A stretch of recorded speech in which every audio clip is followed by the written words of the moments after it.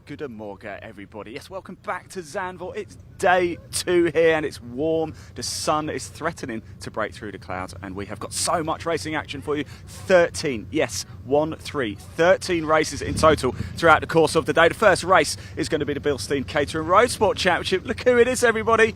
It's Sam Parker. Let's very quickly say hello, Sam. Sam, yesterday was a bit of a learning curve here at Zandvoort, wasn't it? How was it? Yeah, do you know what? It's a brilliant track. But it is all about linking up the toe and getting the right positioning on the track.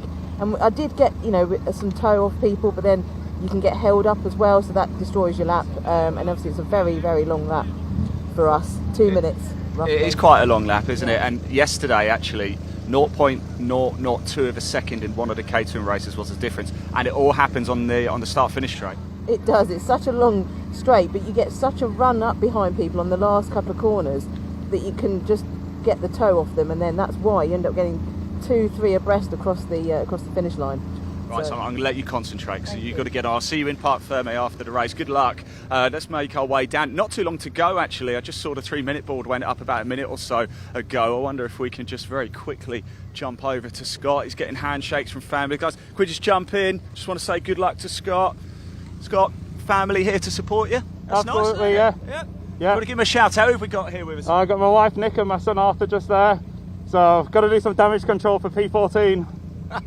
Damage control. Can I say hello to them? Yeah, of course. Yeah. Good luck, by the way. How's he going to get on? He's going to do good? Yeah, I think so. We get a massive go, Dad. Yeah. Go, Go on. There you go. Look, great stuff. It is time to go race. In fact, sorry, Jack, we're going to have to go down this way because, as you can see, the cars are already making their way out. My word, we are getting underway quickly. Early start for everybody back in the UK. 9 o'clock here in Zandvoort. We are about to go racing the first of 13 races coming up for you live here on BARC TV and with Caterham Motorsport as well. Dan Crawley actually just trying to get his helmet on. It's not quite put on properly yet, so they are trying to get out. So there's going to be a slight delay here. Not too long to go, but here we go. First race of the day, the Bilstein Caterham Roadsport Championship. Cars are making their way out on circuit, and for the first time today, I am delighted to welcome back your commentator, Dave Goddard. Dave, over to you, my friend. Enjoy it.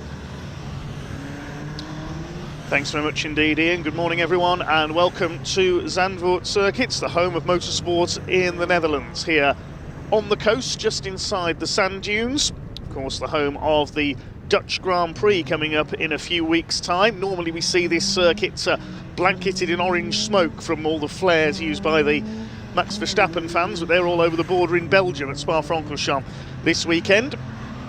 And Caterham racing is the main attraction here. 13 races coming up. We have 4 of Caterham Motorsport's championships supported by the factory. The Bilstein Caterham Roadsport Championship coming out for their first of 2 races today to kick us off. We've got the Vertex Watches Caterham 7 310R Championship, the Edge Caterham 7 270R Championship, and the quickest of all, the Dutch Vodka Caterham 7 Championship UK.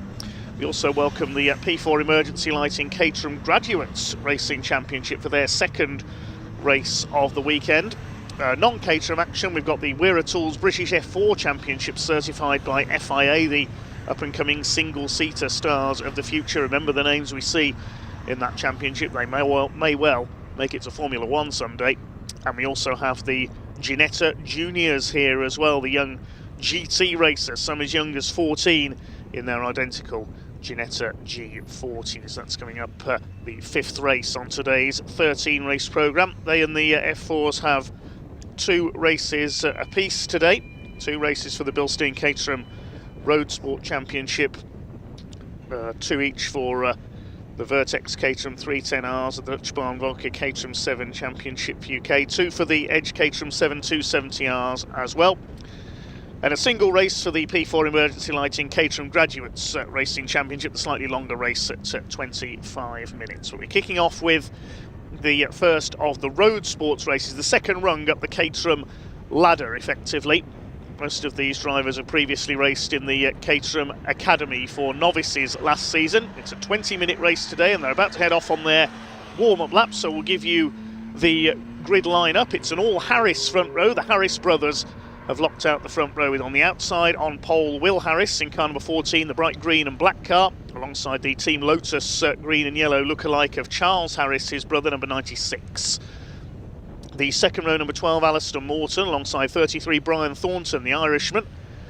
who had 2 wins at the previous meeting at Croft Circuit in North Yorkshire. Aaron Oliver, number 10 in the yellow car, and 86 Craig Evans will start on row 3.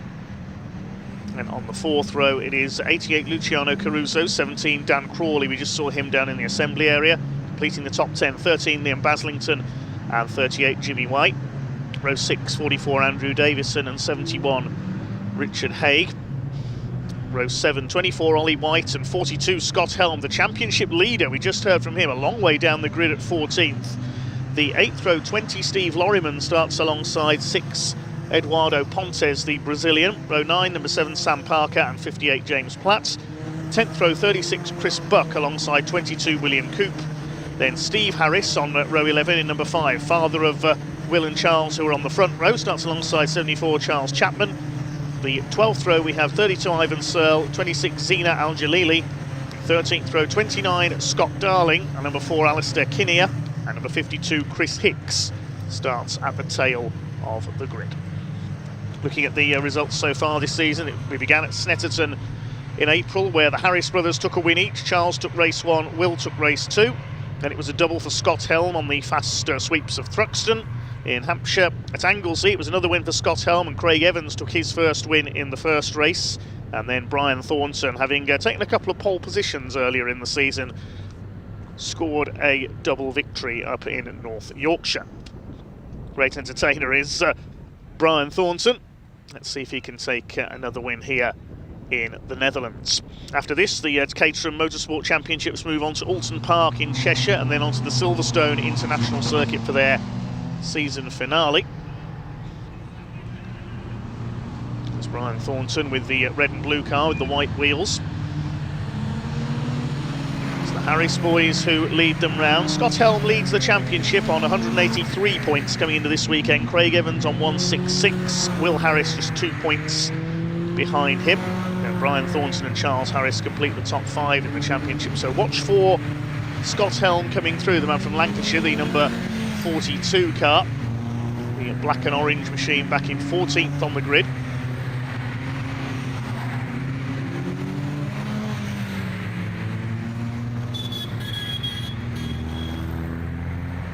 Who's that blowing his oot at? Or her, of course. We've got a couple of ladies out there in this one. Sam Parker, number 7, Zina Al-Jalili in the number 26. As the sun starts to burn through the clouds here at the Zandvoort circuit.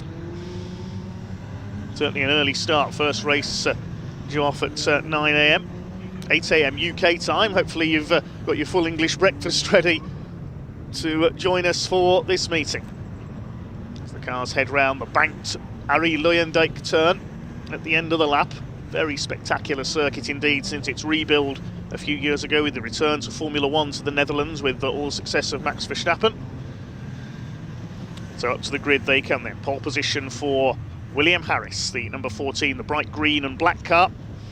Run you through the colours of the first few cars on the grid already. Charles Harris, the Team Lotus, looking like in red and blue. Brian Thornton, Aaron Oliver in yellow, Craig Evans in black and white. Luciano Caruso is in the Rothmans lookalike car on the 4th row, alongside Dan Crawley, number 17, his dark green car with the yellow and green roll cage next in the order. Completing the top 10, Liam Baslington, number 13, is in black with a bit of Dayglow yellow, and Jimmy White, number 38, in blue and orange. So we await the green flag to be displayed. There it is at the back of the grid. So when the red lights go out, we will be underway with 20 minutes of racing for the Bilstein Suspension Caterham Roadsport Championship. The revs are up, the red lights are on, and away we go. We are racing at Zandvoort and up towards the first turn. It is the 2 Harris brothers together. Trying to get through the middle is Alistair Morton in car number 12 as they go into Tarzan corner for the first time. Looks like it's Will Harris who's got the lead around the outside, 4 wide further back in the pack. Are they all going to make it round that first corner? There's Chris Hicks in the pink car at the back of the field. So it's out of Tarzan, then up towards the banking at Hugenholtz, and it is Will Harris who leads. His brother Charles in second, Alistair Morton third. It looks as though it could possibly Luciano Caruso who's come through into 4th place. He's made a good start, the white and blue Rothmans lookalike car, I think that is. And then they head out towards Rob Slotemacher bocht for the first time through the Hunzerug section. And then out towards the back of the circuit, the right-hander at Schivlak. Very fast corner indeed, this one. Now it's on the far side of the circuit, up towards Masters Corner, named after the Marlborough Masters of Formula 3. Very famous event held here at Zandvoort for many years for up-and-coming single-seater racers. 44 going through, there is Andrew Davison into turn 9, then up to the left-hander at turn 10 on this very flowing, undulating circuit here in Zandvoort on the coast of the Netherlands, near the city of Haarlem. Trying to get around the outside there, Aaron Oliver, the yellow machine, out of turn 10. It's a short sprint up the straight up towards the Hans Ernst bocht, which is almost a square right, and then swinging round to the left. Final 2 corners at Kumho, and finally the Arie Luyendyk bocht, which is the big sweeping banked turn. So the Harrises lead the way, then Alistair Morton in third. A couple of cars running wide at the back, and somebody's wing goes flying there. That's the first bit of bodywork dislodged. Who did that belong to? The 36 of Chris Buck, that was, who's now a little bit lighter. He's got the 20 of Steve Lorriman, the Union flag liveried car, up behind him as they head round to complete lap number 1. The Harrises lead the way. Charles wants to turn the lead, attacking his brother for the lead. Morton in third place. It is Caruso going well in fourth. Side by side for fifth between Craig Evans and Aaron Oliver. Craig Evans very late on the brakes there as Charles Harris takes the lead. Caruso trying to go around the outside. The best we've seen him run so far this year. Now there's Scott Helm in the black and orange car. Where's he up to from 14th? He's 12th, gaining 2 places on that opening lap. The Harrises lead the way, then going low through the banking there, Brian Thornton, the red and blue car with the white wheels as he tries to make progress. He didn't get the best of starts. He's down to 7th from the third row of the grid. They start to sort the second row of the grid, sorry, as they start to sort themselves out. Charles Harris leads the way, led by William Harris, led by just under a 1/10 of a second at the end of the opening lap. If you want to follow the live timing today, incidentally, getraceresults.com. It's getraceresults.com is the place to do so. We don't have TSL timing here in the Netherlands, our regular timekeepers. Getraceresults.com, the place to follow the live time. So the Harrises lead. Nice steady start to the day. Aaron Oliver trying the outside line again. They're still side by side with Craig Evans in the Blood Records sponsored car. The Buckinghamshire-based record label. They charge their way along the straight there, down towards the Hans Ernst bocht, the little complex. Right-hander, then the left. They come through there. Quite easy to run wide on the exit and clip the tyre wall. We saw Chris Buck go off there earlier on and lose that rear wing. He's in 14th place at the moment as they head towards the end of the second lap in this 20-minute race of the Bilstein Caterham Roadsport Championship. Tyre marks on the road there. That's where a couple of our British F4 single-seaters had a bit of a mishap yesterday. Liam Baslington making a move there further back on Jimmy Y there, side by side over the line as Will Harris retakes the lead. Morton in third place. Craig Evans, Brian Thornton now side by side. Yes, Liam Baslington gets the move done there, and Scott Helm is up behind him. He's gained another place. He's up to 11th now. Side by side further back in the pack, almost 3 wide as they come out of Tarzan. So Will Harris back in front. Morton third, Caruso fourth, Evans fifth, then Thornton sixth. The rest of them file through behind. Looks like Dan Crawley is next through in the number 17. There's Aaron Oliver, and he's lost out there to Scott Helm. So Aaron Oliver must have run wide coming out of Tarzan there, briefly out of our sight. He's lost a few spots there. Jimmy Y is ahead of him, Liam Baslington as well. And Helm's got through too. Behind them is Andrew Davison, the number 44. So Aaron Oliver's lost a few spots. The yellow number 10 started up in P5. Side by side there up ahead. Looks like Caruso was on the attack, fighting with Craig Evans for 4th place, the 2 white cars. As the Harrises continue to set the pace, Brian Thornton's up alongside Caruso now, so Evans has already gone through in that little scrap.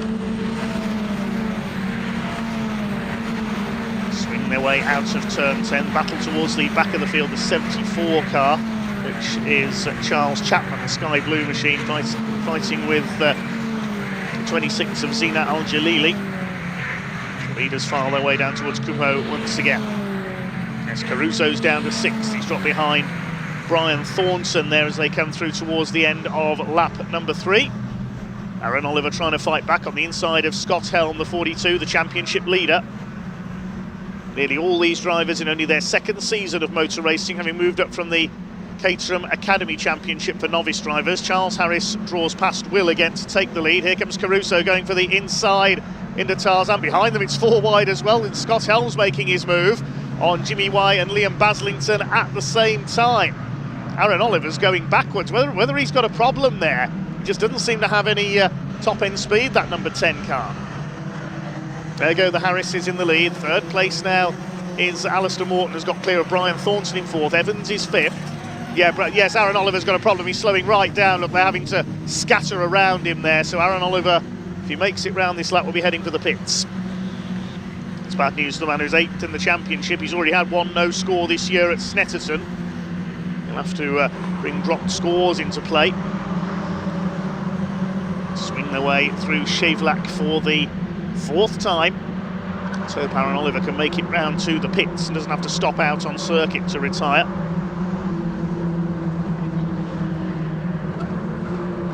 There's Eduardo Pontes, the number 6 car behind the 71 of Richard Haig, and somebody going wide there. I think that's Andrew Davison, yes, number 44, running wide into turn 9. Eduardo Pontes, you'll notice, in the colours of the old early 90s Williams F1 cars. Cannon and Camel sponsored Williams. Brian Thornton's done the fastest lap, 1:59.583. It's the Harris boys who still lead the way. Morton 3rd, then Thornton is in 4th position, the Irishman. Just about holding off Craig Evans, Luciano Caruso, then it's Baslington, I think, in 7th. No, it's Dan Crawley, sorry, in 7th place, the similarly coloured car. There's Baslington, the other black and day-glow yellow machine, leading Oliver White in number 24. Through Luyendijk turn. Quite appropriate that the big banked turn is named after Harry Luyendijk, the Indianapolis 500 legend. As the Harrises swap places again. Alistair Morton's really have to have a go at them now, and here comes Caruso having a look at Brian Thornton for 4th place. There's the number 4 car, it's quite a way behind. He's had a moment somewhere, that's Alistair Kinnear. More place swapping going on. Sam Parker trying to get through on the 58 car, the multicoloured machine of James Platt. 2nd car he's used this season, his earlier car that he raced the first couple of meetings got damaged in a crash at Thruxton. Through the banking, and Aaron Oliver, I think, is getting back up to speed. Meanwhile, here's our championship leader, Scott Helm, all over the back of Jimmy White, number 38. They're battling for 8th position. Slowly but surely, Scott Helm making his way up the order. Here's the train of cars now for the leagues. Alistair Morton's almost caught the Harrises, being chased in turn by Thornton, Evans and Caruso. Crawley in 7th place. There's Jimmy White, Scott Helm, Baslington and White. Then a gap back to Chris Buck, who's 12th with that missing wing. Out of turn 10. It's the shorts, well, we say the short straight. It does curve round to the left before you get to Hans Ernst Bock towards the end of the lap. 2.65 miles, the Zandvoort circuit. In the home of Dutch motorsport on 4 wheels for many, many years now. Of course, the TT circuit Assen in the north of the Netherlands near Groningen, the home of motorcycle racing in the country, the Cathedral of Speed, as bike racers call it. Craig Evans in the Blood Records car, moving up on Brian Thornton. Until Croft, it was Thornton who was stronger in qualifying than in the races. He'd always get pole position, then fall back, but it was the other way around at Croft where he got both wins. Are the Harrises going to swap places again? They have every lap so far. Yes, indeed they are. Now here comes Evans on the inside. Charles Harris takes the lead. Morton's going for the inside on Will Harris as well. Brian Thornton fights back on the outside. It's more like NASCAR racing than Caterham's at the moment as they go through Tarzan. Luciano Caruso looking on from 6th place. And Dan Crawley in 7th was just on the fastest lap, 1:58.956. That's the first lap of under 1:59 in this race. Crawley in 7th, there he goes, the black and day-glow yellow car. Jimmy White, Scott Helm, Liam Baslington, Ollie White's next. 11 cars in that lead group. We're into motorcycle racing. This is almost more like a motorcycle race, it's so close at the moment. Oliver White's number 24 on the tail of Liam Baslington. He's racing as a guest with the Caterham Graduates Championship as well this weekend, Liam Baslington, as are quite a few drivers. We'll see some guest drives, with drivers getting a bit of extra track time in. Oliver White comes from Surrey, chasing Liam Baslington from Warrington in Cheshire.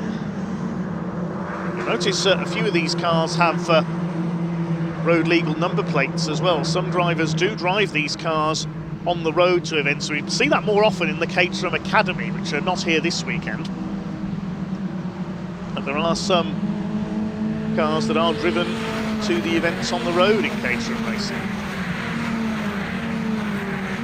Second group being headed up at the moment by Chris Buck, heads along towards the Ernstbocht.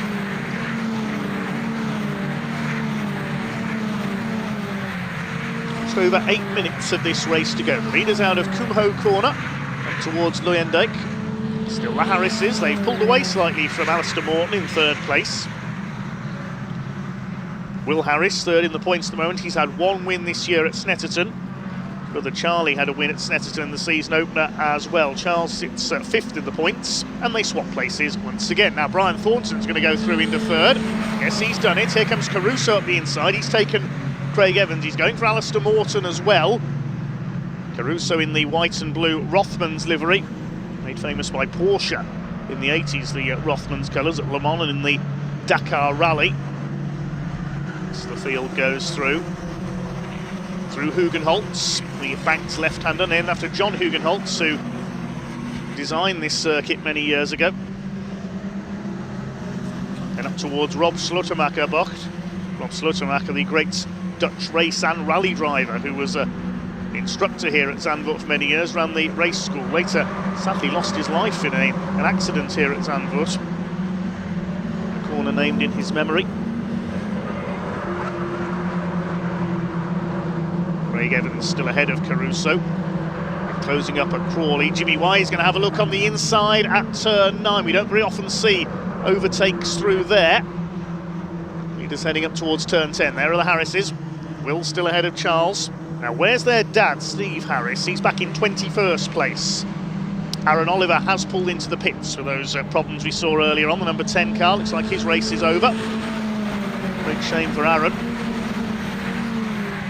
There's the second group through. Sam Parker on the back of it in the number 7 car. There's Steve Harris, the yellow and green car. His car almost a reverse of the livery that Charlie's carrying.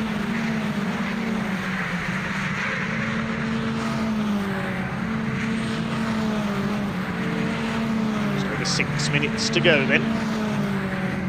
Is this going to be a private duel between the two Harrises here? Are the rest of the field going to catch them up in the closing stages? They'll swap places again. They have every lap so far. Brian Thornton in third. Ooh, here comes Craig Evans having a look on the inside. Caruso could get round the outside there as well. Bit of snaking going on further back in our second group. Chris Buck, the 20 of Steve Lorriman. Behind them, Eduardo Pontes, the number 6. He's got Andrew Davison, who had an off earlier on his tail. Behind Davison, I think that's Ivan Searle, the number 32 car. Maroon liveried car there in 15th place. Aaron Oliver has rejoined after his pit stop. I think we may have lost Liam Baslington, the number 13, who was at the bottom end of the top 10. He's not come through according to the timing screen. Yes, he's pulled into the pits, so problems for Liam.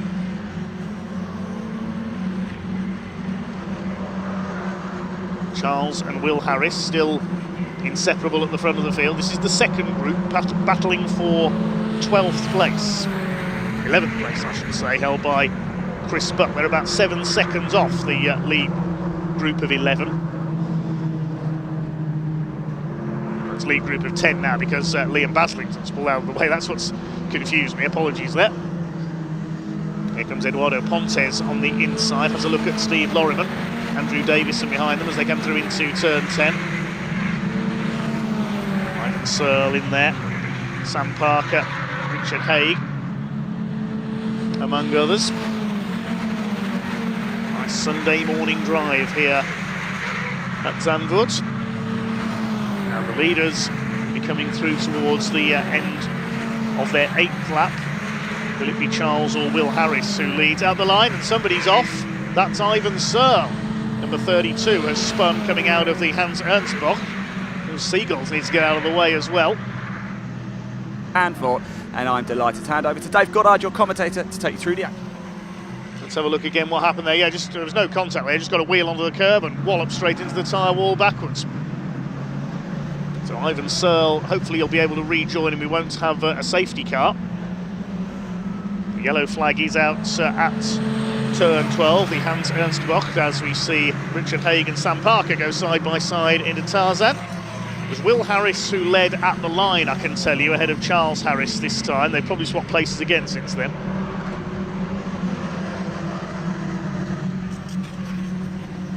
We concentrate on the midfield battle for the moment, headed by Chris Buck. This is for 11th place. The order at the line was Will Harris from Charles Harris, Brian Thornton in 3rd.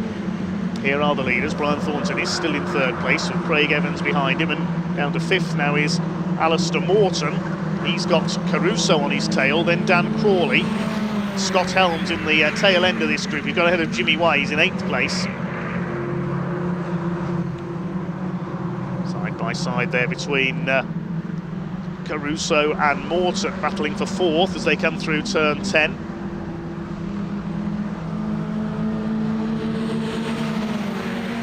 Is this going to be a private battle to the flag between the Harrises? I think it may be last lap at this time around. See what the time is at the line. So the fastest lap of the race is at 1 minute 58 by Dan Crawley. 1:58.956 I think is still the quickest lap. We'll double check that. No, it's 1:58.594 by Scott Helms is now the fastest lap in fact. Leaders up towards lines. Touch and go as they cross the line there. Should be, yes, the last lap board is out, so checkered flag next time by as Caruso up the inside into Tarzan, almost squeezed towards the pit ball by Alistair Morton. So now it is time to go all out around the final lap. They'll have seen the board. That is their signal to launch their final attack. There's the second group.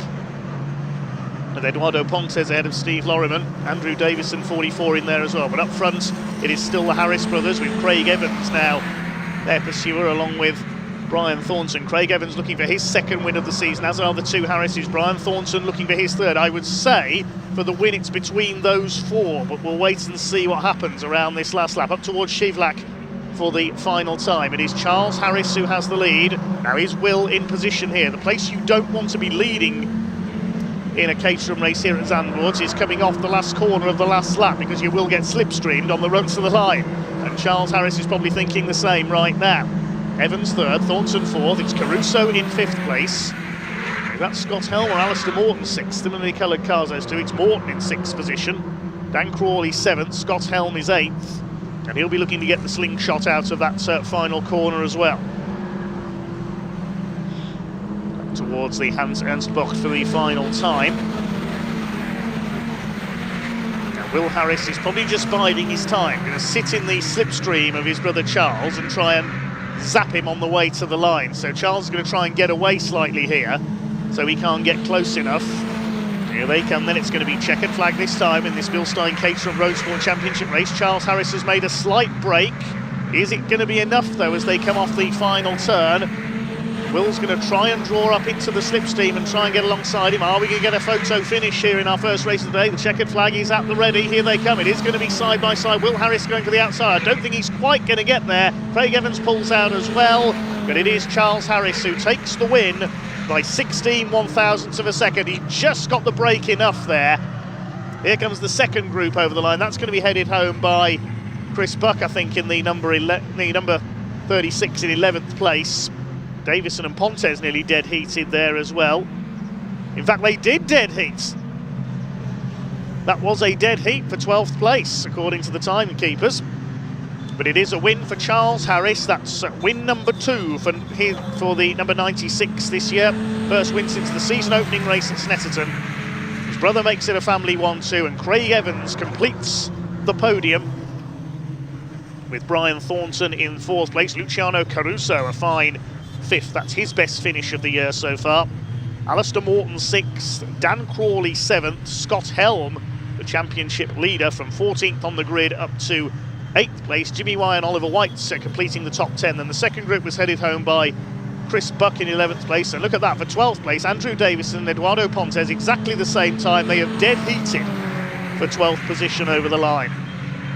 Steve Lorryman next, then Sam Parker, Richard Haig, James Platt, William Coop, Steve Harris Senior 19th, then Charles Chapman, Zina Al-Jalili, Scott Darling, Chris Hicks and Alistair Kinnear, because of course there are problems for Aaron Oliver, and Liam Baslington pulled into the pits as well. Ivan Searle we saw go spinning off at turn 12 a couple of laps from home. A double for the Harris boys then, finishing in reverse order that they finished in qualifying yesterday. Charles it is who takes his second win of the season. Scott Helm, our championship leader, able to gain 6 places to finish in 8th. Drivers sounding their horns as they head back round towards the paddock. We'll shortly be in Parc Fermé, where it will be Ian Waterhouse down there to talk to them. Sam Parker, I'm sure, will join him when she's got out of the number 7 car, having finished in at 15th place. So the Team Lotus lookalike of Charles Harris leads them into the paddock, following a typically frantic Caterham race here at Zandvoort. Less than a second covering the top 5 cars home, just 16,000ths of a second the margin of victory between the Harris boys. Charles Harris managed to get the break there through the last few corners. If he hadn't put his foot down as hard as possible there down those last couple of short straights, I'm sure Will would have nicked that, taken his second win of the season. That concludes race 1 then for the Bilstein Caterham 7 Roadsport Championship. Next up, we move a couple of rungs up the Caterham ladder. The Vertex watches Caterham 7 310R Championship. Taylor O'Flanagan will start looking for yet another victory and to extend his championship lead. With the grid based on the results of yesterday's race.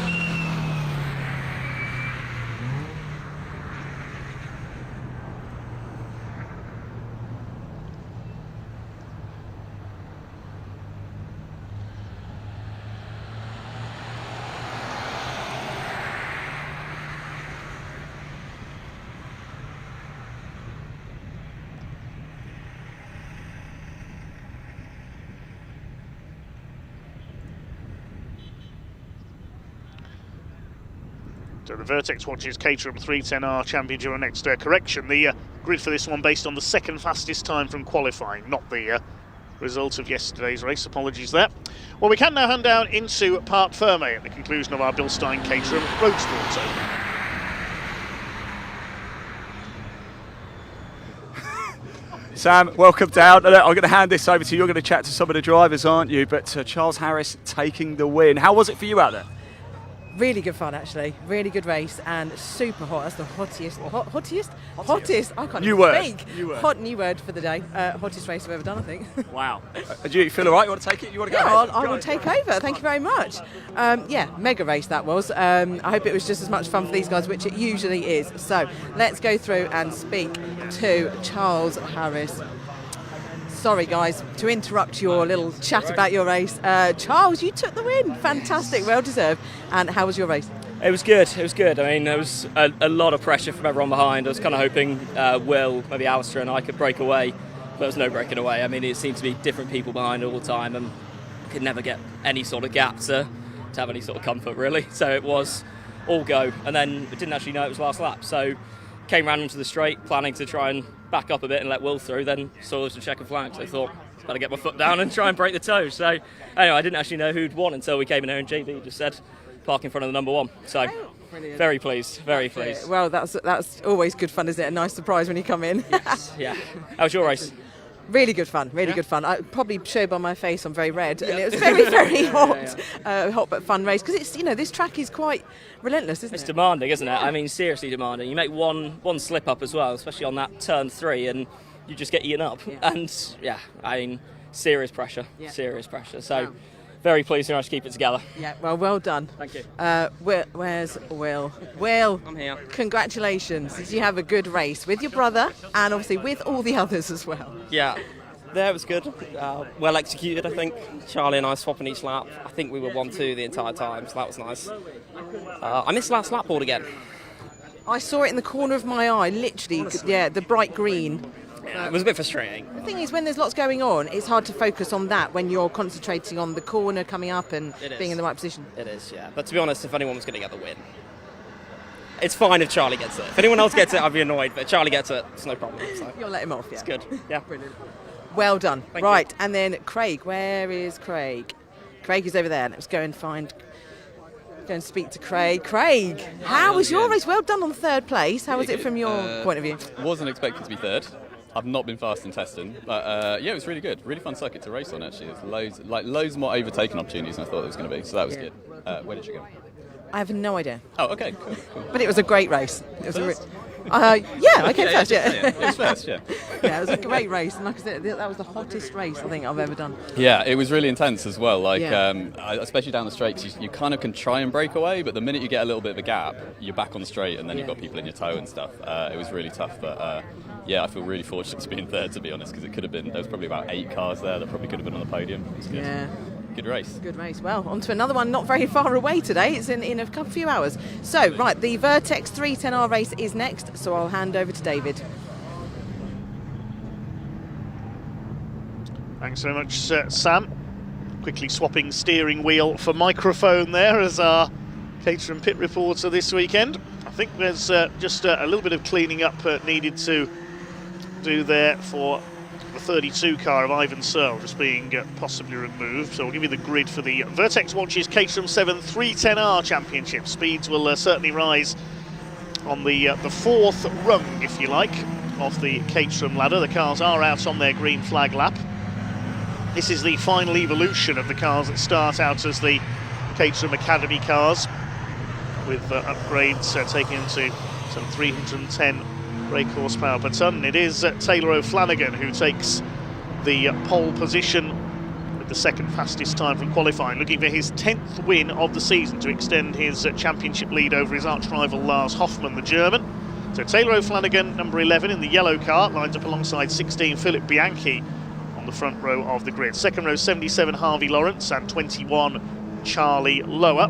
3rd row 20 James Empson will start alongside number 17 Lars Hoffmann in the Motor Oil's backed car. Row 4 with 38 Jeff Price and 50 Paul Goldstein in the Gold Machine. He is just heading through turn 10. Row 5, number 5 Ben Lopez Appleton and 88 Ryan Wilby. Row 6, 96 Peter Mott and 67 Richard Coop. And number 10 Gareth Lucas completes this 13 car grid. 84 1,000ths of a second was the winning margin for Taylor O'Flanagan over Philip Bianchi, the Maltese-born driver in yesterday's race. Philip is desperate for his first win in a 310R car. Taylor O'Flanagan and Lars Hoffmann have divided up the wins between them so far. They entered this weekend separated by just 6 points in the championship, but O'Flanagan took the win yesterday with Hoffmann finishing in 3rd place. Charlie Lower 3rd in the points coming into the weekend, ahead of Philip Bianchi. Harvey Lawrence quickest in the AM class all season. There's Pro-Am and AM classes. To Harvey Lawrence clear of Peter Mott in the AM points, then Jeff Price, Gareth Lucas and Richard Coop as the cars come up to the grid. Then it's the yellow car of Taylor O'Flanagan on pole. The white and red of Philip Bianchi will start alongside him. 2nd row Harvey Lawrence in the bright blue and yellow car.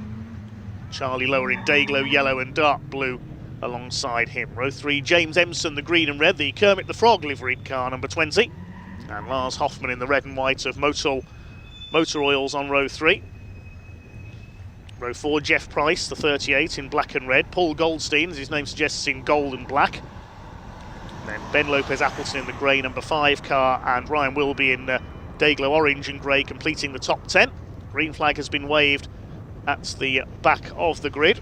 Red lights are on, and away we go with the Vertex Watches 310R Championship race. O'Flanagan gets away well, so does Bianchi. Charlie Lower coming through into third place. It's O'Flanagan in the yellow car who's got the lead. Into that first corner they go at Tarzan. Making his way around the outside there, that's Peter Mott in the black and yellow number 96 car. They head up towards Hugenholtz for the first time round at the back of the paddock. O'Flanagan leads, Bianchi going up high through the banking. Third is Lower, fourth is Harvey Lawrence. They start to sort themselves out around this first half lap then. Is it going to be Taylor O'Flanagan into double figures in terms of race wins this year? Will it be a fifth win of the season for Lars Hoffmann, or are we going to see a new winner? Hoffmann back in fifth at the moment. He's got ahead of James Empson in the green number 20. First half doesn't have broken away very slightly. James Empson taking a bit of curve there, coming out of Schieflach up towards Masters Corner. There's Paul Goldstein, the number 50. Doubling up this weekend, racing in the Caterham Graduates Championship races as well. Tighter line being taken there by Philip Bianchi as he tries to challenge for the lead, the London-based racer. All round okay so far on this opening lap. There's the 67 of Richard Cooper ahead of Gareth Lucas at the back of the field. The number 10, our last runner of the 13 cars out there. So a slightly smaller grid for the 310Rs, but certainly no less spectacular, as we will see. Charlie Lower on the attack here. The best he's had this year is a second place at Anglesey in race 2. Having come through from towards the back of the grid, he had his qualifying times disallowed for a tyre infringement at Anglesey. So had to come through from the back. Here we go, 3 wide down the straights. They complete the first lap. Can Charlie Lower take the lead here? Philip Bianchi's gone round the outside. They've gone either side of O'Flanagan, who's down to third, and Lower leads. Great bit of driving by Charlie Lower. He's gone from third to first, and O'Flanagan's gone from first to third. So battle is joined at the front of the field in this Vertex Caterham 310R, race 2 of the weekend, race 2 of 3 this weekend. Now can Charlie Lower break the dominance of Lars Hoffmann and Taylor O'Flanagan? 6 of them together at the front of the field. Philip Bianchi's going for the lead. He is just so desperate for that breakthrough first win. On the tail of Charlie Lower. Through Schieflach they come. 4th place is Hoffmann behind his title rival O'Flanagan. Then it's Lawrence and Empson in 5th and 6th places. Out of Masters up towards turn number 9. Right, so a little bit wide through there, and back across and into turn 10 to take the line for the left-hander. Means half dozen being reeled in slightly by Jeff Price in 7th place. It's Goldstein, Appleton and Wilby completing the top 10. Mott, Lucas and Coop round out the field. Charlie Lower moves to the right to try and defend his lead. The next corner's the right-hander into the Hans Ernst complex. He's held his lead ahead of Bianchi, though. Flanagan has got his perennial rival Lars Hoffmann, the German racer, behind him. He's going to have a look up the inside, possibly there. We very rarely see overtaking at Kumho Corner. He might get him on the run up onto the pit straight this time. Let's have a look. What places are going to swap? There's bound to be place swapping down the pit straight, because this is Caterham racing, let's face it. Here comes Philip Bianchi onto the outside. He takes the lead away. O'Flanagan's going to try and get both of them. Look at Hoffmann going for the inside. He could get all 3 of them here with a bit of luck if he's late on the brakes for Tarzan. Look at this. O'Flanagan sweeps back around the outside, and O'Flanagan has somehow popped back into the lead. I didn't expect that. Goodness gracious. Never mind NASCAR racing, that was more like the Tour de France. Like a sprint finish. O'Flanagan back into the lead again. Hoffmann's got through into 2nd. Lower goes down to 3rd. Bianchi's down to 5th. Where's James Empson come from? He's come through into 4th place. My goodness. They've completely swapped round in the leading order there. Down to 6th has gone Harvey Lawrence.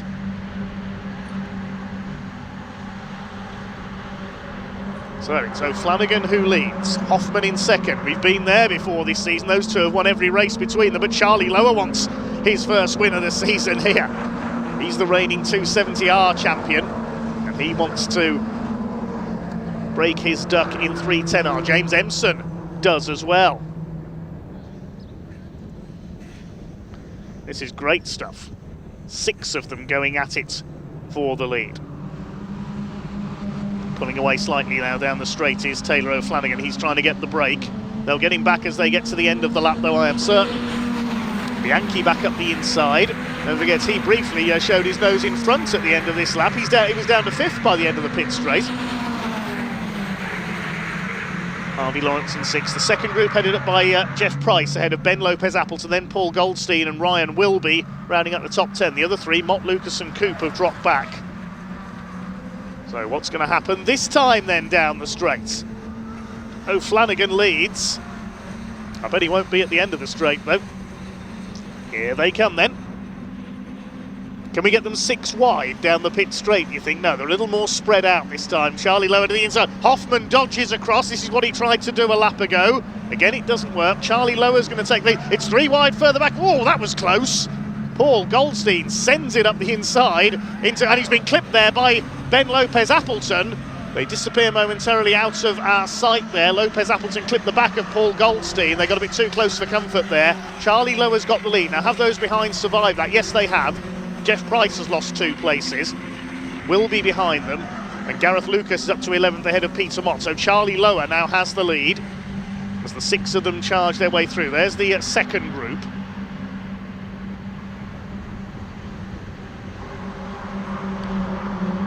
Through Shevlak. Paul Goldstein, yes, they've survived that as Goldstein squeezed his way through into first corner at Tarzan, then pulled back across the front of Lopez-Appleton slightly. Hoffman goes for the inside on O'Flanagan, but we don't very often see successful overtakes through there because the next corner's a left-hander. Yes, O'Flanagan will hold the line and hold the place. 4th place, James Empson. Here comes Bianchi on the inside. Empson's gone wide. He'll lose P4 there. And he could lose P5 to Harvey Lawrence as well. Harvey Lawrence, the leading AM class driver. Second of the AMs is Jeff Price. The other 3 amateur class drivers, Lucas, Mott and Coop, towards the back of the field.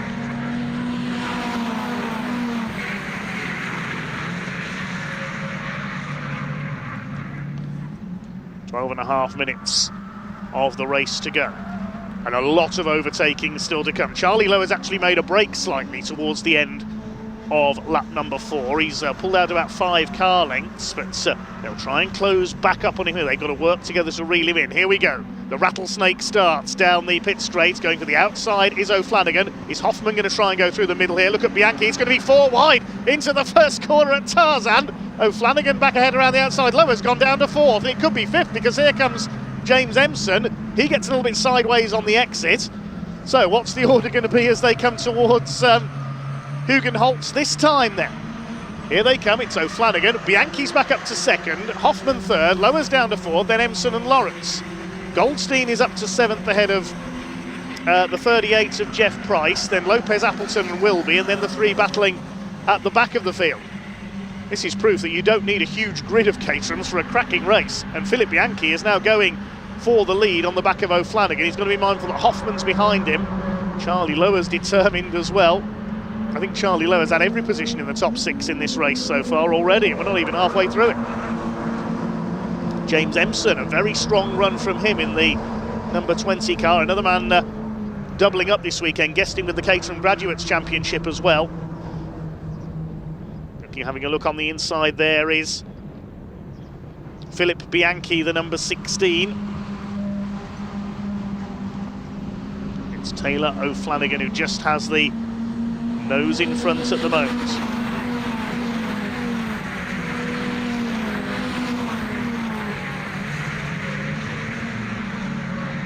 Through the complex. Paul Goldstein starting to close up, and Paul's thinking, well, if you 6 are going to delay each other with all this scrapping, we'll try and tow up onto the back of you and try and make it 10 cars for the lead instead of 6. To the straight once again. What's going to happen this time? It looks like they're starting to space out as they go into Luyendijk from the reverse angle there, but once they're into the straights, here we go again. Bianchi to the inside, Hoffman to the inside of Bianchi. He went right across the pit straight there. Can he get it right this time? That's what he's been trying to do for a couple of laps. O'Flanagan back round the outside. They're going to be 3 wide out of the corner there. Flanagan's on the outside there. He could go back to 3rd. Now who's going to be leading? They briefly disappear behind the paddock buildings there up towards Hugenholtz. It's Hoffman who's got the lead. He's got it done this time. He's tried that about 3 times into Tarzan, and it's finally worked. So Lars Hoffman goes into the lead. We're only just past half distance.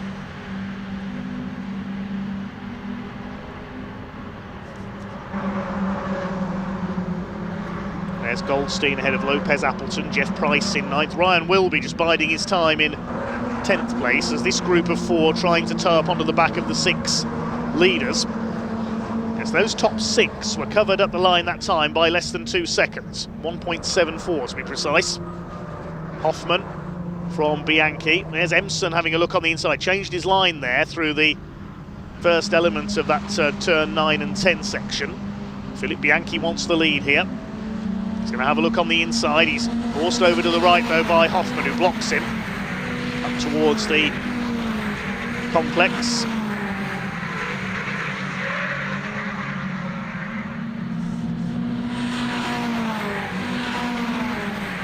Here they come then up towards Kumho and the final corner at Luijendijk.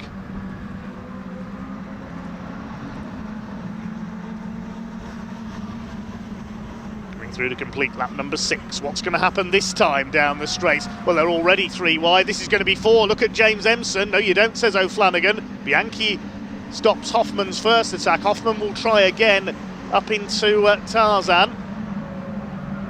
Emson round the outside. So Flanagan, who's got the lead. James Emson could get 2nd place here. Charlie Lower shadowing them. If any of them makes a false move going into Tarzan at any point, they're all going to end up on the beach, I think. So O'Flanagan's got the lead this time. James Emson up into 2nd place. What a great run he's having. Harvey Lawrence could be one to watch, the 77. He's just sitting at the back of this group. Maybe he's waiting till the last lap to make his move. Up they come then towards Shivlak. Through the back of the circuit. The sand dunes in the background. Bianchi gets the tighter line through there, but it's James Emson holding that 2nd position. Drivers must be absolutely loving this as much as we are. Taylor O'Flanagan looking for win number 10 this season. Hoffman, oh, did he get a bit of a bump there from Charlie Lower possibly in that battle for 4th place? It looked like they made a slight bit of contact. Paul Goldstein's definitely closing on these 6 now. He's towing Ben Lopez Appleton with him. There they are. Lopez Appleton a little bit further back, and it looks like Ryan Wilby's got past Jeff Price up into 9th. They're side by side as well. 11th Gareth Lucas, then Coop and Mott at the back of the field. O'Flanagan's made a slight break. He'll be reeled back in again soon enough.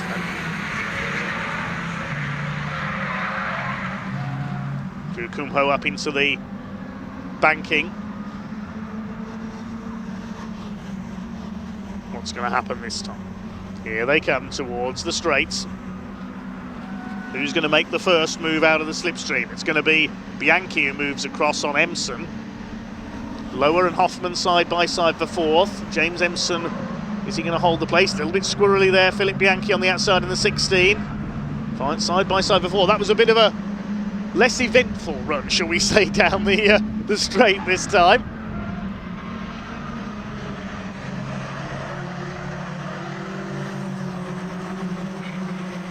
Six minutes of this race to go.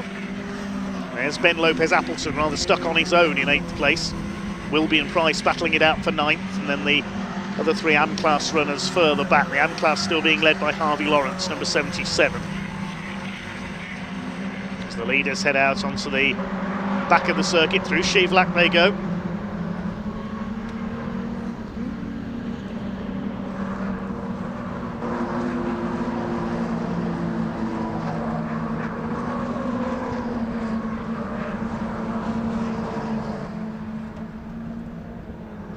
Flanagan's increased his lead very slightly now over Bianchi.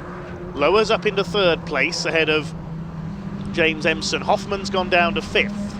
And there's Goldstein. There's definitely 7 now in that group. Now Goldstein's towed up onto the back of them. Can Paul Goldstein, is there time for him to make his way through and make inroads into this lead battle there. You can see him just lurking behind Harvey Lawrence's car. There's Lopez Appleton. Now they're closer this time. You can see they're more packed together as they head towards Luyendyk. They're getting ready to make their slipstreaming moves. They've got to work out where to position their cars. I think O'Flanagan is going to be safe in the lead this time, and possibly Bianchi safe in second. Here they come, but say it's anybody's race for third place behind. Oh, there's contact! Lowe's been hit by Hoffman there. Now, has that bent Hoffman's front suspension? We'll see as he comes into the right-hander at Tarzan. We can see a bit of bodywork has come off Charlie Lower's car. Empson in there as well. Well, it was perhaps inevitable to get a bit too close for comfort at some points. There was contact there between Hoffman and Charlie Lower. They're still going. I think they've escaped there without any major damage. Just that bit of bodywork that went flying from Charlie Lower's car. Okay, the order is O'Flanagan and Bianchi. Said they'd established a little bit of a lead over the opposition. Lower, Empson and Hoffman next. Through Chevlac. James Empson staying ahead of Lars Hoffman. Behind him Harvey Lawrence, and Goldstein having a look as well. Haven't seen too much of Goldstein in the 310Rs this year. Best result he's had is a 5th at Anglesey. He wants to better that here. Side by side for 4. James Empson runs wide out of turn 10. He always does there. They do not want to let the first 3 get away here. They want to keep in contention to try and make it as close as possible across the line. They'll be waiting for that last lap signal. They're lapping in the 154s. So I think it'll be 2 laps to go this time.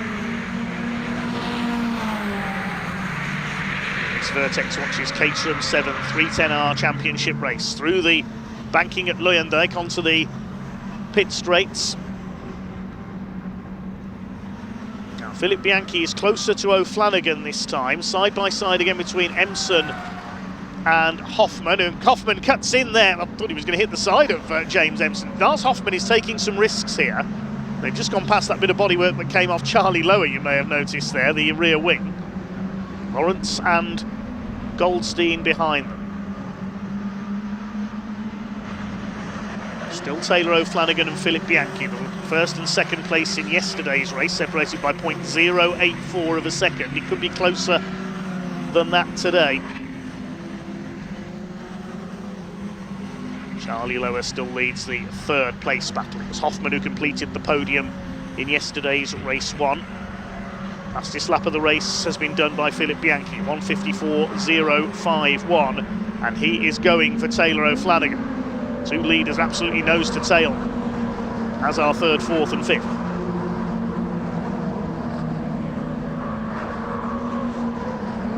6th is still Lawrence holding off. Some pressure now from Paul Goldstein. Those front 2 are definitely getting away slightly, you can see there.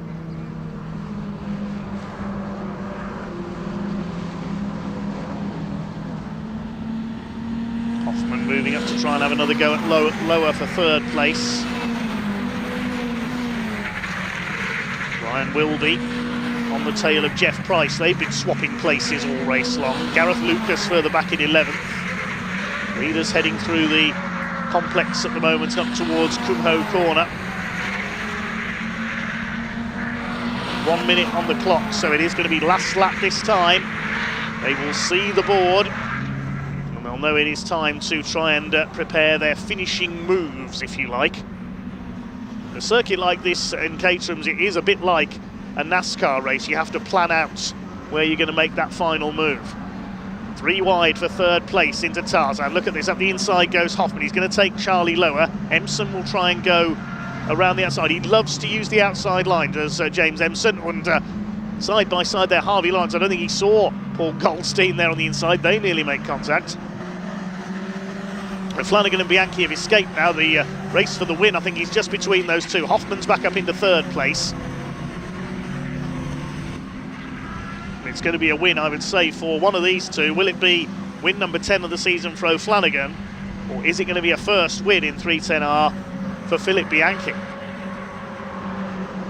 Hoffman under fire from Charlie Lowe. He's almost pushing him along there. Look at that through Shivlak and out towards Masters. He can't bump draft. This is Caterham's, not Legends cars. Up towards turn 9. Charlie Lowe is determined to get back on the podium. There's a bit of needle between these two. They did have some contact earlier on. James Empson's dropped back a bit now into 5th place. They'll close up again, I'm sure, through the final couple of turns. Ben Lopez-Appleton's closing up as well in the number 5. So, battle for the win is between O'Flanagan and Bianchi. They pulled away then to the tune of 1.8 seconds from the fight for third. And it is a real fight now between Lowe and Hoffman. Clock is counted down to 0. The checkered flag is awaiting them, and Hoffman's gone a bit wide there. Lowe gets through at the complex. So Charlie Lowe up into 3rd place, or did Hoffman let him through so he can slipstream him back again on the run to the line, I wonder? Talking of run to the line, here come the 2 leaders. Hoffman's kicking up some gravel there. He's determined to get into the slipstream and get on the podium. But what about for 1st and 2nd? Is it going to be Bianchi or O'Flanagan? It's going to be Taylor O'Flanagan who takes the win. It's going to be almost 3 wide for 3rd. Hoffman's going to get there for 3rd place. He just gets ahead of Charlie Lowe. And Paul Goldstein, I think, has pipped Harvey Lawrence there for 6th. He has. The win goes to Taylor O'Flanagan. 10 wins this season. Ryan Wilby almost dead heats with Jeff Price as well. They were separated by just 5 thousandths of a second. I'll wait till they've all crossed the line before I start giving you the result this time. There we go, 13 cars over the line. So O'Flanagan takes the win by 1/10 of a second ahead of Philip Bianchi, who is the runner-up once again. You'll be thinking, what must I have to do to win a 310R race? Lars Hoffman completes the podium, ahead of Charlie Lowe by 0.114 of a second. Another 10th back in 5th was James Empson. Paul Goldstein by 0.03 of a second pips Harvey Lawrence to take 6th, but Lawrence takes the AM class. Ben Lopez-Appleton, a slightly lonely 8th. And then behind them, Jeff Price and Ryan Wilby finish side by side. Price getting the verdict by 5 thousandths of a second. Gareth Lucas, Richard Coop and Peter Mott completing the finish as the AM class won by Harvey Lawrence ahead of Jeff Price, with Gareth Lucas 3rd ahead of Coop and Mott. Fastest lap of that race going to Philip Bianchi at the 1:54.051, so he gets the bonus point. We'll see the cars back into the paddock shortly before our next race, which is the Wera Tools British F4 Championship, certified by FIA. Martin Molnar, the Hungarian, was the victor yesterday ahead of Fionn McLaughlin, the Irishman who currently leads the championship, the Red Bull Academy driver. They'll be out onto grid as soon as the circuit is okay and they get the all clear from the clerk of the course. Of course, plenty to live up to, the young racers in the Wera Tools British F4 Championship. First held in 2015, and champion that year, Lando Norris. Runner-up in 2017, Oscar Piastri. So plenty to live up to for these youngsters as they get ready to show what they can do around the Zandvoort circuit next. But we'll be handing down to Sam Parker shortly in Parc Fermé.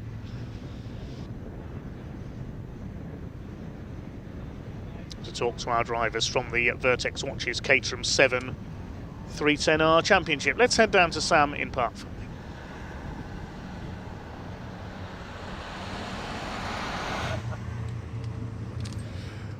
Well, there we go, a little bit of deja vu there, Taylor. Oh, let me come around this way, actually. I'll get a bit closer to you. Sorry, Jack, running around. Bit of deja vu, this, isn't it? Only perhaps not quite as eventful as yesterday. No, just me and Phil swapped places, so it was a crazy last lap trying to shake him off and just about managed to get to the line. But yeah, lots more battling. Yeah, had to work for it today. Big stuff. He did. I think he's probably fed up. Phil, come over, actually. Let's grab a quick chat with you as well. I bet you're fed up with him, aren't you now? I am a bit. But he was in the right position on the last lap, and he caught me off guard a bit, managed to gun it and just had enough of a gap. Messed up the last corner a bit too, which didn't help, but we were close. Getting closer and closer. This is what we like to see. The guys, the racing between you has been brilliant. Enjoy this, won't you? And we will catch up with you a little bit later as well. Yeah, fantastic racing. Lars, come on, let's have a quick chat, shall we? What are we going to do about them two? What are you going to do about them? Yeah, I'm not sure what I have to do for the next race, but fact is I have to do something to catch Taylor. in the championship. What do you make of Zandvoort? Have you enjoyed it? Yeah, I enjoyed it. Yeah. It's a nice track. Yeah. Right, one last dance. Give us a good show later. Thank you. Thanks, Lars. You always do. Right, so I think we've got a little bit of time, actually, of course. Oh, we've got Jeff. Let's just say hello to Jeff again. Jeff, how are we doing? How was that? You look tired. You're right. Yeah, it was difficult. Had trouble turning left, so don't know if I had a bit too much oversteer, and so it helped people catch me down the back straight and down the front straight. So, what sort of things can you do to set the car up for Zandvoort? I think it's really about the getting some like a balance between the turn-in and then the oversteer, because a lot of the corners, if you brake too heavily, it induces oversteer. So it's a very light brake. So I think a balanced car works here. I mean, some people like to put it a bit more on the nose because then you can settle it with the accelerator. But yeah, straight line speeds is key as well. Certainly on the the start finish straight. Jeff, thanks for talking to us. Really do appreciate it. We've got a little bit of time as well. Let's grab James again. Look at James looking pretty racy there today. You enjoyed that? Loved it. Yeah, really good. Really good. It's been a good weekend for you so far, hasn't it? You had a good result yesterday. Yeah, had a fantastic result yesterday and managed to get up second in that race for all of about 5 corners. So, it was really good. We'll call that nearly a win as well. Nearly a podium. It was only 4 laps early. These caterers. Oh, good luck. We'll see you later as well. Right, come over with us, actually. I've just heard the whistle go, and that means one thing. Round 17 of the Vertex British F4 Championship. In fact, we could probably watch the cars at the back here fire up and make their way out onto the circuit. Good race yesterday. Martin Molnar picked up his second win of the season. Finn McLaughlin, your championship leader, though, did his credentials the world of good as well. I believe it's Thomas Behrman on pole for this one. Alongside him will be Ari Bansal. I caught up with him a little bit earlier, but here are the cars now, as you can see, and they are almost ready to get going. Look at that, what a sight. The lights are ablaze. We can hear them starting to fire up. If you are, of course, watching on the BARC YouTube channel or the British F4 channel or, of course, the Caterham Motorsport YouTube channel, please do hit that like button. Please hit that subscribe button as well. It just helps us get this shown to as many as we possibly can. Yesterday we had a race. That's the first 2. The gap was just 0.002 of a second. So far today we had 2 races. The gap over the line, the smallest gap has been 0.016. Do we think we can go lower than that today? Let us know in the comment section. What do you think? The lights are ablaze. Round 17 of the Vertex British F4 Championship is about to get underway very shortly. Let's hand over to commentator Dave Goddard. Yes, thanks very much, Ian. The young single-seater racers will be back out on track very shortly for their second race of the weekend. There's a partially reversed grid for this one as well. Will be Ari Bansal, as Ian has told us, the Indian racer in pole position. These cars for this race, identical Tatus T421 single-seaters. These really are the potential Grand Prix stars of tomorrow. Just looking at the standings going into this weekend, it was Fionn McLaughlin, the Irishman, who was on top, but after yesterday's victory, Hungary's Martin Molnar now leads the championship by half a point, 189 to 188.5. His victory over Fionn McLaughlin yesterday puts into the top. Henry Jocelyn, who started on pole, was third. He's now down to 4th in the championship as a result of that, because it's James Pizik, the Australian, who's gone up into 3rd position. August Raber, the Swede, had a quiet day yesterday. He's in 5th in the standings. And Tommy Harfield, the Chris Dipman Racing, in 6th place. Completing the top 10 in the standings, Thomas Behrman, brother of Formula 1 star Ollie, of course. Adam Al-Azhari is 8th in the points, the UAE driver. He had a spin at the start of yesterday's race. Leo Robinson, 9th in the points, the Anglo-Algerian. He's not out this weekend.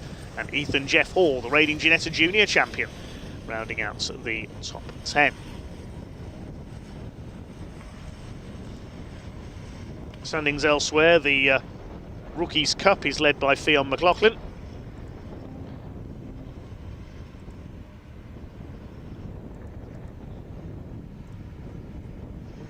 It's the Challenge Cup as well for drivers not contesting the full season. And a Teams Championship as well. Well, we did catch up with 1 or 2 drivers a little earlier on down in the assembly area.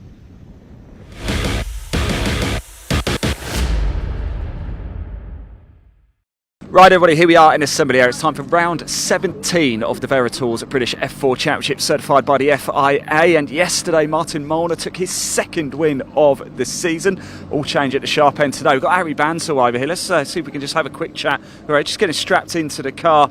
Please don't let me stop you guys. Can I just chuck that in, have a quick chat with Harry? Harry, this is nice, isn't it?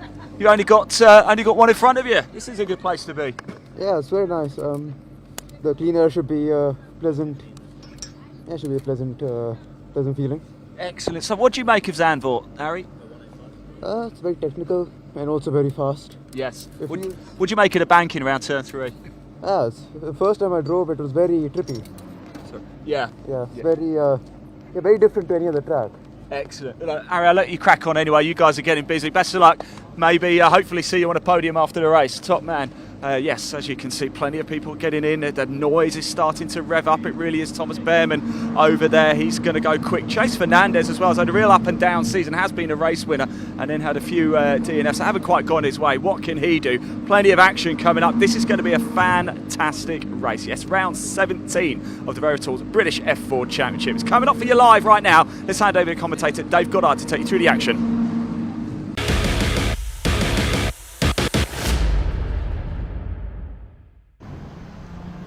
Cars heading out onto track then for this partially reversed grid race, but the reverse is based on not the result of race 1 but the qualifying session. The top 12 times from qualifying yesterday are flipped around, so the driver in 12th position in qualifying was Harry Bansal. The man from India takes pole position alongside number 7 Thomas Behrman.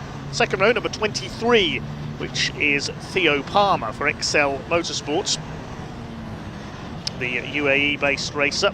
Starts alongside number 90 Chase Fernandez.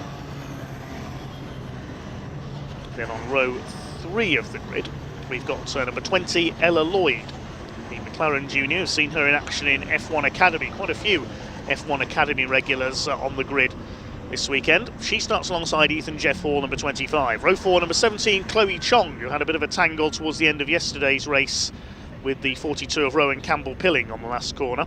She starts alongside Adam Alazari. Row 5 is James Pizik alongside 26 Henry Jocelyn.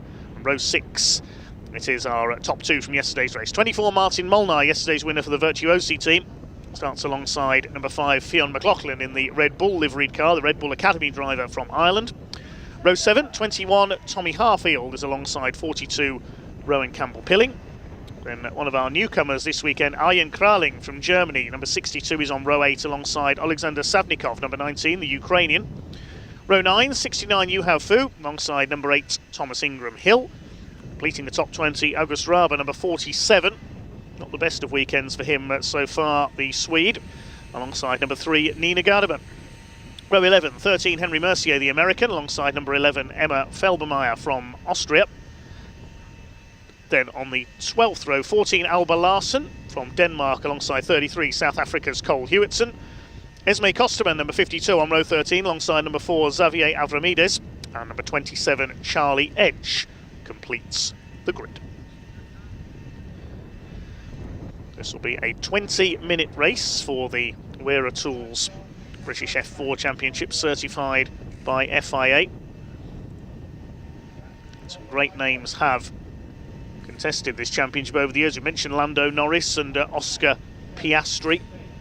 Luke Browning is a former champion in 2020, now in FIA Formula 2, of course, as is Alex Dunn, the Irishman, won the title in 2022. He's certainly looking like a likely Formula 1 driver of the future. Rafael Villagomez also made it to FIA Formula 2 and several to FIA F3 as well. Former champion Louis Sharp in 2023. Likes of Mateus Zagazeta, Ugo Ugochukwu, James Headley, Roman Bilinski, and Tassanopol Intravuvazak, the Thai driver as well. Other notable alumni, a couple of other F1 drivers have come from British F4. Jack Doohan, the Australian, was a rookies champion a few years ago, and Logan Sargent came close to the title as well, the American. We've also seen IndyCar stars Devlin DeFrancesco, Louis Foster and Colton Herter have all raced in British F4. as has Dennis Hauger, the Norwegian, now in Indy NXT. Zach O'Sullivan, he went on to race successfully in Japanese Super Formula, among others. And Dan Ticktum, the Formula E driver as well. We've got the Rookie Cup class as well. They're the cars with the yellow number plates as opposed to white. And the Challenge Cup, which is drivers in 7 pre-selected rounds out of the 10. The winner of the Challenge Cup gets a free entry for the next season's championship. It's for drivers who can't commit to a full season of racing. Carbon fibre Tatus T421 chassis, fitted with Formula 1 style halos for safety. Control tyres supplied by Pirelli, powered by 1400cc Abarth engines. All designed to be as equal as possible. Qualifying yesterday sets the grid for all 3 races, because race 3 is set by the fastest lap in qualifying. The race yesterday, the grid was set by the 2nd fastest time for each driver, and this race, as we say, is the reverse order of the top 12 fastest times from qualifying, making things that's a little bit more interesting.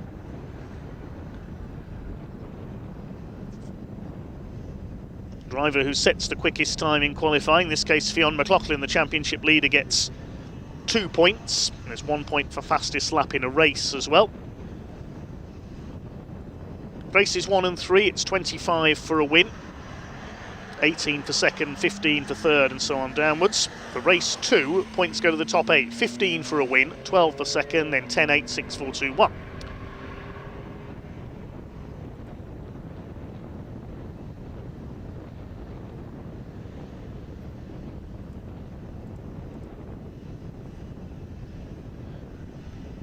So it is Martin Molnar who leads the points at the moment. By just that half point after yesterday's race. A total of 32 drivers have raced in the championship so far this year. Ari Bansal on pole position here. He's only 18th in the championship at the moment. A good showing at Alton Park recently. And of course, the FIA certified British F4 Championship raced at the British Grand Prix as a support race. It was a non-championship round a few weeks ago.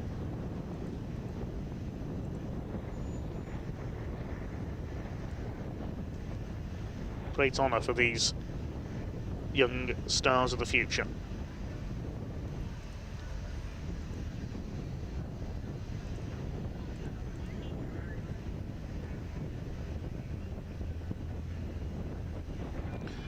Battlers for the lead of the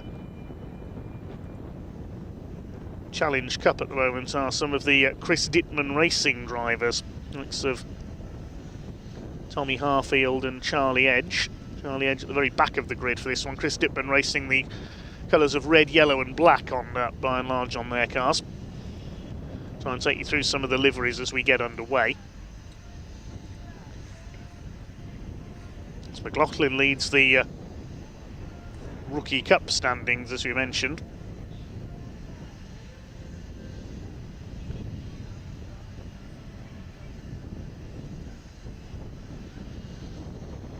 By a clear margin coming into this second race of the weekend.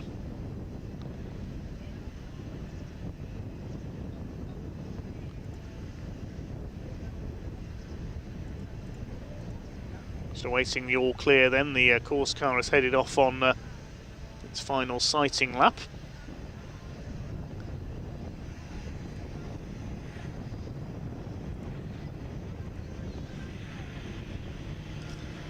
Harry Bansal on pole for Fortec Motorsport, the long-established single-seater racing team. The red and white car with the black wings and halo. Ends up alongside Thomas Behrman. Thomas had some problems in yesterday's race. He stalled on the grid and then pulled off with a few engine problems in yesterday's race, so looking to make up for that here from the front row of the grid. In the silver and black colours of the high-tech TGR team, with the yellow number plate on the nose cone as a rookie.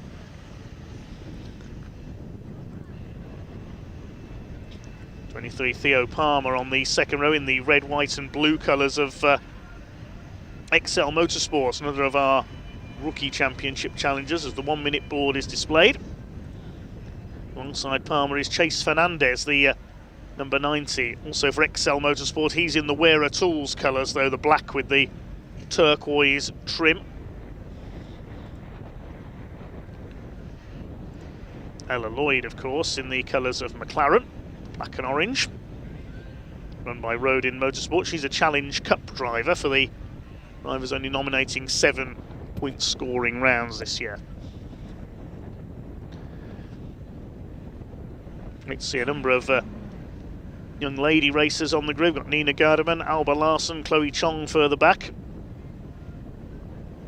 Esme Kosterman out there as well. And Emma Felbermeyer.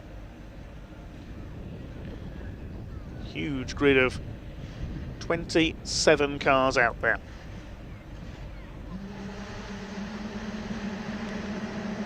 So away they go then on their green flag lap for this 20-minute race for the Wera Tools British F4 Championship, certified by FIA.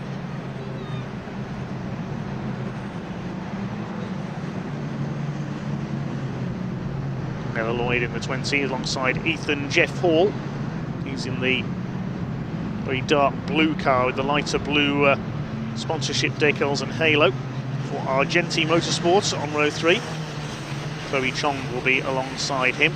He's in the black and white of Rodin Motorsports. Quite a bit of repair work needed on her car for that tangle with Rowan Campbell Pilling, number 42. But I think they're both back out there.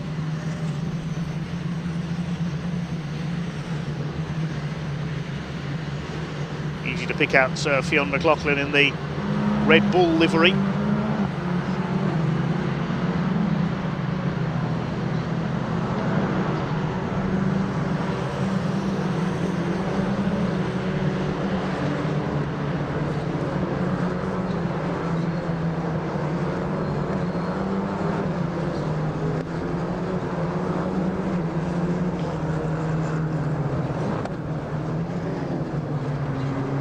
Harry Bansal hang on in front then for the Vortex Motorsport team.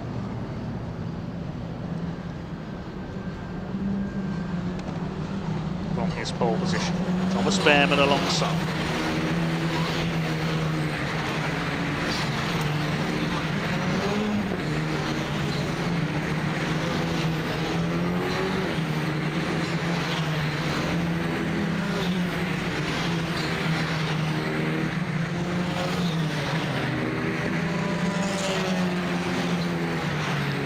Into these Pirelli tyres, their final warming up lap.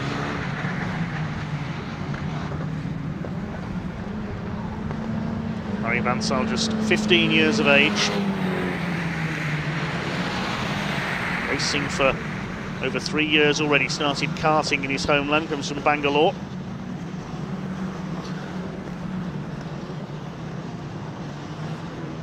It's Ayrton Senna as his racing hero. Can he hang on in front for a victory here alongside Thomas Behrman on the front row? Tension beginning to mount then as they pull their way into line.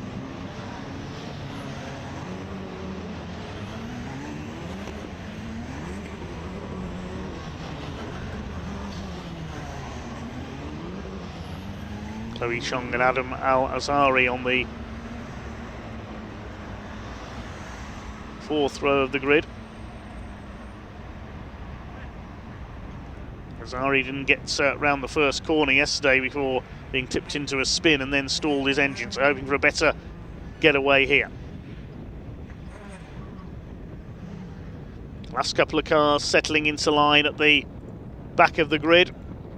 Green flag is waved. Here we go then with the second race of the weekend for the Wera Tools British F4 Championship, certified by FIA. The revs are up from these Abarth engines and away they go. One car hasn't got away in the midfield there towards the back of the grid. I think that might be Ian Kralling, possibly. We'll pick that up in a moment as the leaders head their way into Tarzan for the first time. Car that had stalled now gets going, and everybody has made it through Tarzan, I think, for the first time asking. So who's going to be leading as they head into Hugenholtz? It is Ari Bansal, the pole sitter. Ella Lloyd's made a good start up there into third place. There's one car on the grass on the inside. I think that might have been Ethan Jeff Hall, the 25. It's side by side with the lead. Thomas Behrman's going to take the lead as they come through. Rob Slaughtermarker. It's the number 7 car who goes into the lead. Thomas Behrman takes over at the front of the field from Ari Bansal. Ella Lloyd is in third position. Looks like it's Chase Fernandez possibly in fourth place as they head out onto the far side of the circuits. But I think the safety car is being scrambled. Yes, safety car is out. Oh my goodness! We've got a car upside down. Big accident at the entry to Shivlak. That's going to be a red flag, I would think, rather than a safety car. We'll wait and see on that. I couldn't tell. I think it was one of the high-tech cars possibly that was upside down. Yes, red flag is out. Let's hope those drivers are okay. There's another car off just towards the left of your screen there. The red flag obviously is out. The race has been stopped. We're going to hold on identifying that car. I think it's one of the high-tech cars. We'll wait and see.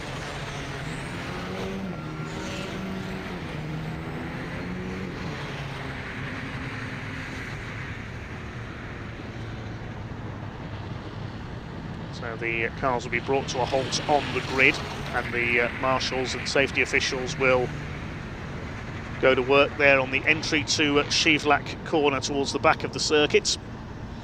At least 2 or 3 cars involved there.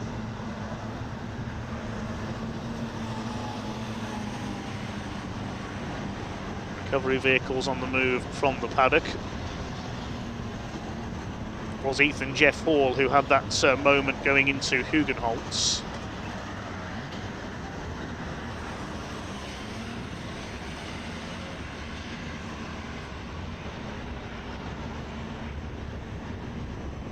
Cars being brought to a halt by the course car on the grid. And we'll await to see that everyone's okay up there.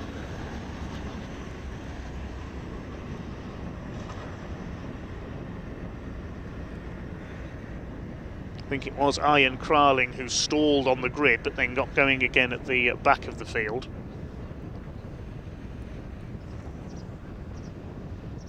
We'll await to identify the cars that are involved up there at Shivlak once we know that the drivers are okay.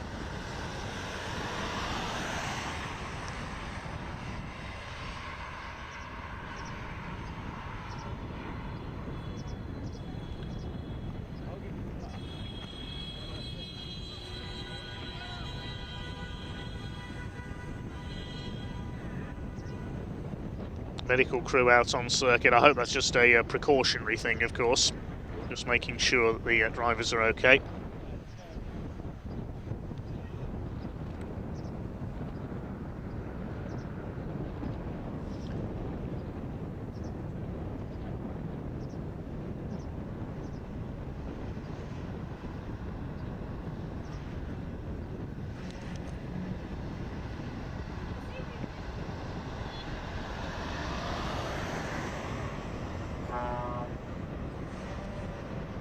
Well, the cars are being lined up on the grid. It looks like in the order that they were originally in grid order.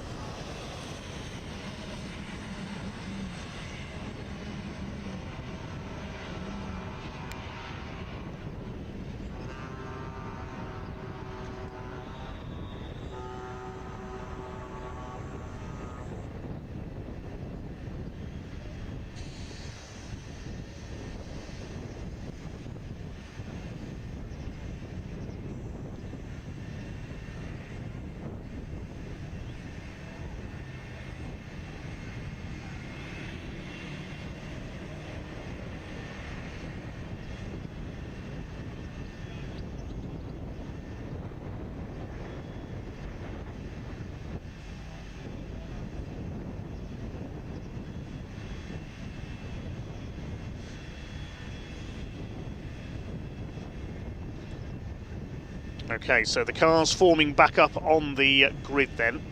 Car that's missing there from row 3 is Ethan Jeff Hall, because we saw him have a moment on the opening lap.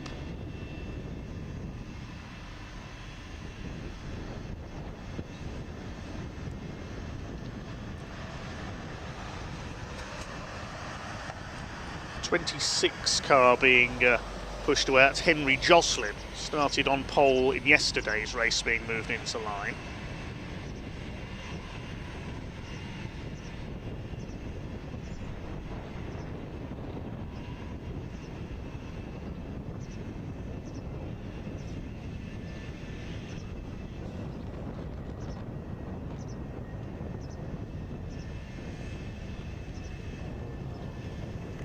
So the drivers up there at Shavelack are being just being checked over by the medics. I think that is Nina Garderman, the number 3 that has gone over. Certainly one of the high-tech cars.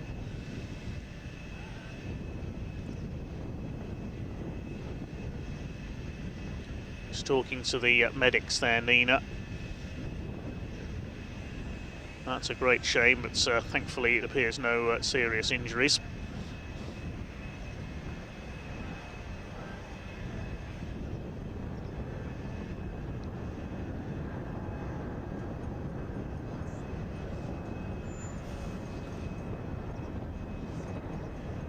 I'm not sure who at the moment the other car involved there is, so it will be a full restart over the full 20-minute distance.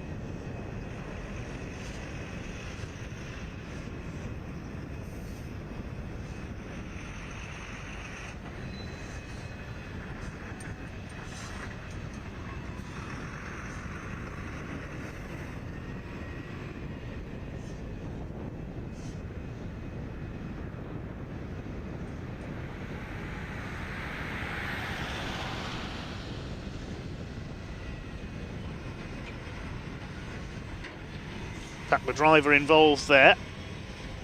Car we're told has gone over is the 52 car. You can confirm that's Esme Costerman that's gone over, not Nina Garderman. Apologies there. But the main thing is that she appears to be okay.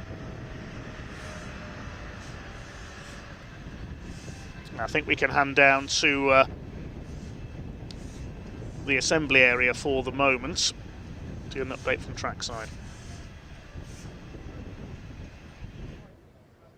So we thought we'd bring you down to assembly area where we have the Edge 270R Championship drivers and cars waiting to go out for their race, which will be next.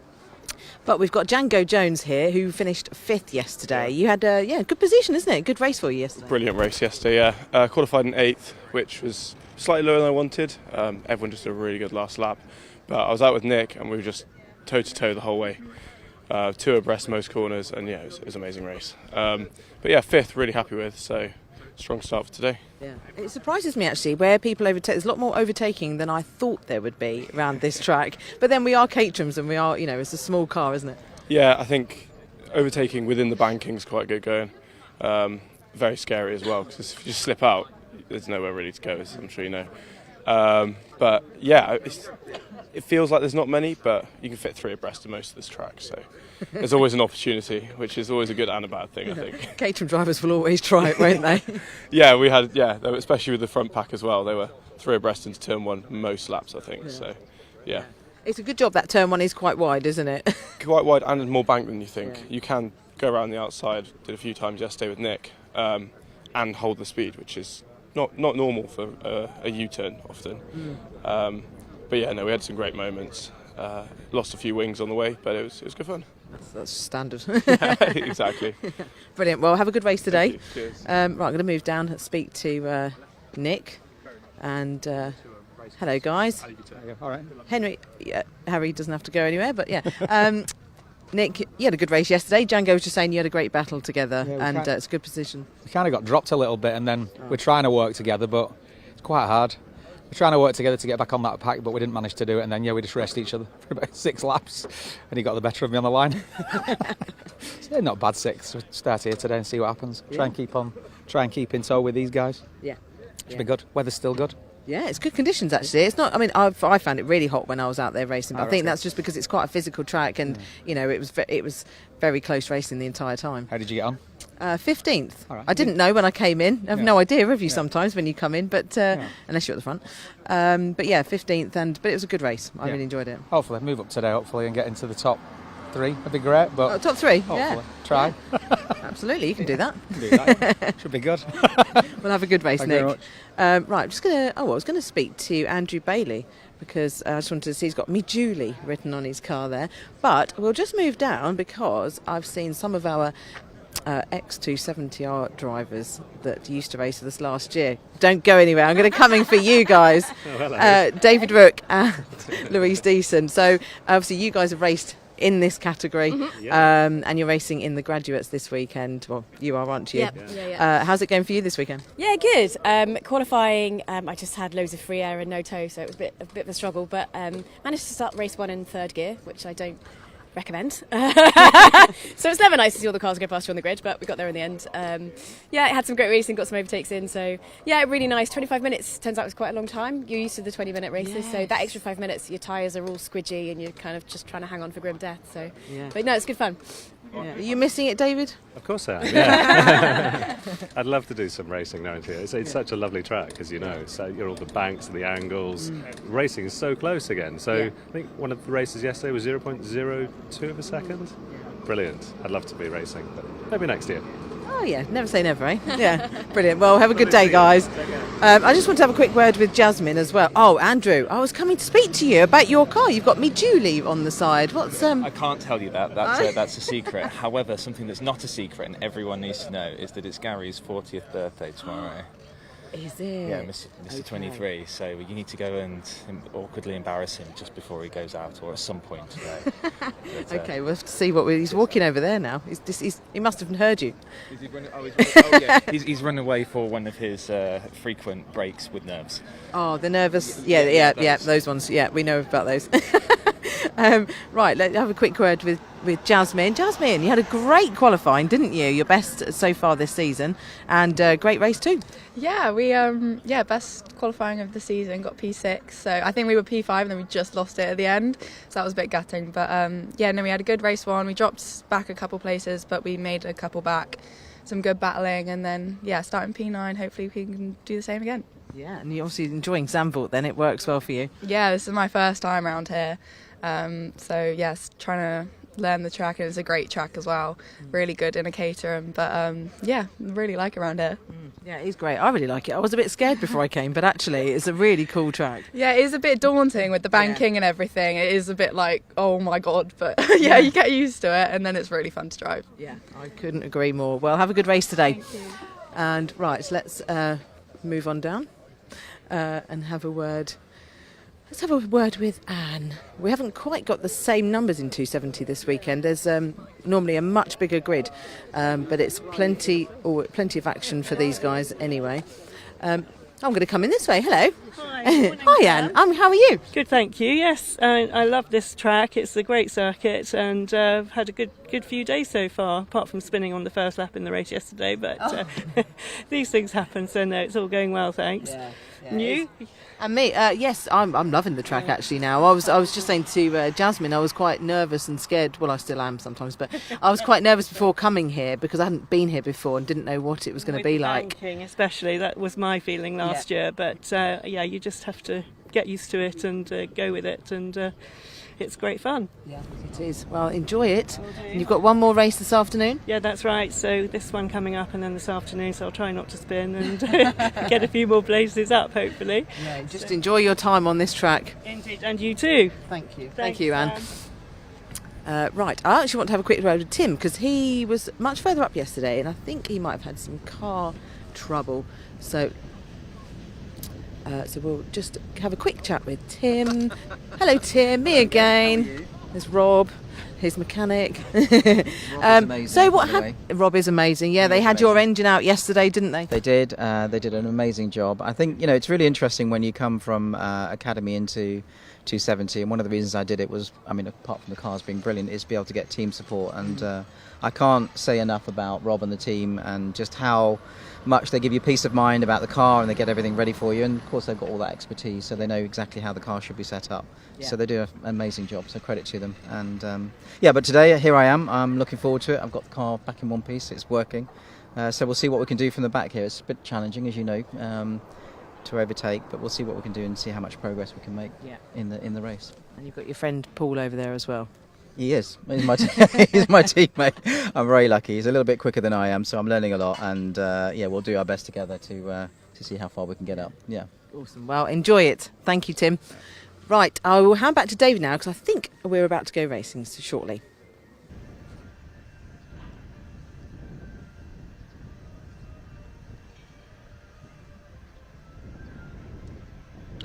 Still under the red flags at the moment. The car's being recovered. The 52 car was the other machine involved. That's Esme Kosterman. Car has held up well. You can see the halo there. Such an important device, of course. We've seen come into single-seater racing the world over in the last few seasons.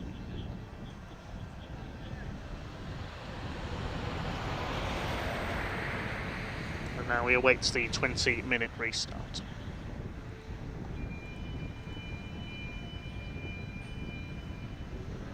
The 5-minute board has been displayed, so the circuit looks to be clear up there.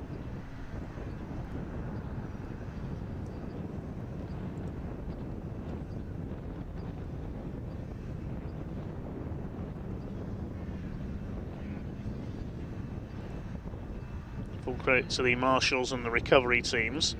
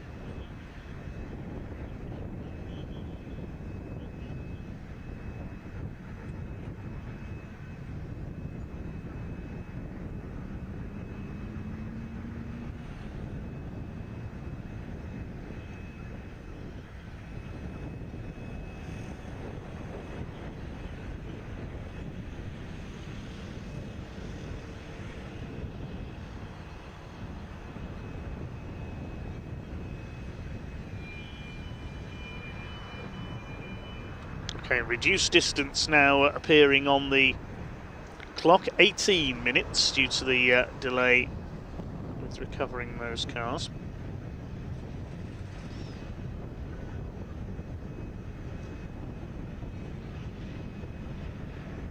Just a couple of minutes taken off this race.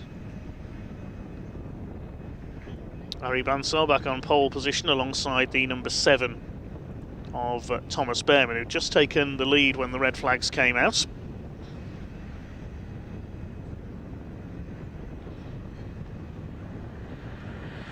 Ethan Jeff Hall has been able to retake his place on the 3rd row of the grid.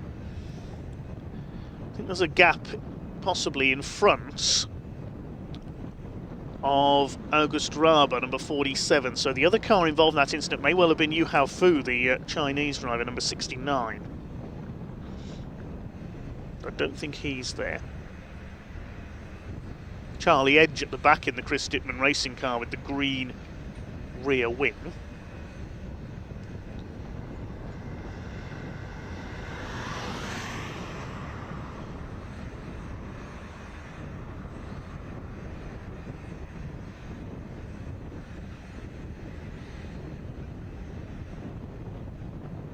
course car heads back into pit lane, so we should be releasing the cars onto their green flag lap any moment.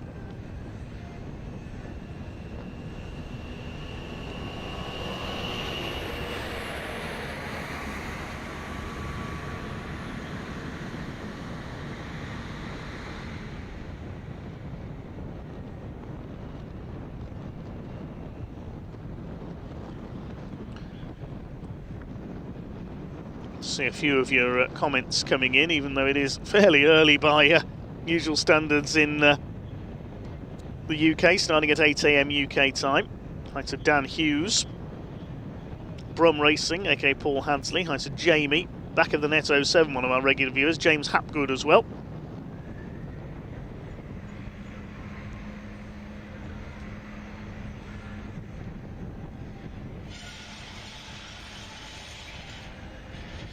Everybody else who's sent in a few comments so far. Do leave us a comment if you're watching on the streams. So the 1 minute board is now displayed.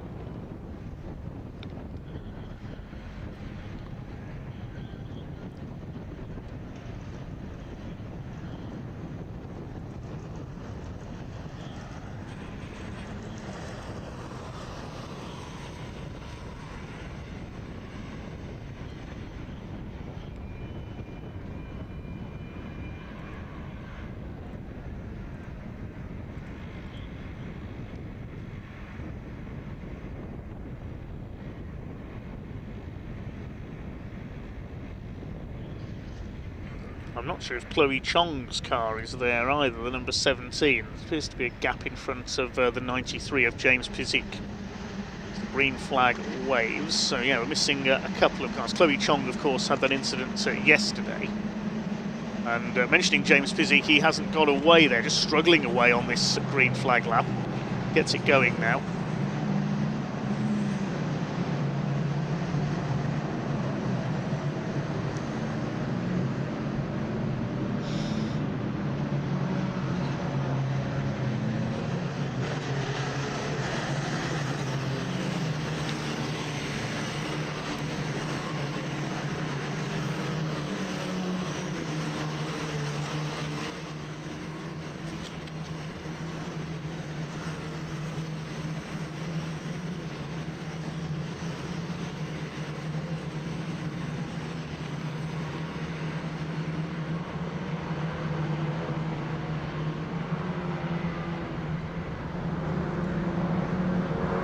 Ari Bansal in the Vortex car leads them round.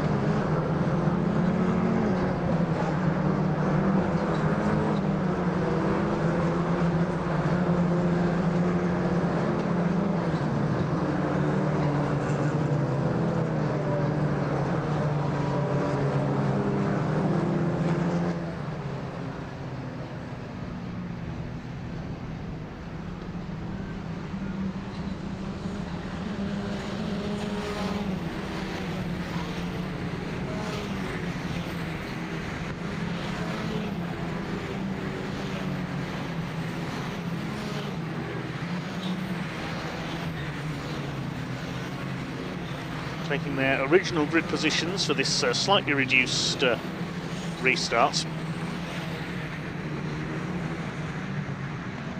Ella Lloyd had made a quick getaway there from the third row of the grid first time out, hoping to repeat that here. For the two cars from the sixth row, Martin Molnar and Fionn McLaughlin, championship protagonists.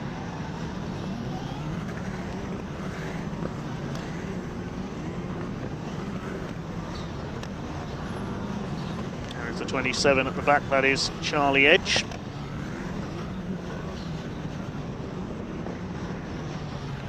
So the white and red of Ari Bansal on the front of the grid. Silver and black with the red trim, that's Thomas Behrman alongside him. Blue and white for Teo Palmer, number 23.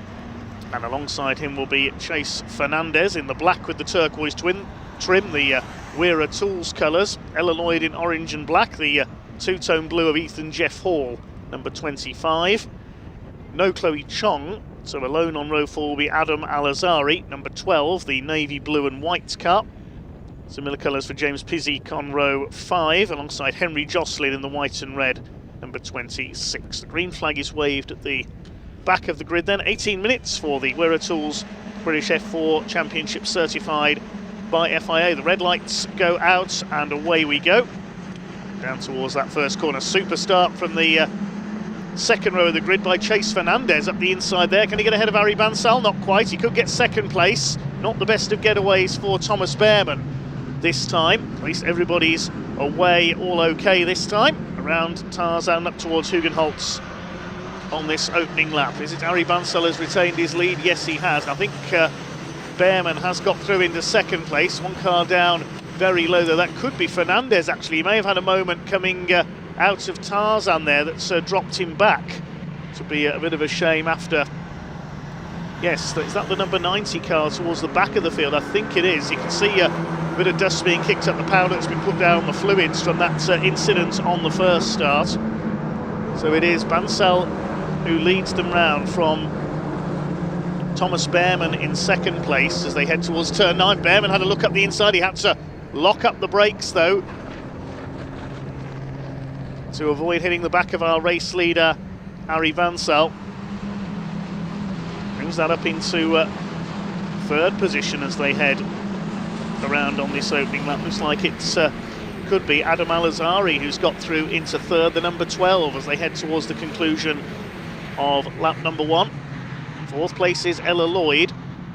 James Pizik is up there in the top 5 as well. It is Azhari in third place. Pizik is in 5th position. Ethan Jeff Hall in 6th. Fionn McLaughlin, the championship leader, is in 7th place. The 19 and the 24 battling it out there. Alexander Savinkov and Martin Molnar, our race 1 winner. Now he's dropped back a bit from that initial getaway. The 23 there in the background of Theo Palmer didn't get the best of starts, holding off Tommy Harfield, and the 21 as around the outside goes our race leader Ari Bansal to hold off Thomas Behrman. It's Azhari in third position, then Ella Lloyd is fourth, then Pizik, Jeff Hall, McLaughlin is in 7th place, Martin Molnar's down in 13th. As up the inside, Thomas Behrman, well, you don't very often see moves made up the inside there on the banking at Hugenholtz.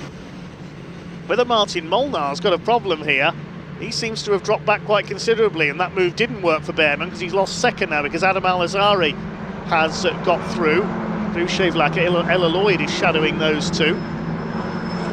There's Tommy Harfield on the tail of the 23 of Theo Palmer. Ella Lloyd trying to move into the top 3 in the number 20.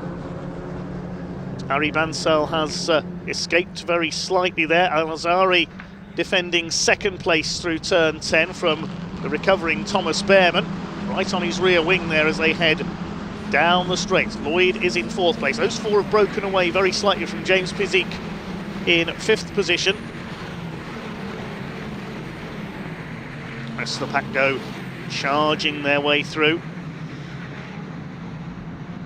So 4 cars haven't taken the restart in this one. We don't have Xavier Avramides. He had problems yesterday as well. No Chloe Chong, no 52 Esme Kosterman, of course, and it was the 69 Yu Hao Fu, the other car that we've lost on that first start. Chase Fernandez headed for the pits, which is a great shame after his quick start. He has gone back out again. There's damage to the front wing, look, on Thomas Behrman's car. The right front is damaged.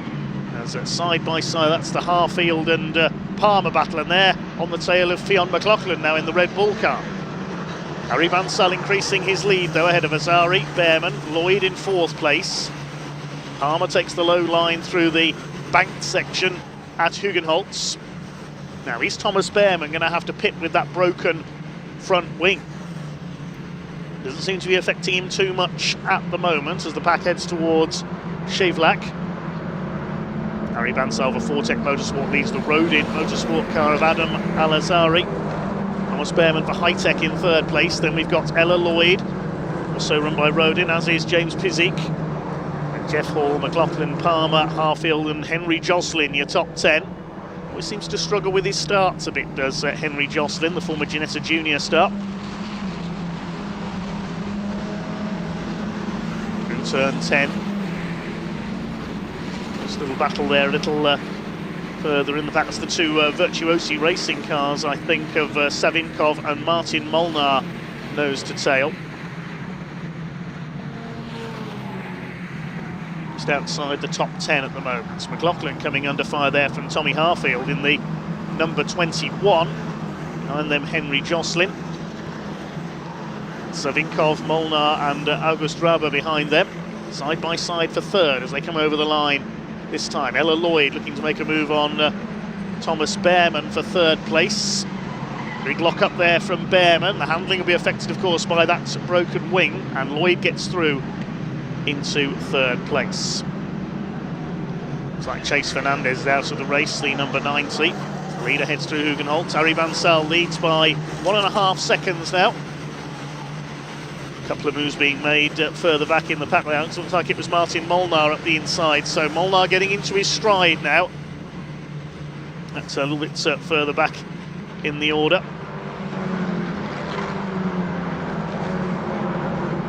Behrman coming under fire now from James Pizik, the Australian, for P4.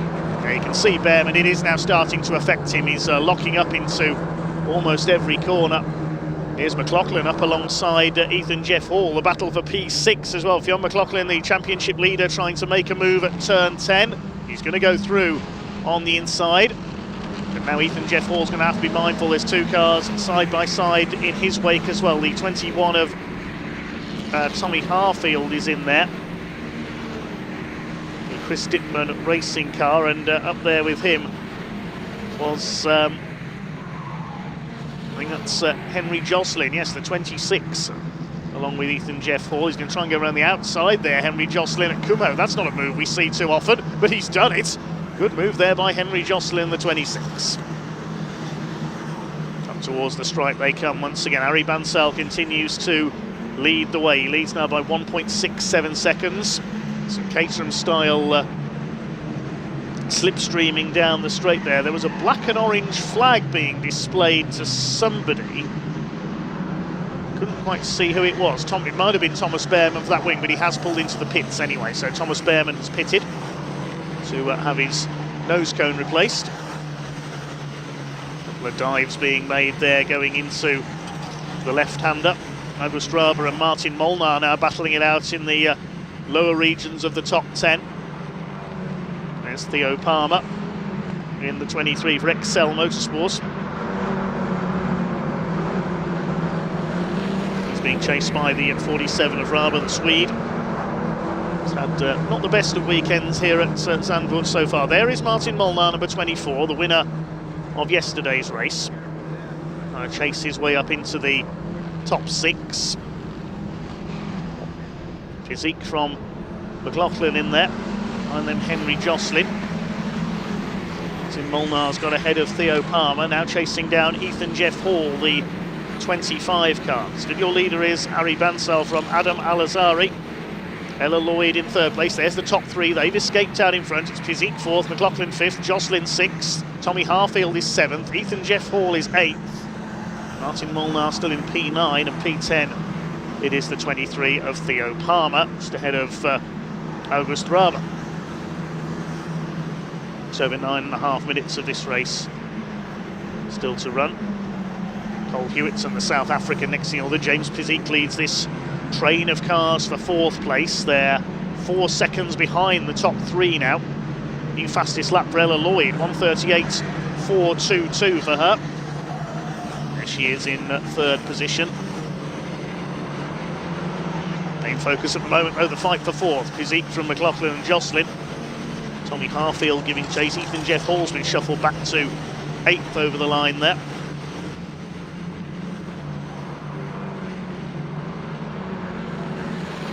The gap is still 1.679 seconds at the line for Bansal Al-Azari. Another half second back, Ella Lloyd. Everybody else trying to be 4th.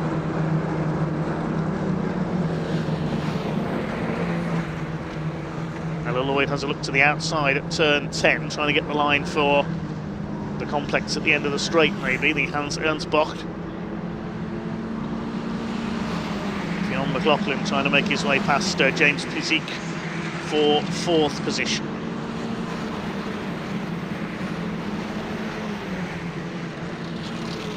Thomas Behrman has headed back out of the pits.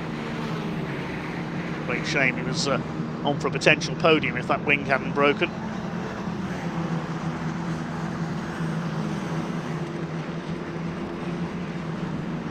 There's a black and orange flag for number 33 being displayed. That's Cole Hewitson in 12th place, the XL Motorsport car. So that means technical problem, you need to come into the pits. So we'll see what the problem is for Cole Hewitson. He has come into the pits, in fact, so maybe he was trailing a bit of bodywork as well. Didn't see what the problem was there. So Harry Bansal has pulled away on that last lap by over a second from Adam Al-Azhari. He's busy battling Ella Lloyd now for second. Of course, as soon as you get into a scrap, you lose time to the car ahead of you, so Bansal has been able to pull away. Here's the fight for fourth. Still Pizik ahead of McLaughlin and Jocelyn. Through Shevlak they go.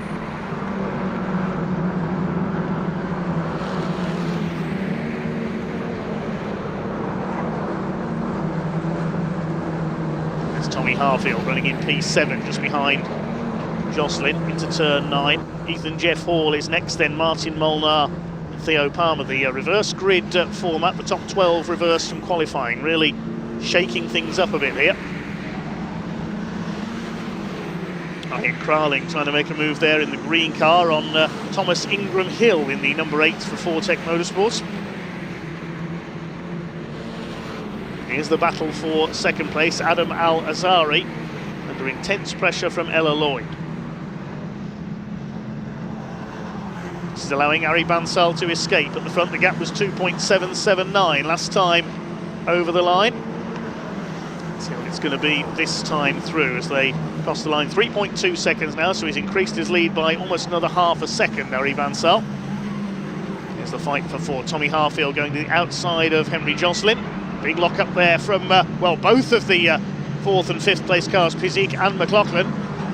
Ethan Jeff Hall heads the next trio. Harry Bansal just watching everybody else shrinking in his mirrors here. Good drive by the man from Bangalore in India.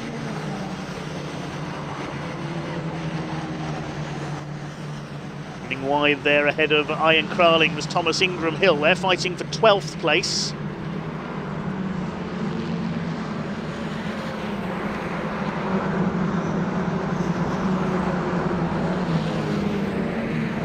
Cole Hewitson has rejoined.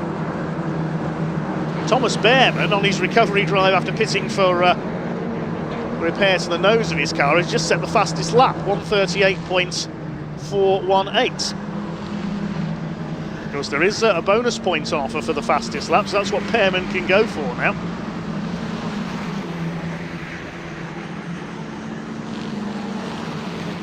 Five minutes of the race to go for the Wera Tools British F4 Championship, certified by FIA. First three have gone clear. Main focus at the moment is the scrap for fourth place. Leaders coming up towards the start-finish line once again. Harry Bansal continues lead, 3.5 seconds ahead of Adam Al-Azhari.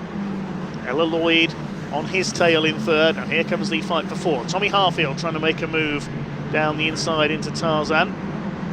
Further back we see Theo Palmer under fire from the 47 of August Raber. That's for 10th place. So there go the leaders. Al-Azhari's actually pulled away a little bit from Ella Lloyd this time through. James Pizik in fourth. Through the banked left-hander at Hugenholtz, and there is Thomas Behrman. He may be at the tail of the field, but he's set another fastest lap, 138.325. Of course, with nobody around him, he can just push on as hard as he wants to. He's about 6 seconds off Chase Fernandez, one place ahead of him, because he had a pit stop earlier on as well. Alexander Savinkov is shown as not having come through on the last lap as well, so maybe he's had a problem somewhere too out of my sight.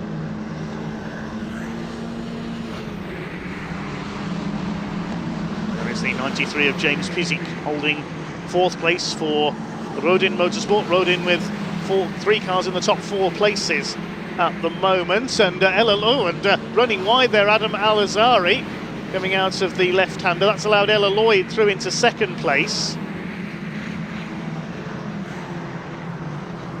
So a mistake there for Al Azari, and Ella Lloyd goes P2.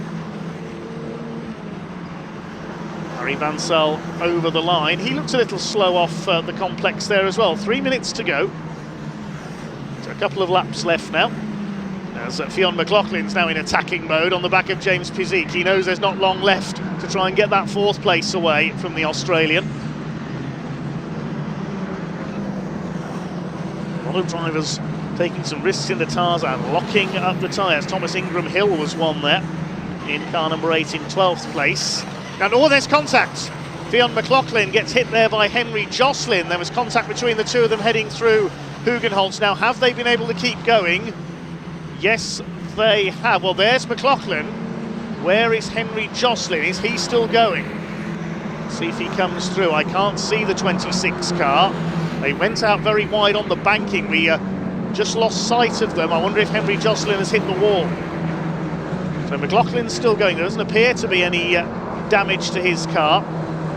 He's got the 24 of Martin Molnar chasing him down now. Is that Henry Jocelyn a little bit further back there? Is that Thomas Ingram Hill, his teammate? I think that's Ingram Hill ahead of Ian Crowley. So we may have lost Jocelyn there.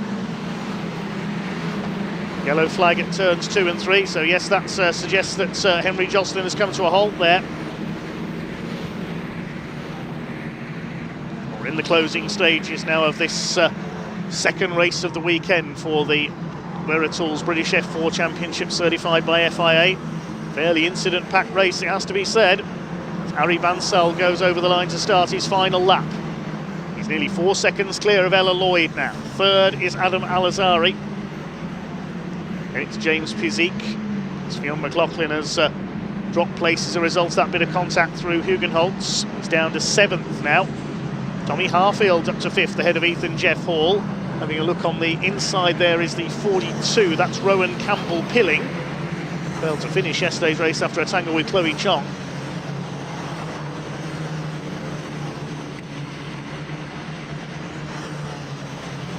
Still a yellow flag at turns 2 and 3. It's coming out towards Hugenholtz.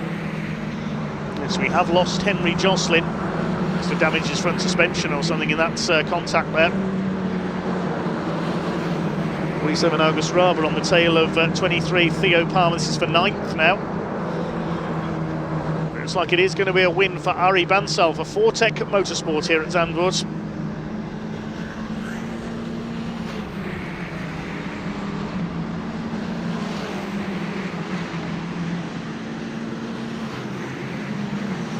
Clock is about to count down to 0. Plenty of scraps all the way down the order.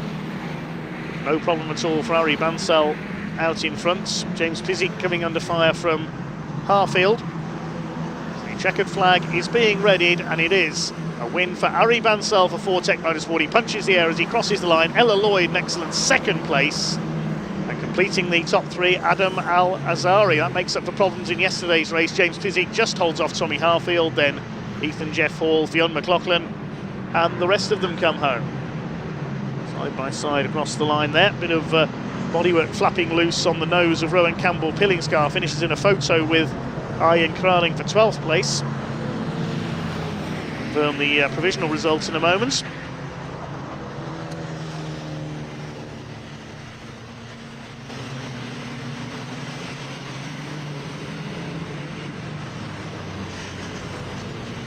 Harry Bansal takes the win, making most of his pole position in that partially reversed grid. Ella Lloyd in second place, just over 3 seconds down. Adam Al-Azari completes the podium, and James Pizik holding on for 4th place all the way. Tommy Harfield behind him, then Ethan Jeff Hall, Fionn McLaughlin thankfully escaping without damage from that bit of contact at Hugenholtz, takes 7th. Martin Molnar, yesterday's winner, is 8th. Theo Palmer, August Raber, Thomas Ingram Hill, Rowan Campbell-Pilling, Ian Kraling and Nina Garderman completing the top 14. Behind them, Emma Felbermeyer, Henry Mercier, Charlie Edge, Alba Larson, Cole Hewitson.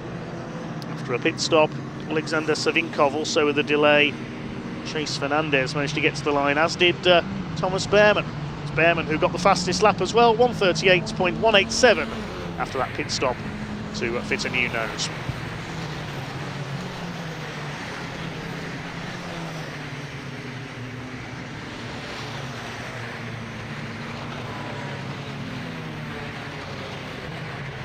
Lost a few cars there before the restart. We lost Henry Jocelyn as well.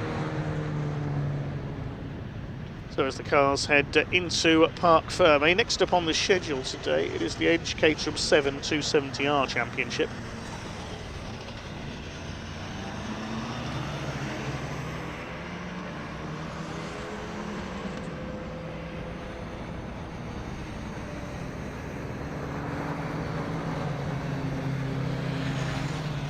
Well, yesterday's race saw that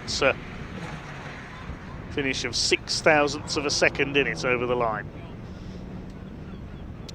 We'll hand down to Ian in a moment in Parc Ferme to talk to some of our British F4 runners.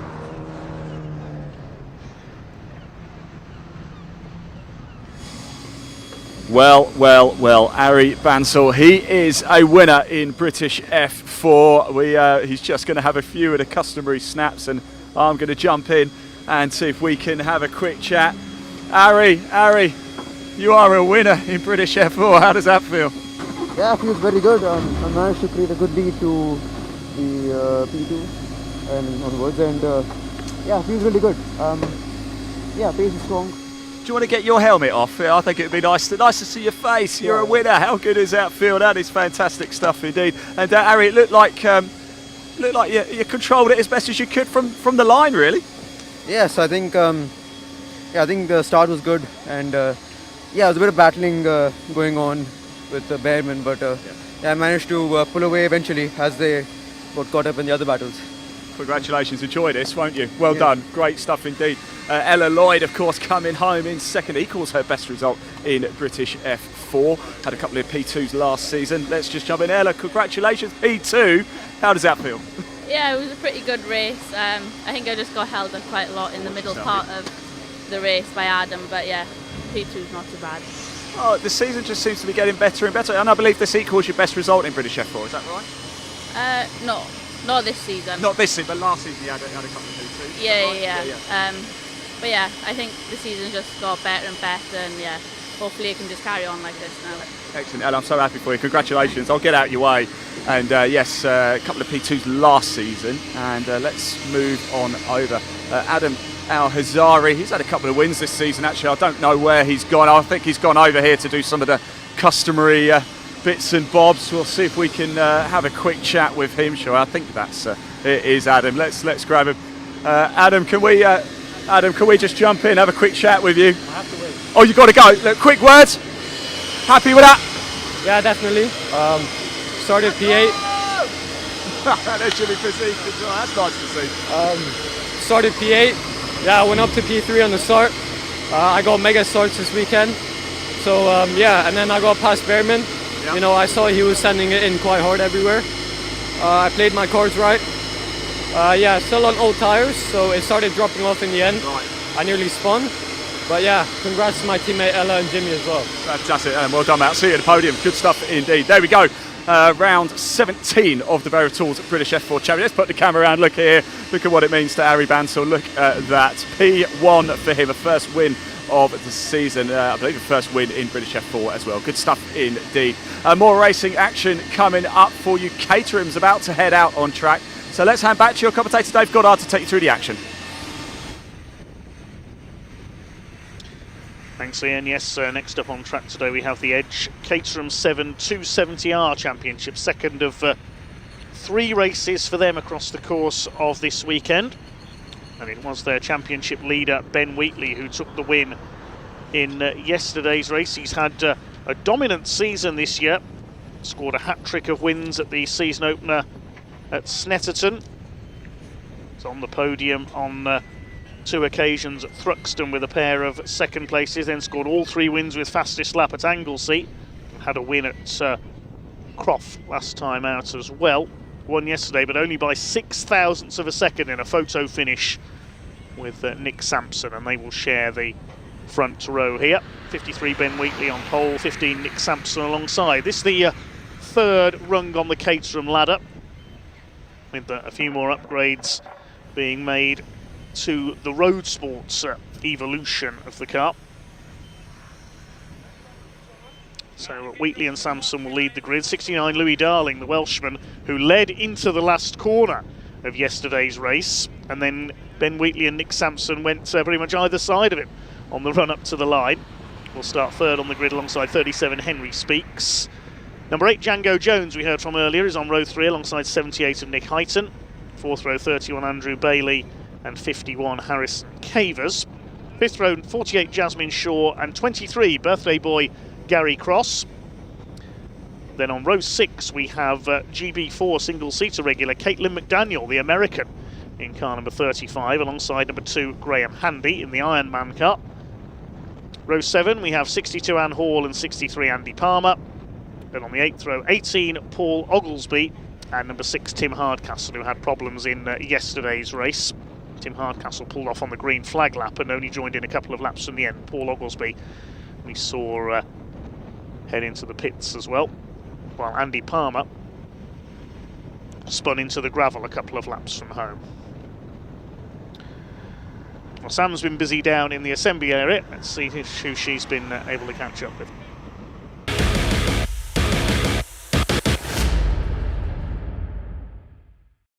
Right, so I'm here with Henry Speaks, who races in the Edge 270R Championship. Henry, 4th place finish for you yesterday.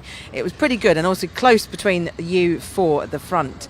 So it's just, were you just, because you were behind on the straight. There was the 3 of them like abreast, weren't they, going down the straight? And I thought, are you just hoping, one might outbrake themselves, but they're such good drivers at the front there, aren't they? They are fantastic, and I'd never wish ill on any other driver, but I mean, it would be awfully convenient. But we all like to, wait for a mistake or hopefully put that pressure on, don't we? Oh yeah, exactly. If an opportunity arises, then we'll try and take advantage of it. That's racing. But they were all such good drivers that I was actually just having to give it all I could just to keep up. Right. I was really struggling with exits out of the second to last corner, which hurt me a bit on the straights, but hopefully I can work on that today and actually get a bit more involved. Yeah, brilliant. Well, wish you all the best. Enjoy it and look forward to watching it. Thank you very much. No, I look forward to driving it. Yeah. It's a great track, actually, isn't it? Like, we feel privileged to get to drive on this. Absolutely. This is my favourite track that I've driven in the UK or otherwise. It's phenomenal. It feels epic enough to be a Formula One circuit, but not so large that you feel a little lost like Silverstone. Yeah. So it is fantastic fun. Excellent. Well, have a great one. Thank you very much.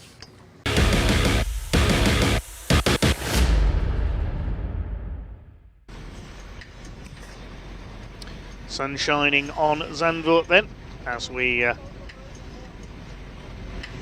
awaits the 270Rs out on track then. The car of number 17 is being cleared there from our previous race for the British F4s. That's Chloe Chong's car, and problems on the first start of that race, of course. So out come the Edge parts. Caterham 7 270R Championship. Is it going to be another win for Ben Wheatley, looking for win number 9 of his season? Well clear in the championship of Louis Darling and Andrew Bailey coming into this weekend. There's Andrew Bailey, the red car.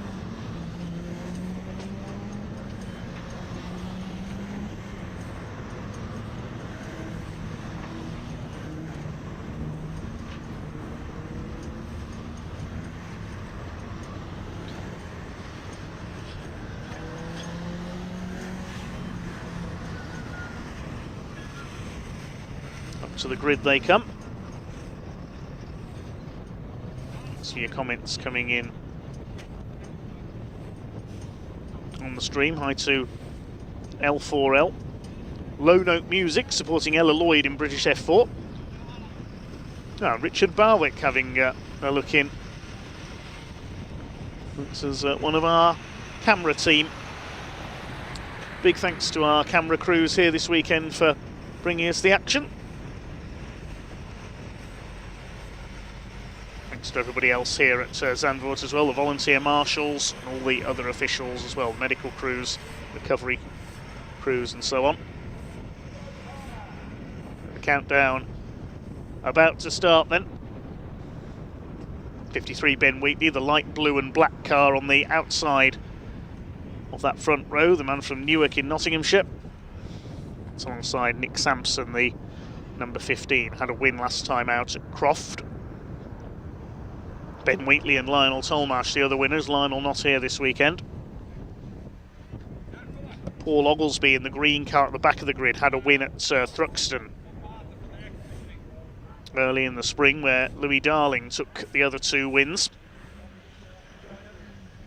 Other than that, it's been Ben Wheatley all the way. This will be a 20-minute race for the Edge Caterham 7 270R Championship. Just awaiting the recovery vehicle to make its way back to the paddock. A couple of errant F4s being recovered.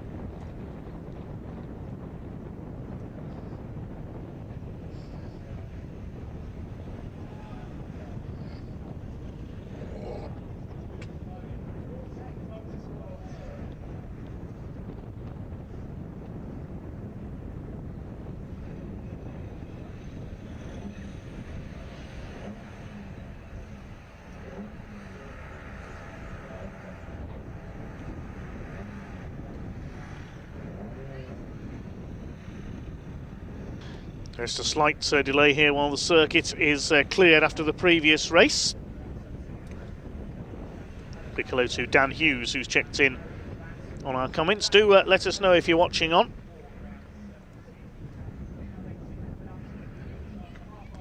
Our next action on BARC TV is in 2 weeks' time, and we'll be at Donington for Convoy in the Park with the British Truck Racing Championship, the International Truck Super Prix, and plenty more besides. We've got the Brick Car Endurance Championship on there as well. And a lot more entertainment on and off track as we celebrate all things trucking at Donington Park.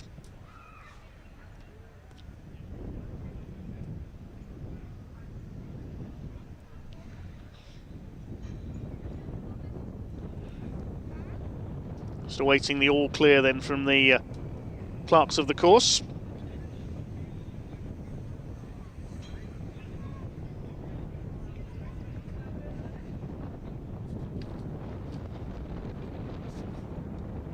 Before we get our next race underway, the Edge Caterham 7 270R Championship. They'll have another race later this afternoon after the lunch break as well.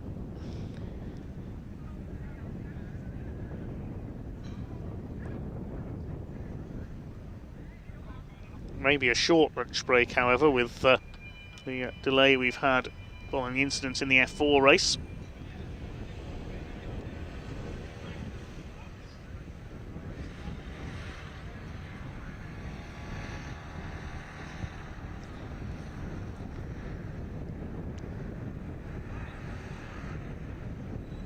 Another incredibly close Caterham race this is set to be.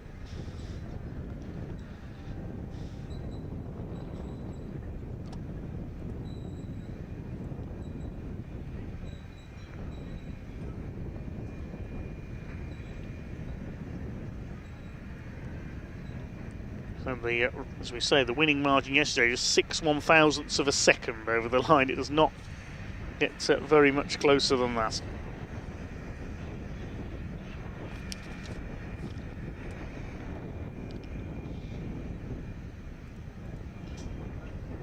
It did get closer in the Caterham Graduates race. More on that a little bit later on. There were only 2 thousandths of a second in it for the win in the Sigma 150 class in that one. Pretty windy here on the Dutch coast.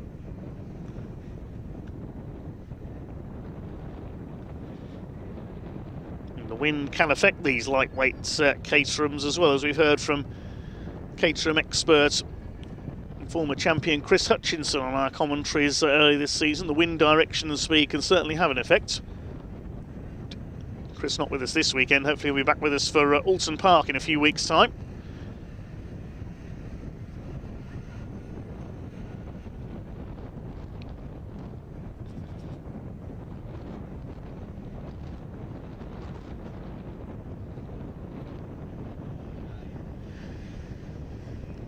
Still awaiting the all clear to get the green flag lap underway. Countdown continuing.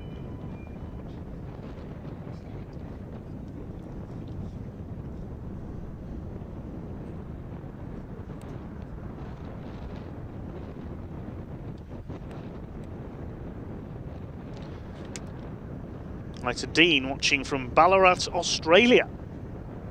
Works in dirt track speedway racing. That's likes of sprint cars, speed cars, or midget cars they're known in the US.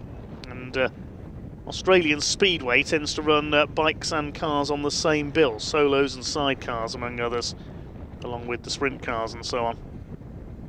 Good to have you on board, Dean.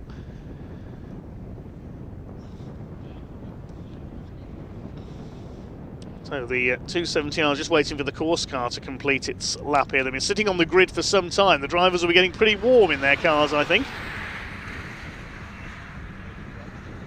as the BMW course car makes its way around.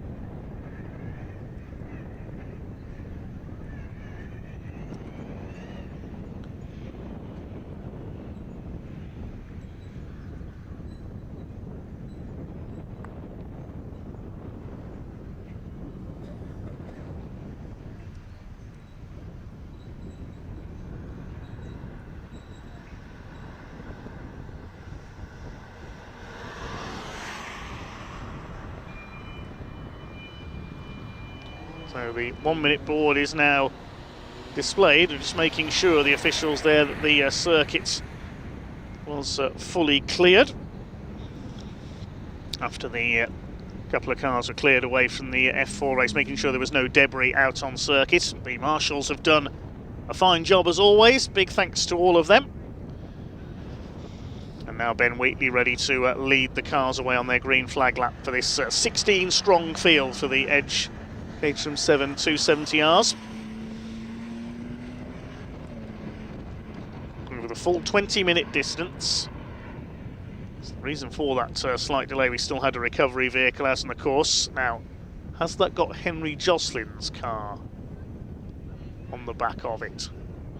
So you know he was a late retirement after a bit of contact in the previous race. I know it's the 69 car being recovered in, that of Yu Hao Fu, the other car involved in one of the lap 1 incidents there. So the Caterhams are now unleashed onto their green flag lap, get some heat into their Toyo tyres.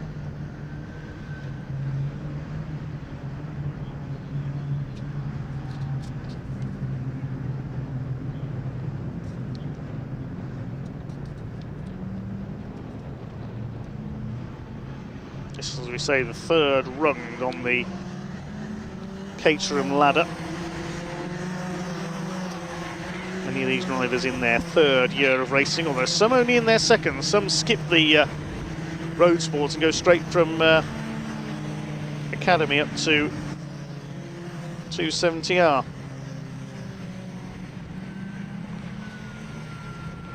Look out for Caitlin McDaniel, the driver from Washington, USA. GB4 single-seater regular, following in the wheel tracks of Megan Bruce, who we've seen racing in Caterhams over the last couple of years. So Ben Wheatley, the light blue and black car, leads the round. Nick Sampson in red and white. He's only 9th in the championship at the moment because he missed round 3 at Anglesey. Andrew Bailey, the red car with the blue cage there, he's third in the points. Tim Hardcastle was fourth in car number 6. He starts at the back of the grid. He had problems in yesterday's race. Louis Darling, the black and gold car on Road 2, alongside Henry Speaks. He's in red and blue. Django Jones, number 8, moving up from Academy into 270R via Roadsports. He's in navy blue and white. Start 5th on the grid, alongside Nick Heighton in the black car number 78 with the blue and white flashes. Nice to see the Iron Man liveried car out there, the red and gold. That's Graham Handy, number 2.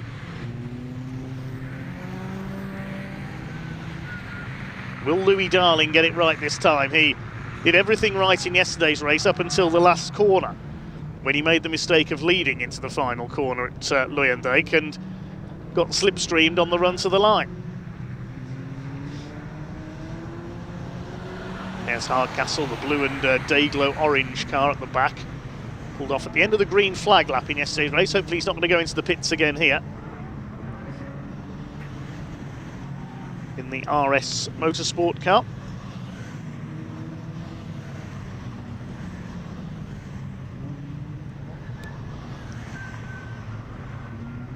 Going into a fine day weather-wise here at Zandvoort as the cars pull up on the grid.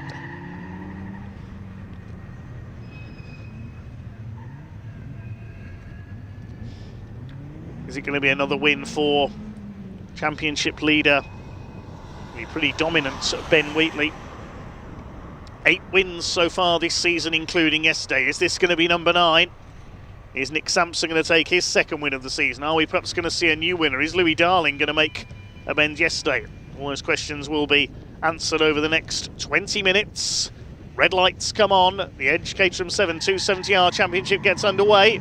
Very quick flash on and off there for the red lights, and a perfect start by Ben Wheatley from pole position. Louis Darling coming through into 2nd ahead of Nick Sampson. It's 4 wide for 4th place. Henry Speaks in 4th position as they go into Tarzan for the first time. Looks like it's Nick Heighton up into 5th. We've got a tangle at the back.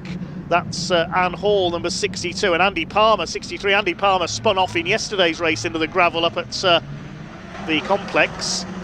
Looks like those two trying to get going again as Wheatley leads through Hugenholtz for the first time.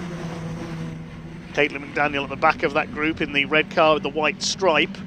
It's Wheatley who leads from Darling. Sampson Speaks, and the battle for 5th between Nick Heighton and Django Jones. Out towards Shivlak they go for the first time. Louis Darling gets the tighter run through there. Might try and have a go for the lead. Andy Bailey coming under fire from Harrison Cavers in the number 51.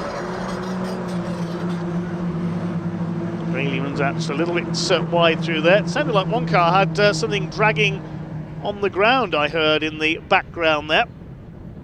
Keep an eye if anybody gets a black and orange flag, possibly, if that might be an exhaust hanging off or maybe just a wing. But Ben Wheatley leads it as they head out of turn 10 in the sunshine here at Zandvoort. Paul Oglesby's already made up a couple of places from the back of the field in the bright green car, a winner at Thruxton earlier this season. Louis Darling putting Ben Wheatley under pressure. Sampson's dropped back a little now into 3rd place, so the first 2 are starting to pull away already. Henry Speaks, the 37, the red and blue car with the black nose in 4th place. It's Heighton, Jones, Bailey. Behind him is Cavers. Jasmine Shaw in 9th position. Looks like Gary Cross, our birthday boy, completing the top 10. Over the line they go, and Louis Darling will take the lead away.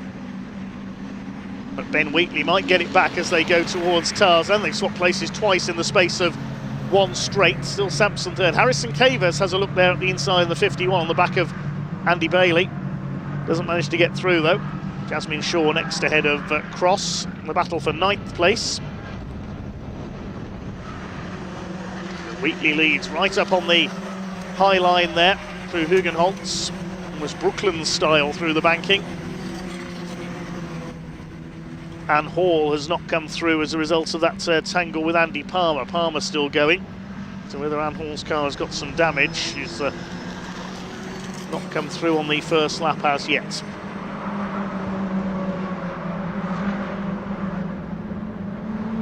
So Ben Wheatley leads the way then from Louis Darling. They swap places twice down the pit straights. Nick Sampson up there in third, then Henry Speaks. They've broken away slightly from Nick Heighton in 5th position. 6th behind him we have Django Jones, then Cavers and Bailey 7th and 8th.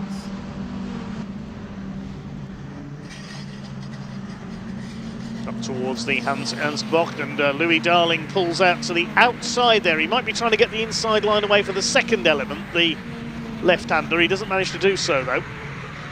Ben Wheatley continues to set the pace. Darling got the fastest lap of the race last time around, 2:01.277. That will probably tumble this time though.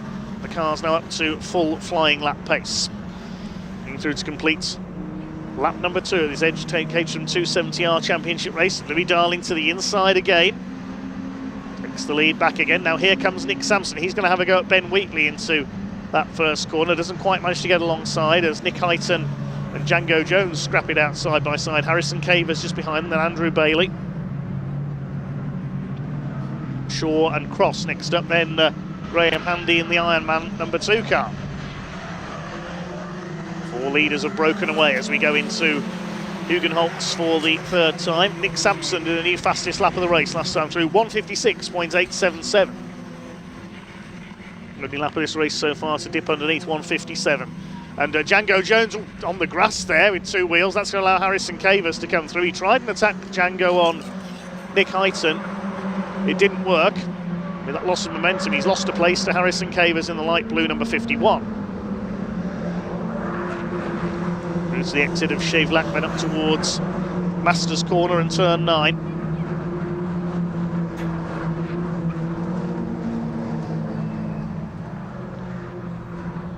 Ben Wheatley and Louis Darling still side by side at the front of the field, swapping places for fun at the moment. It'll only really turn serious, I think, in the last couple of laps.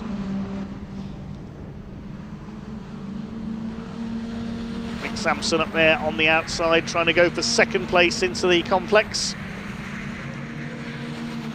Doesn't manage to do it though. Ben Wheatley holds him off just like he initially held Louis Darling off through that section. Darling having taken the lead down the straight. It's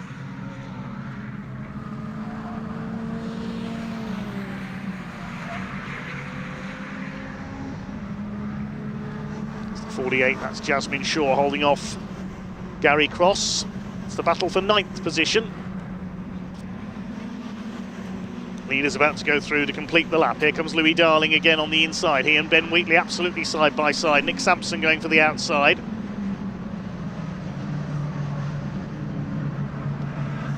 Gary Cross makes the move on Jasmine Shaw into 9th.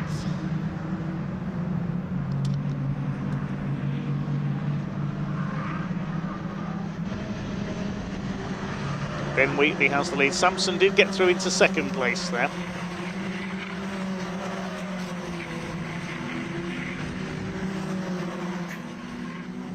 Gary Cross up into P9. Still Ben Wheatley who just about holds his lead.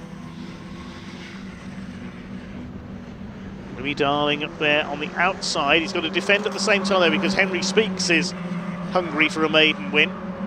The man who's come up through the Caterham Academy.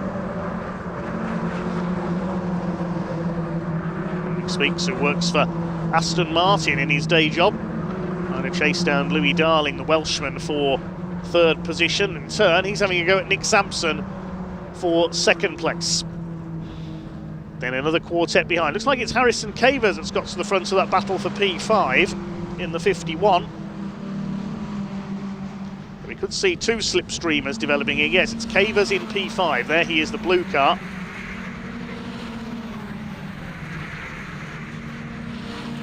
Pick up who it is in 6th position, but making a dive up the inside for P5. That was Nick Heighton. He's through. So Heighton back into P5. Django Jones behind them in 7th place. Bailey is 8th, then Cross and Shaw fighting for 9th. 3 battles in the top 10 then. It's going to happen down the pit straights. This time through. A line astern as they head into it. Here they come, and Nick Sampson will take the lead around the outside. Louis Darling's going to go up the inside into Tarzan, and 4 wide for 5th place. Look at this. Who's going to come out in 5th? Django Jones and Harrison Cavers side by side. Nick Hyton's been shuffled back. He's lost 3 places in the space of 1 straight because Andrew Bailey's got through as well. And Hall, I can tell you, is in the pits after that tangle with Andy Palmer on the first bend. So up to 5th is Django Jones now. Didn't think you could get 4 Caterhams side by side down the pit straight at Zandvoort, but you certainly can, as we just saw. Nick Sampson, the new leader. He's done a 1:56.83, the fastest lap. Django Jones under 5 from Harrison Cavers, that's for P5. Andrew Bailey up to 7th. More consistent than out-and-out pace driver. That's why he's 3rd in the championship. All running wide there, Django Jones on the curb as they came towards turn 9. He'll lose 5th place to Harrison Cavers. Bailey might get through here as well, and is Nick Hyton going to get through too? Jones fights back as they come out of turn 10. Still side by side in there.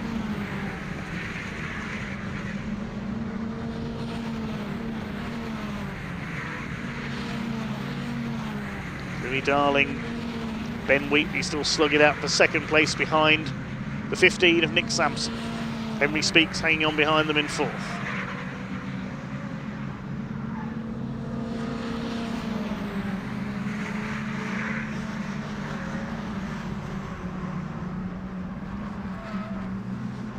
Coming up towards half distance in this Edge Caterham 7 270R Championship race.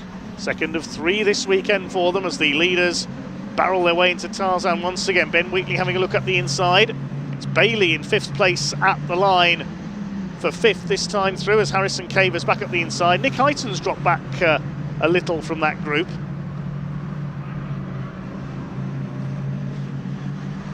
There's Paul Oglesby. Not making a lot of progress. He's up to 12th from the back row of the grid.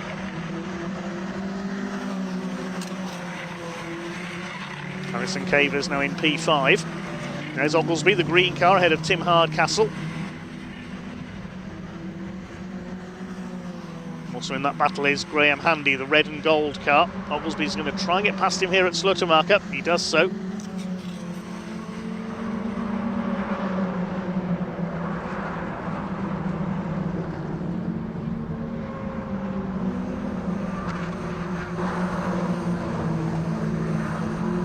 Oglesby battling over P12 at the moment with P11, sorry, with Handy and Hardcastle. Caleb McDaniel a little bit further back in 14th place. Andy Palmer, the last runner, in the 63.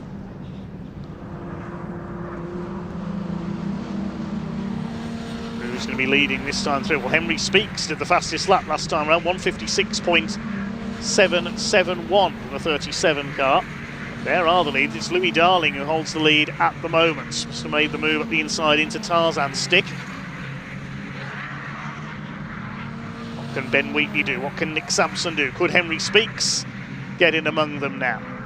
The Williams Motorsport car. Out of Luijendijk. He's for over 5 seconds clear of Cavers in 5th place now.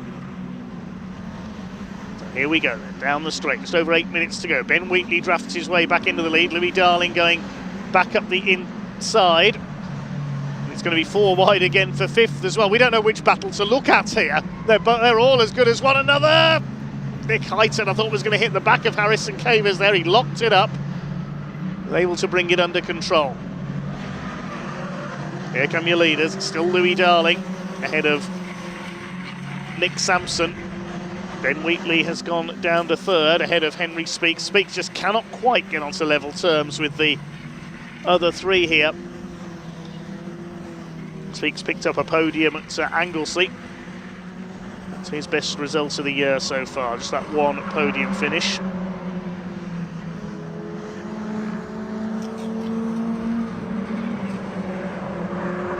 And Louis Darling just about holding off Nick Sampson for the lead. Sampson has a brief look to the inside at turn 9.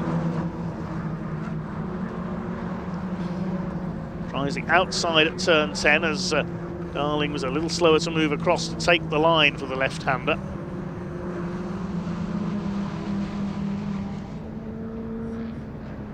Just under 7 minutes to go. These four way ahead of the rest. And these four, the second group, with Cross and Shaw catching them up. Of course, the harder they fight, they lose time to those behind them.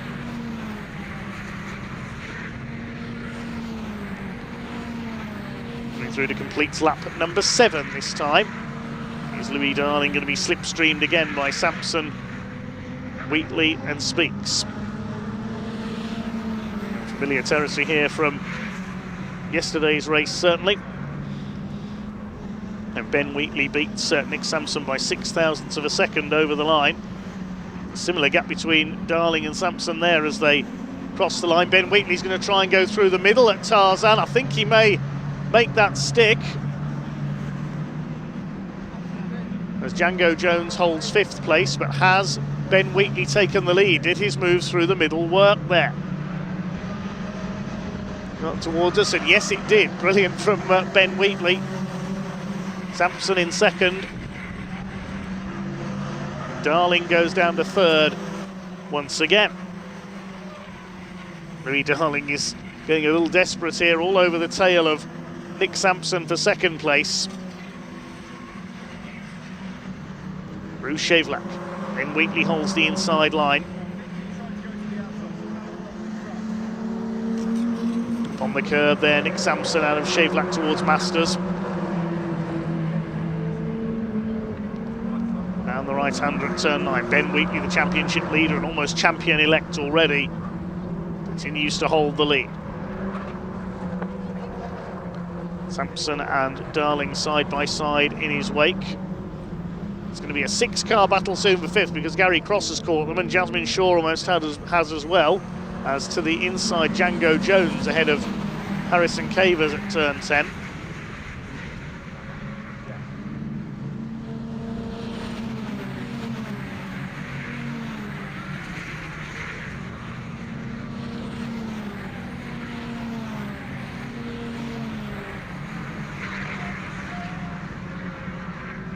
Refocus on the battle for 5th at the moment. 6 of them line astern. What about the 4 leaders? What's going to happen into Tarzan this time?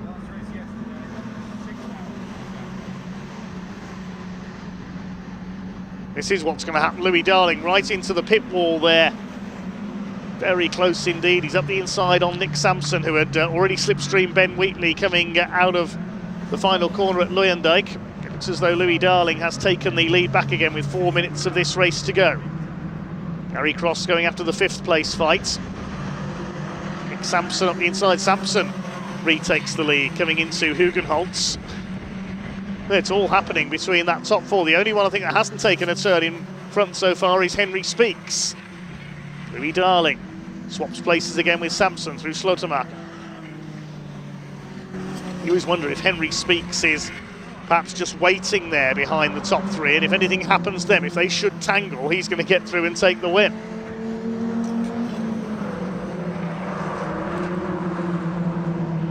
A couple of laps to go this time for Darling and Wheatley and Sampson. Darling has it at the moment. Is it going to be one of these 3, or can Henry Speaks cause a surprise? They're leaning on each other for 5th and 6th as well. Cavers and Bailey almost making contact there. Nick Heighton behind them, and Cross and Shaw have made their way into that group now as well.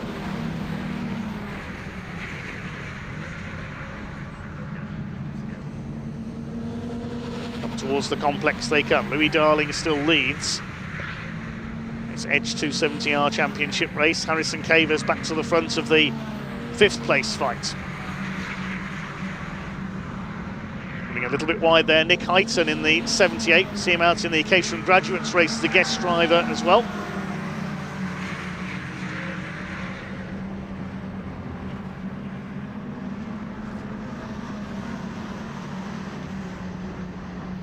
See what's going to happen as the leaders come down towards Tarzan once again. Ben Wheatley up the inside. They've gone either side of Louis Darling. That was almost a carbon copy of the end of race 1 yesterday. Sampson and Wheatley either side of Darling. There goes the 5th place fight, headed up now by Django Jones. Side by side for second. Louis Darling around the outside of Nick Sampson. Sampson led at the line. He's back to 3rd now. Ben Wheatley has got Louis Darling almost pushing him there up towards the back of the circuit.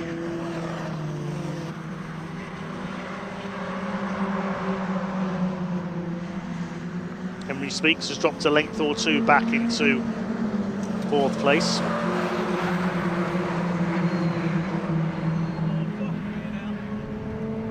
Into turn 9, Ben Wheatley continues to lead, but only just. 1.2 seconds covered these 4 across the line last time through. At the line, there was only a 1/10 of a second between the top 3 because they were 3 abreast. Jasmine Shaw attacks Gary Cross, that's for 9th position. Surprisingly, Paul Oglesby hasn't made a lot of progress from the back. I thought he'd be at least threatening that 5th place battle. He's down in 11th, ahead of Tim Hardcastle, Graham Handy, further back Caitlin McDaniel and Andy Palmer. The group heading towards the pit straight once again. It'll be last lap this time. There's only 30 seconds left on the clock. What are they going to do this time through then? Could be in for another grandstand finish in 1 lap's time. Louis Darling and Nick Sampson both move to the outside of Ben Wheatley. Wheatley twitches back in again. I thought he was going to settle in behind them, but he's going to have a go at Sampson. Nick Sampson looking for his 2nd win in the championship. He goes out a bit wide there, tried to get round the outside at Tarzan. Has he held his lead?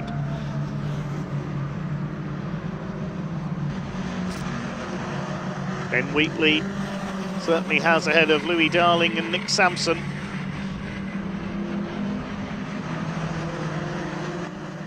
Django Jones heads up the 2nd group for 5th place. So it's all between these 4 then for victory in our 2nd Edge Caterham 7270R Championship race.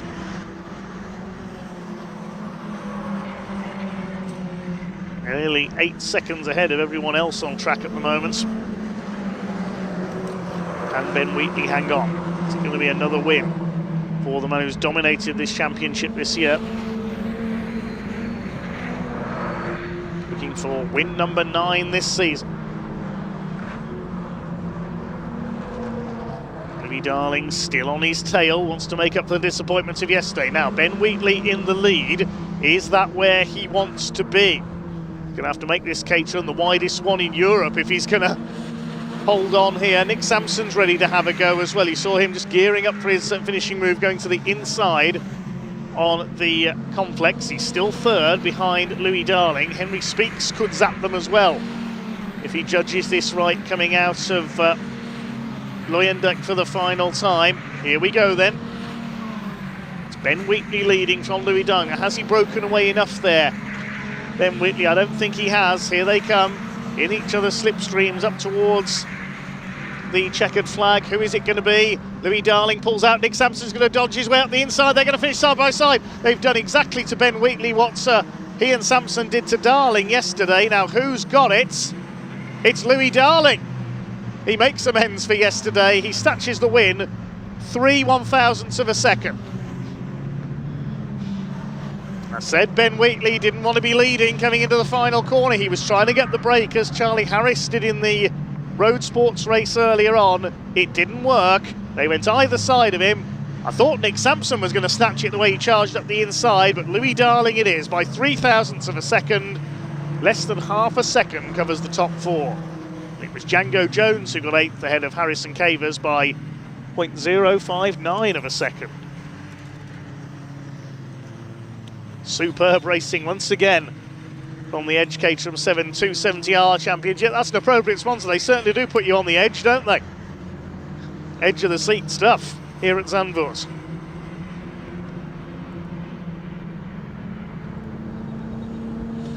Louis Darling, the winner by just 3 1/1000ths of a second. Win number 3 for Louis this season. ahead of Nick Sampson and Ben Wheatley. Henry Speaks in 4th place, then a gap back to Django Jones in 5th ahead of Harrison Cavers, Andrew Bailey, then Nick Heighton down in 8th, Gary Cross in 9th ahead of Paul Oglesby, who came through past Jasmine Shaw in the closing stages. Tim Hardcastle, Graham Handy and Caitlin McDaniel, the American. Next home, the other finisher being Andy Palmer. Of course, we lost Anne Hall into the pits. Bit of damage from a tangle with Andy Palmer on the first corner, sadly for Anne. We'll see her back out for race 3, I'm sure, though, later on. Next up on track today, it is the Ginetta Junior Championship. So a great race for them yesterday with Dutchman Rocco Coronel taking the win, the son of long-time touring car and GT star Tom Coronel. He's taken an incredible 10 wins this season, so looking for number 11 here.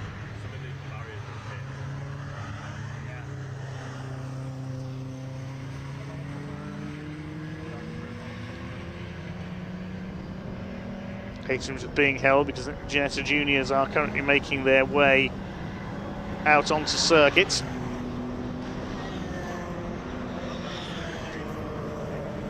Rocco Coronel has only been outside the top 2 once all season. That was in the opening round at Donington where he finished 6th.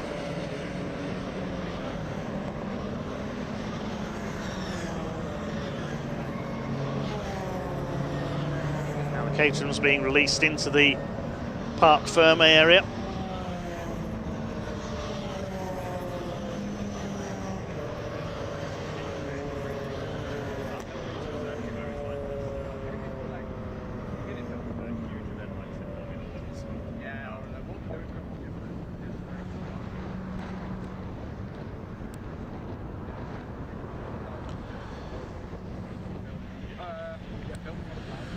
Waitley Ginetta Juniors to line up for their second race of the day then. Caterham's just making their way into Parc Ferme. There'll be some very thrilled drivers down there, I think, after that one.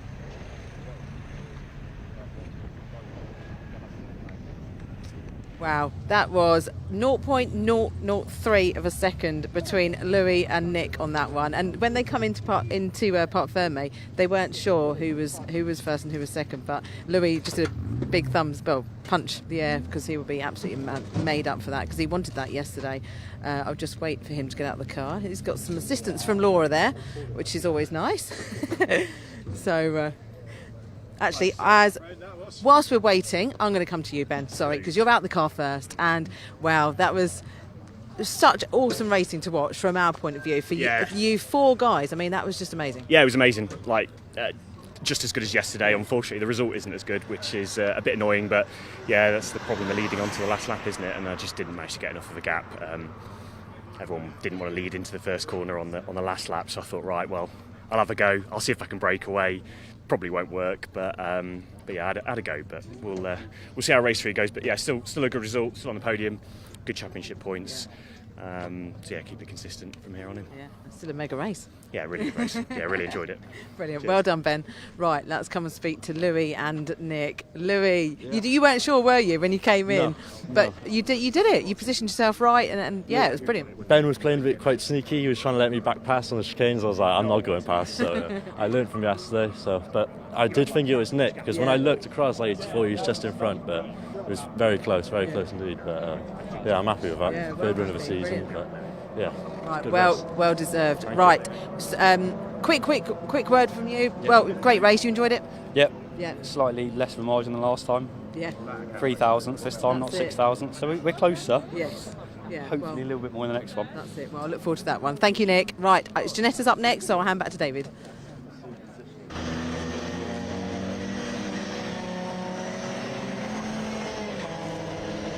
Okay, the car's on their way to the grid then. The second fastest time for each driver in the qualifying session yesterday, setting the grid for our second race for the Ginetta Junior Championship here at Zandvoort this weekend. Their overseas round, we normally see them supporting the British GT Championship. We caught up with a couple of drivers a little earlier on.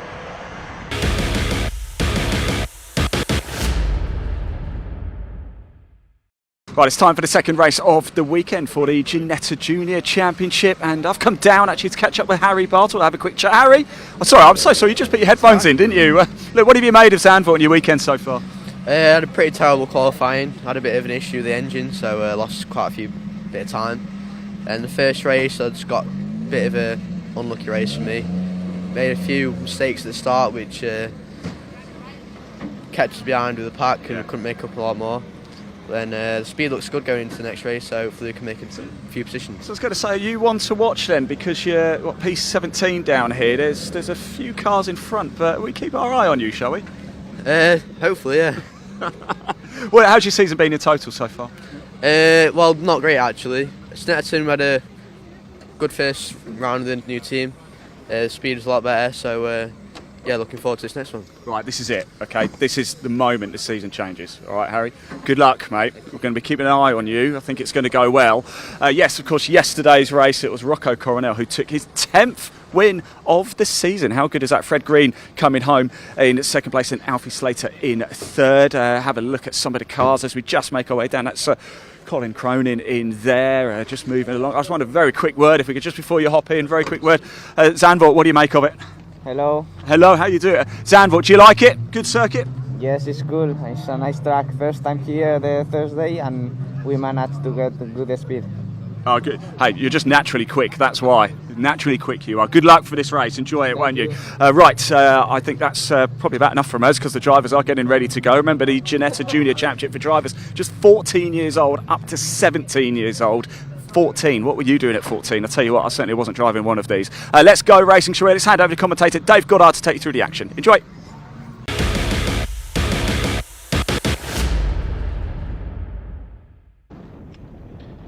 Thanks very much, Ian. Let's have a quick look at the grid then. It is Torin Byrne, number 18 on pole, alongside yesterday's winner, 23, Rocco Coronel. Second row, 51 of Fred Green, alongside 8, Scott Lindblom. Fred Green, the winner of the Ginetta Junior Scholarship in the winter. Third row, it's 27, Alfie Slater, 83, Reevy Lake. Fourth row, 25, George Proud Fernalda of Australia, and 55, Jarrett Clark. There isn't time to go through any more because the green flag has already been waved at the back of the grid. 20 minutes then for the Ginetta Junior Championship. Race 2 here at Zandvoort gets underway.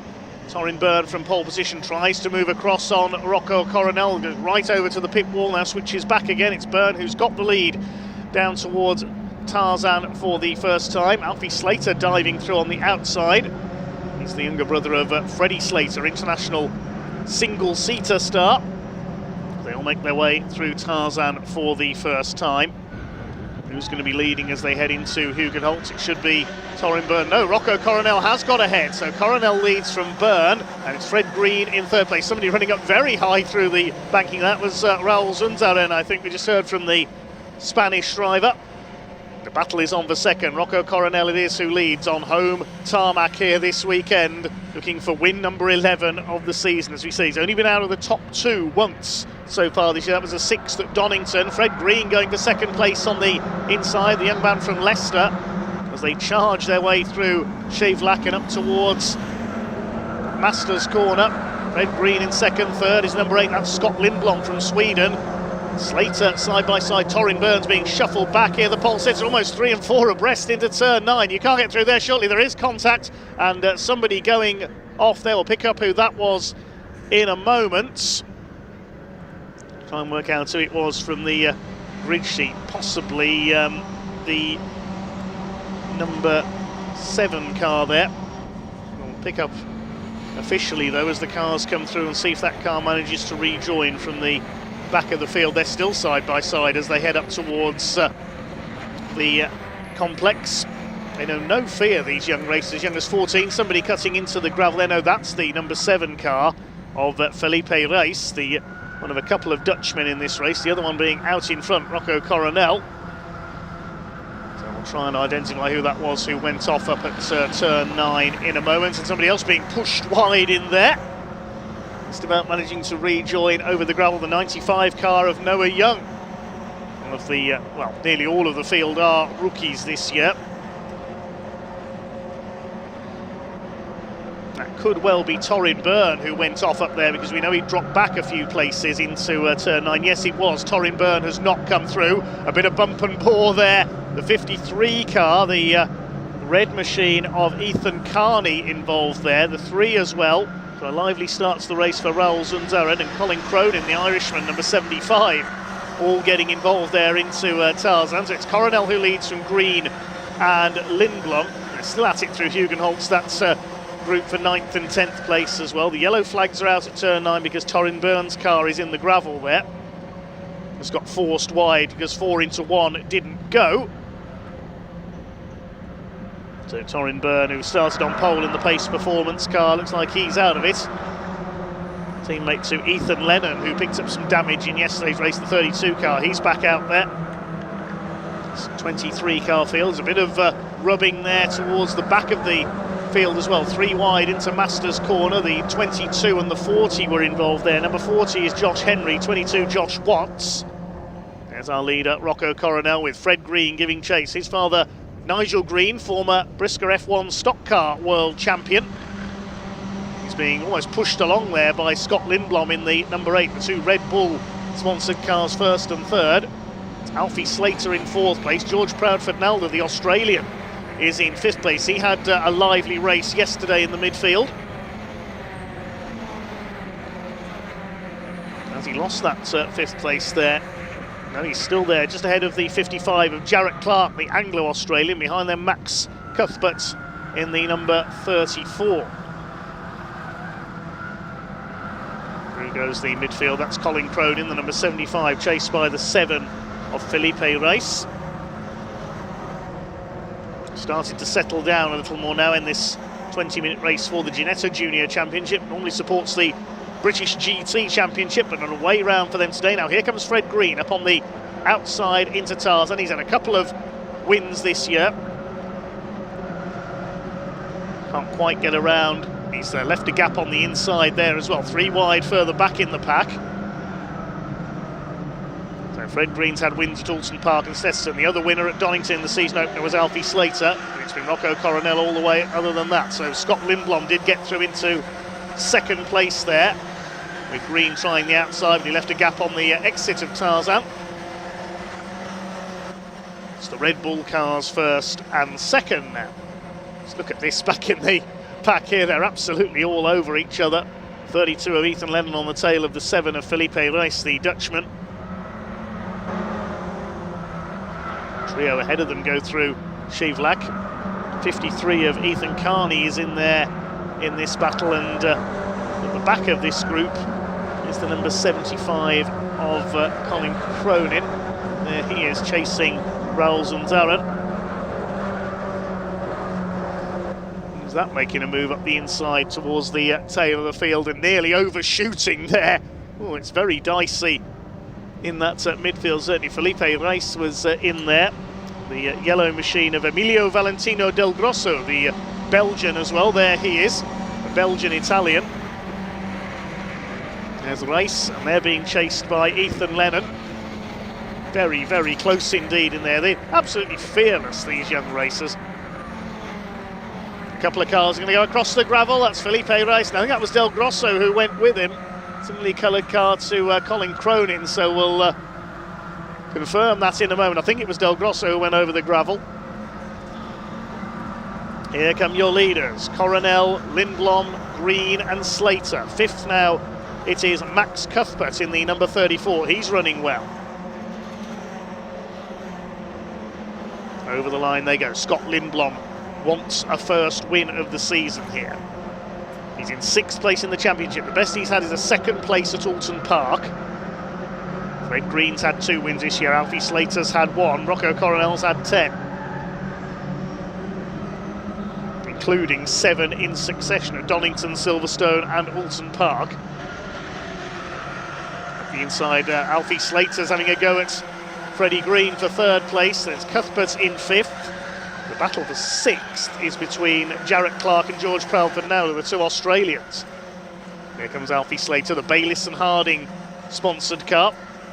The cosmetics company owned by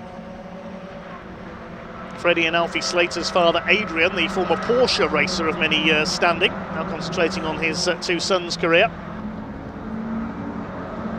Alfie Slater all over the back of Fred Green here for third place. Fred Green, the son of Nigel Green, he's gone very wide there into turn 9, and also the nephew of Jamie Green, the former DTM star and Formula Renault single-seater racer, and now turned circuit commentator. He was on the PA team at this year's British Grand Prix. A bit of rubbing there up the inside. 3 into 1's not going to go, and the 17 gets turned sideways of Max Murray. He comes to a halt. Look out! That was close as he rejoined there. Was very nearly harpooned by Noah Young. Gets it going again alongside the number 21 of Matthew Chiwara, the Zimbabwean driver. Failed to finish yesterday's race, pulled into the pits a couple of laps from home. Looks like the number 7 is down there when that's Felipe Race. We saw him go off earlier on. We've lost Harry Bartle as well. He mentioned in the ropes this race has been having engine trouble this weekend. Looks like that struck again. Unfortunately, he's in the pits.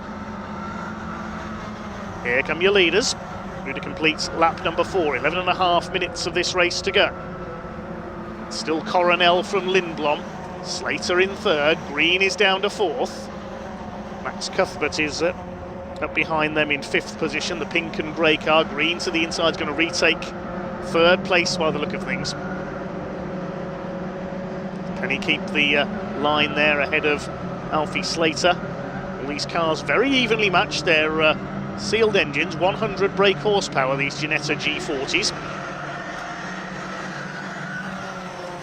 Ginetta running a variety of GT championships in the UK, of course. You've seen the Ginetta GT Academy, the G55 Super Cup, among others. Also cars in the British GT Championship in GT4. Here come the leaders out onto the back of the circuit now. Colin Cronin coming under fire, the Irishman from Raul Zunzaren, the Spaniard. They've got the 53 car, I think that is, of Ethan Carney, no, the 83, sorry, on their tails. That's Reevy Lake. Freddie Green still side by side with the 27 of Alfie Slater. The battle for third place absolutely raging on here. Max Cuthbert's going to have a go as well. Jarrett Clark is up to 6th ahead of George Proudfoot Naldo. This is the battle for 8th place. That's Cronin ahead of Zunzaren and Reevy Lake behind them in the 83. Many of these drivers, of course, only just out of karting ahead of the 2025 season. And Max Cuthbert makes the move stick there on Fred Green up into 4th place. Max Cuthbert's having a much stronger race than we saw yesterday. Tyres absolutely squealing, these Pirelli tyres, as they make their way around Zandvoort. Out on the edge of adhesion all the time. Still Rocco Coronel who leads the way, but Scott Lindblom is going to try and draft his way past here, is he? And nose to tail, well and truly down the straights. And our teammates at R Racing, who have about 6 cars out in this race, running Felipe Race, Scott Lindblom, Rocco Coronel, Alfie Slater, Max Cuthbert and Jarrett Clark. Very strong field for R Racing out there, as making a move there on Colin Cronin was Reevy Lake, I think that was. Or was that Del Grosso losing out? So yes, it was. It was Ethan Lennon coming through, so similarly coloured cars, confusing me there, apologies. Here's Colin Cronin, he's still got Raul Zunzaren behind him. They're almost being pushed along by Reevy Lake in the 83. This is for 8th position. Somehow Colin Cronin just about has held it all the way. Reevy Lake thought about a dodge to the inside there. We rarely see overtakes made into Masters Corner. There go the leaders. Could be 6 fairly shortly for the lead, because Jarrett Clark is closing up. 8 minutes of the race to go.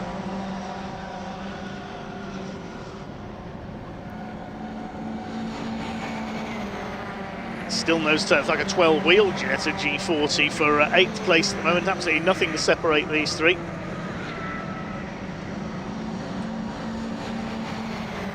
Now, is Scott Lindblom gunning for a first win of the season, or is he acting as a bit of a tail gunner here? He doesn't really need to, because the R Racing team have the top 4 places at the moment. Fred Green is run by Elite Motorsports. There's a yellow flag out at turn 4, we're told. That's up towards Rob Sluttermacherbusch. So there's yellow flags out through from Hugenholtz. So something's happened there further down the field. Wait to see what it is. Let's see who doesn't come through. Reevy Lake, I can tell you, has got past Raoul Zunzaren. It's the 95 car that's stuck there. It's Noah Young, and his rear suspension's broken. You can see the wheel at a diagonal angle there. The marshals are trying to move it back, but because of that suspension damage, it's not moving. So that's why the yellows are out. So Noah Young is out of the race. The marshals have moved back behind the barrier as the field goes by under yellow flags.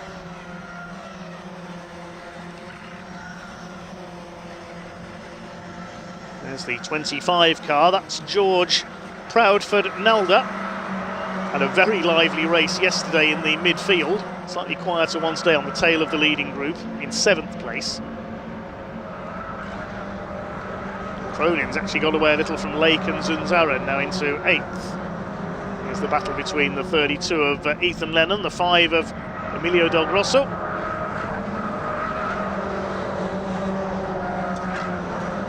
Grosso all over the back of the 32.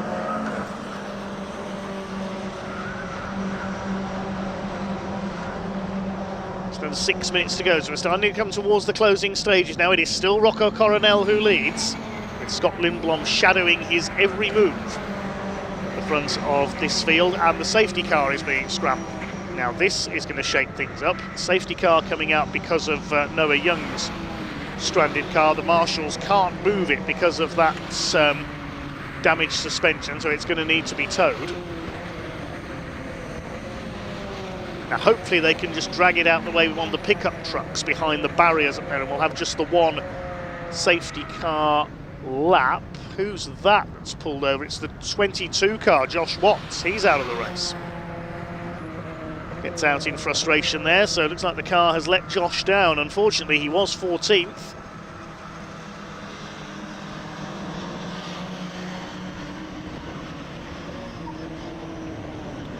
Safety car is out then. We'll pick up Rocco Coronel, our race leader.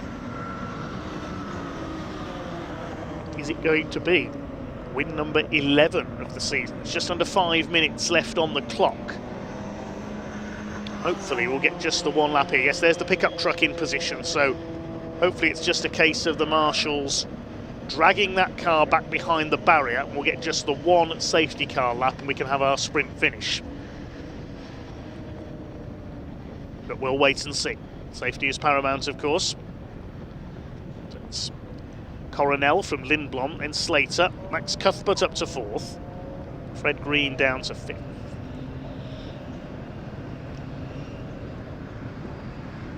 Max Cuthbert's looking set to take 4th in the championship potentially here today, because the man ahead of him in the points, Joseph Smith, is not racing. Rather fed up Josh Watts walking away there.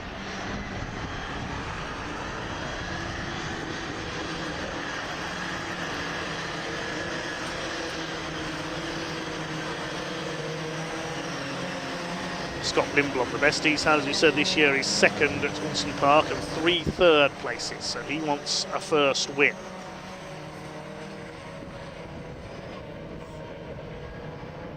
Alfie Slater's had a win at Donington.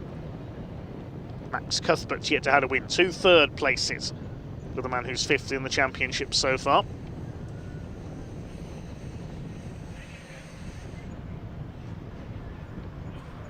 Just over 3 minutes of the race to go. Will we get any green flag racing in this race? Over its remaining distance. When that car is removed, we will know.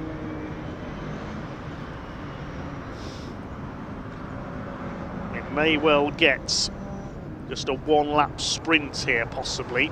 We'll wait and see if they can get that car of Noah Young clear in time. The Performance One racing driver. Yes, the safety car is going to come in this lap, we've just been told.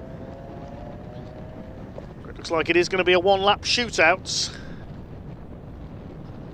There's Josh Watts behind the barrier at turn 10.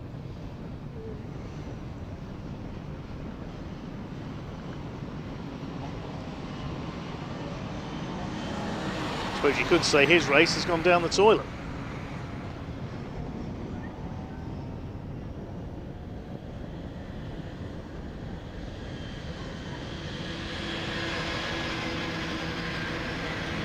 So 2 minutes on the clock then.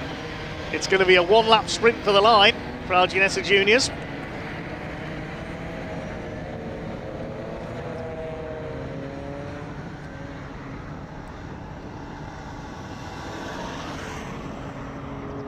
Rocco Coronel, can he hang on ahead of Scott Lindblom and Alfie Slater? Waiting them to come into sight through Luyendyk to be greeted by a green flag. See, Coronel has backed the field up here. A pair of Red Bulls leading the field around behind the safety car like this. We've seen that before. This is going to be frantic down towards Tarzan for the first time. Green flag is waving, the last lap board is out. It's a one-lap shootout in Ginetta Juniors race 2 of the weekend here at Zandvoort. Here we go. They can't pass until they go past the timing line. Look at this, how closely bunched up they are. The first 4 have gone over to the outside. Rocco Coronel defending from Scott Lindblom. Slater, then Cuthbert, then it's Green. Are they all going to make it round okay? It looks like it at the moment. Look how closely bunched they are as they go up towards Hugenholtz for the last time. We checkered flag next time through. The first 4 breaking away slightly from Fred Green once again.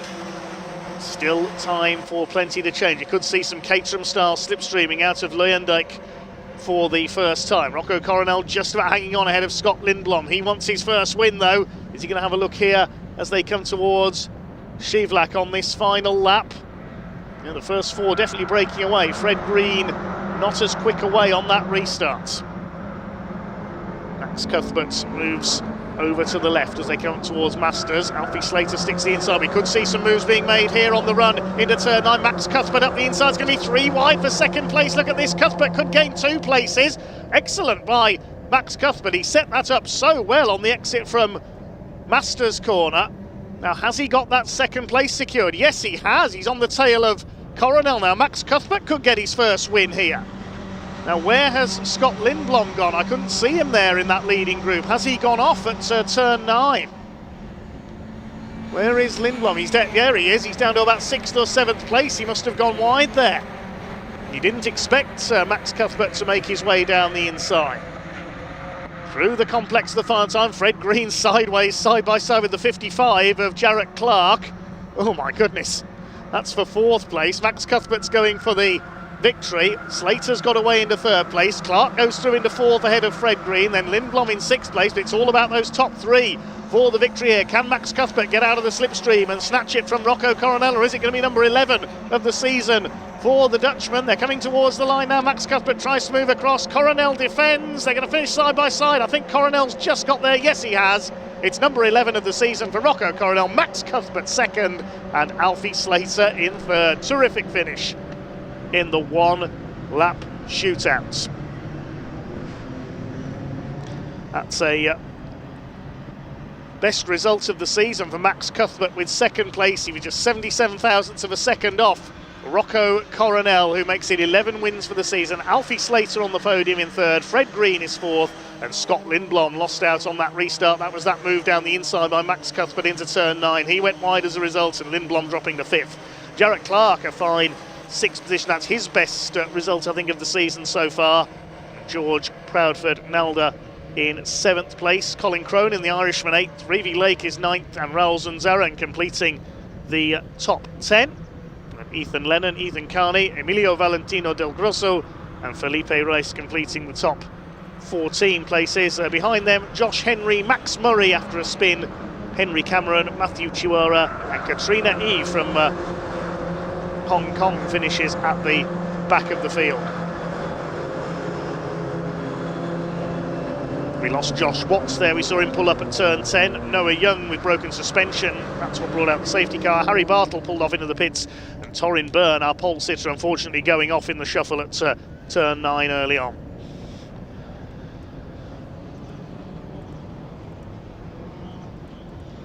So, quick pause for breath at the end of our second race for the Ginetta Juniors. They'll be the last race of the day as well later on. Plenty of racing still to come. Next up, we move up a gear with the Dutch Barn Vodka Caterham 7 Championship UK, the fastest Caterhams of all. Saw them supporting the British Touring Car Championship at Brands Hatch earlier this season.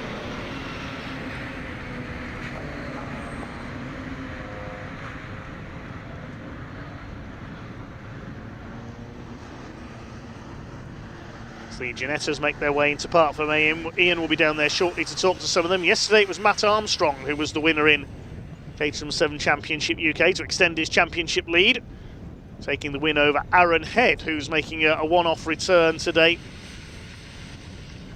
Not eligible for points in the championship, but he almost took a win on his return, the former champion, losing out by just 3/100ths of a second, with Harry Senior completing the podium. We'll see them out fairly shortly. The Ginettas making their way towards Park Ferme, so Ian will be down there to greet them very shortly.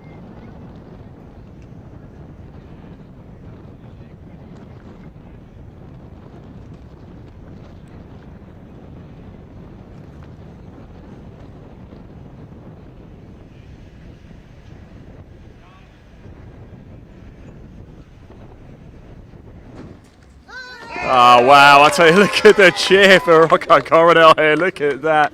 There's Pops there as well, good stuff. We'll grab a word of him very shortly. We'll just let him get his helmet off. It was a fantastic race all around, wasn't it? Good stuff indeed. We will grab a quick chat with him. I think actually already the next race again and gearing up to go. So we'll grab Rocco for a quick chat, shall we? Let him get his helmet off first actually, but I'll tell you something. He is the Dutch maestro here, isn't it? It's 2 from 2 for him. Can he make it a hat-trick of wins? Well, there is another race coming up later for the Ginetta Junior Championship. And Rocco, that was an almighty roar, wasn't it, from friends and family there, of course. How much does it mean to you to make it a double bubble here at Zandvoort? Yeah, of course it means a lot, even to win it again. Everyone here is nice. All my sponsors are here, and yeah, my family, of course. It's nice that you've got a nice little hospitality up there in the sort of the main area, haven't you? I guess it must mean a lot to you. A little bit more. We spoke yesterday after the win. Does it just a little bit more? It means a touch more because you're at home. Yeah, of course. Fantastic. How far is home from here, by the way? 40 minutes, maybe. Oh. I always go home. I always sleep at home. Oh, that's a dream, isn't it? Congratulations. Maybe, yeah, who knows? It could be 3 from 3 a little bit later. Let's go over and have a quick chat, shall we? We've got Fred over here. Let's have a quick chat, shall we? It's been an eventful weekend so far, isn't it? Yeah, it wasn't great in that one, but yeah, it's been busy, yeah. You've got one more chance a little bit later this afternoon. What can you do? You know, it's difficult with 4 teammates or even 5 sometimes, you know, fighting against them. But I made a few wrong decisions then, which cost me on the last lap. So, yeah, I could have done a better job myself. So just keep learning and, yeah, hopefully we can have a better race to the next one. Well, it's not been too bad actually. I'll tell you, it was a P3. Sorry, Jack. I'll quickly move out of the way. It was actually a P3 in the rookie category as well. There is actually nobody's lined up in order except for Rocco. So I think actually the Caterhams are about to make their way out on track. So I've got to go do the podium now for Ginetta as well. So I'm going to head off to do that, and we have more Caterham action coming up for you now. So Dave Goddard, back to you, my friend. Thanks very much, Ian. Yes, a little bit of clear up to do, some gravel being swept away and a couple of cars to be towed in ahead of our next race for the Dutch Barn Vodka Caterham 7 Championship UK. The grid will be formed in the order that they finished yesterday's race in. The green flag lap will be underway shortly. We did manage to catch up with a couple of drivers ahead of this race a little earlier on.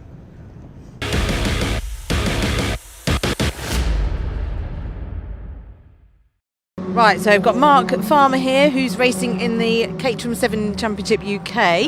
Hello. You've obviously picked this round to come and join us, because you don't do obviously every round, but you've obviously picked this one for a reason. Is it because you particularly like Zandvoort? No, I just wasn't doing anything else. Just thought, actually, I've got nothing else to do that weekend. I'm going to fly out to Zandvoort and race my 420. Yeah, but it is a great circuit. I mean, it is absolutely fantastic. So many undulations and so many scary bits. Probably shouldn't be doing it, to be honest. You're doing really well, and obviously, it's just a great track, and for these cars as well. These, you really get to use all of the car, don't you? You do, yeah. The surface is quite abrasive, so you sort of munch through tyres quite quickly. We made a bit of a mistake because we came without any new tyres other than the race set. So I spent yesterday getting to grips with what it felt like to have new rubber. It's a long way from the front. Although I was first in the holding area today, so well done. We'll count that. Yeah, we will count that, and I'm very proud of you for that. Thank you very much. Thank you, Mark. Right, I'll speak to you in a bit. Good luck for the race. Right, we've got Darren McCormick here. Darren, you're doing really well this season. You must be really getting to grips with this car now, and obviously Zandvoort have probably had to learn this track as well. It's quite a lot in a weekend, isn't it? But you're doing really well. Yeah, again, this game's all about not making many mistakes. Unfortunately, race 1, I made too many mistakes.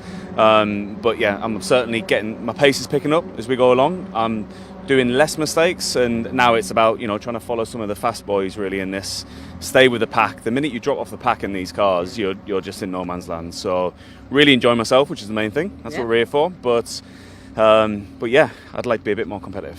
Yeah, that will come though, I think. But it's hard when it's a track that is, there's such a long track, isn't it, to learn. There's a lot of corners, and you have got to keep that momentum here around here. Yeah, I think in testing what I really struggled with is you make a few errors in turn 2 and turn 3, and that just compounds over the rest of the circuit. So a small error in turn 3 can end up costing you a second and a half over the whole lap. And that's been the biggest learning curve. Yes, it's my first European circuit, first time at Zandvoort. The banking is unique, as you've experienced. So absolutely loving it, but it's been a sharp learning curve. Yeah. Well, it's one ticked off, isn't it? Exactly. Yeah. Looking forward to wherever we go next year. Yeah, brilliant. Well, wish you all the best for this race. Thank you.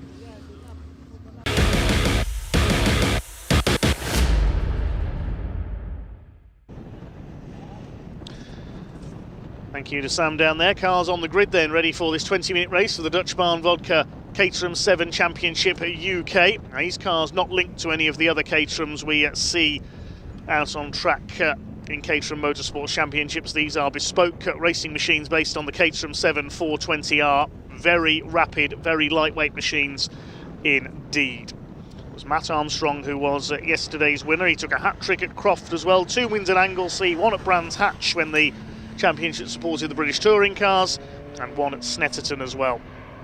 So looking for win number 9 of the season. Matt Armstrong, he starts on pole, having won yesterday, with Aaron Head, Championship returnee, the former champion in car number 2, alongside him. Second row is the tale of 2 Harrys, 28 Harry Senior, 9 Harry Cook. They had a huge battle for 3rd place in yesterday's race. Row 3 is 64 Tom Eden, alongside 23 Justin Armstrong, father of Matt, who's on pole. Row 4, number 6 Dale Head, Aaron's brother, and number 5 Greg Monks, who lives here in the Netherlands, had a shorter trip than most here this weekend. Row 5, 56 Craig Story, alongside 8 Chris Fraser, the man behind Dutch Barn Vodka in the turquoise car. Row 6, 21 Harry Landy, and 62 we've just heard from Darren McCormack. Row 7, 13th on the grid is 98 James Hall, alongside him 17 Mark Farmer. On the 8th row, Gary Curtis, number 22, the man from Monaco, and 35 Mark Kendall. On row 9 we have 16 Steve Metcalf and 68 Chris Welch, and number 24 Paul Donkin, the red and white car at the back of the grid, because he had problems and pulled off into the pits in yesterday's race, so he's got it all to do from the back. Had a win at Snetterton at the start of the season. Harry Senior's had 4 wins this year as well, so those 3 drivers, Matt Armstrong, Harry Senior, Paul Donkin, have divided up the wins between them so far this year. And a terrific race at Brands Hatch in front of the ITV cameras earlier this year in support of the BTCC. On that occasion, Harry Senior snatched the win from Henry Heaton right on the line. No Henry Heaton this weekend, sadly. He missed the Anglesey round as well, so only a part-time campaign for him this year. It is Matt Armstrong who led the points coming into this weekend. He was 28 points clear of Harry Senior in the standings. Harry Cook is desperate for his first win, the reigning 310R champion. In the British Fossils Cup. Best result he's had this year is a second at Snetterton. He's had several podiums.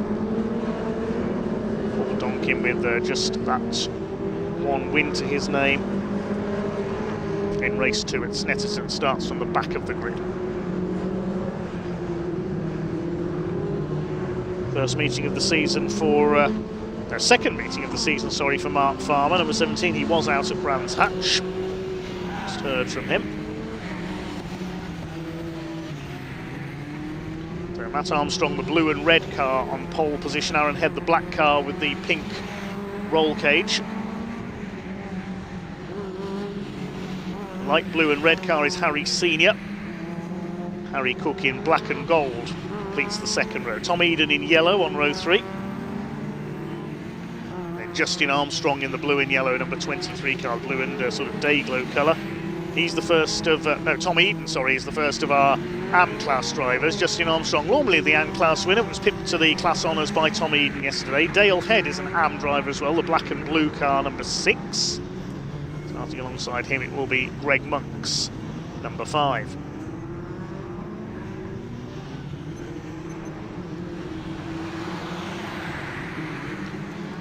Paul Donkin's red and white car, we'll see how well that can come through the pack. This car's about to pull into line.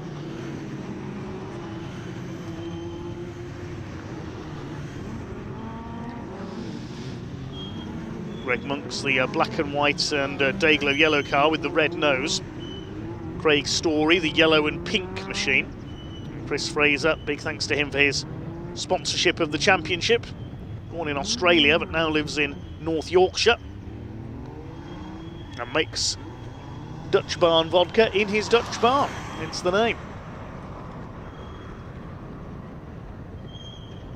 Last couple of cars into line at the back. Marshall gives the all clear with the green flag. This will be a 20-minute race. The Dutch Barn Vodka Caterham 7 Championship UK here at Zandvoort, the fastest racing Caterhams of them all. We get underway. Great start by Aaron Head from the inside of the front row, and he's going to head the pack by the look of it down into Tarzan for the first time. Ahead of Matt Armstrong, Harry Senior trying to get around the outsides, 3 wide in behind them. Not the best of getaways for Harry Cook. Is he going to be swallowed up there? Well, Justin Armstrong's up alongside him. He's got ahead of Tom Eden, his AM class rival. It's the Pro-Ams out front. It is Aaron Head who leads. Harry Senior's got up into second place ahead of Matt Armstrong. Then Justin Armstrong up to fourth, and already Paul Donkin has made up about 6 or 7 places from the back of the field. The red car with the white roll cage is alongside James Hall in the bright yellow number 98 car there. So they make their way out to Darren McCormack, I think that was in behind them, the 62. And here's Aaron Head who leads through Shivlak for the first time. Greg Monks ahead of Chris Fraser there in the number 8, chased by Harry Landy in the blue car. Greg Monks, the number 5, the black, white and Dayglow yellow sort of paint job. They make their way through the back of the circuit, then turning back towards the paddock out of turn 10. Aaron Head leads the way with Harry Senior right on his tail there. James Hall getting a bit sideways coming out of turn 10. Thrash their way up towards the complex for the first time. Who's going to have the lead at the end of lap 1? It is Aaron Head at the moment, ahead of Harry Senior, then the Armstrongs, son ahead of father. Harry Cook is next, then Tom Eden running a bit wide there over the curbs, staying ahead of Dale Head in the number 6.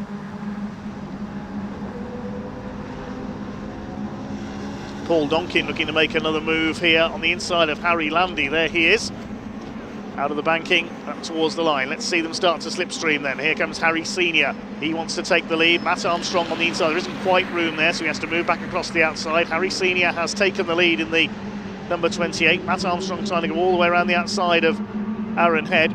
then Justin Armstrong staying ahead of Harry Cook. Fastest lap on that first lap, no surprise really, Paul Donkin, 150.879.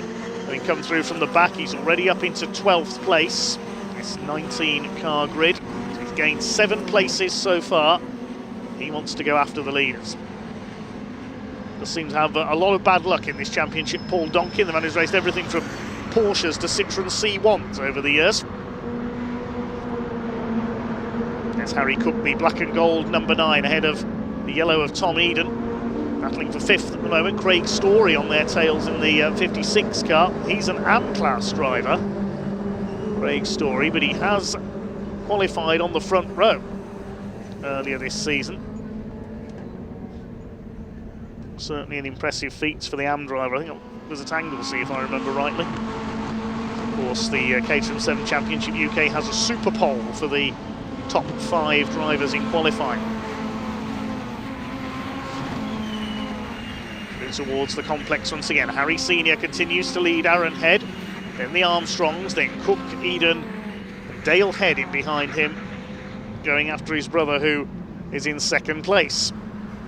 The AM class is led by Justin Armstrong, ahead of Tom Eden and Dale Head. Dale Head was being pushed along there by Craig Story. They come out of the banking, across the line for the 2nd time. Here comes Matt Armstrong up the outside. He's almost certain to take 2nd place here. 3 wide for 4th place behind Harry Cook, Justin Armstrong and Tom Eden. They think better of it. Harry Cook keeps the place. Tom Eden ahead of Justin Armstrong around the outside.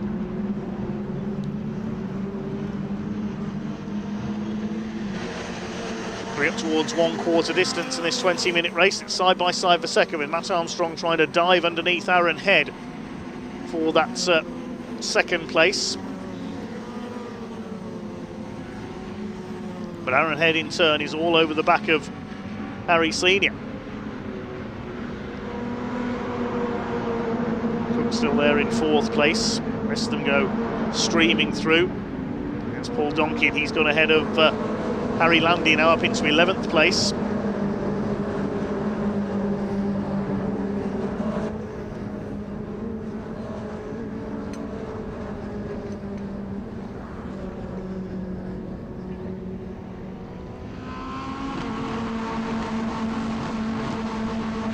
Leaders together as they head out of turn 10 up the straight there. Matt Armstrong moving towards the inside.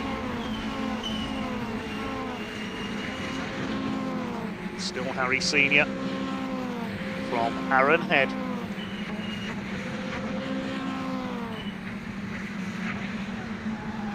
Rest of them line astern. There's Craig Story ahead of Chris Fraser. He's lost a rear wing off the Dutch Barn Vodka car, chased by Greg Monks. Now, what's going to happen between the 3 leaders this time? Who's going to take a turn in front? Harry Senior goes to the inside. You can see Matt Armstrong, he's in the slipstream. Aaron Head is going to try and go through the middle. Is he going to make that stick? We'll wait and see on the exit of the corner. Justin Armstrong fighting it out with Dale Head, Chris Fraser and Craig Story.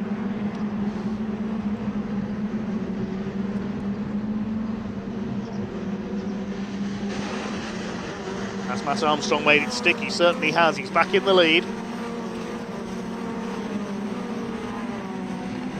Fastest lap of the race, meanwhile, is with Harry Cook, 146.15 he's just done.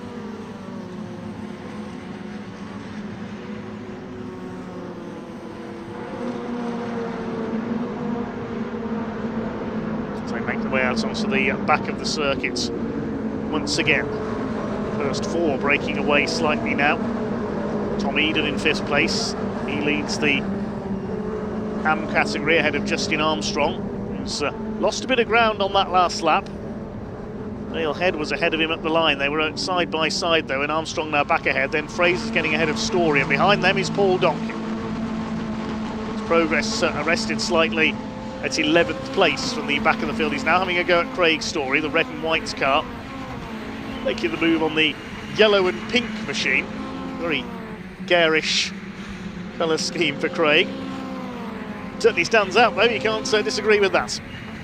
Behind him is Monks, then Landy, Hall and Darren McCormack. Then a small gap back to Mark Farmer. returning to the championship this weekend. What's going to happen down the straight this time then? Here are the leaders, side by side across the line. Head and Armstrong, and trying to go around the outside of both of them is Harry Senior. Can he get the car stopped? Certainly can. Superb from Harry Senior. He takes up the lead. Cook still fourth ahead of Eden. Dale Head is back up into sixth place ahead of Justin Armstrong. They're having a good old scrap. Tom Eden leads the AM category ahead of Dale Head. Justin Armstrong down in third in that class, and Paul Donkin now having a go at Chris Fraser. That's for P8 now. The leaders head out towards the back of the circuit once again. First four still line astern. Tom Eden trying to make it 5. Aaron Head trying to wrest the lead back again from Harry Senior in the number 28s. And from Ascot in Berkshire. That's why Aaron Head comes from Colchester in Essex. Matt Armstrong in third place from Leicestershire. He lives not far from the Mallory Park circuit. Harry Senior moves to the left. Matt Armstrong moving to the right. He tries to take Aaron Head for second place. Down into the little complex, the Hans Ernst Bocht.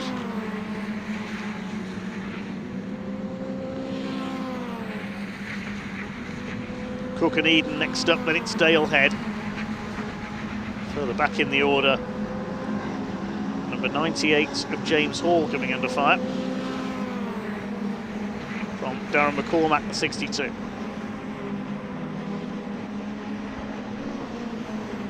Three wide for the lead, and round the outside goes Armstrong. There's Paul Donkin on the tail of Justin Armstrong.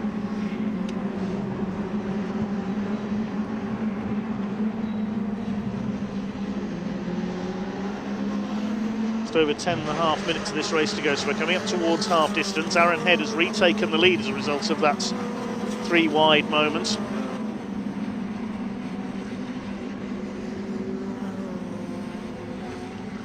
Armstrong in second place. Third is Harry Senior, but he's got Harry Cook on his tail now.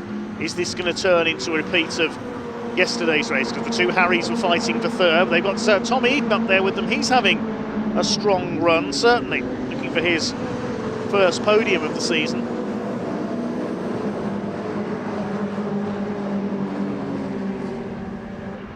Trying to get ahead of Harry Cook and Harry Senior first of all. That's no mean task in a Caterham. Dale Head second of the AM class, Justin Armstrong in third. They've got Paul Donkin on their tails now in 8th place.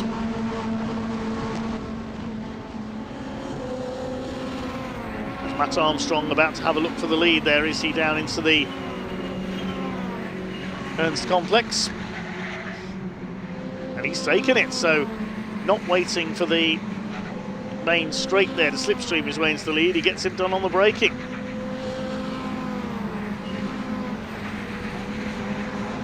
Senior still third ahead of Harry Cook.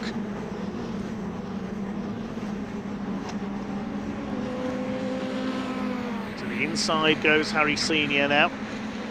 Going to try and take Aaron Head here for second place. We've seen some daring moves into Tarzan by the 28, and he's done it again. Up onto the tail of Matt Armstrong, the race leader.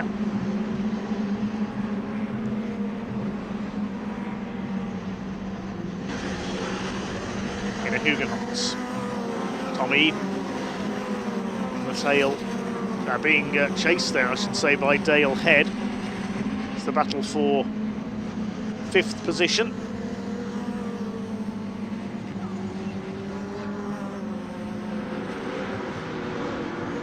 Well, I say that, where has Aaron Head gone? We're missing the number 2 car. It's Matt Armstrong leading. Yes, Aaron Head has disappeared. There's Justin Armstrong, Craig Story. But there's the leaders. There's only 3 of them there. What's happened to Aaron Head? Has the number 2 car pulled over out of our sight there? I didn't see anybody go off anywhere, so whether he's had a problem. He came across the line in third place in that top three battle. Is that him there at the back of the field? No, it's not. So we'll try and pick up where the number 2 car is. It's Harry Cook in third place now, unless he pulled over possibly on the run out of Hugenholtz there, where we couldn't quite pick him up on our cameras. There go the top 3 of the line. It's Armstrong, Senior and Cook. Yes, we have indeed lost Aaron Head as Harry Senior goes around the outside, takes the lead from Matt Armstrong, so we didn't see where Aaron has gone, but he's clearly out of the race. Not got any notification of any yellow flags either, so he's not pulled up at trackside.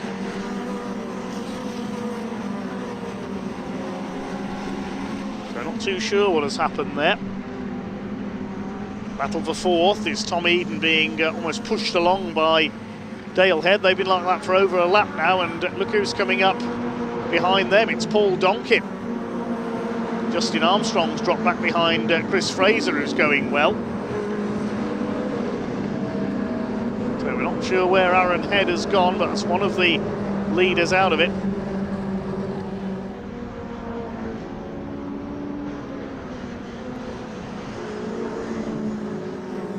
Over 6 minutes of this race still to go then for the Dutch Barn Vodka Caterham 7 UK Championship.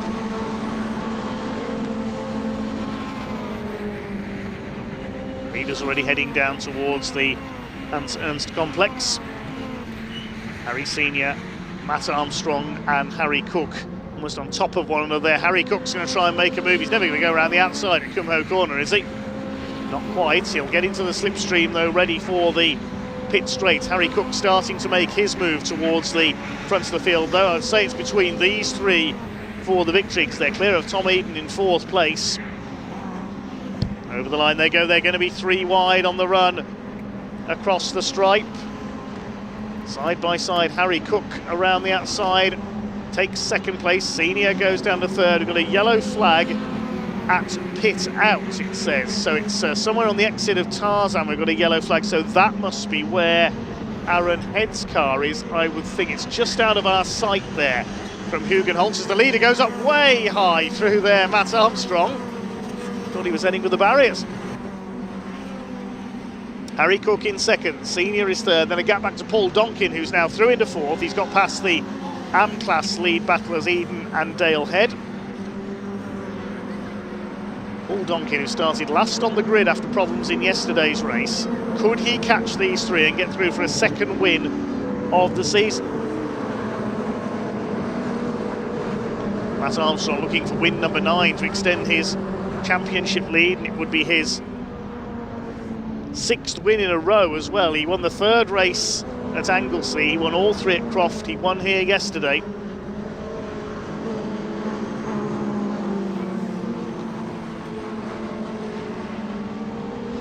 Can he hold on to win here with Harry Cook on his tail? He's just desperate for his first Caterham 7 Championship UK victory.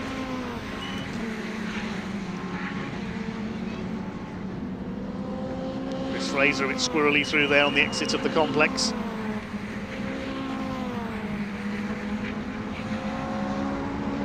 Tom Eden still hanging on to the AM-class lead for the 2nd race in a row.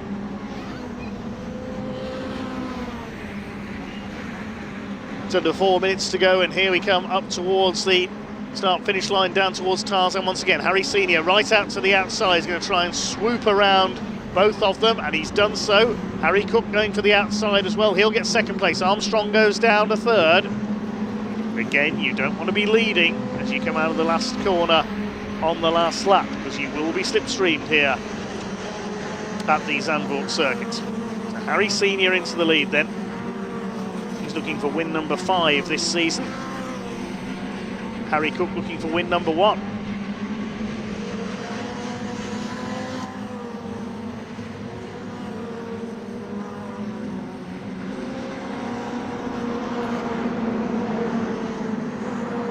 There's Justin Armstrong still ahead of Craig Story and Chris Fraser there, battling over 7th place. Armstrong third of the AMs. Fraser and Story both AM class drivers as well, and somebody's off in the gravel. That looks to me like it's Harry Landy. It's a blue car. I think that's Harry Landy facing the wrong way. He was 10th. Just double check if that is him. Yes, I think it is. So we've lost Harry Landy into the gravel. So confirmation it is Harry Landy facing the wrong way in the gravel. He's out of the race. There he is. That's at the exit of Shivlak. Walks away, he's okay. Yellow flag at turn 5 and at turn 7 as well.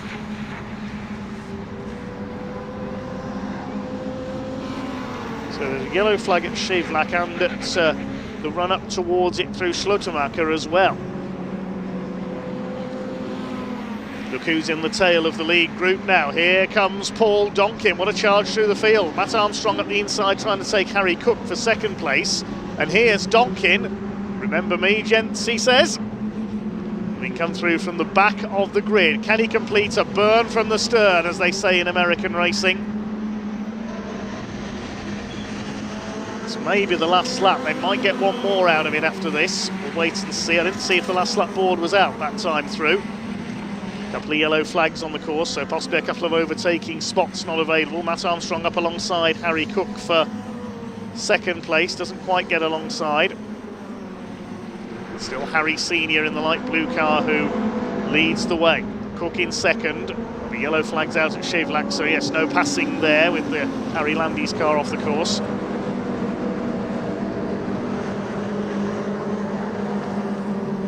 Superb run through the field by Paul Donkin from 19th on the grid up into 4th place. Can he get onto the podium? Plays his cards right, he could still win this.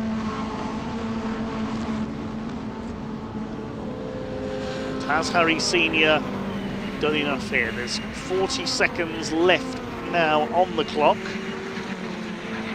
So will they get one more lap out of this? I think they just about will. We'll wait and see though. Tom Eden still can't shake off Dale Head in the DPR Motorsport number 6 car.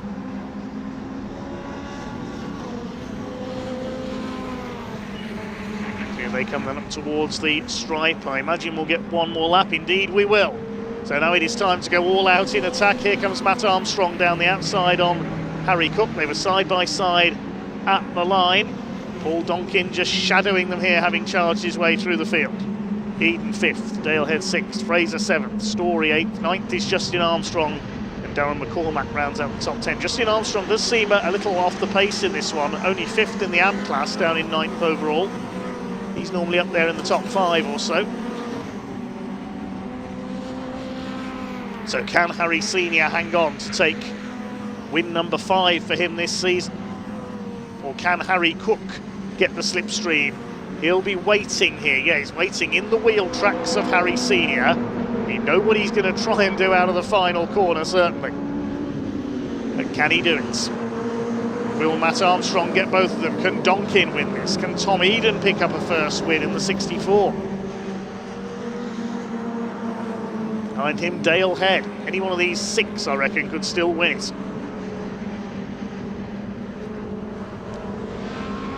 It's Harry Senior, the number 28. The man from Berkshire, just about holding on to his lead. Are Armstrong and Cook getting ready to zap him coming out of Luijendijk for the final time? Here they come. Clock has counted down to 0. The checkered flag is awaiting them. Has Harry Senior done enough for the victory? Championship leader Matt Armstrong back in 3rd. They are still fairly close bunched up there, so we are going to see some attempts to slipstream here. Let's see what's going to happen as they come towards the flag. Matt Armstrong up the outside, Harry Cook jinks out of the slipstream. It's almost a 3-wide finish, but Harry Senior gets there. Harry Senior wins it by 41 thousandths of a second, and Harry Cook is denied again. He's thinking, what must I have to do to win a race? Matt Armstrong is 3rd, the top 3 covered by 0.107 of a second. Paul Donkin, a fine drive by him through from last on the grid to take 4th after those problems yesterday. The AM class was won by Dale Head. He's just beaten Tom Eden on the line by 5/1000ths of a second. Craig Story third in AMs. Justin Armstrong struggled a bit in that one, only down in 9th position. So it's the two Harrys, 1 and 2 on the podium then. Harry Senior 41/1000ths ahead of Harry Cook at the line. Matt Armstrong completing the top 3. Paul Donkin, brilliant drive through for 4th. Then Dale Head rounding out the top 5. Tom Eden in 6, just losing, only just losing by 5/10ths of a second. The AM class win to Dale Head. Then Craig Story, Chris Fraser, Justin Armstrong down in 9th. Darren McCormack completing the top 10. That's Hall, Monks, Farmer and Curtis. The final finishers Kendall, Metcalf and Welch. We lost Harry Landy into the gravel, and also we lost Aaron Head while fighting for the lead. Our cars heading round towards Parc Fermé. Next up on the programme, it is the Bilstein Caterham Roadsport Championship for their second race of the weekend and of today. Charles Harris going for his double there. He'll be on pole position with the results of race 1 deciding the grid for race number 2 in Roadsports.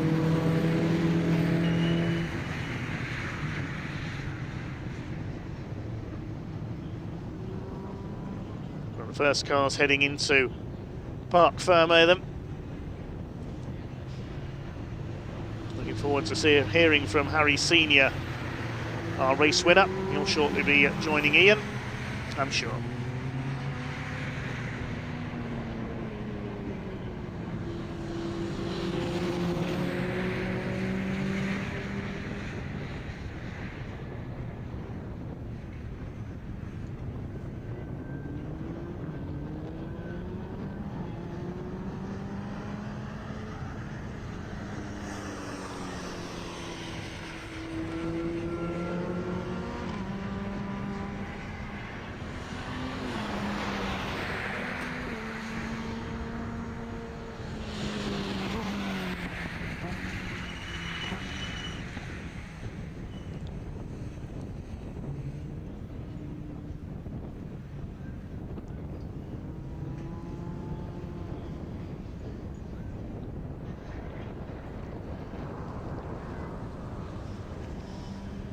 Few cars just being held there while the course vehicle makes its way round. Looks like the track sweepers heading out onto track. That's why they're being just paused there behind the van. And I think we can now hand down to Ian in Parc Fermé.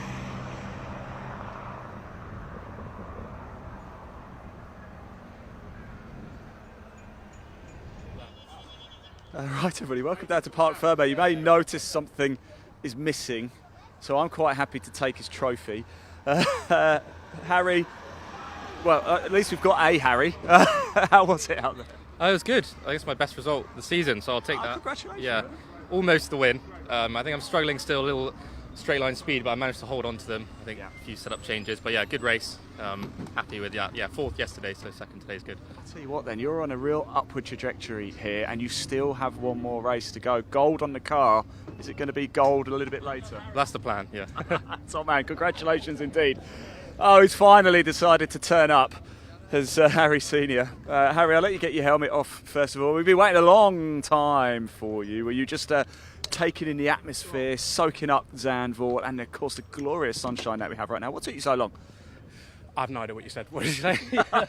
Why? What took you so long, Harry? We've been waiting ages for you. I know. I was hoping I'd see you. You're hoping I was gone, more like. Oh my God. Yeah, what a race. That was epic. It always is, isn't it? It always is. I was just talking to Harry Cook. He's getting pretty racy now, isn't he? Harry's come a long way, you know.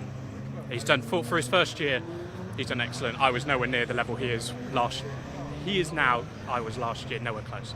Yeah, that was epic. Shame about Aaron, something seriously leaking out of his car. No idea what, but almost caused a massive collision into turn 1 when it started because suddenly none of us had any brakes. But yeah, that was epic. Epic. See, it means a lot to you, and of course you've been involved in caterings for a while now. You've come through the ranks, really, haven't you? And where does the 7s right? We know they're top of the table, aren't they? They are the fastest ones out there. Do you enjoy it more than the other ones? It's a different challenge. You know, these cars drive quite differently to the 310s or the 150s and the grads, which we used to do. Yeah, it's a different kind of machine, but same basic principle. Just as fun, if not more so. A little bit more scary. That's kind of the main difference. I've kept you long enough, Harry. Go enjoy Thank this. you, Well mate. done, mate. Hopefully see you a little bit later as well. I just want to give a mention. Dale Head, of course. Is Dale? Dale, there you go. Great. I've got you down as the AM winner. How does that feel? Great, yeah, brilliant, yeah. What do you make of Zandvoort? Brilliant, it's an excellent track, great for the Caterhams. Really, it's a great flowing circuit. The only place where you're really, in the toe is down the straight. So What's it like though when you go around that banking? What is It's it? great. Really The do you like taking a high line? Yeah, take a high line. Yeah, it's definitely a high line in there. Yeah. Anyway, Dale, congratulations, buddy. More Super. racing a little bit later Thanks for you, very so don't rest too much, of course.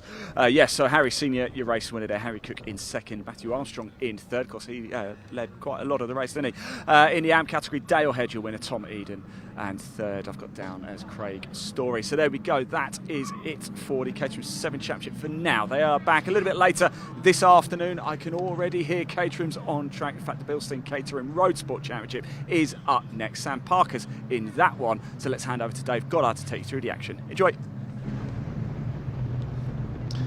Thanks, Ian. Yes, the cars, in fact, already on their green flag lap for the second race of the day, the final race for the Bilstein Caterham Road Sports Championship. Race 1 was a tale of two Harrises, the two brothers swapping the lead throughout in our opening race. Looking at the winning margin for that one, Charles Harris beat brother William by 16 thousandths of a second. Will it be closer this time? Well, Charles is on pole, number 96, 14 William alongside. Second row, 86 Craig Evans and 33 Brian Thornton. So the grid for this one based on the results of the earlier race. Row 3, 88 Luciano Caruso and 12 Alistair Morton. Great drive by Luciano earlier on, his best result of the season. 17 Dan Crawley and 42 Scott Helm, the championship leader, make up row 4.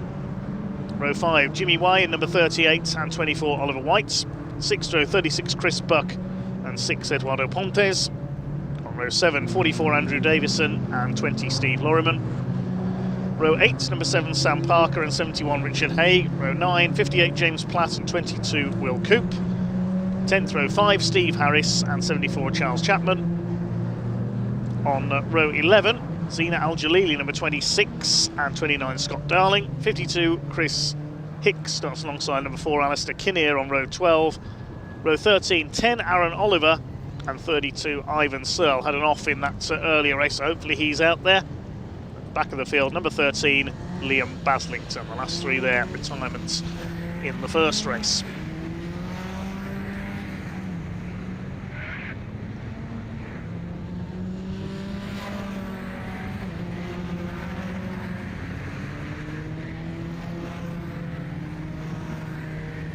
This will be another 20-minute race.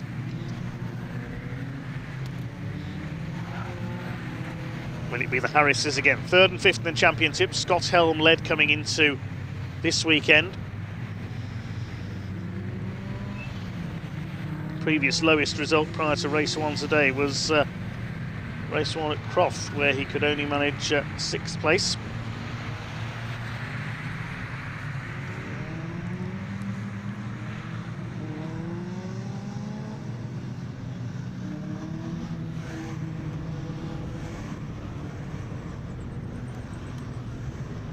Big field with 27 cars out there for this one. This is going to be another cracker from the Caterhams.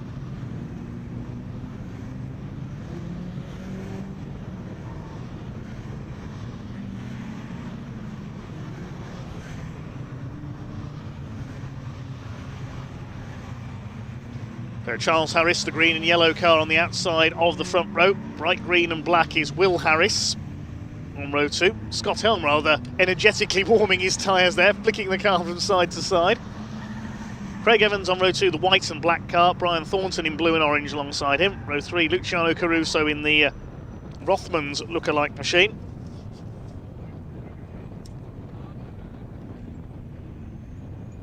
Lines up on the third row. He's alongside Alistair Morton, the dark grey car with the orange stripe down the centre. Green flag waves at the back of the grid. So can anyone stop the Harrises from the front row here? Red lights are on for the Bilstein Caterham Roadsport Championship. We're underway. The Harrises get away well from the start. It's going to be Charles who leads the way. Craig Evans is going to try and split them here, and he's done so. Will Harris has to slot in third place. Charging up the inside, that is Scott Helm, the championship leader, making up at least one place. They make their steady way into the first corner at Tarzan. Chris Hicks at the back of the field there in the 52 car. But it is Charles Harris who leads from Evans. Will Harris third. Fourth place is Caruso. Fifth, Thornton. Looks like Dan Crawley in sixth position as we start to get the race settled down. Now, is that Scott Helm up in a seventh? I think it is. That means that Alistair Morton has lost some ground off the line. So they charge their way through Shevlak for the first time.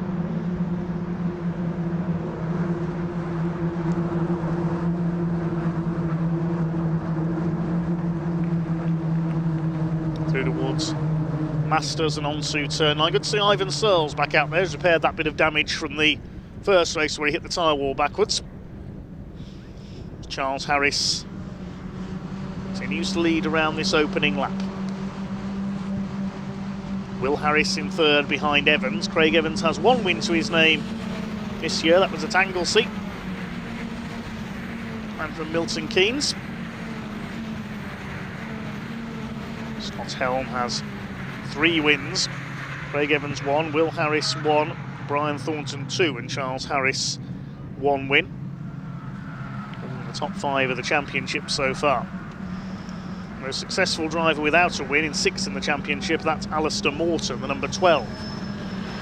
There's the number 10 of Karen Oliver coming through from the back of the grid, of course, after those problems in the first race. So here we go then, the slipstreaming battle is joined. Here comes Will Harris to the inside from third place. Can he take the lead away from his brother Charles here? They're side by side. Also up there, Caruso and Thornton trying to make it 3 wide nearly into Tarzan. Let's see what order they come out in at the other end as they head up towards Hugenholtz. Will Harris is into second place. Didn't quite managed to steal the lead away from his brother there. It's Charles and Will Harris who run 1 and 2. Caruso under fire from Thornton. Looks like Dan Crawley is up into 5th position. He's running well. 24 of Ollie White under fire from Chris Buck in the 36. Caruso had a little look there at Shevlak down the inside. Andrew Davison closing up on Sam Parker in the 7.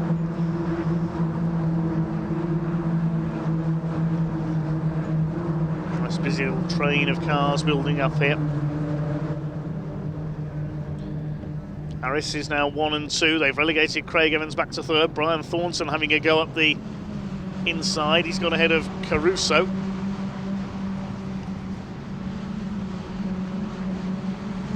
Scott Helm in 8th place behind Crawley, then in 9th position in the blue and orange car. I think that's Jimmy Way. Make their way out of the complex for the latest time.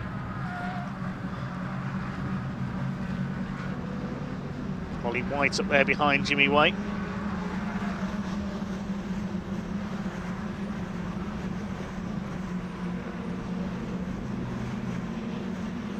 Four minutes gone. It's a 20-minute race. The Harris brothers are going to start swapping places for fun. Now they're back at the front. Will goes back to the front in the number 14. Evans still third, then Thornton.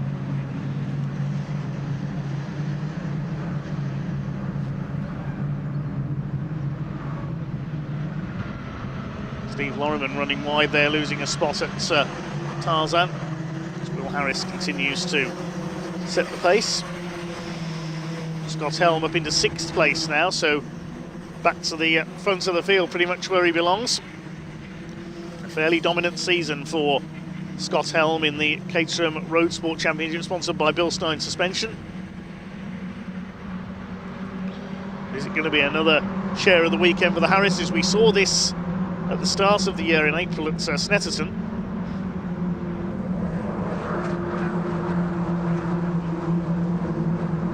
There's number 12, Alistair Morton, staying ahead of the 36 of Chris Buck. So Morton started well, but has dropped back to 10th. Swing their way through turn 10. Once again, that bright, almost acid green and black machine of Will Harris out in front.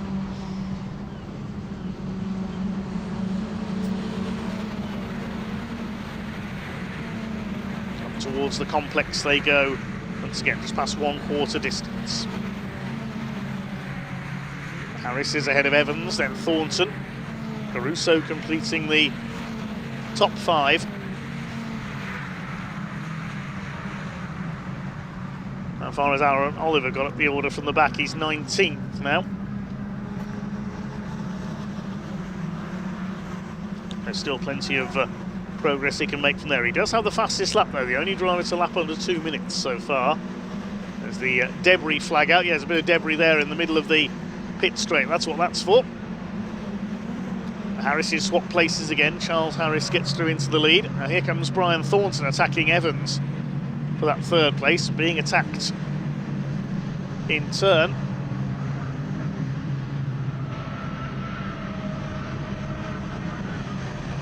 Here come your leaders. Charles Harris has got the lead back again. Just swapping places for fun, exactly as we saw in race 1 for the Bilstein Caterham Roadsport Championship. Somebody up very high there through the banking section. Let's see who it was. Here's number 20, the Union flag car of Steve Lorriman. He's got the 6 of Eduardo Pontes on his tail. Sam Parker behind them.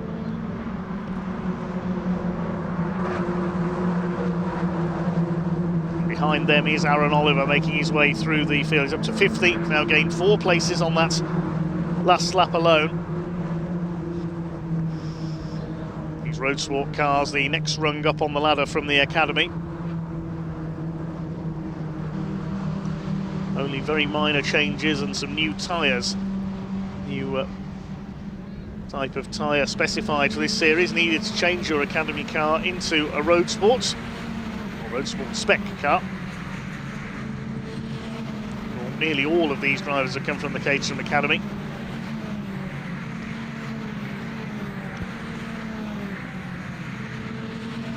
Charles Harris from Will Harris. 3rd place is Craig Evans.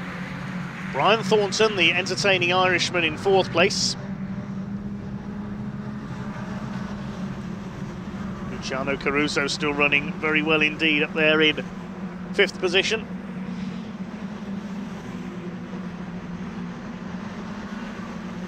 It's 0.02 of a second between William and Charles Harris as they cross the line that time. And Parker's going to have a look at the inside there of Lorriman in the 20. Pontes side by side with Aaron Oliver as well. Interesting little sort out here at Tarzan.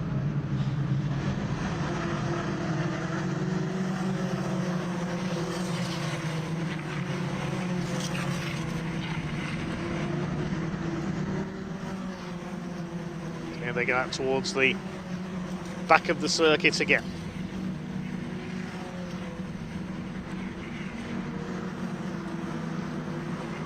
Craig Evans through into 2nd place there at Tarzan, ahead of Charles Harris. So the Harris pairing are split, and Caruso's up to 4th as well. So plenty of change at the front of the field here. Brian Thornton with the white wheels trying to fight back. Scott Helm, the championship leader coming into this weekend, is on their tails. He needs a better result here. Thornton leans on Caruso there, so Helm could get past both of them with a bit of luck. Up there on the outside of Caruso. Dan Crawley tucked in behind them in the dark green car with the Dayglow yellow flashes.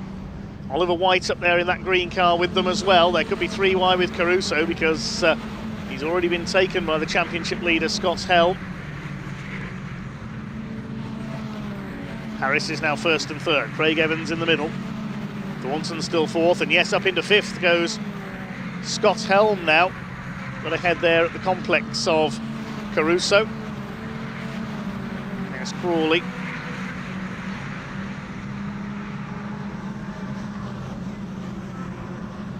So we're at half distance then, coming through to complete lap number 5. Across the line they go. Who's going to start the fan out? It is Charles Harris who's going to move to the inside. He's going to try and retake the lead. Craig Evans is going to have a go at the inside as well. The second group, Thornton and Helm side by side. The rest of them steam through behind them. Now looking in the background there to see who's got the lead. I think Craig Evans has taken the lead in the 86 car. Pick them up at Hugenholtz. Yes, indeed he has. It's the white car that shows in front then from William and Charles Harris. Fourth, Brian Thornton. He's going after the 3 leaders here. He's had enough of the midfield battle. He's got his foot down. And he's going after our top 3. Fifth behind him is Caruso, but he's under fire from Scott Helm, the points leader.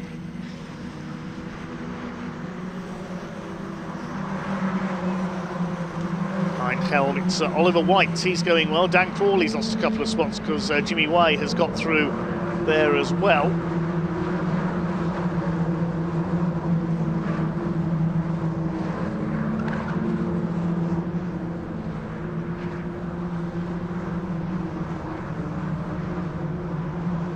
Craig Evans out front then, looking for his first win since the opener at Anglesey. Will Harris looking for his first win since round 2 at Snetterton. Are we going to see the win shared between the Harrises as we did that day in Norfolk? Took their first ever motor racing successes that day. Graduates of the Caterham Academy. Oh, the leader's run wide. He's clipped the tyre barrier. What's happened there? He's held the lead, but he's taken the rear wheel arch off the car. I don't know if there was any contact there. I don't think there was. But now Will Harris can sense his chance to take the lead. And the Harrises are going to try and go either side, I think, of Craig Evans down the pit straight here to take the lead. He lost momentum as a result. Look at Brian Thornton up there as well, trying to go through the middle. Now surely they're all going to go up the inside of Craig Evans here. Looks like Will Harris is going to take the lead. Indeed he does. Evans is on the high line through turn 1 at Zandvoort, and he's going to be swallowed up into the pack here. So the complexion of this Caterham Roadsport race changes. Let's see what he did here. Just ran in too deep there, slid a little bit wide and bash into the tyre wall. Thankfully not breaking his suspension. So Craig Evans is still there in second place behind Will Harris. Brian Thornton's up to third ahead of Charles Harris. Up towards Shavelink. Scott Helm still lurking in 5th place ahead of Caruso. Ollie White going well in 24 in 7th place. It's Jimmy White. Dan Crawley and Alistair Morton round out the top 10.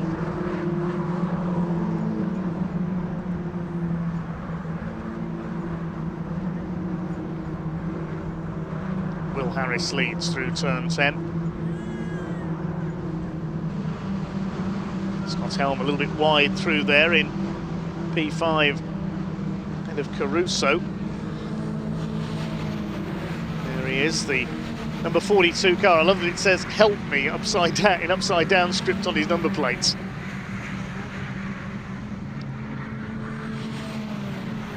Can Will Harris hang on? Just over 6 minutes to go, so plenty can change as yet in the Bilstein Caterham Roadsport Championship race number 2. Their final race of the weekend, of course, just 2 races per meeting for Roadsports.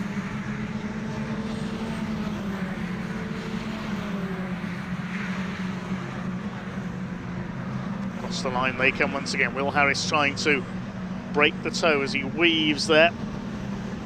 Everybody else behind follows him. It's a conga line down into Tarzan.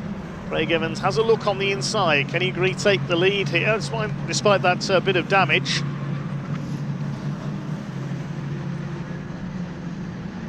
There's a battle further back. Eduardo Pontes, Steve Lorriman, they've been together all race long, and the number 7 of Parker in behind them. Will Harris has held his lead ahead of Craig Evans. Brian Thornton now up in 3rd place ahead of Charles Harris. Charles' chances of a double looking slightly remote unless he can do something special on the last couple of laps.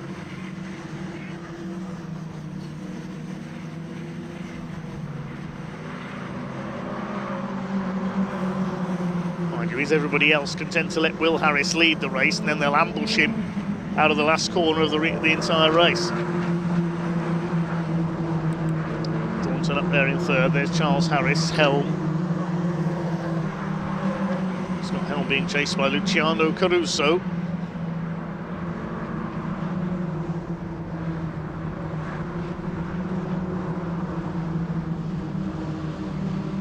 And the next group headed up by Jimmy Way. Gap is coming down, I think, between 6th and 7th. He has only 1.28 seconds in it now before it's an even bigger battle at the front of the field.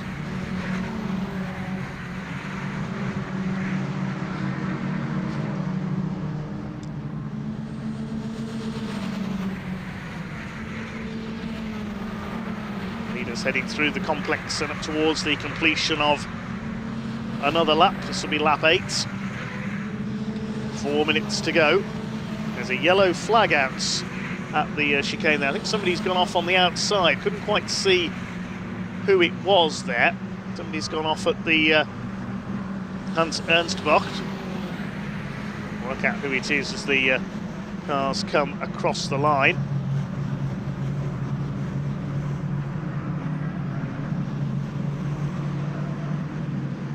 There's the three-way battle, Eduardo Ponzo. It's William Coop hasn't come through, and also James Platt. Coop comes through now, so he was delayed, so it's James Platt, number 58, who's gone off.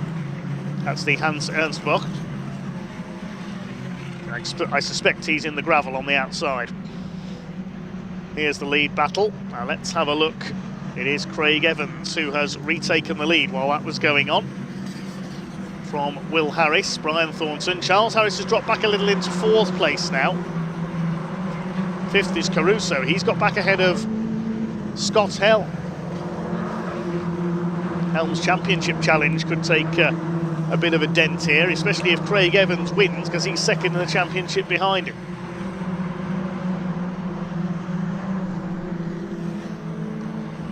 Scott Helm came into this weekend some 17 points clear in the championship of Evans, Will Harris and Brian Thornton. Last thing he wants to see here, Scott Helm, is all his main title rivals ahead of him in the results. 2.5 minutes to go.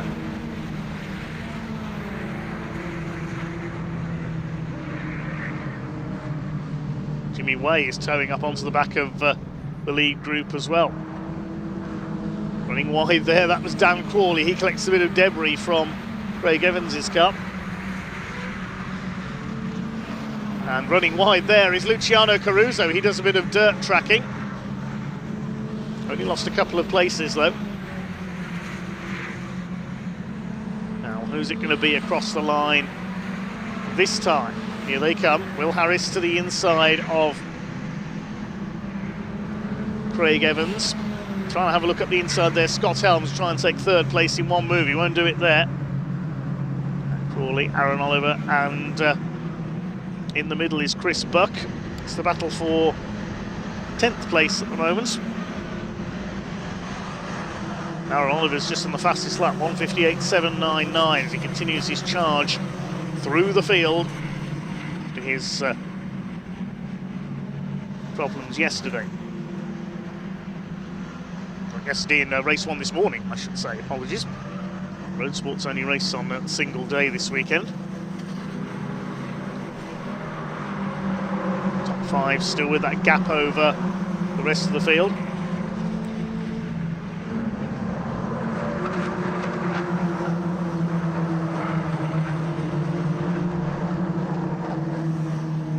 At the inside, Oliver White there, the 24, attacking Jimmy Way. That's the battle for 6th position. 3 wide further ahead. Brian Thornton almost caught in the middle there for 3rd place.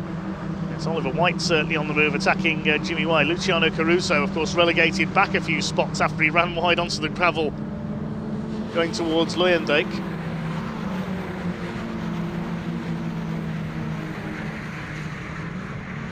Two lockups there at turn 10.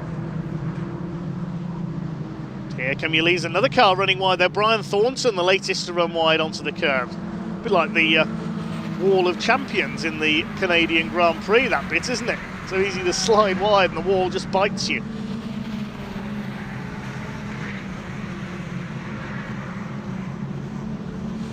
come your leaders. Will Harris, the checkered flag is at the ready. The clock has counted down to 0. They're not going to be able to slipstream him. Will Harris makes it a double for the brothers. Evans second, and I think Brian Thornton just held off Scott Helm for third. Indeed, he did, 27 thousandths of a second. Well, such an absorbing battle. I didn't notice that the clock had already counted down. There's more cars battling to the line. Steve Lorriman side by side with Sam Parker, also trying to pull round the outside of Eduardo Pontes. Those three had been together all race long, and Parker got there for 13th place. 21 thousandths of a second, covering 3 cars.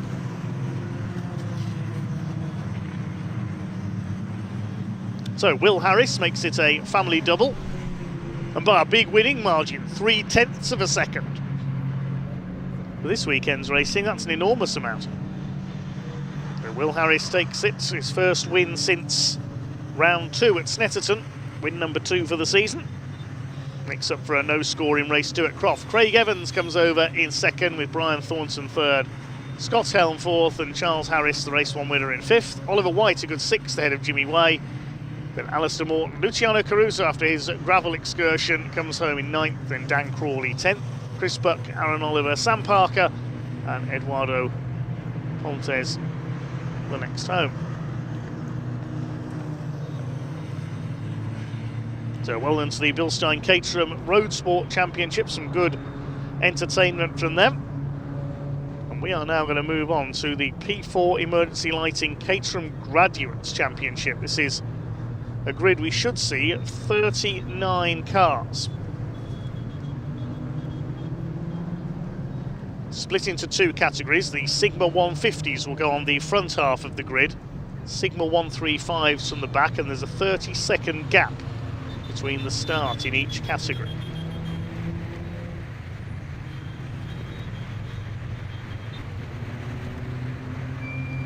Sizable grid of cars to give you.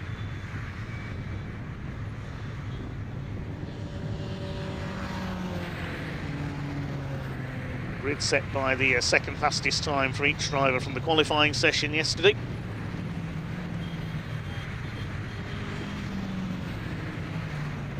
Cars pulling into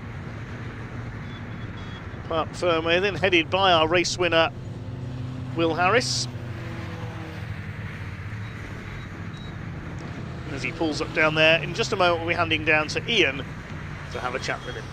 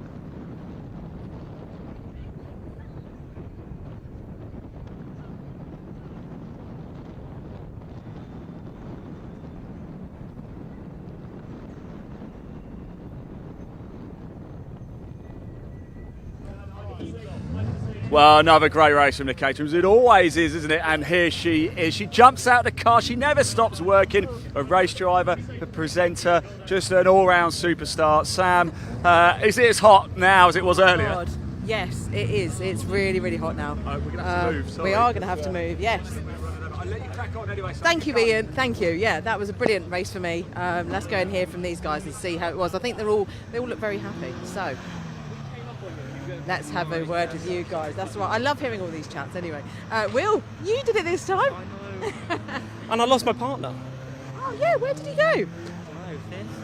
So, I don't know, I was getting a bit worried at one point, but I managed it. I think Craig came off, and I think he must have got some damage because his pace was a little bit off after that. So, I was leading last lap, got a bit worried, but I was fast enough, so I got it.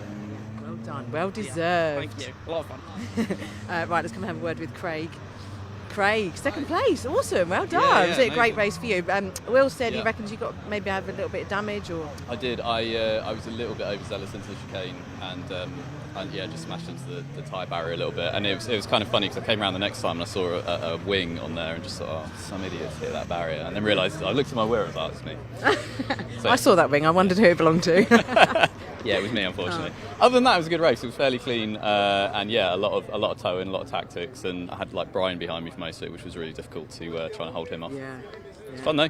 Excellent. Well done. Thank you very much. well deserved. Where is Brian? He is over here. Now, we always like a Brian interview, don't we? Oh, We yeah. always like it. Third place, you must be having that from fourth. And it's my birthday. Is it your birthday today? So Happy present for me. birthday! Yeah, they're a really tough race. So tough. It was a big battle with Craig and Charlie, and then Scott came into the mix, and then Will dropped back, and it was just hell for leather, but great crack. Just, yeah, class. Yeah, really good crack.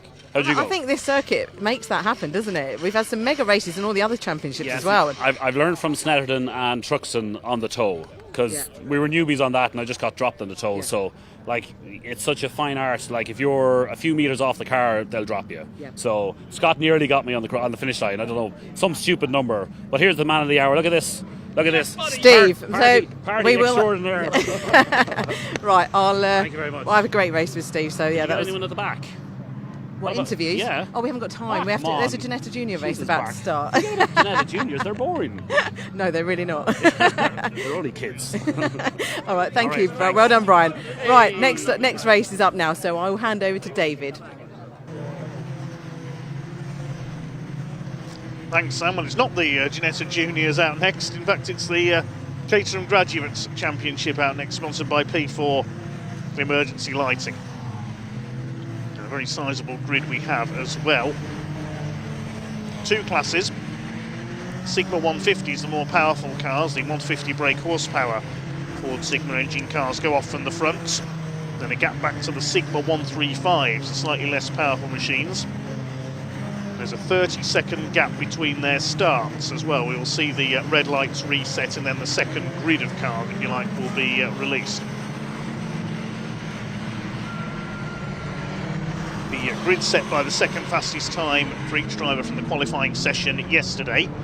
We have got a few guests from our other Caterham Championships who are racing with the graduates this weekend. So let's take a look at the grid then. It is James Emson, who we saw out in the 310Rs earlier on, who is on pole for the Sigma 150s alongside 99 of Max Haynes. Row 2, Paul Goldstein in number 150. So we've seen him already today as well. There is the gold car alongside number 13, Miles Clarkson. Row 3, 118, Will Stillwell, and 83, Jonathan Ems in the orange car. And row 4, number 7, Rob Warner, the managing director of P4 Emergency Lighting, and 36, Toby Clues. 196, Peter Mott, and 121, Harry Kramer on row 5. Harry Kramer, one of the favourites for the Sigma 150 title this year. Row 6, we have 50, James McCall, and 94, Stefano Mara. Row 7, 112, Andrew Whitton, and 15, Kim Raymonds. On the 8th row, 144, Charles Elliott, 33, Gareth Cordy. And behind them, 169, Paul Vokes, and 62, David Hewitt. Then there's a gap, and we've got the Sigma 135 grid on pole there. Number 18, Paul Oglesby, alongside 78, Nick Heighton. Behind them, 51, Harrison Cavers, and 77, Giles Derry.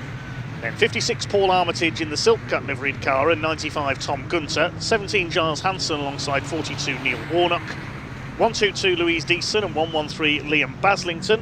119, Andrew Sagar. 163, Russell Gunter. 14, Sean Krellin from the Isle of Man alongside 54, Michael Munns. 104, Neville Sykes, and 155, Simon Martin. 711, Stephen Trinder. 12, John Hood. The penultimate row, 93, Rob Appleton, and 57, Simon White. And right at the back, watch out for the green machine of 49, Tom McEwen. He's had to start at the back for both races for a part Ferme infringement after qualifying yesterday. And yesterday in race 1 in Sigma 135, he came through and won.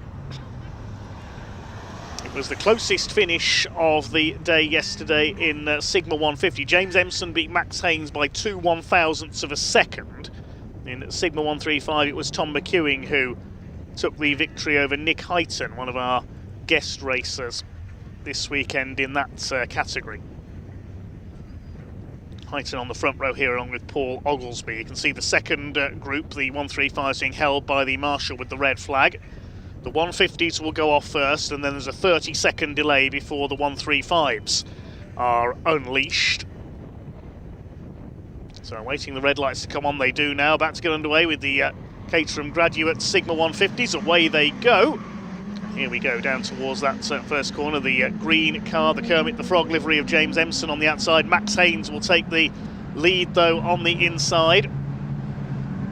Now we await the Sigma 135s to be unleashed 30 seconds later. The front row for them, the green car of Paul Oglesby on the outside. Alongside them, Nick Hyton, the black car with the blue and white flashes. The leaders overall are up as Hugenholtz, and it is James Empson with the early lead.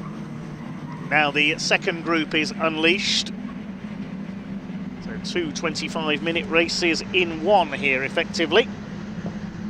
Towards the first corner, it is Paul Oglesby who has got the lead. Coming up on the outside is Harrison Cavers. So we've got three of our guest drivers out in front here, setting the early pace.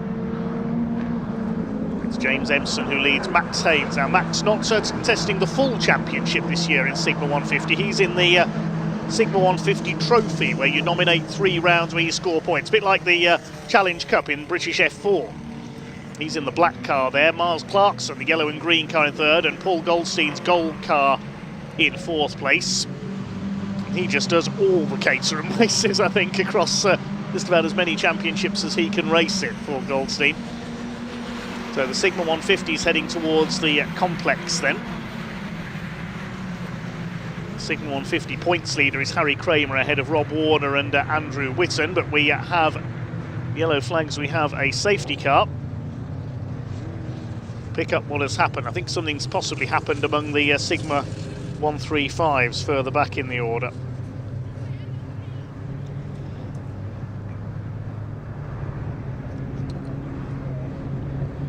So the pack slows up then. Ah, there's what's happened. Now, who's that? Can't quite see a number on that car. Is that Tom McEwing? It's the right colour for the 49 car. It was starting from the back of the grid, so safety car will lead them round. We'll confirm that in a second. That looks a little like Tom McEwing's car to me, yesterday's winner in Sigma 135.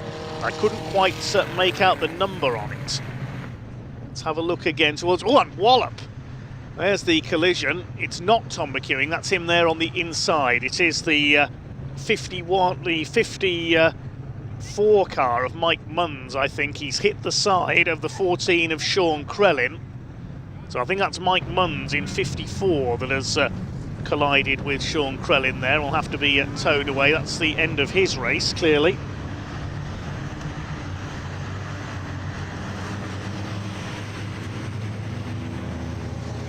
That car will be towed away by the pickup truck. It's the Packer led around the outside by the safety car.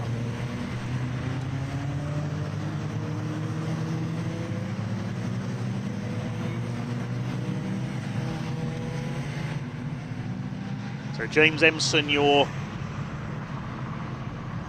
overall leader so far. Lost Giles Hansen, number 17, into the pits as well. One car didn't take the start. That's Liam Baslington, number 113, has had a problematic weekend.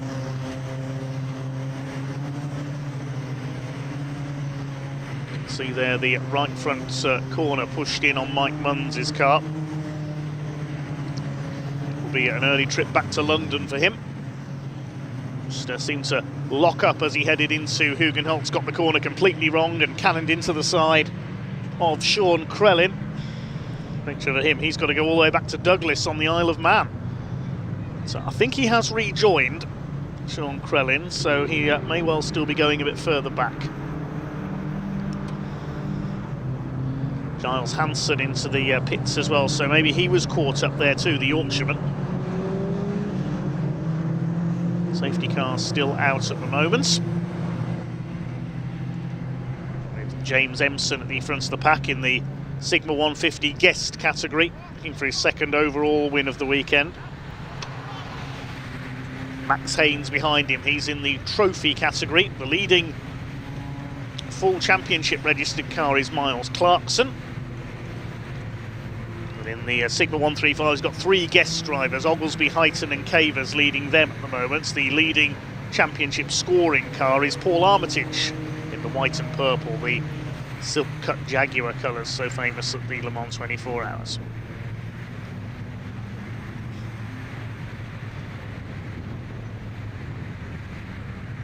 Yesterday it was Paul Goldstein who was the top full championship car in Sigma 150.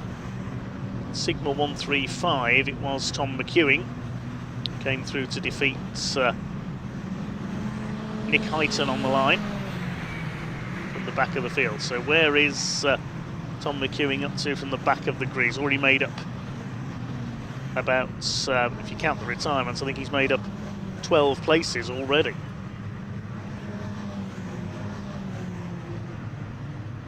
28th place overall.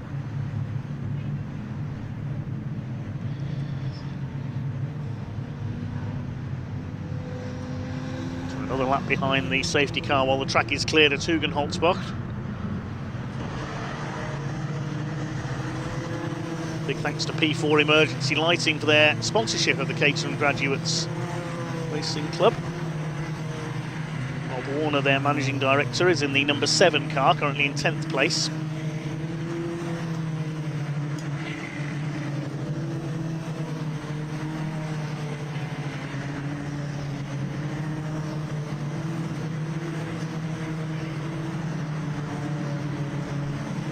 Championship dates back to 1998, the Caterham Graduates. Founded by a group of racers who took part in the Caterham Scholarship the previous year. It was then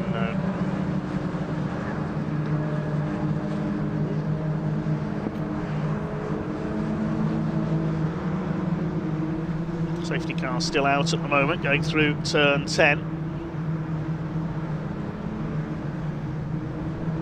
Last year it was Jamie Elwood who won the Sigma 150 title. Paul Goldstein has been a champion as well in Sigma 135. He's moved up to Sigma 150. Safety car will be coming in on this lap. So ready to go racing once again. There'll be about 17 minutes left for the P4 Emergency Lighting Caterham Graduates Championship plus guest drivers. It's a guest driver, James Empson, who leads the way. Max Haynes in second. Miles Clarkson in the green and yellow in third. Ready for racing to resume then. Here we go then. Safety car into pit lane and the pack about to be unleashed. What's going to happen as they come down line astern towards Tarzan? Max Haynes is going to go for the lead up the inside. Look at Will Stillwell, the black car with the yellow cage up the inside as well. Haynes is going to take the lead on the inside. Paul Goldstein there in 4th place. Stillwell up to 5th ahead of Jonathan Ems in the orange car. And the Sigma 135s will have closed up onto the tail of the Sigma 150s now, of course, with the safety car having bunched everybody up. So Max Haynes, the 99 it is, who takes the lead. Accomplished sim racer as well. I've commentated on him in a couple of sim championships. James Empson in the Kermit the Frog car trying to fight back on the inside. The 310R championship regular. Miles Clarkson in 3rd place, then Goldstein in 4th. There's Harry Kramer leading the points in Sigma 150 at the moment. Sigma 135 is led by Tom McEwing. Keep an eye on him coming through the field. Miles Clarkson cuts to the inside at turn 9. Can't make any progress past James Empson though, as Haynes leads. Harry Kramer's had a quiet weekend so far. Didn't go too well in qualifying for him. Pick up the 150s when we can. Still leading now, it's Nick Heighton and Paul Oglesby, with Paul Armitage the first of the championship regulars behind him. Now the chicane, the complex as we call it, it's a little bit bigger than a chicane. There's 118 Will Stillwell in the DPR Motorsport car. Harry Kramer puts 2 wheels under the dust. That could allow Toby Clues in the car with the purple cage there to attack. Swing their way through the banking. Here we go down the straight then, 3 wide further back in this group. Rob Warner going for the inside, but James Empson is going to retake the lead. He's got the move done. Paul Goldstein goes through into third past Miles Clarkson. And Will Stillwell in behind them. We'll pick up the Sigma 135s as they come through now. And here's the battle for the lead. It's Harrison Cavers and Nick Heighton together. And there's Paul Armitage on their tail, the silk cut Jaguar lookalike, the white and purple with the yellow wheels. Paul Oglesby has dropped down to 4th. He started on pole in that division. Harrison Cavers and Nick Heighton having a busy weekend. Couple of our doubling up drivers, as is Paul Oglesby. He's got Giles Derry, number 77, one of the drivers fighting for the Sigma 135 points lead behind him. But where is Tom McEwing? He's only a couple of places back on this little group. There was McEwing, we saw him in the background, the bright green car. Coming through towards Shivlak, it's Heighton who leads the way. There's McEwing, just flashing into shot in the background there. So he's already made short work of most of the midfield. He's just ahead there of, that's Neil Warnock in the number 42. As Harrison Cavers goes for the Sigma 135 lead up the inside, takes Nick Heighton out wide. And he's done it. Good move there by Harrison Cavers. There's McEwing. He's got the leaders in his sights in 135s. New fastest lap in Sigma 150 last time through for Max Haynes, the number 99. Yellow flags at turn 11 at the moment. That's I think coming down into the Hans Ernst box, so maybe somebody's in the gravel there out of our sight.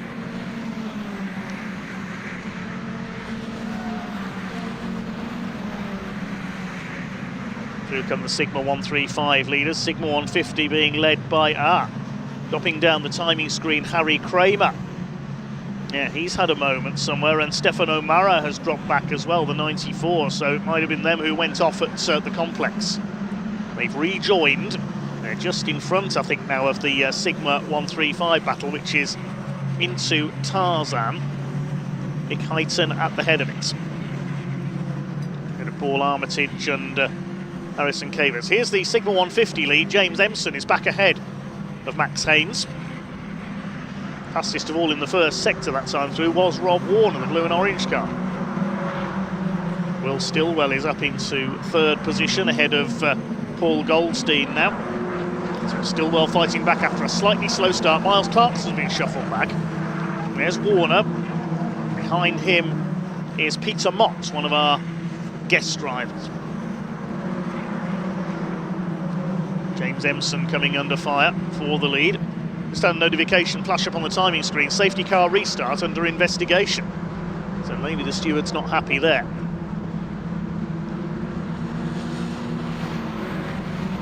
There's our Sigma 135 battle. There's Harry Kramer we just saw in the foreground, so it must have been him who went off at the chicane briefly.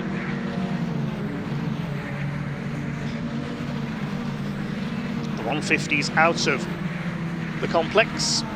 James Empson still in the lead. Rob Warner trying to attack Miles Clarkson. He's having a strong weekend, the number 13.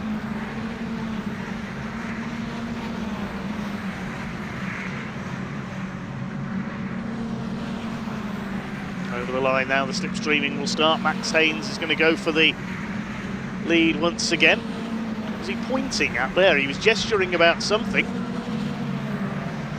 It's like he was pointing at his rear view mirror there. Is he telling somebody to use their mirrors perhaps? Battle is on for 3rd place. Max Haynes is just on the fastest lap, 1:55.837. He leads Empson. Now who's in 3rd? It's Goldstein in 3rd. Here are the 135s. And Nick Heighton about to lose his lead. Harrison Cavers has taken it up. Paul Armitage running well on the inside there of Nick Heighton. Looks like Giles Derry, yes, has got ahead of Paul Oglesby as well.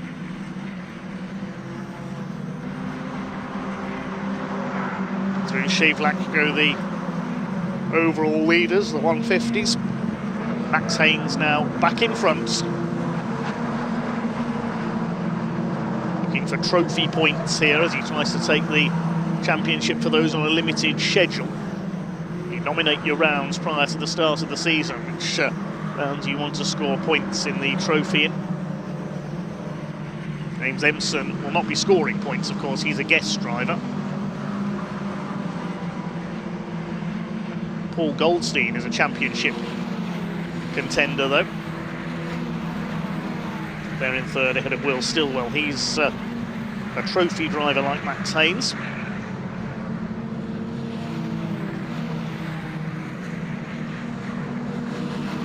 Behind them, Miles Clarkson is a full championship driver, as is Jonathan Ems in the orange car.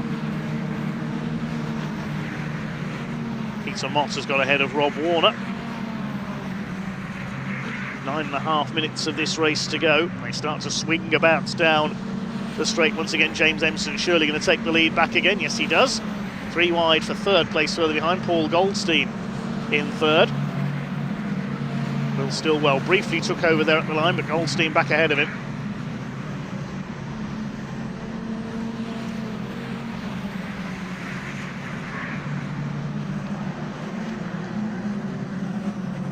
Armitage has taken the lead in Sigma 135, meanwhile ahead of Cavers, who now goes for the outside. This is great stuff in Sigma 135. Nick Heighton shadowing as they come through Tarzan.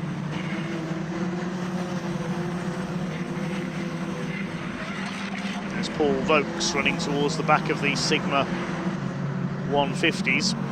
135's catching him up. There's a battle further back, 155, that's Simon Martin. Leading this group towards the back of the field, Stephen Trinder and Sean Crellin in there as well. So Crellin's still going after his earlier mishap when he was rather harpooned by an out-of-control Michael Munns.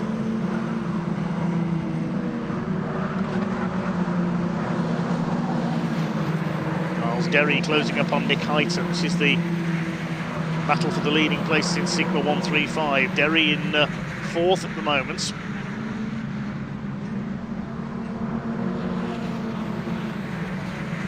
Making a move there through turn 10. Harrison Cavers still leads the 135s. Whilst Derry fighting it out with Tom Gunter in the 95, and Tom McEwing is catching them now. Progress checked a little by the safety car. Where is the 49 of Tom McEwing? He's in this group now, he's just got ahead of Tom Gunter. His next target is Giles Derry. The man he wants to get ahead of is Paul Armitage to get those maximum points in the category. Just over 7 minutes of this race to go. James Empson has retaken the lead, I can tell you, in Sigma 150. New fastest lap of 155.348.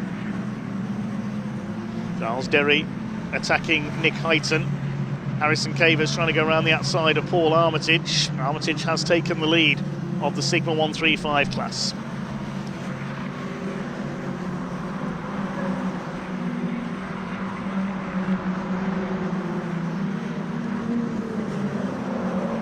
Empson continues to lead. Max Haynes are really pushing each other to go quicker and quicker around Zandvoort.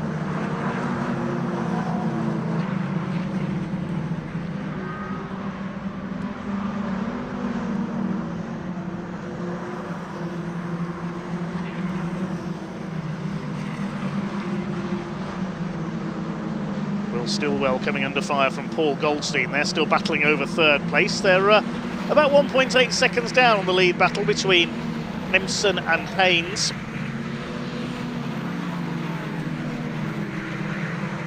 Up towards the complex once again. Miles Clarkson and Jonathan Ems behind them. Then next in the order now is James McCall, the turquoise car there, number 50. Through the banking at Luyendijk. McCall getting ahead of Rob Warner, and Peter Mott's behind him. Toby Clue's in there as well, I think. Across the line they go. James Empson still leads overall and leads the Sigma 150s with their leading championship scorer likely to be Paul Goldstein. 135s, Paul Armitage currently leads, but we'll wait to see what Tom McEwing can do. He needs to get ahead of Giles Derry and then Armitage for maximum points, Tom McEwing. Here are the 135s. Harrison Cavers up the inside. Paul Armitage won't mind too much. Nick Heighton nearly hit the pit ball there. Squeezed by Giles Derry.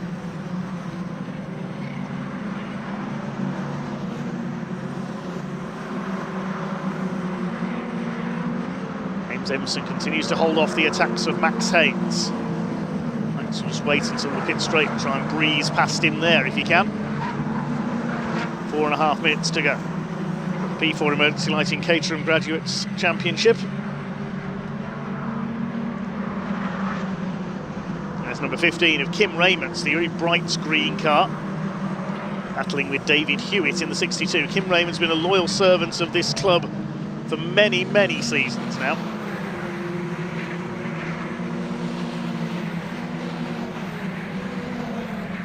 Bob Warner holding off Peter Mott.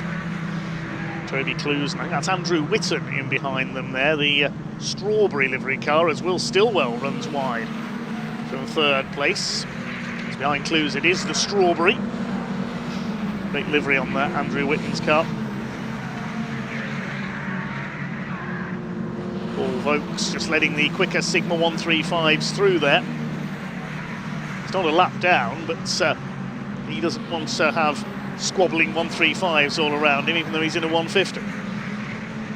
Harrison Cavers now leads the 135 split ahead of Armitage. Now, is that green machine, is that Tom McEwing or is that Paul Oglesby in third place?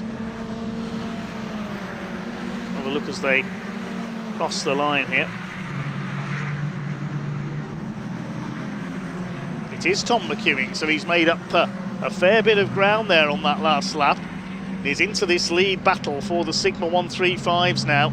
There is the number 49 ahead of Giles Derry. The one he wants to get ahead of, though, as we've said, is Paul Armitage, because then he'll be leading the championship class. He's got just under 3 minutes to do so. Meantime, here are the 150s at the sharp end of the field. This is the fight for third place, because James Ensign and Max Haynes have pulled away now. They're coming down the straight towards the complex.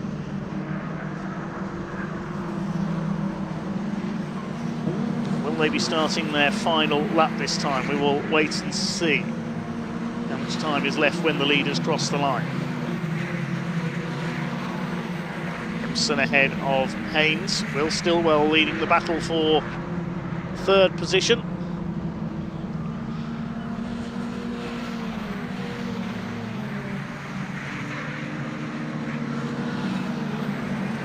Will Stillwell still hanging on ahead of Paul Goldstein now. Did the leaders cross the line in time?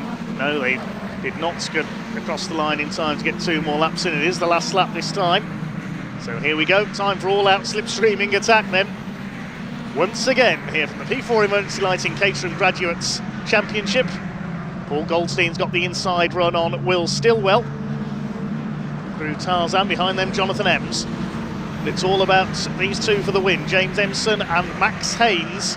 Haynes just content perhaps to sit in the slipstream of James Emson. He'll try and snatch the win. Remember, I think it was only 0.02 of a second in it yesterday. Here are the 135s. Paul Armitage leads them over the line. And Tom McEwing knows he's got to really attack here to try and catch him. On the outside of Harrison Cavers, then Giles Derry and Nick Heighton in behind them.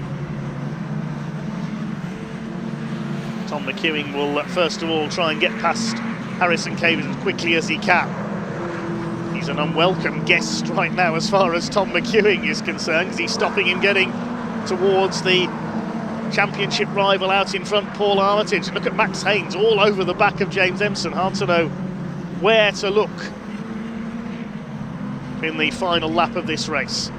Miles Clarkson having a go at Jonathan Ems. James McCall behind them. So who's it going to be then? Will James Empson hang on for a second overall win? Will Max Haynes snatch it this time? They had a literal photo finish yesterday.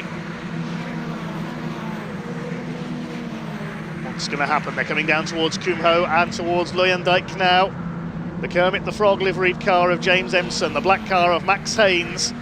Here they come then into the banking. Normally it's another Max we're used to winning here at Zandvoort. Can Max Haynes take a win? They're coming up towards the checkered flag now.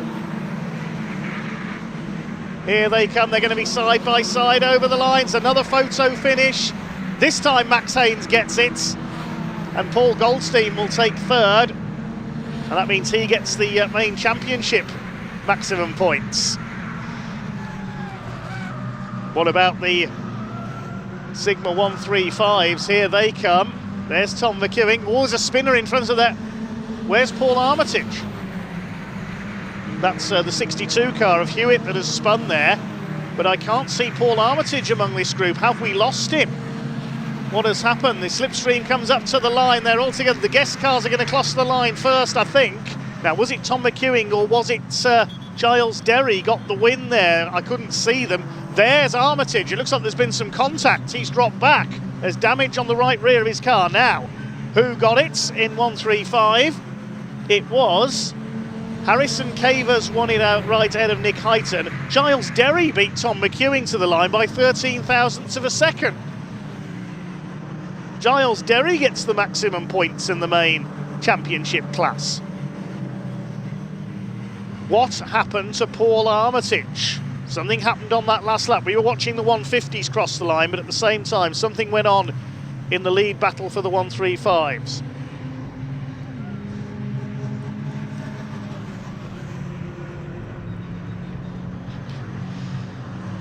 We'll try and see if we can find out what happened there, but it's the overall result. It is a win for Max Haynes ahead of James Empson by 0.095 of a second this time.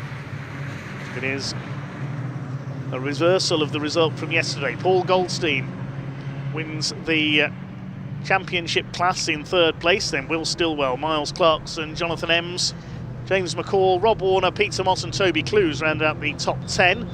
And in the 135s in 17th overall, Harrison Cavers and Nick Heighton finished 6 thousandths of a second apart for the overall 135 success, and 13 thousandths of a second apart just behind them were Giles Derry and Tom McEwing. That was incredible. About 3/10 of a second covered 4 cars.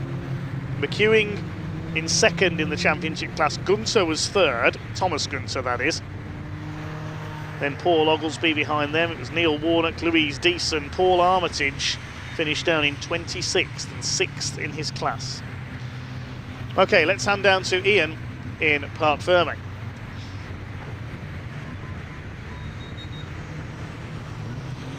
Yeah, here we are, everybody, in Parc Ferme. A very lonely Max Haynes at the minute. Paul Goldstein's all the way down there. I think James might be about to head back out again. So, Max, that's a little bit more like it, isn't it? That's what we like. That makes up for yesterday, doesn't it? Yeah, definitely. To be fair, I couldn't keep up with James, so I just played the tactical game, stayed behind him, used the toe. Yeah, I think I sat behind him for the last 6 minutes. I was like, I'm not coming past. It looked like, actually, Max, in sort of the first, after about halfway through, you and James were working together to sort of break away from Paul. Yeah, as soon as I saw the gap, we did it in the first race as well before the safety car came out. So we're on the same page until the end.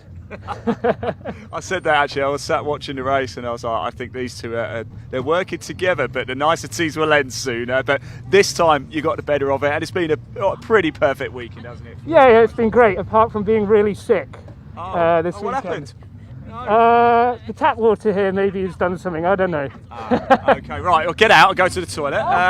There you go. Good stuff from Max. There's Gareth there as well. A big shout out to Harrison Cavers as well, who came. I wonder if we can find Harrison. We've got a little bit of time, although I do think the next race is heading out very shortly as well. Oh, there's Nick Heighton. Let's go talk to Nick. Sorry, Jack, to do this to you, because Nick came second. I make it in the 135. So let's just have a quick chat with him if we can. We'll make sure we don't run out. There's Giles. Hello, Giles. Nick, Great racing as always, isn't it, with Caterham's? You enjoyed your weekend? Where did I finish? I got you down as P2. Did I get done on the line by Harris? It was close. I saw him coming up like a missile. I love it when you guys I don't even know where I finished. I was going to grab another gear. I thought, oh my God, he's done. I tell you something though, I'm stood by your exhaust. I don't want to get any closer. My word. It's so warm in here. Go on, I'll tell you what, get out. Go on. Top man, Nick, thank you so much. Right, stay with us a little bit if we can. Let's just move further down because I just want to see whether the next race have gone already. It looks like there was a scheduled lunch break. If you do have the timetable in front of you, there was of course a scheduled lunch break for 30 minutes. Word from the marshals, I talked to him a little bit earlier, is that has now gone, although it does look like we've got a number of cars there, so we'll head on down actually. May as well, if we're happy, stay live with us and we'll take you for a little walk around the area here at Zandvoort. It is beautiful down here. This is the Parc Fermé area, the assembly area just off to our left. As you can see, they are gearing up for the Dutch Grand Prix next month. A lot of work going on at the circuit, a lot of temporary buildings going up right now. These grandstands here though, they're here all the time, so I don't have to worry too much about this. In fact, if we can, Jack, just turn the camera around. There's the main grandstand with the blue roof. That's there all the time. But those grandstands with the black chairs there just to the left, that's all temporary. That has all been put up.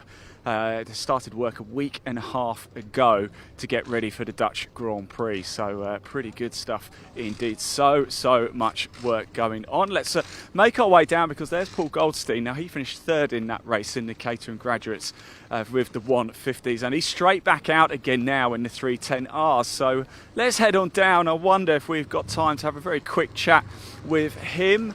Just going past, there's Rob Warner, who gives us a bit of a hands up. Unfortunately not the race he was hoping for in the last one with the Caterham Graduates Racing Club. Now we move back to the action with Caterham Motorsport, and let's go down and have a quick chat with Paul Goldstein. There's Harry Senior, of course, race winner earlier today. Look at that walk, that's a confident man, right? There's a race winning walk, that is from Harry Senior in the 7 Championship a little bit earlier today. And let's make our way down to have a quick chat with Paul Goldstein. I think they're going to be going fairly quick, but hang on, don't film this just yet. Paul's just getting comfortable in the car. Quick turnaround, Paul, for you, blimey. Quick turnaround, seat out, seat in. You got enough fuel? Different car. Oh, is it a different car? Yeah, different car. I had this other car over here waiting, so I just had to take the seat out. Wow, you are a prepared man, aren't you, indeed. Same suit though, it's a bit hot, isn't it? You're not a bit steamy in there? It's already wet, so yeah, it's going to get more wet. Right, we'll leave that there. Good luck. Thank you. Good luck. Let's move down a little bit further, shall we, as well. We've got Lars Hoffman, he's been a busy man. Charlie Lowe, I spoke to him a little bit earlier as well. Here's Philip Bianchi, he's had an eventful weekend as well. Can he get onto the top step of the podium? As is James Emerson, he's had a hectic weekend as well. Won, of course, yesterday in the Caterham Graduates, just second there, also in the Caterham Graduates, and of course he's been in plenty of action with Caterham Motorsport. We've got Richard here as well. I wonder if we could just maybe jump in underneath here. Guys, sorry chaps, can I just very quickly have a chat with Richard? You can bring the brolly back if you like. No, I'm joking. We're no divas here. But it is pretty warm today, isn't it, Richard? Yeah, it is. Saturn knees is not helping either. What are you expecting from this race? What can you do? Well, we'll wait and see. So my goal is just to try and move up 1 or 2 places, but we'll see what happens. Okay, well, we'll keep a sharp eye on you. Good luck. Enjoy Zandvoort, won't you? Thank you very much. And hopefully we'll see you in a little bit further up that way come the end of the race. Top man. We've got Peter Mott over there as well. It is almost time to go racing here for the Caterham's 310Rs. Final race of the weekend for them. Still plenty of action coming up, though. We do have another race for the F4 British Championship. We've also got another race for Ginetta Junior and more Caterham. Still a lot coming up. We're about to go racing back on track. Lunch break has gone here. It is wall-to-wall racing here at Zandvoort. Dave Goddard, back to you. Thanks, Ian. Yes, it is the Vertex Caterham 310R Championship next up. 13 cars out there in this one, and a partially reversed grid, similar to the way the British Touring Car Championship does it for race 3. And it's the draw was made, and the top 9 will be reversed from race 2. So Taylor O'Flanagan, the earlier winner, will start 9th on the grid, just waiting for the 54 car to be recovered there of Michael Munns. So the top 9 in reverse. It'll be Jeff Price, number 38, on pole position. Ben Lopez Appleton alongside him. Harvey Lawrence and Paul Goldstein will be on row 2. Paul swapping to his 310R. Identical looking car to his Caterham Graduates car, I have to say. James Empson back out. I think he just swapped the wheels and tyres over on the number 20. Charlie Lower, number 21, alongside him. Then Lars Hoffman and Philip Bianchi on row 4. Taylor O'Flanagan back on row 5 alongside Ryan Wilby. Then Gareth Lucas and Richard Coop on row 6. Peter Mott will start from the back.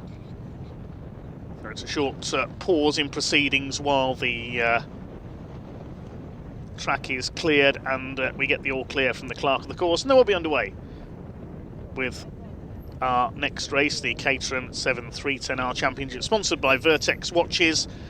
Let's see who we were able to catch up with a little bit earlier on.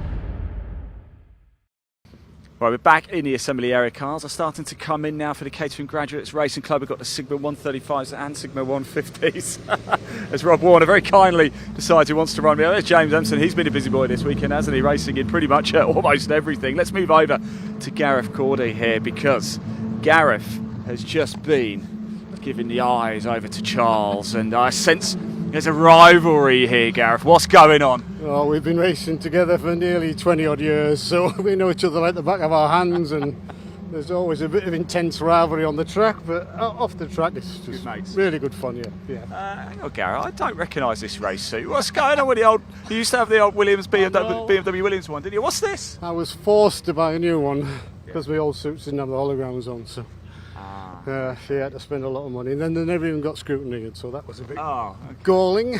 Never mind. Do you still have the suit? Are you going to keep it? Oh, I've still got it. I can still race it in the UK, so it's still valid at home. It's just not valid here. Okay, well, you look very dapper in this as Thank well. you very much. I prefer the other one. I do prefer the other one. Let's very quickly move over and make things up, shall we? That Gareth didn't say. Charles, I'll tell you, Gareth has been going in hard on you there. He really, really has. Have you got some words for him? Keep it clean. Well, you know, I think I only lost out yesterday because I slightly overcooked it and had to take the escape road at turn 1. So I'll be definitely trying to avoid that today and slipstreaming him down the straight and going past this time. Got a little confession here. He didn't say anything bad, actually. He said you're good rivals on track, good mates off it as well. That's what it's all about with Caterham. No, exactly. And, like, you know, whatever happens, Gareth, Kim, a few others, we always seem to end up on the same part of the track. So, and you know, we always have good racing. So that's what it's about, as you say. Charles, enjoy it. Thanks. I'm just trying to stir the pot. Ignore me. Don't worry about it. Right, here we go. Time to go racing for the Caterham Graduates Racing Club. The 135s and the 150s. A massive grid of cars, about 37 or so indeed. This is going to be brilliant. Dave, over to you.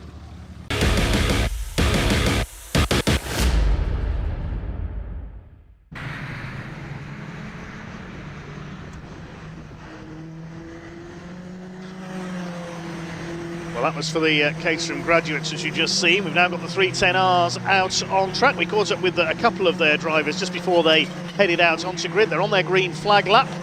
13 cars out there for this next race of the weekend. We've got 5 races to go. After this, we've got the Wera Tools British F4 Championship certified by FIA, race 3 of their weekend. Then it's the Edge Caterham 7 270R Championship, the Dutch Barn Vodka Caterham 7 Championship UK, and then the Ginetta Juniors will close out our programme here at Zandvoort. We're back in action on BARC TV in a couple of weekends' time, where we're at Donington Park for Convoy in the Park, British Truck Racing Championship will headline there, along with the International Truck Super Prix, Brick Car Endurance and plenty more. It's all coming up here second weekend in August the 9th and 10th. From Donington Park here on BARC TV. So the cars head round, ready for the final 310R race of the weekend with the partially reversed grid. Jeff Price, one of our AM drivers, will be starting on pole position. Let's see how long he can stay there. And Lars Hoffman make it another win from back in 9th on the grid. Managed a reverse grid win at Thruxton earlier this season in race 3, and at Anglesey and at Croft he's had reverse grid wins. He's currently on a streak of 6 wins in a row in this championship.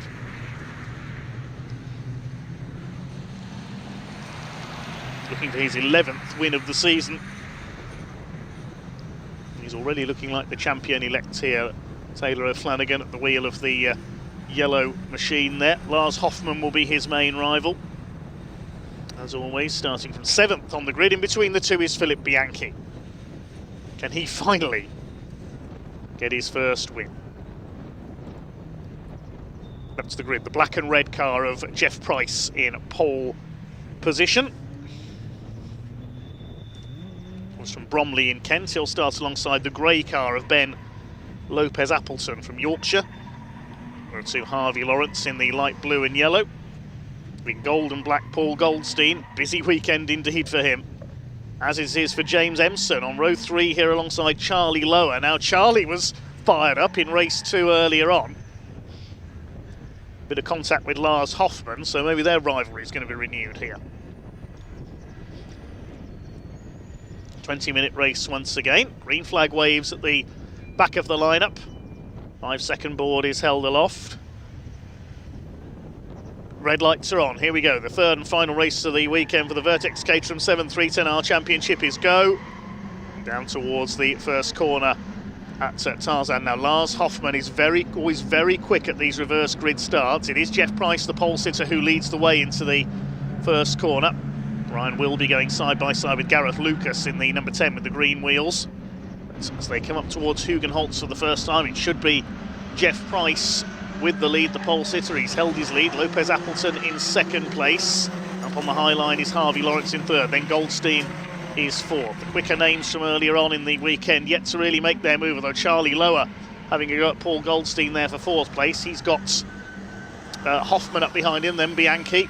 James Empson hasn't made the best of starts, so he's dropped behind Taylor O'Flanagan. But it is Jeff Price who leads the way.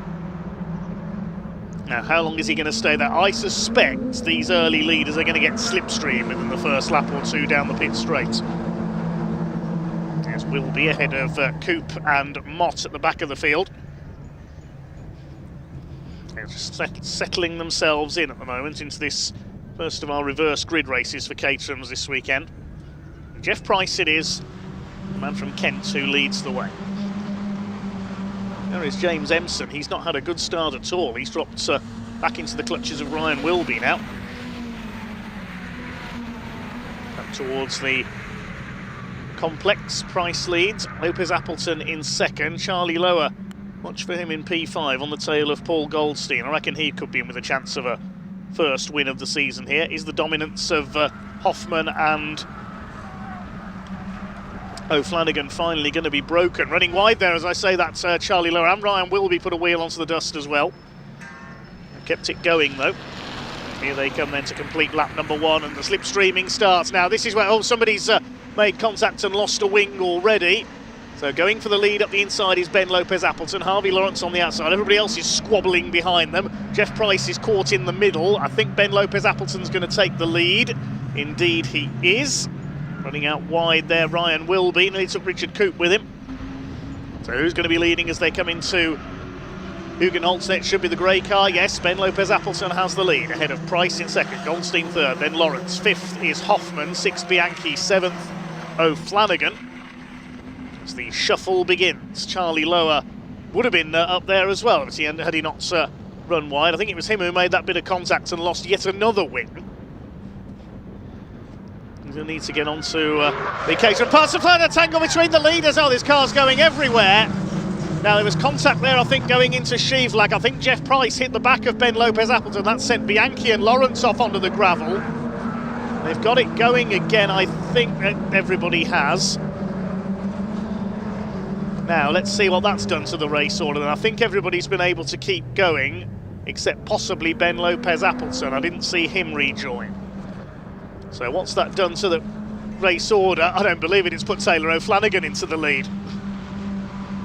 It always seems to happen when there's a reverse grid. The drivers from further back have been put up to the front. Oh, Philip Bianchi's out, damage to his radiator. Look, cloud of steam. So Bianchi's out. And it's O'Flanagan who leads from Charlie Lower. James Empson in third. Where's Lars Hoffmann? He's got damage. Hoffmann's got damage to the nose of the number 70 car. It always seems to be the way that those who are up front on the reverse grid, they always seem to trip over each other, and then the quicker runners start to come through, and it's happened again here at Zandvoort, unfortunately. So Taylor O'Flanagan will lead across the line ahead of James Empson and Charlie Lower. There's another car with damage. Paul Goldstein, look, his nose cone's pointing at the sky. That's going to slow him down. Gareth Lucas is well up there in the number 10. He's in fact leading the AM class now. Ryan Wilby behind him then. Peter Mott, Richard Coop. There's Jeff Price. Lars Hoffman is still going with a bit of damage to his nose cone.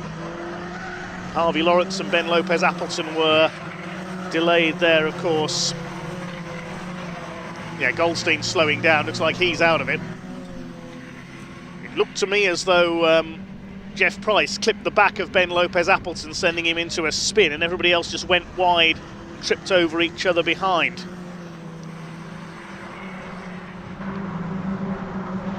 As Paul Goldstein is heading into retirement. I didn't see Hoffman come through. He's not showing on the timing screen there. Then again, Jeff Price is only shown as having completed one lap, and he's certainly there. There's the number 38 ahead of Harvey Lawrence. Likewise, he's not showing on the timing. There's a yellow flag at Tarzan. So whether somebody's gone off there. Yes, there's Hoffman. He's parked up on the outside of Tarzan, so he's out as well. So Taylor O'Flanagan leads it. He's done the fastest lap of the race, 1:57.329. James Empson in second ahead of Charlie Lower. Gareth Lucas up there in fourth place with the demise of Paul Goldstein. I think he's pulled over somewhere, or he's crawling back to the pits. Yellow flags are out at Tarzan, so no passing there for the moment because we've got Lars Hoffman's car being recovered. It's O'Flanagan that leads. Ryan Wilby was thinking about a move, but he spotted the yellow flags. Moves back in behind Gareth Lucas. As they head across the line this time. Harvey Lawrence now showing on the timing screen, as is Jeff Price. So we've got 10 cars left running out of the 13 that started. We've lost Bianchi, Hoffman and Goldstein as a result of that melee into Shavlak. So O'Flanagan leads by 1.86 seconds ahead of James Empson. Then Lower in third, Lucas fourth, Ryan Wilby is fifth, Peter Mott up into sixth position. Then Richard Coop, Jeff Price, Harvey Lawrence, Ben Lopez Appleton, who is still running, but quite a long way behind everybody else, having extricated his car from the gravel. So it's going to be a slightly unfamiliar result, whatever happens here, because a lot of front runners have been affected there.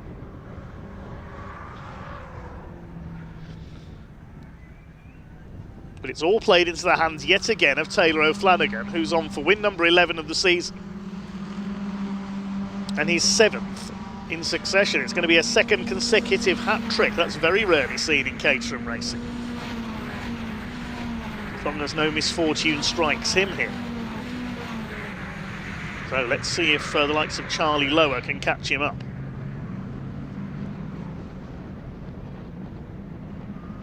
Out of the complex up towards Kumho. Harvey Lawrence has got ahead of Jeff Price there.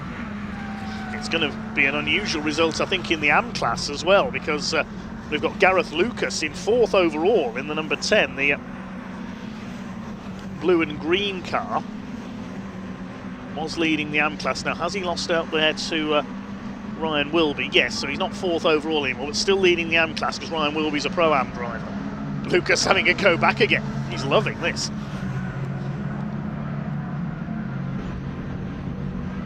So James Empson is now at nearly 2.5 seconds down. Taylor O'Flanagan is going to run away with this. He's probably wondering where everybody else has got to. Empson in second.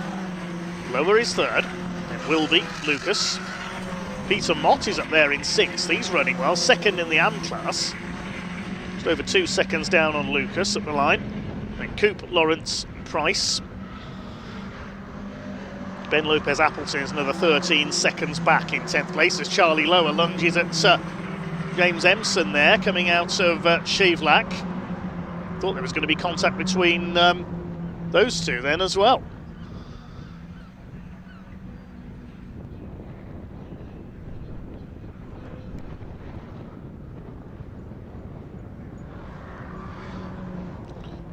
Looks like we're having problems with our camera up at Masters Corner, so apologies there. Where's Charlie Lower? There he is. Another of the front runners in trouble. Charlie Lower's slowing down. What is going on with this race? Now, did he clip the back of... I thought I saw there might have been contact. Did Charlie Lower clip the back of James Empson? He's pulled over. He's out of the race. So that's another front runner gone. So that's going to put Ryan Wilby into the top 3 overall. We're down to 9 cars running out of the 13 that started. A number of front runners gone. Hoffman, Bianchi gone, Goldstein, and now Charlie Lower. This is a real race of attrition, and the chance for some of the slightly lesser lights of the championship to have their day. There's Charlie Lower, dejectedly gets out of his car. As up the inside now, that's Richard Coop attacking Peter Mott. I thought there was going to be another collision there. Coop gets through into what is 5th place overall. Taylor O'Flanagan, as I said earlier, is going to be wondering where everybody else is. James Empson still 2nd. Well, what an extraordinary race. We've still got 9.5 minutes of it to go. I hope nobody else drops out.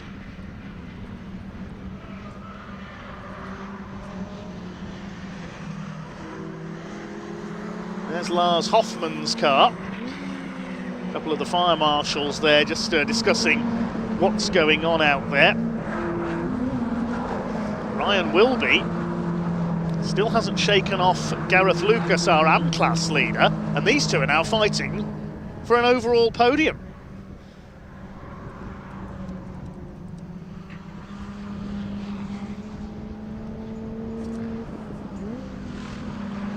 Next in the order, there is Richard Coop, Peter Mott, Harvey Lawrence, and now Peter Mott runs wide into the gravel, knocks a wing off, loses out to Mott and to Jeff Price.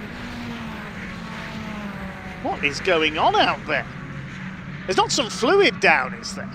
Coming out of turn 10.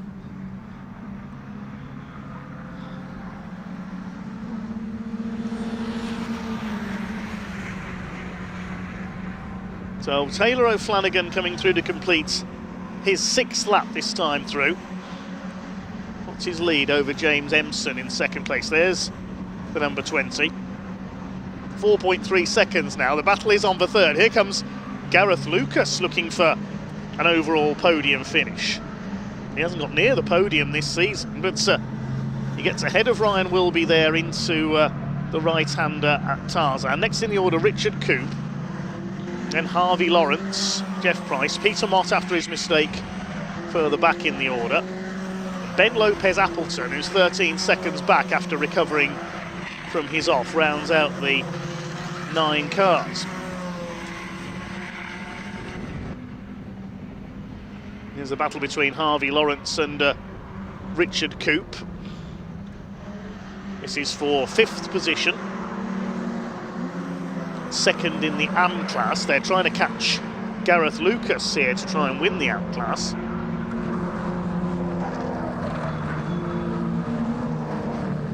Wondering if Charlie Lower may have damaged the car when he ran wide earlier on. Was he one of those to run over the gravel, avoiding that melee into Shevlak?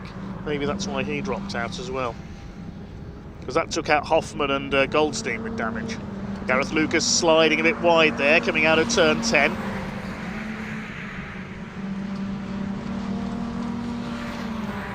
Peter Mott still going, that missing wing in the gravel trap. Side by side for 3rd place between Lucas and Wilby. Gareth Lucas holds the place. See how the circuit drops down quite abruptly there in the middle of the complex.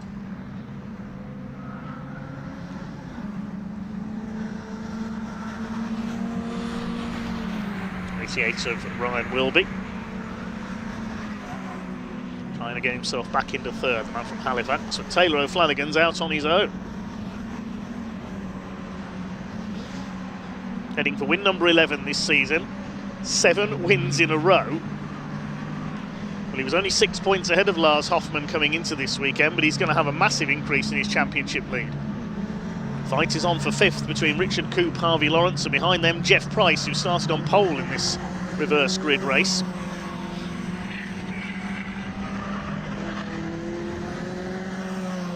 The top 2 head through Hugenholtz. Ryan Wilby now back up into 3rd. There's the battle for 5th position.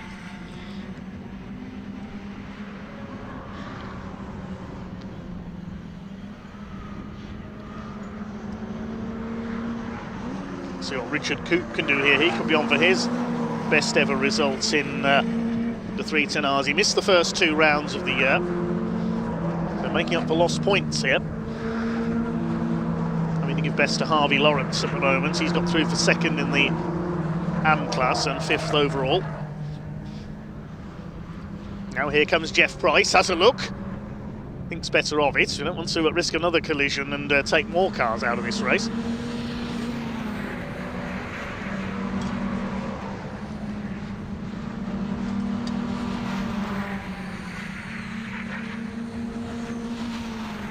Towards the complex. Ryan Wilby was gesticulating about something there.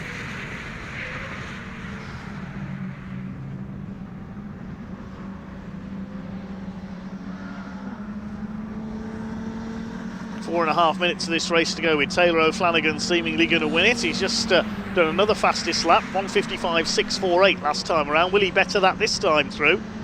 Yes, 1:55.416. He's going quicker and quicker. Second place is still James Empson, 6.3 seconds back now. Gareth Lucas back around the outside. These two slipstreaming each other are a bit of fun, I think. So Gareth Lucas will be able to see Harvey Lawrence starting to close up on him. That's his AM class rival.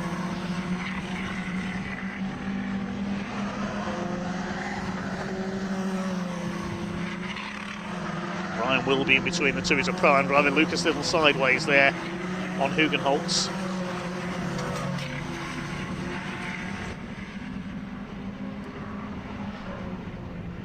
So just the 9 cars running them.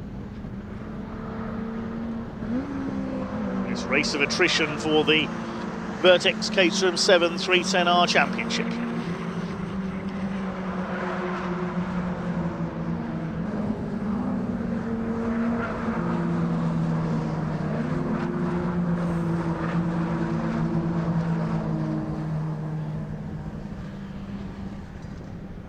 Turn 9 goes the battle for 5th and 6th. There's O'Flanagan, he's out on his own. James Empson on his own in 2nd place.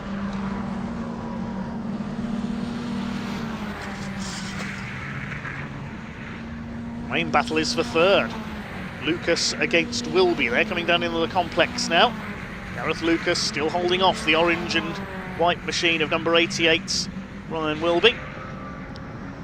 Then Harvey Lawrence, and the rest of them come through.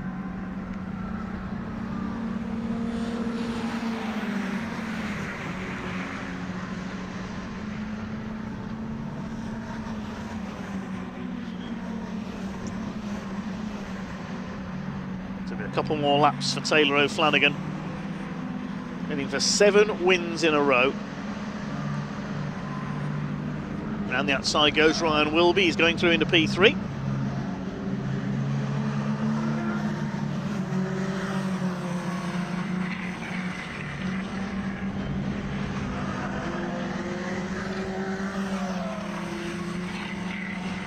Empson is 5 seconds clear of the battle for 3rd place now.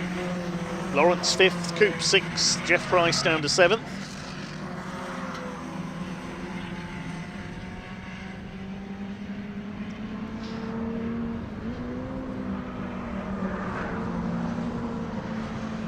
Shavelak comes that 3rd place fight.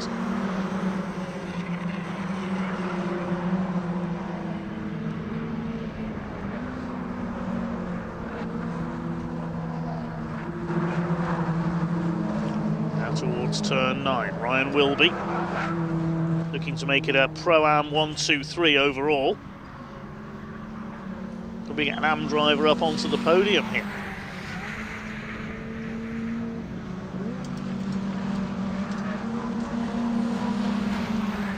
Past the wing from Peter Mott's car. Yes, that's yours, Peter. In the gravel trap.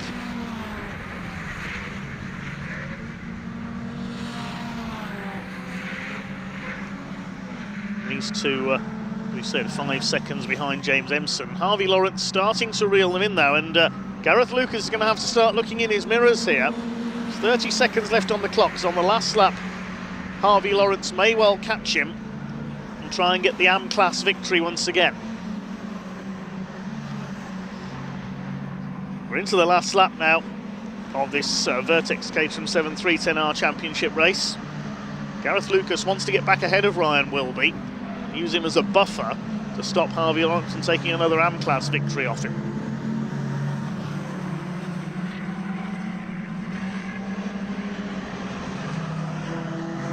Flanagan's already gone through, he's away. Battle developing for 5th as well, because Richard Coop is having a go at Harvey Lawrence. That's music to Gareth Lucas's ears, because if they start fighting each other, they won't be able to move up and attack him for the AM class win.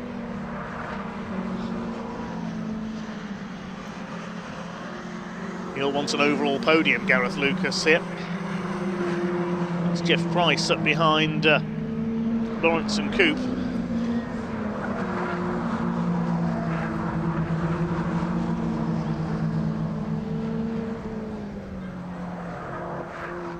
Turn 9 and 10 for the final time. It is going to be a win for Taylor O'Flanagan.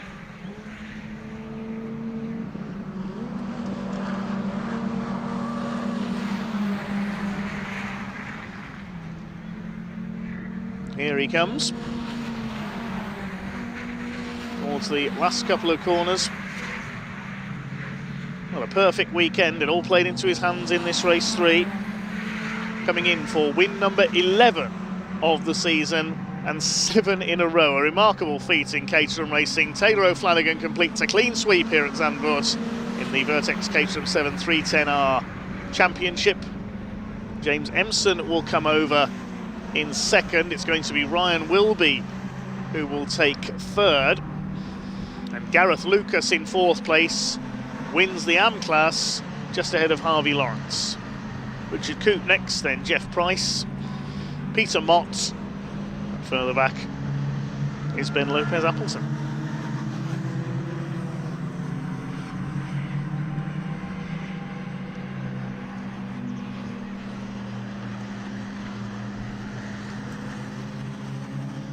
Nine cars go the distance then.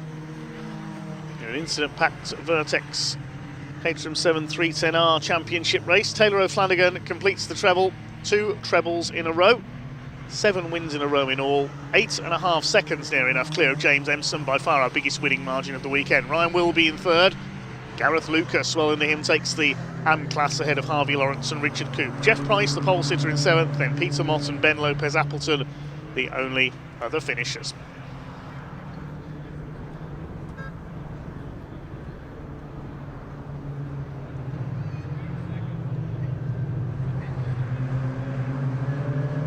The cars heading round to Parc Fermé. It'll be interesting to hear some of the drivers' thoughts on that one.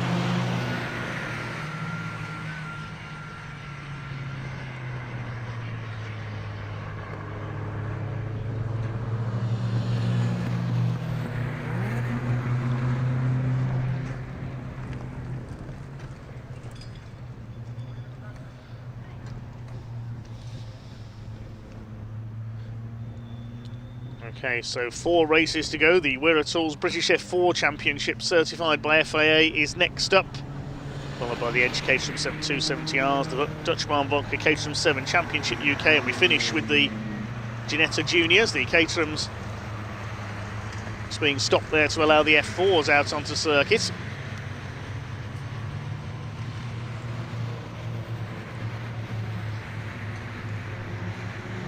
Be the fastest qualifying times that decide the grid for race 3 for the F4s.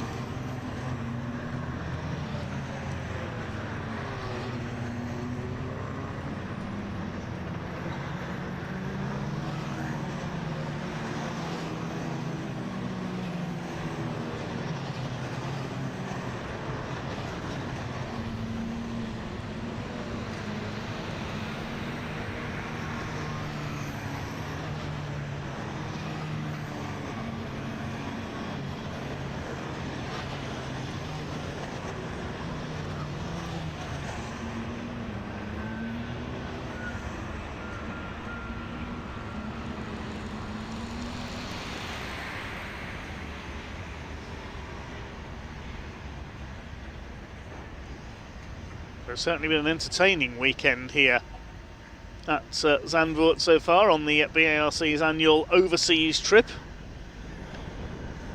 Let's find out what the drivers thought of that one down in Parc Fermé with Sam.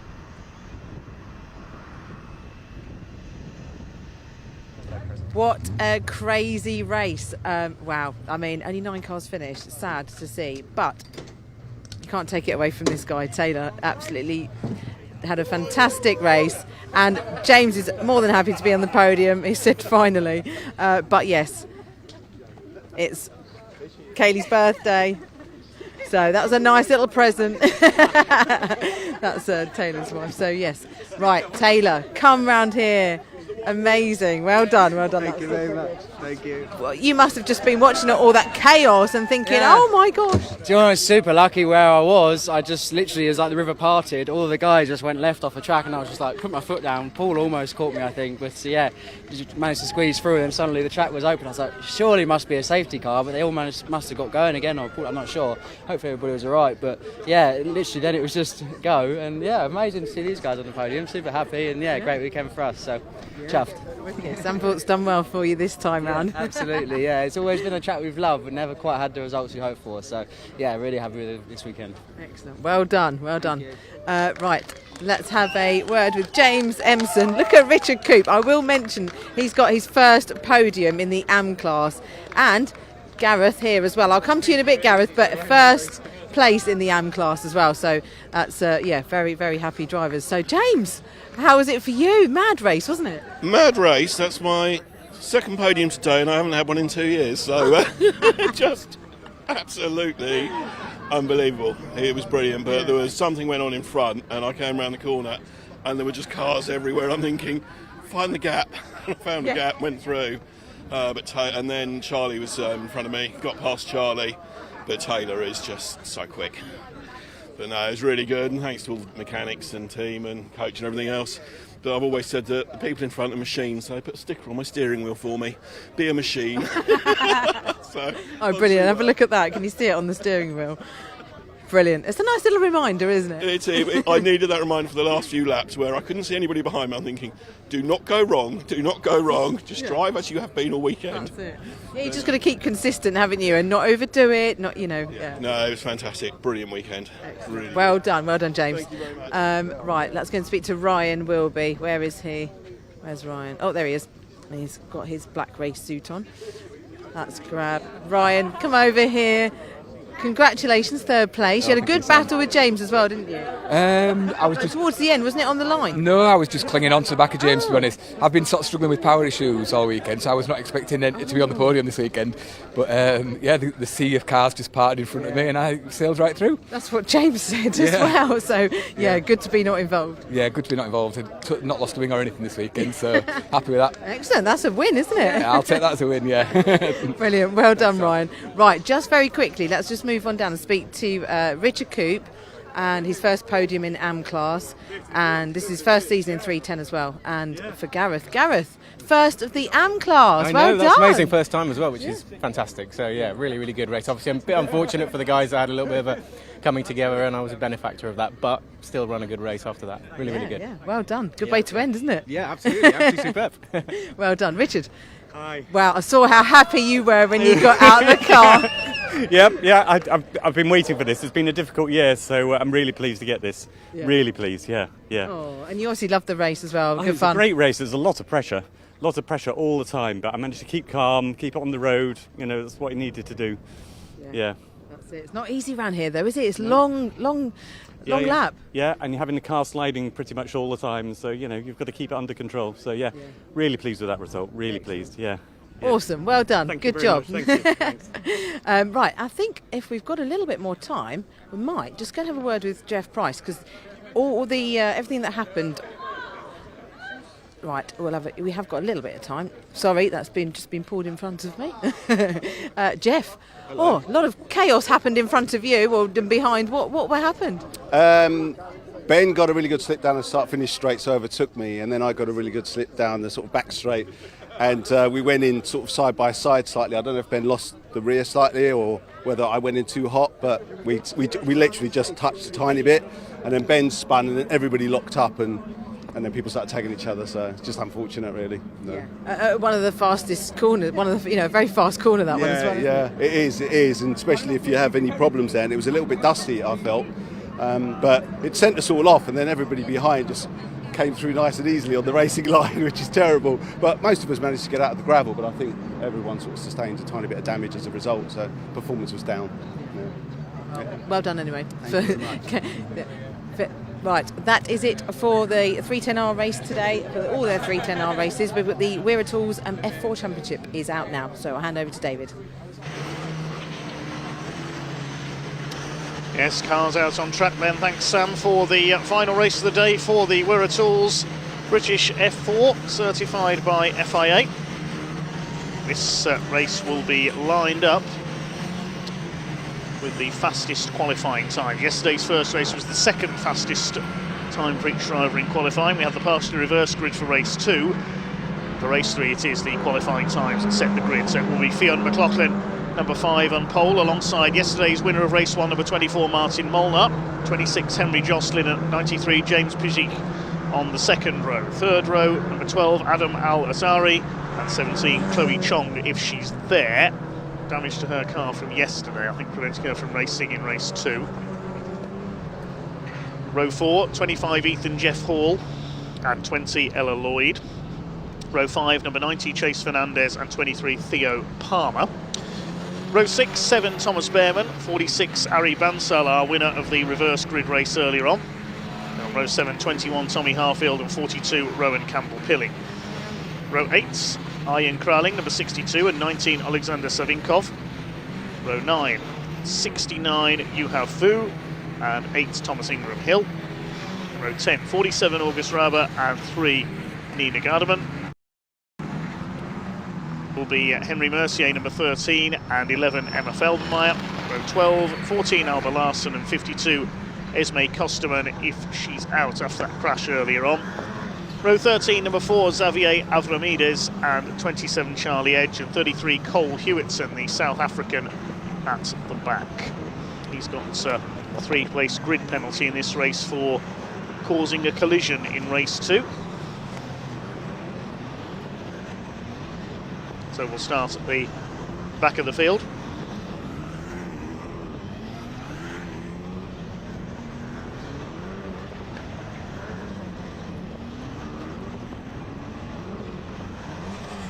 Coming into line then for this 25-minute race is shown on the clock. Yes, 25 minutes, a slightly longer race, this one.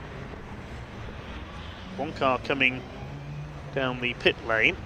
Just confirm who that is in a second. A bit tricky to see because of the sun. Fionn McLaughlin in the Red Bull car on pole position. Blue car of Martin Molnar alongside for the Virtuosi team. Revs are up then, ready for a start, waiting for the red lights to come on. When they go up, we'll be underway. The Wera Tools British F4 Championship, certified by FIA's go for race 3 of the weekend. They're all away. Well, the pole sitter moves across towards the inside to block any attack from Martin Molnar. It is McLaughlin who leads them away. Trying to get round the outside is Henry Jocelyn. With a slow getaway there for Charlie Edge at the back of the field in the Chris Dittman racing car. The leader goes out up high through Hugenholtz the first time. One of the Vortex cars locking up a little down at the bottom of the track through there, but it is McLaughlin who leads the way from Molnar. Side by side for third place between James Pizik and Adam Al-Zahari, the 2 Rodin Motorsport cars in the white and black livery.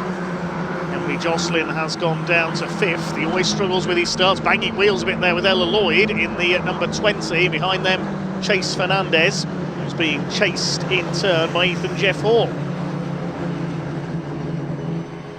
The car that came down the pit lane, I think, was Chloe Chong, whose car has been repaired and was out on the grid, just made a quick pit call at the end of the green flag lap.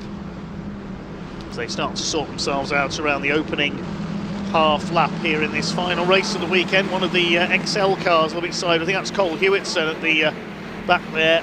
Just lost the back end briefly on cold tyres coming out of turn 10. One car onto the gravel there, that's Chase Fernandez, the number 90 car in the Wera Tools livery. That's impeded the 23 slightly of Theo Palmer. 8 and 46 together, Thomas Ingram, Hill and Ari Vansel, the two Vortex Motorsport cars, but as they complete lap number 1, it's McLaughlin leading from Molnar second. Al Zahari is third ahead of Pizik. Bit of a lock-up there, big lock-up from Martin Molnar. Ella Lloyd down the inside, battling with Ethan Jeffels. A few cars locking up into the first corner at Tarzan. A very close run first lap. It's McLaughlin who leads the way. 0.6 of a second up on Martin Molnar in second place, looking to follow up his win yesterday. One of the Chris Dittman cars running very high. It's Tommy Harfield through. Oh, we got a crash in the background. That's another Chris Dittman car. Who else is involved there? I'll try and identify those cars in a moment. Couldn't quite see the numbers there. But that will be another safety car. It's angled towards the back of the field. It may well be either Charlie Edge or Alba Larson that was involved. That's the other Chris Dittman racing car. I think it was Charlie Edge towards the back of the field there. This continues for the moment.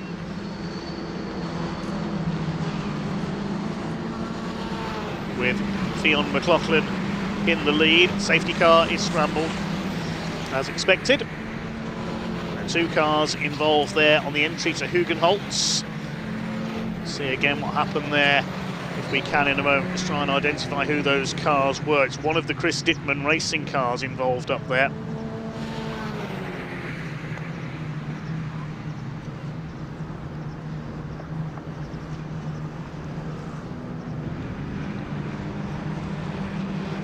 I think those are bits of recticel barrier that are blowing around in the road.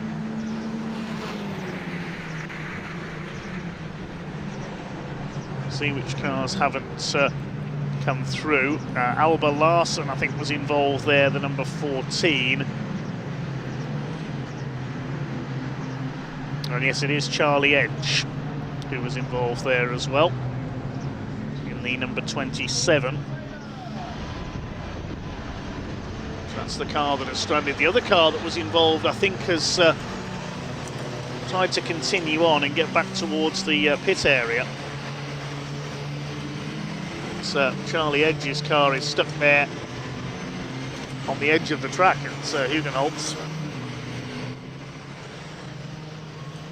That's the end of his race, end of his weekend, unfortunately.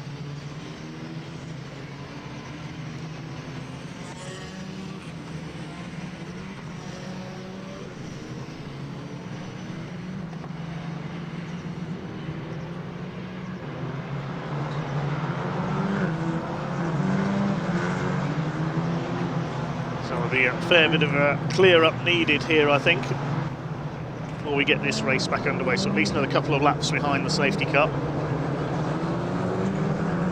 Adam Al-Azhari in third place ahead of James Pizik, the two Rodin Motorsport cars. Azhari recognisable by the yellow wings. 13 there, Henry Mercier for Argenti Motorsport, the American.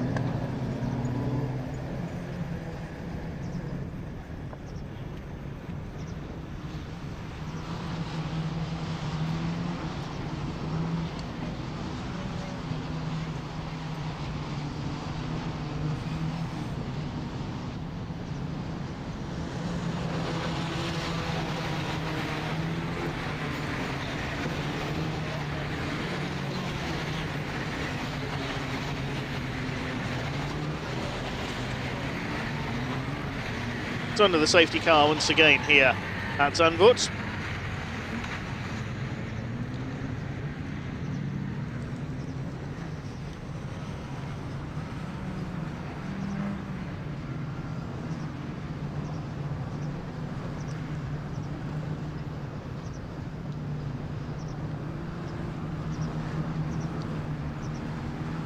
Back of the field there, the number 17 car, that is Chloe Chong.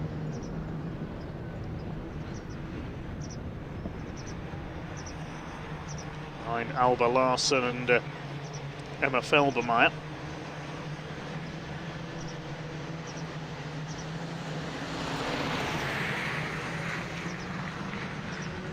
Cars weave their way around, keep their Pirelli tyres warm.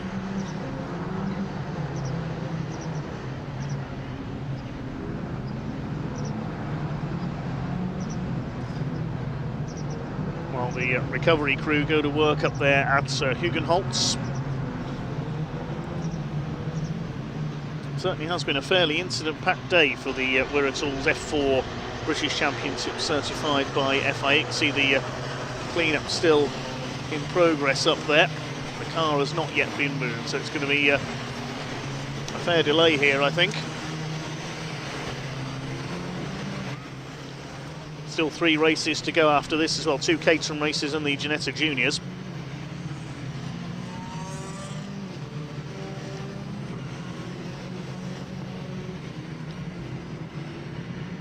With Fionn McLaughlin in the lead.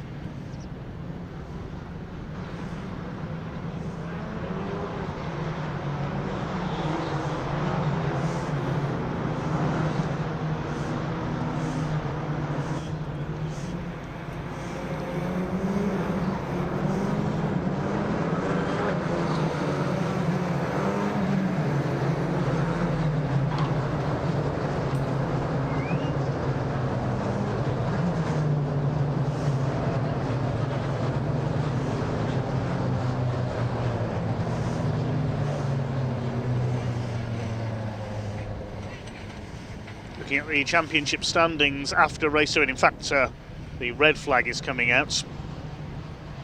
With the extent of the clear up, the race is going to be stopped. We'll await news on what's going to happen with a restart. So looking at the championship standings, updated after race 2 earlier, Fionn McLaughlin still leads, but it's by 2.5 points over Martin Molnar, with James Pizik now up into 3rd ahead of Henry Joslin.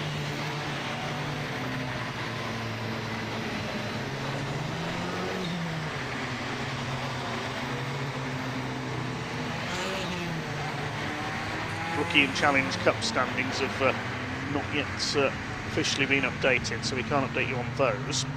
It is McLaughlin by just a couple of points ahead of Martin Molnar, with James Pizik further back in 3rd position. So the red flag is coming out, and we will await news on what's going to happen with a restart. The bit of damage to the barriers, I think, there is what is causing concern. So the recticel barriers, so a bit of work will go on there, and Charlie Edge's car will be recovered. As soon as that's been done, we'll let you know what's happening with a restart.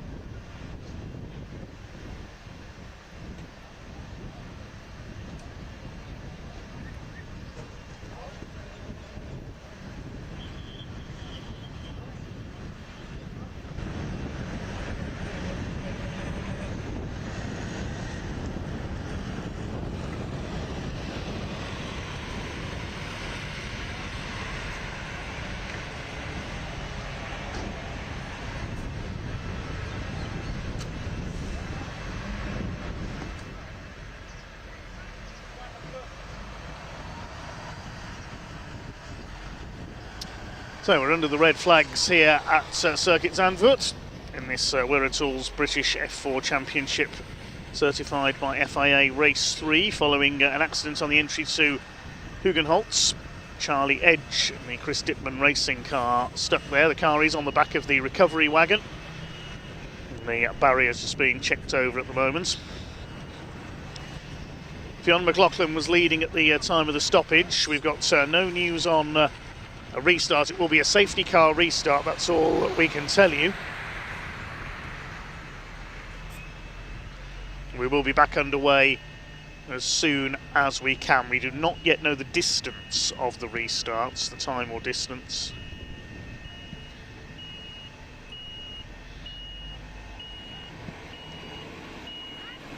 But what we can bring you for now is the presentation from the race earlier on in the day, race 2.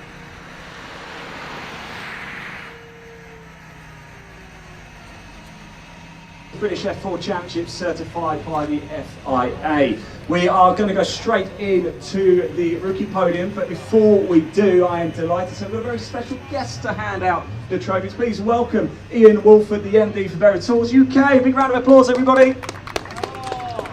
Good to see you again, Ian. So as I said, we are going to start with the rookie podium in 3rd place, and a second rookie podium of the weekend so far for Arjun Kraling. Well done, Arjun. Smile for the cameras. In 2nd place in the rookie category, please give it up for Theo Palmer.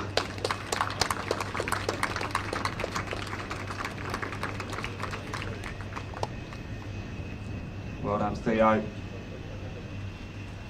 A couple of nice photos. And your rookie winner for the 2nd time this weekend, it's Finn McLaughlin. Well done, Finn.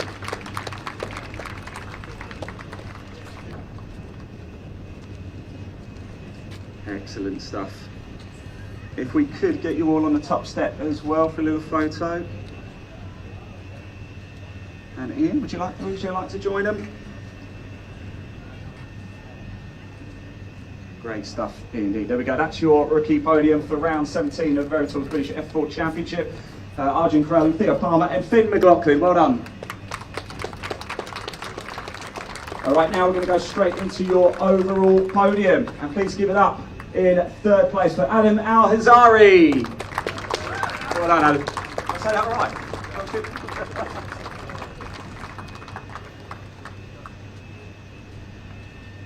Good stuff indeed. And in 2nd place, please give it up for Ella Lloyd. Well done, Ella.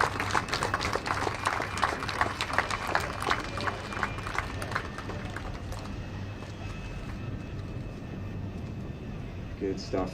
And your winner, very happy, Ari Bansal. Well done, Ari.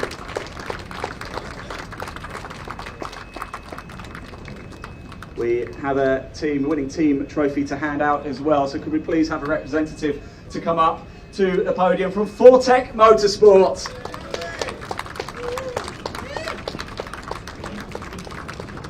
Well done, good stuff. Nice photos, there we go. And same guys, we can get you all onto the top step as well, that would be brilliant. Gentlemen, if you'd like to go up as well, let's get you all in. Brilliant, thank you very much. There you go, that is your overall podium for round 17 of Vera Tools British F4 Championship. Adam Al-Hazari, Alan Lloyd and Ari Bansal. That is the podium complete for round 17. We do have, of course, round 18 coming up, scheduled for just after 2:30 this afternoon. The Vera Tools British F4 Championship, certified by the FIA. We'll see you a little bit later. Thank you.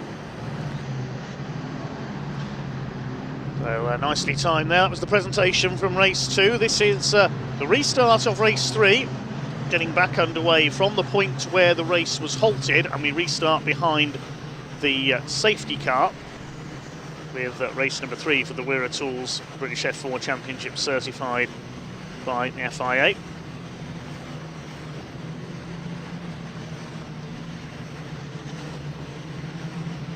Looking back at the results from earlier on, in race 2. Alexander Savinkov, I note, was disqualified from race 2. I believe that's for failing post-race scrutineering. There was also a 5-second penalty for Ella Lloyd for a false start. She dropped from 2nd to 3rd. So Ella Lloyd was 3rd in the earlier race, was penalised 5 seconds for a false start. A little bit of an update on our 2nd race there. So we get ready for the restart of race number 3. It was Alba Larsen and Charlie Edge involved in that incident up there at Hugenholtz. Alba Larsen spun out and Charlie went off into the barriers in avoidance. So not a happy incident for Chris Dittman Racing. A couple of their cars involved. So Finn McLaughlin with the lead, ahead of Martin Molnar and Adam Alazari, ready for the safety car restart. Be just under 15 minutes of racing because the safety car picked up the time from when the race was red flagged. Fionn McLaughlin on the throttle already out of Kumho towards the banking. Here we go. In the restart of British F4 race 3. Weaving right up to the line, look, and now the power comes on from these 1400cc Abarth engines. Martin Molnar has a look there on the inside into turn 1. Azari in 3rd position. A big lock up there from one of the XL cars. That was Cole Hewitson.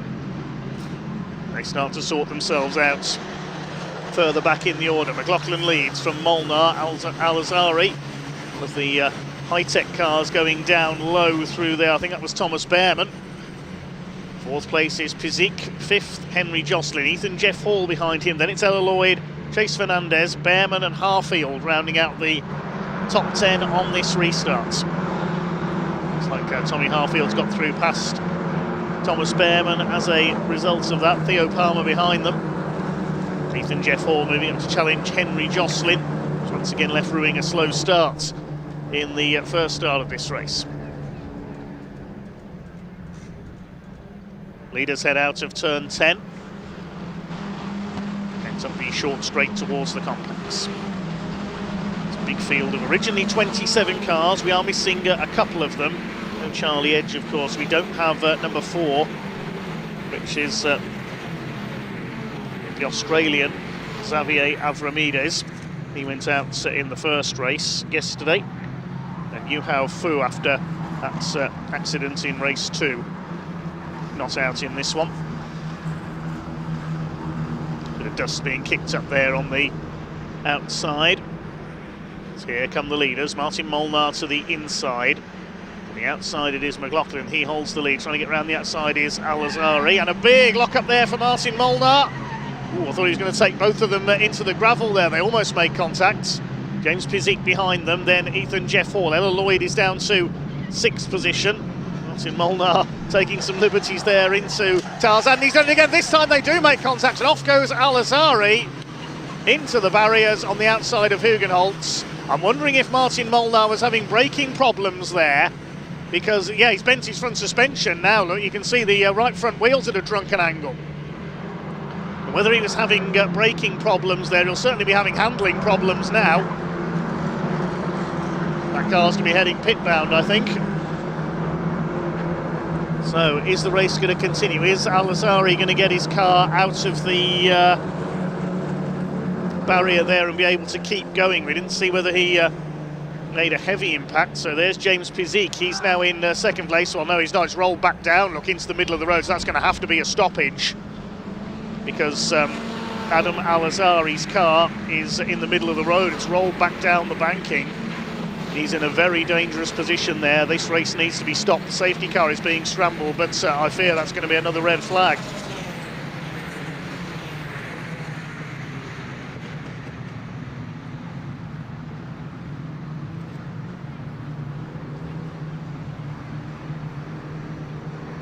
Safety car at the moment.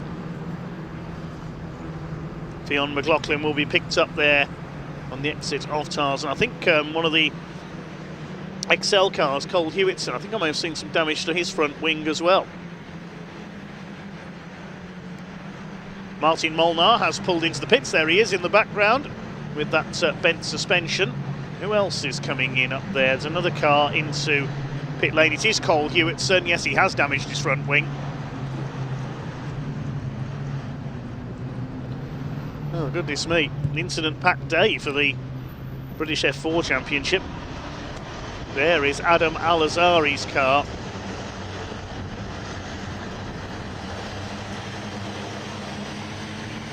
He spun and stalled on the first corner of race 1 yesterday after a bit of rubbing, but not a happy weekend for him at all.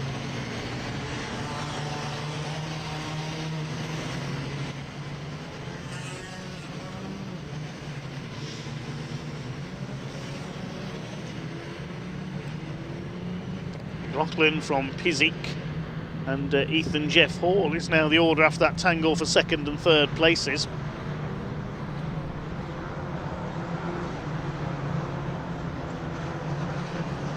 Ella Lloyd is fourth, then Fernandez, Harfield. Trying as quickly as possible to get that car out of the way. No debris from the barriers this time, which helps with getting the race back underway as quickly as we can and as safely as we can.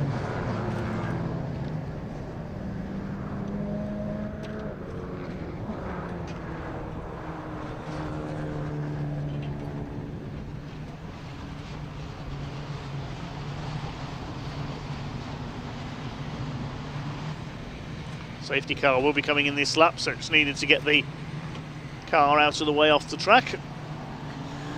Driver is okay. Well done to the marshalling team once again.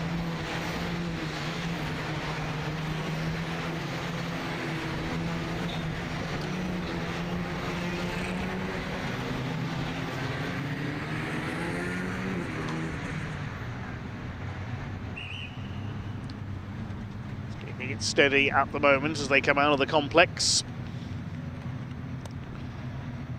Bjorn McLaughlin keeping the weaving going as late as he dares. Then he gets on the throttle coming out of Kumho into the banking to slingshot his way onto the straight. They can't pass, of course, until they reach the timing line.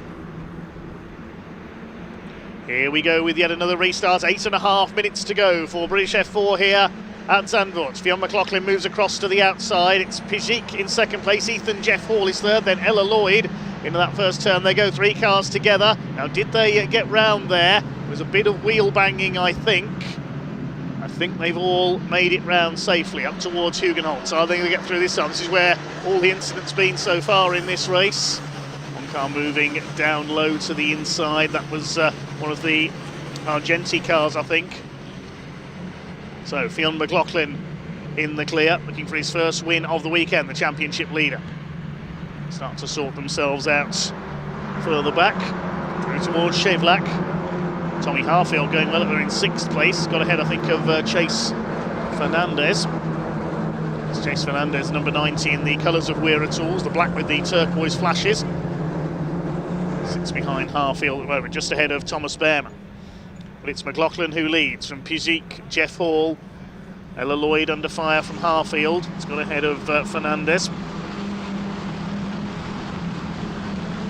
A bit wide there, one of the Vortex cars. That was Harry Bansa, I think, and yes, Henry Jocelyn has certainly dropped back on this restart. His starts and restarts are what he struggles with, unfortunately. There is Jocelyn a little bit further back behind Thomas Behrman. They've got August Raber behind them, the 47.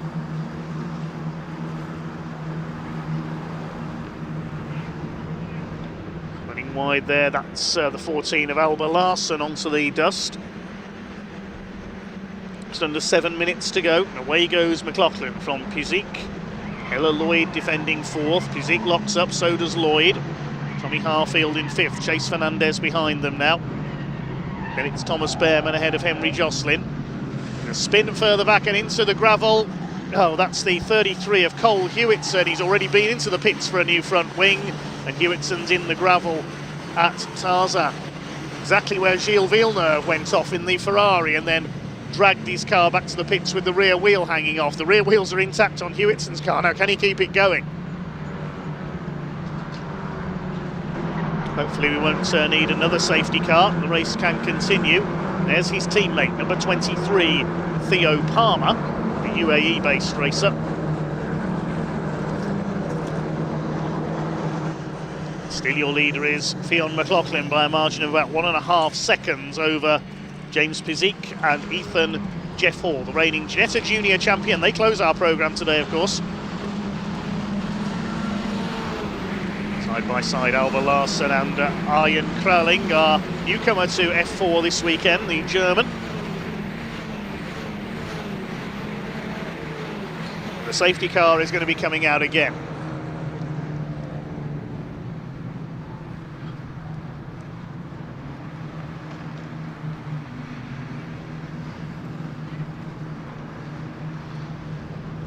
Presumably this is for Cole Hewitson's car.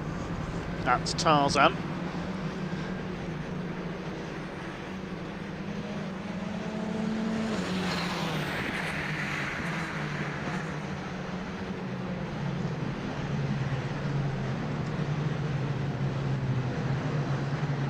These slippery surface flags out as well, or debris flags.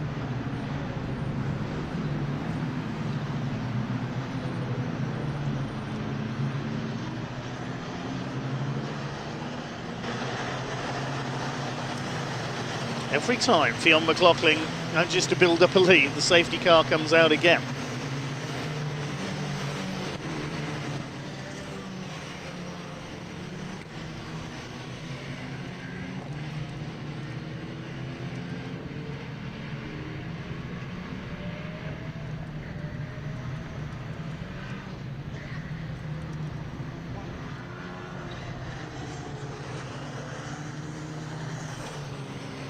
Marshals go to work sweeping a sizable amount of gravel away. Big thanks to all our volunteer marshals once again. We've had a busy day today. So, McLaughlin from Pizik, then Ethan Jeff Hall, Ella Lloyd in 4th place, just under 4 minutes to go. Depending on how long the clear-up takes, it might be another one-lap sprint shootout. 17 car, which is Chloe Chong further down the order. Difficult weekend for her.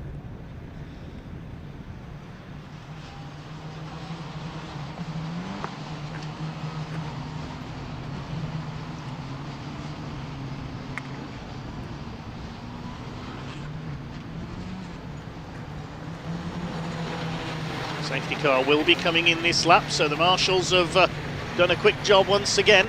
Might even get 2 more laps out of this.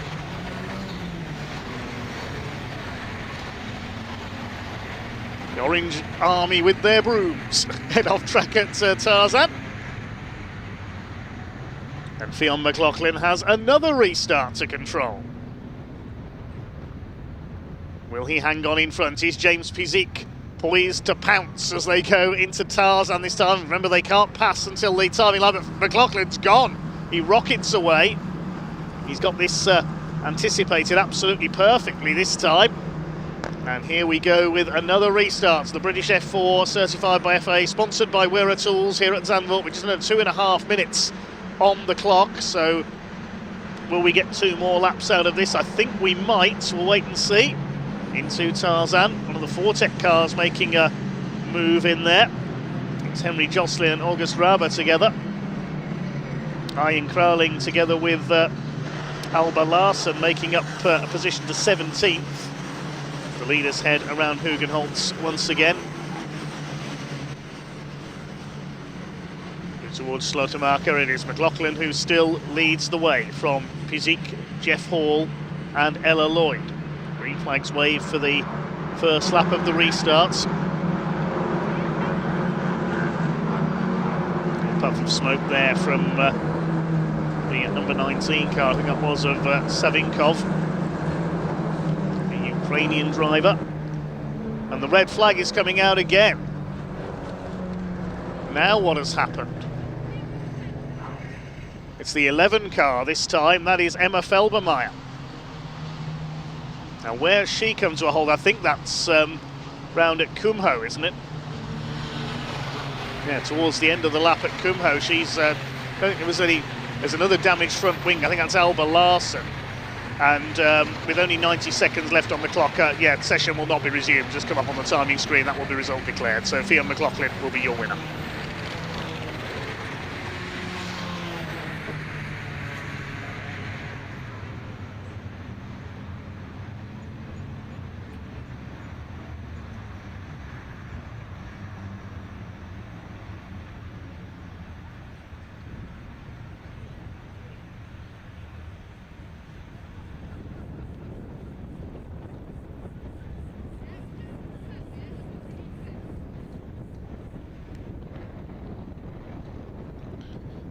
Okay, so we'll have a look at the provisional results of that session then.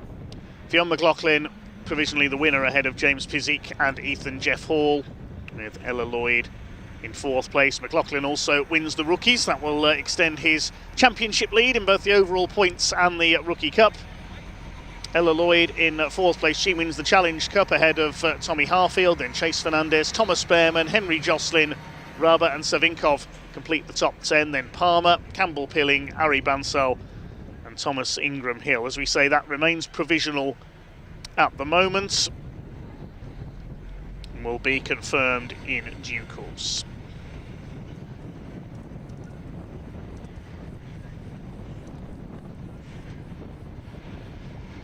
It's the reason for the stoppage. Number 11 of Emma Felbermeyer, the Austrian for Virtuosi Racing, coming to a halt. Didn't see if there was any contact or anything there. The car may have just pulled over on the restart. We can head down to Ian in Parc Fermé.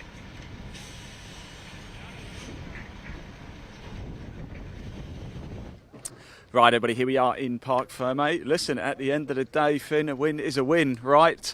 Don't necessarily want to end it under a safety car or a red flag, but you're in the right place, right time to get the job done. Yeah, definitely. I mean, you'll take anyone every day, so right, happy with the job I did. And yeah, it's a bit annoyed that a safety car and a few red flags, but oh well. We're stopping the car from rolling back here, aren't we? But what do you made of the weekend overall? Yeah, a good weekend. I mean, I've drove well and a few mistakes I've made, but I've bounced back well. Actually, that's 3 rookie wins in a row this weekend as well, so pretty decent stuff. Look, good luck for, I think we'll see you in Scotland next, won't we, at Knockhill. I'm going to crack on. Well done. There we go, Finn McLaughlin, 3 rookie wins for him, first overall win of the weekend as well. Here's Jimmy Pizik. Let's have a quick chat with Jimmy. Nice, back on the podium. Back on the podium, Jimmy, yeah, I mean, not too much to say about the end of the race, is there, because it didn't really happen. Yeah, well, yeah, lots of safety cars and the red flag at the end was a bit unfortunate, but no, it was cool. I mean, we finished P2. Very unfortunate for Adam, my teammate. Bit of an issue with another driver on track. I think he did nothing wrong from my point of view, Adam, and he just, he hasn't had the luckiest of weekends for race 1 and race 3, but that's all right. He showed strong pace, so it's been very good for him. But yeah, no, it's been good for us to come back with the P2. Obviously, it's been a very consistent weekend for us, being 2 P4s and a P2, so yeah, it's been very good on our end. All good for the championship. Jimmy, thank you so much. I'll see you on the podium soon as well. Right, let's just move over here, shall we, as well. We've got Ethan Jeff Hall finishing 3rd place. He's just got to go get himself weighed, so we're going to let him go do that, but we will sneak around and follow him over here, shall we, whilst he just gets this. I'll tell you what, actually, let's just move over here. I want to have a quick chat with Chase Fernandez, because he has been a race winner this season. Chase, just a quick chat if we can. Bit of an eventful race, that one. What do you make of your weekend overall?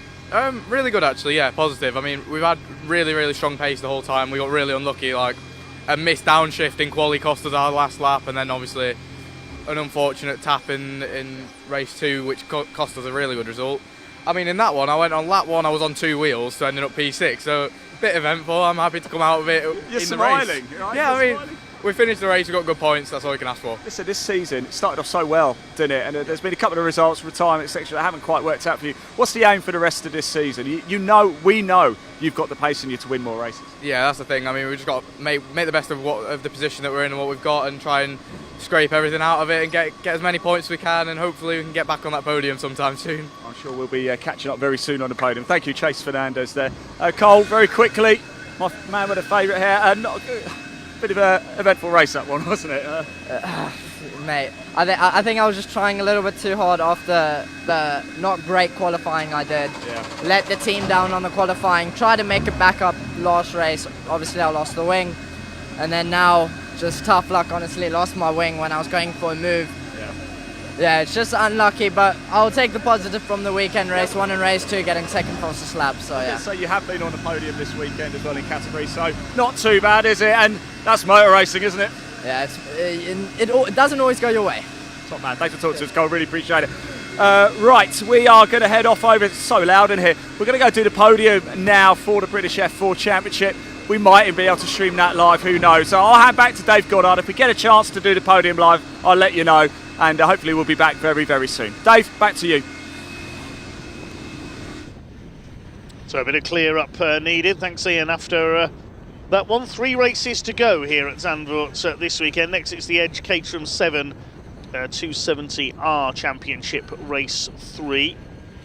Grid based on the results of Race 2. So that's coming up as soon as the track is clear. Thank you to the Wera Tools British F4 Championship certified by FIA. That's the end of their action for this weekend. Thank you to the P4 Emergency Lighting Caterham graduates as well. Their weekend is done and dusted. We've just got 2 more Caterham Motorsport Championship races to go. The 270Rs followed by the Dutch Bahn Vodka Caterham 7 Championship UK, and then the Ginetta Juniors will round off our weekend. Who's making sure that the track is clear.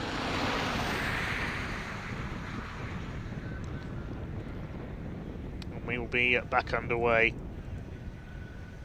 with the 270Rs very shortly.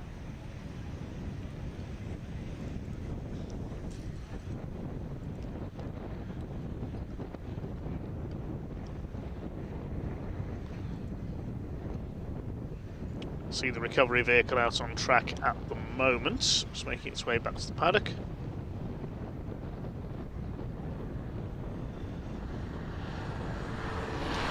Well, while we await the 270Rs to come out onto track then, we can find out who Ian and Sam caught up with down in the paddock a little earlier on.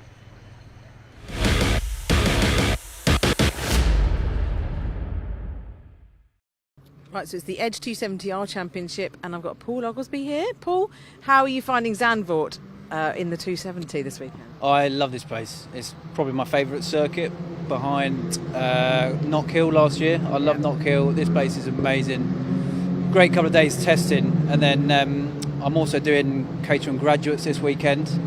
I had an incident with another driver, and in my first race yesterday, I bent my chassis. So I've been driving with a chassis that points in the wrong direction. That can't be easy. I bet you can feel it. Yeah, it's losing me about a second a lap. So I'm just hanging on. So to be where you are positioned in 10th place, that's actually quite good. Yeah, so I couldn't race in race 1 270 because of it. Raced in race 2, started last, made my way back up to P10, and I've just done my previous grads race, and I went from P1 down to like P7 or P8. So I'm going to try and enjoy it. Yeah, just enjoy it. You know, it's the last time you get to race in this fabulous circuit. I know, exactly, yeah. I need to remember that and not be upset about my chassis. Yeah, worry about that tomorrow. Yeah, exactly, yeah, thank you. Yeah, all right, well, have a great race. Thank Enjoy. you very much.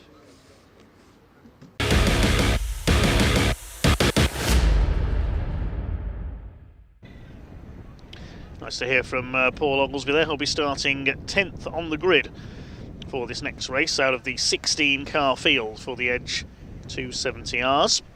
Just waiting for the cars to be released once the circuit is clear. We'll give you how the grid lines up. Louis Darling will be on pole position alongside Nick Sampson. Ben Wheatley, the championship leader, on the second row alongside 37 Henry Speaks.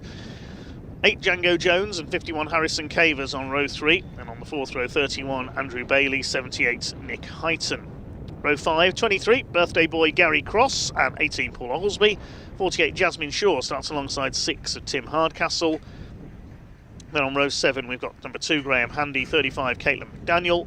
The final row 63 Andy Palmer and 62 Anne Hall, who tangled on the first turn of the second race earlier on.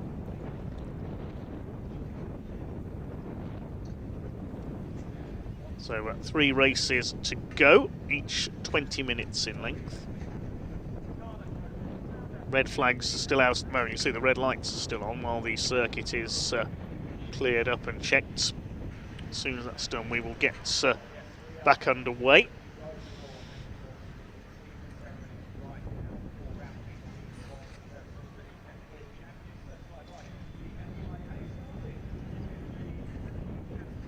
A couple of cars receiving 1-place penalties in the results earlier on for the Ginetta Juniors as well. Emilio Valentino Del Grosso was one, and I think Max Murray was another.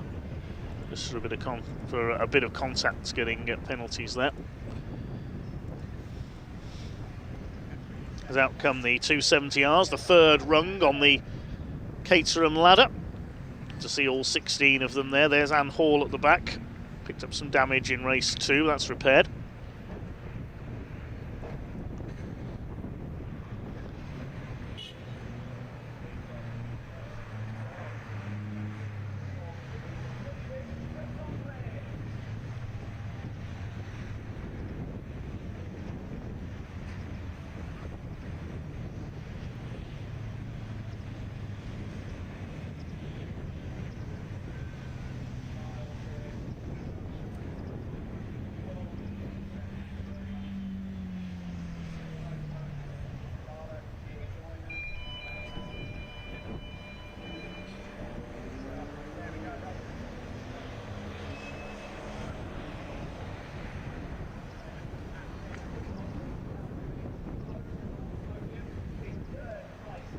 Grid forming up then, ready for the green flag lap. It's the black and gold car of Louis Darling on the pole, the Welshman.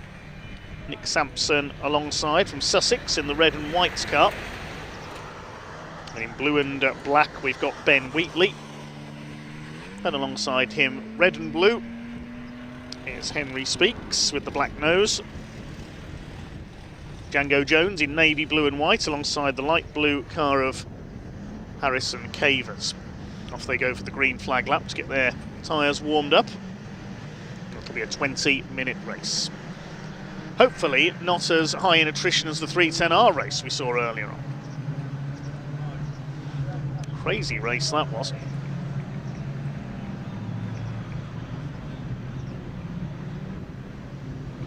There's Anne Hall at the back in her multicoloured machine.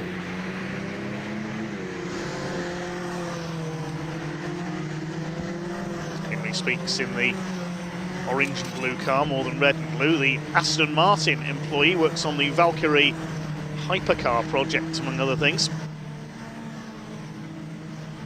Fantastic. Building hypercars during the week and racing Caterhams at the weekends. What a great life. Andrew Bailey, third in the championship at the moment with the red car there, the blue cage.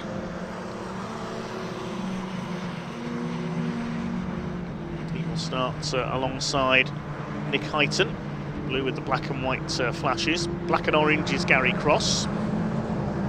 Paul Oglesby in the bright green.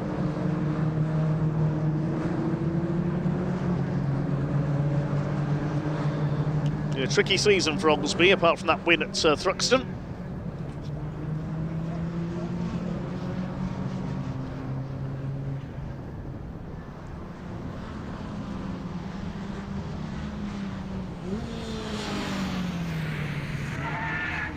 Sun still shines here on the Netherlands. And the circuit will be closed down after this meeting, as we heard from Ian Waterhouse earlier, to get ready for the Dutch Grand Prix.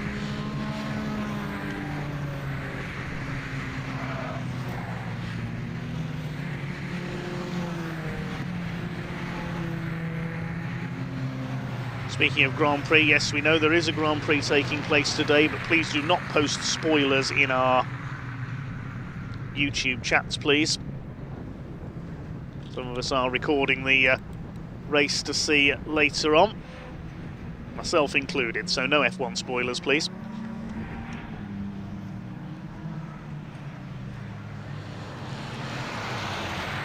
So up to the grid they come then.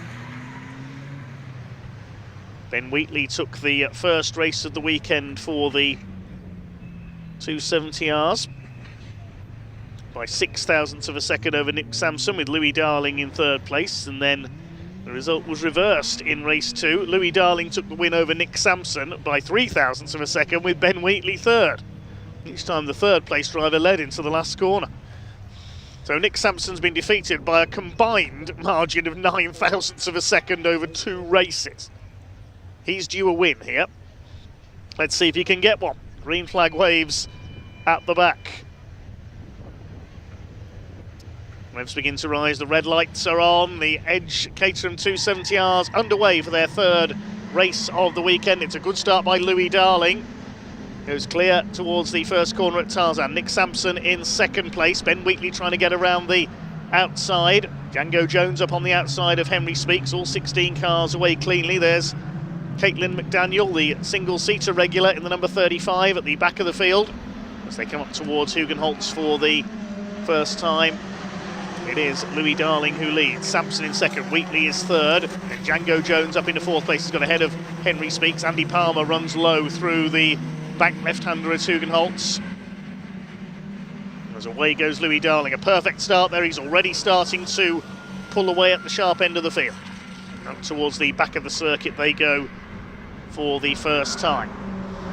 Nice little line of cars developing. Django Jones fourth, Henry Speaks fifth. Behind them Harrison Cavers in sixth place. Then Nick Heighton, Andy Bailey, Paul Oglesby, Gary Cross rounds out the top 10.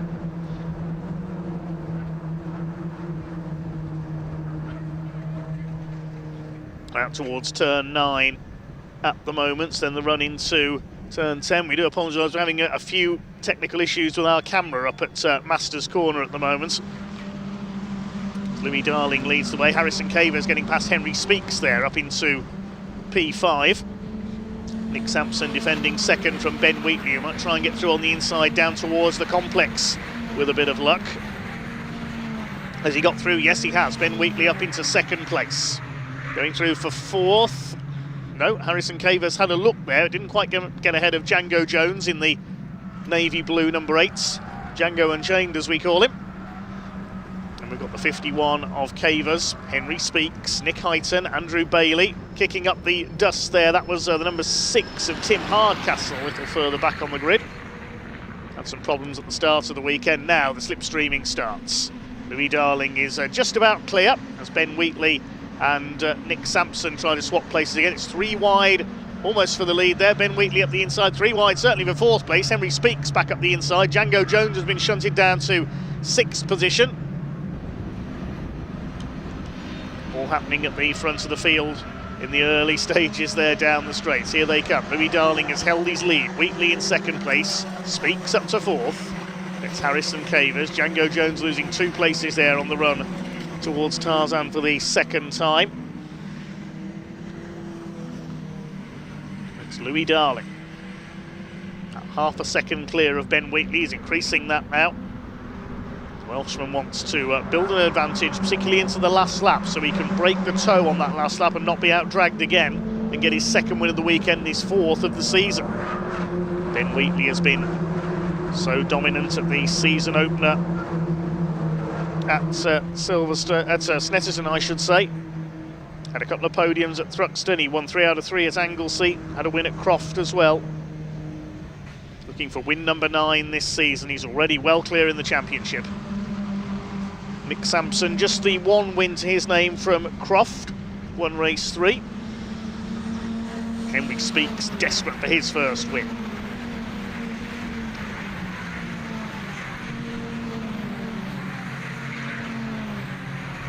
Through the complex they come. Speaks ahead of Harrison Cavers. And Django Jones down to 6th. We've got Nick Heighton 7th.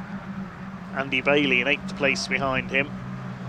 First 3 certainly starting to pull away. Now Louis Darling, Ben Wheatley and Nick Sampson. Now battle is joined again. Oh, and I think Nick Sampson just slightly clipped Ben Wheatley there. Ducks back in behind him. He's going to try and get another slipstream down into Tarzan. He's not going to do so. Ben Wheatley up the inside is going to take the lead away from Louis Darling. He does so. Side by side for 4th between Speaks and the 51 of Harrison Cavers.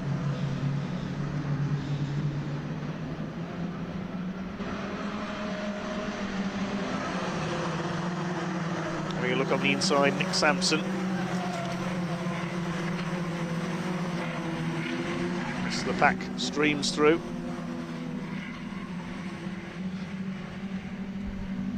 Harrison Cavers coming under fire now from Jones, who wants to get back up to the head of this group for 4th place. So if anything, Henry Speaks is reeling the top 3 in here. He's desperate to get back on the podium. Takes a little bit of curve there, coming towards Masters Corner.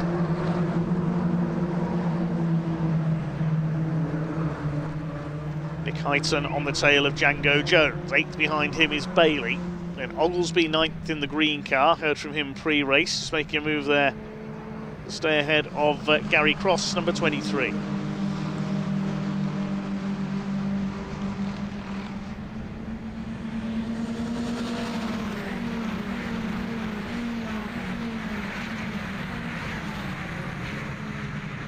Towards the complex for the 3rd time. Is it going to be Wheatley or Darling at the end of this lap, though? Or at least into Tarzan. 12-car train effectively here for the lead of the Edge Caterham 270R Championship here at Zandvoort.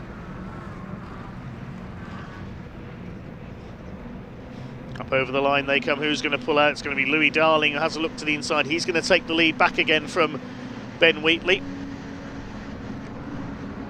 Then Wheatley has another look on the inside, with a lock up there for Henry Speaks in that 4th place ahead of Harrison Cavers.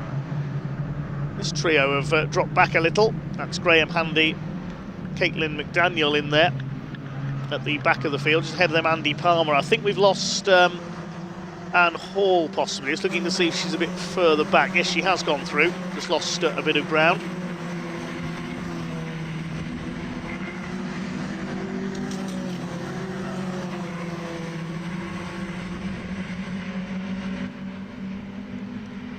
So Louis Darling led at the line. Ben Wheatley on his tail. Nick Sampson in 3rd. That's still the order, covered by about 0.3 of a second.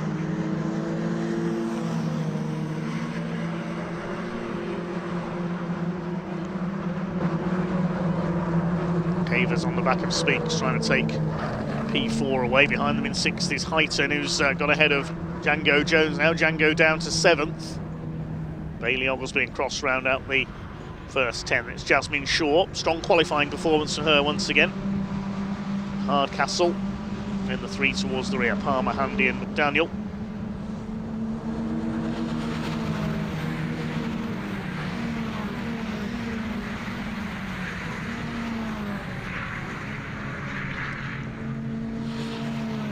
Still Louis Darling, who just about has the lead here over Ben Wheatley. Many saying Ben is the champion-elect this year, but drop scores brought into play. Anything can still happen. 2 rounds to go at Alston Park and Silverstone after this race. Here come the leaders. They're going to try and go 3 wide. Nick Sampson with his first meaningful attack for the lead down the outside. Darling on the inside. This is going to be interesting into Tarzan. Ben Wheatley just about holding them off. Nick Sampson in 2nd place. Running wide there is Django. Paul Oglesby getting past Andrew Bailey further back as well, up into the top 8 now.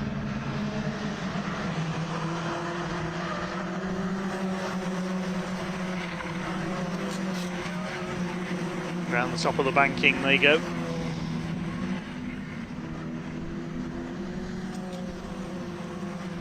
Louis Darling attacking Nick Sampson to try and win back 2nd place and go after Ben Wheatley out in front. Got to be mindful that Henry Speaks is there as well.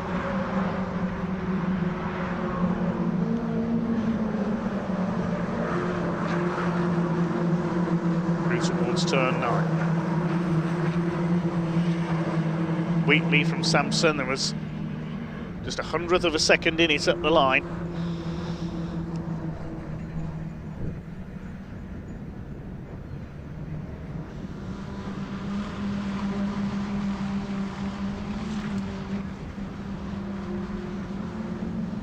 Louis Darling looking to recapture 2nd place, be on the outside for the first element of the complex.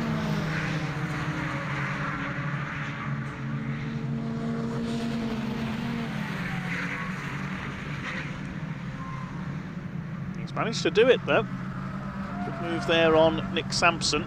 Now he's ready to have a go at Ben Wheatley to try and win the lead back as we approach half distance in this Edge Caterham 270R Championship race.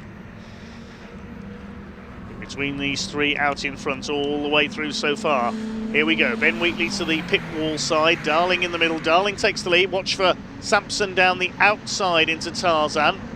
Will he be close enough? He's going to try and give it the big handful to get ahead of Louis Darling. He keeps his footing, he's going all the way around the outside. Now, has he made it stick on the exits?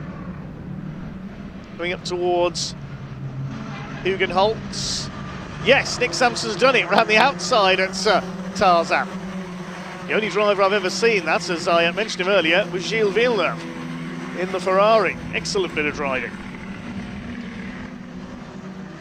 But Louis Darling is fighting back. Ben Wheatley's under fire now from Henry Speaks. He wants to get into the top three.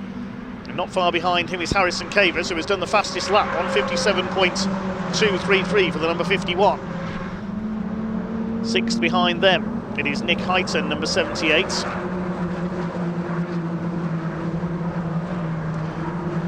Towards turn 9 once again.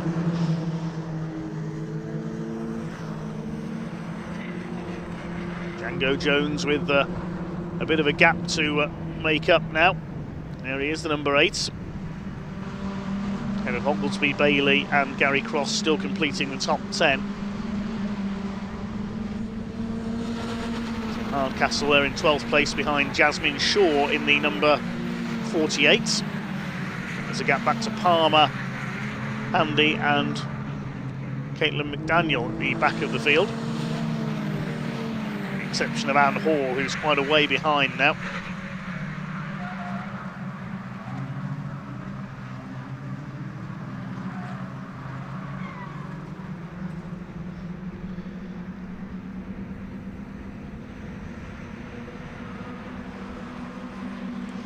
We come up over the line again, 8 minutes of the race to go. Louis Darling and Nick Sampson side by side. Here comes Ben Wheatley on the inside. Darling has it into Tarzan. This time he led at the line. Further back there's Oglesby, Bailey and Shaw battling it out as well for the lower reaches of the top 10.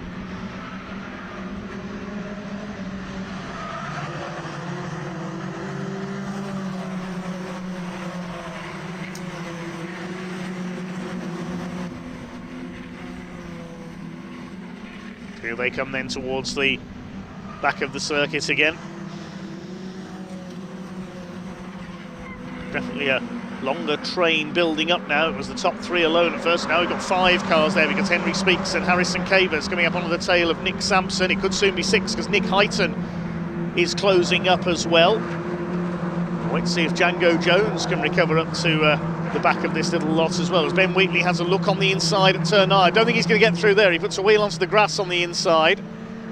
Louis Darling was not going to leave him any room there. To the straight out of turn 10, side by side further back between Speaks and Cavers.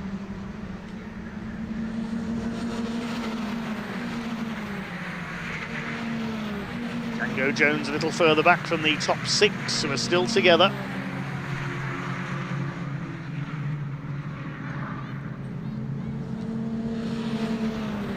Still Louis Darling who leads. A much closer bunch. Now Tim Hardcastle runs wide there in the background.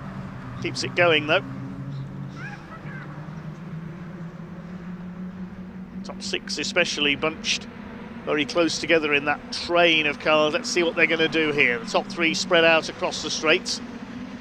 Sampson moves across. Is he going to take the lead? Yes, he is. Making the move down the outside. Now, who's this barrelling through on the inside? It's Henry Speaks. Inside the 78 of Nick Hyton, trying to take 4th place away. Still your leader as they come towards us is Nick Sampson, then Darling, Wheatley. 4th place for Henry Speaks, then Hyton ahead of Cavers now. Any one of these 6 could still win. They're covered by just over a second.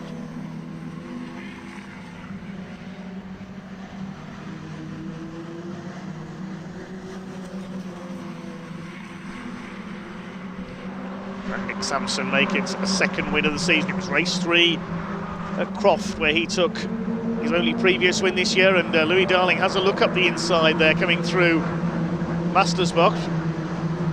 Not very often we see overtakes done there. Ben Wheatley has another look on the inside at turn 9. He's tried that move before and it didn't work.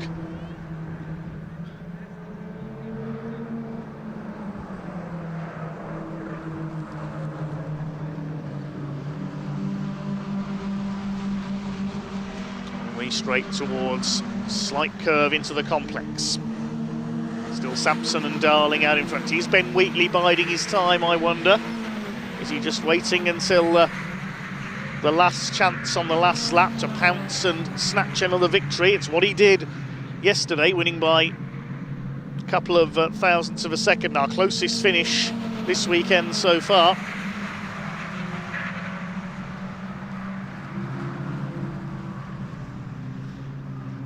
Coming towards the pit straight once again now for the 8th lap completed. Sampson and Darling side by side. Ben Wheatley is going to try and go through the middle. Sampson's on the outside, Louis Darling on the inside. I don't think he'll get round there. Giving it a good try though. He might get this done just yet. Ben Wheatley. There on the outside, he's just done the fastest lap of the race as well, 1:57.054. As they come towards Hugenholtz, has he made the move stick? Yes, he has. Another outside pass into Zandvoort's arguably most famous corner at Tarzan.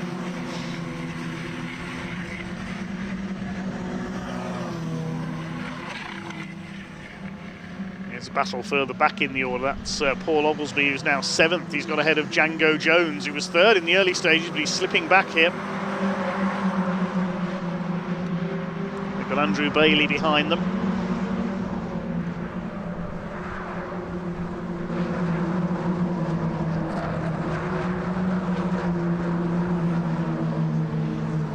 Paul Oglesby slowly but surely rising through from 10th place on the grid. There's the lead battle, and Henry Speaks is on the attack again on the back of Nick Sampson. So is Nick Heighton. They want to finish on the podium.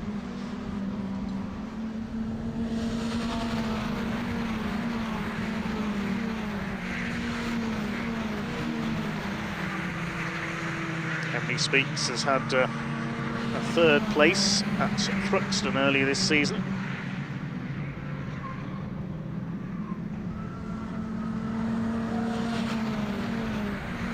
Need to follow that up here. He could try to snatch the win with a bit of luck.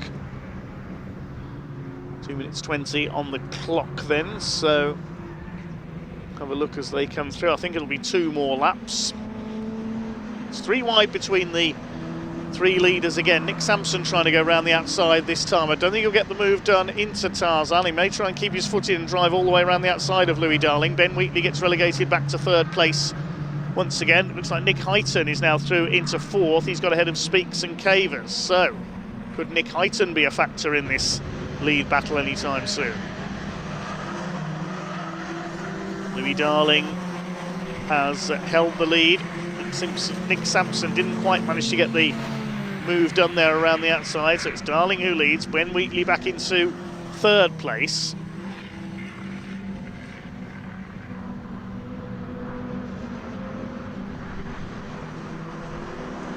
Towards Shevlak they go. Sampson has a look. Ben Wheatley now keeping the watching brief. Got to be mindful that Nick Heighton is coming up on him as well in the number 78's car. Heighton 6th in the points, the best he's had so far this year, a 2nd at Croft. It is Louis Darling who leads the way, double winner at Thruxton, 2nd in the points behind Ben Wheatley. Nearly 70 points down though.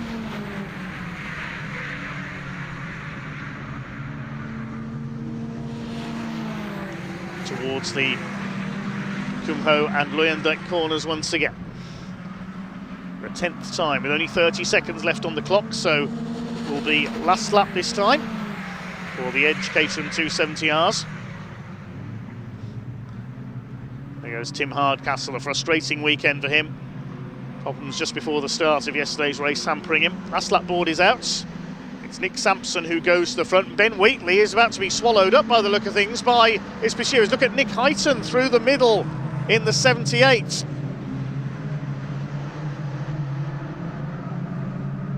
Django Jones has dropped back a few spots as well. But what order are the leaders going to be in as they come into the Hugenholtz left-hander this time? Sampson leads it from Darling, and Ben Wheatley's back to 5th. Hyton and Speaks have got through. I don't think he bargained on the 3 behind, catching him up so quickly there, Ben Wheatley.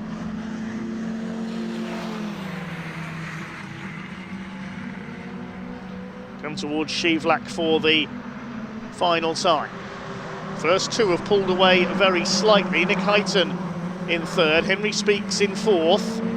Harrison Cavers runs a bit wide in the background. I think it's probably going to be between these 2 for the victory here. Louis Darling, is he just playing it safe here, waiting until the last corner to get in the slipstream and snatch it from Nick Sampson? Remember, Nick has been defeated by a combined margin of less than 100th of a second over the 2 races so far. He will not want to be second again. They're coming down towards the complex. Louis Darling closes up on him. Is Nick going to let Louis Darling through and then out slipstream him on the run to the line? Stranger things have happened. 3rd place is the 78 of Nick Hyton. Ben Wheatley, the championship leader, is in 4th. Here they come then towards the last couple of corners. Has Nick Sampson made enough of a break? I don't think he has. I reckon Louis Darling's going to get him here for a 2nd win of the weekend. Oglesby kicks up some dust there. They're coming into the pit straight now.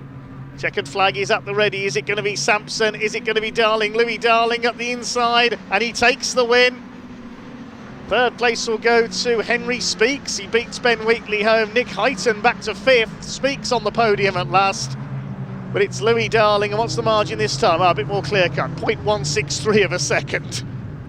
So no photo finish needed this time. It's a 2nd win of the weekend, a 4th of the season for Louis Darling. They're still battling further back as well. That was Andy Palmer and Caitlin McDaniel having a good little scrap, with Graham Handy in there as well. But it's Darling who wins it. Sampson 2nd again, and Henry Speaks in 3rd place. Well, great to see Henry on the podium. Best he'd had this year was that one 3rd place at Anglesey, but he's on the podium for the 2nd time this year, ahead of Ben Wheatley, the championship leader, Nick Hyton in 5th, and Harrison Cavers in 6th position. Paul Oglesby 7th. It was Jasmine Shaw home in 8th place. Good result for her. Then Andrew Bailey and Django Jones seemed to be struggling towards the end of that one, back in 10th place. We are just waiting for the final car to cross the line. That's why we haven't seen the provisional result yet, because Anne Hall has not yet made it home. Here she comes. Quite a long way behind, unfortunately, in that one. So Darling the winner for the 2nd time this weekend. Ben Wheatley has to settle for 4th. He gets the fastest lap, 1:57.054. Nick Sampson, a hat-trick of 2nd places. Henry Speaks will be pleased with his podium. Nick Hyton then 5th, ahead of Cavers, Oglesby, Shaw, Bailey and Jones. Gary Cross in 11th, Tim Hardcastle 12th, and Andy Palm was 13th. Caitlin McDaniel, Graham Handy and Anne Hall complete the 16 finishers. So in a moment we'll be down to Parc Fermé, where Sam Parker will have a chat to some of the drivers, and then we'll be ready for our penultimate race of the weekend, which is the Dutch Van Vodka Caterham 7 Championship UK, and the cars already heading out to the grid. We'll await Sam in Parc Fermé in the meantime.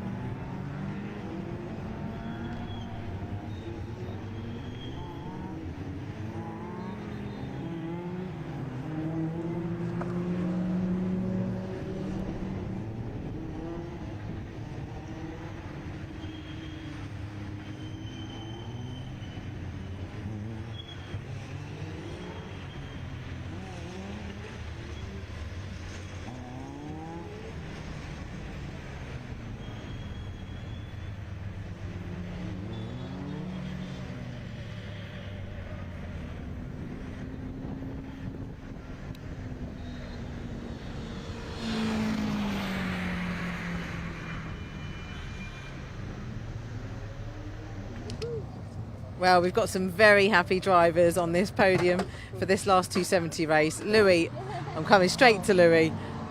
2 wins. I'm so pleased for you. Yeah. Well done. And can I just say, your start was amazing. Yeah, I knew all I needed to do was a good start and I could pull a little gap and just managed to manage it. But the toe is just so powerful around you. So as soon as you're on the straight, they just come past you. But just managed to play it well. And very happy indeed. Very well deserved. I think this is probably one of the only circuits that you can't break free from the pack, can you? Anything you try, you just cannot get away from them. So you really got to play it right. Nick was really slowing down the last lap and I was like, I'm not coming fast. Not today. But I'm really happy about it, really pleased. So, awesome weekend for you. Well done, Louis. Let's go and speak to Nick in second place. Oh, Ben. I was like, who's going to get that third place? It's all my fault. I made a mistake coming out of the last corner on the penultimate lap, so I've only got myself to blame on that one. And then obviously that gave Nick the run on and Henry. Managed to get Henry back, and then I thought I'd done enough when I was coming across the line. But it's unfortunate, but I've always Zandvoort for you, I think. Zandvoort, and I've at the moment all I've got in the back of my head is championship points, so that's the main thing. And we've come away with strong points again this weekend, so long may that continue. But all good. Roll on, Alton. Well done, Ben. Right, quick word with Nick. Nick, fantastic race again for you. You and Louis, it was great to watch. Yeah, a bit disappointing at the end. Sort of tried everything in the book to try and not be first on the last lap, but couldn't quite do it. Lifted down the back straight, but fair play to Louis. He drove well. So good race. Yeah, really good. Well done. Right, now I need to speak to Henry quickly over here because I can hear the CSC UK cars. Nick, thought you were going to be on the podium then. I did too. Henry, congratulations! All weekend you've been just there, haven't you? And this race, it paid off. Finally, something other than fourth. Felt like a long time coming, although this one was a lot harder fought than the previous couple of races. Had a lot of defending to do against some amazing drivers. But last lap dashed to the line. I didn't actually know that I got there until I got told to pull in here. It was really special. Well deserved. And a good way to end the weekend. Perfect way to end the weekend. Thank you so much. No problem. We'll see you at Alton. See you at Alton. Right, the CSC UK cars are out on track on their green flag lap, so I'll hand over to David. Yes, the cars coming to the grid. Thank you, Sam. It is the final race of the weekend for the Dutch Barn Vodka Caterham 7 Championship UK. The grid for this one based on the results of the earlier race. So it is Harry Senior, number 28, on the pole, with Harry Cook alongside him. Matt Armstrong, the championship leader on row 2, alongside Paul Donkin, last to fourth for him earlier on after those problems in yesterday's race. Dale Head and Tom Eden on row 3. The fourth row, Craig Story and Chris Fraser. Fifth row, Justin Armstrong and Darren McCormack. Row 6 is James Hall and Greg Monks. Mark Farmer and Gary Curtis on row 7. Mark Kendall and Steve Metcalf, row 8. Row 9, Chris Welch and Harry Landy, they're both there. And Aaron Head, after his problems earlier on with the fluid leak, will have to start from the back, so watch for him coming through. Paul Donkin managed it earlier on today, coming through from last to fourth. It's the light blue car of Harry Senior on pole position.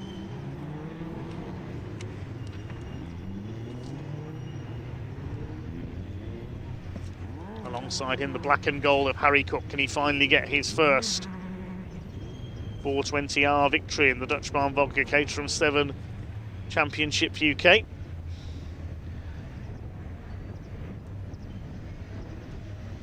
Eight wins for Matt Armstrong so far this year.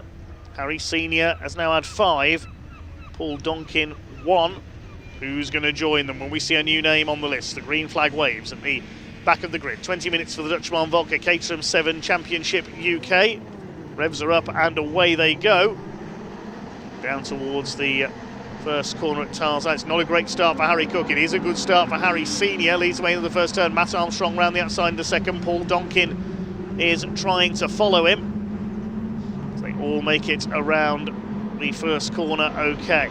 Towards Hugenholtz for the first time. It is Senior who leads the way from Armstrong. Paul Donkin trying to go over the third. Look at Chris Fraser down at the bottom of the banking there, trying to make a way through on the inside. And it's working as well. He's side by side with Craig Story for 6th position. Chris Fraser, the championship sponsor, coming through, who's made up a couple of places off the line. Aaron Head coming through from the back of the field as well. He's already made up 3 places. Aaron Head, the black car with the bright red or pink roll cage. There's Mark Farmer, the number 17, who's returns to the championship this weekend. He's down in about 13th at the moment. There it is. Harry Senior, who has the early lead ahead of Armstrong. Donkin 3rd, Cook is down to 4th, Dale Head in 5th. That means he's leading the AM category at the moment. Harry Lundy's dug his car out of the gravel, the blue machine there, just ahead of Chris Welch in the 68. Back of the field at the moment as they head towards the complex.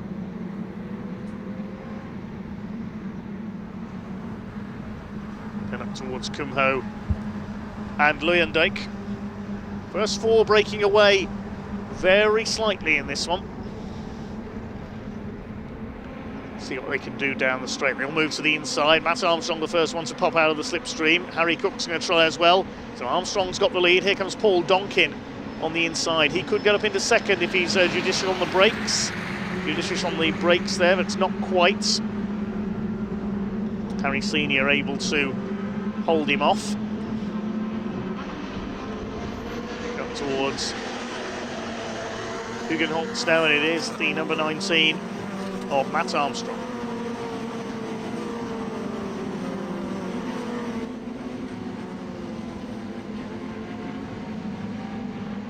Fine sight they make in the sunshine of Zandvoort. Aaron Head side by side with James Hall in the 98, battling over 13th place at the moment, so he hasn't made the instant rapid progress. The former champion. Dale Head being chased by Chris Fraser for 5th position.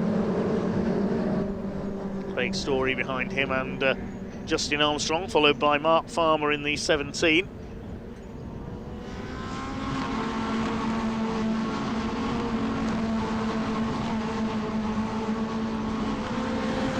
Justin Armstrong being closed down by Tom Eden. Hasn't had the best of weekends in the yellow number 64. Armstrong from Senior, Donkin, still your order up front.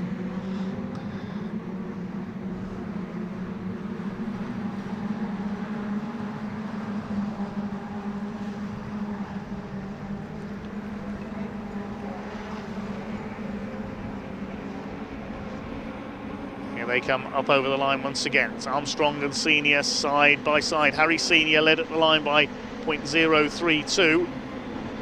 4 of them now line astern. Fraser side by side with Story. They're battling for 5th position. Fraser at the inside, nearly a wheel bang moment there. They've got ahead of Dale Head. I think that means that Chris Fraser leads the AM class as well if he stays ahead of that little group.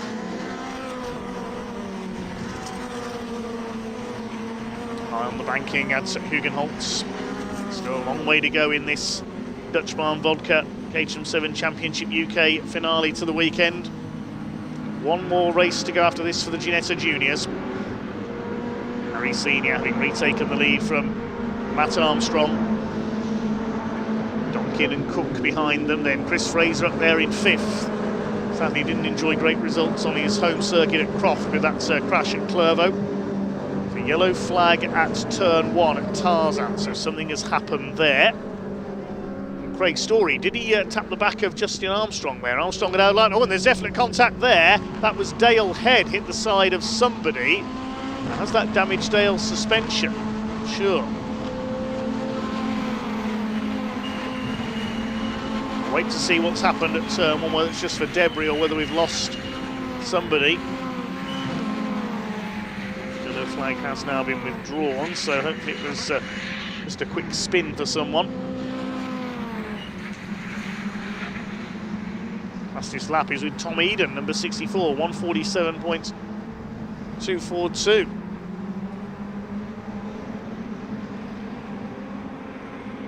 I imagine it's for debris at turn 1. Yeah, there's a red and yellow stripe flag out now as Matt Armstrong sweeps through. Look at Paul Donkin down the outside, trying to take the lead away from Armstrong.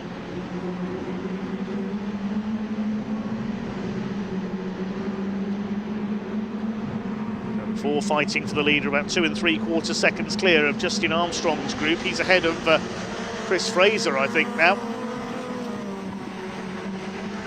Craig Story's got through as well. Fraser back down to 7th, then it's Eden. Dale Head's car seems okay after that collision.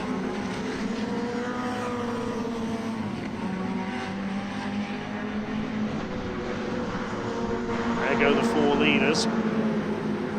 Battle for 5th, headed up by Justin Armstrong ahead of Craig Story.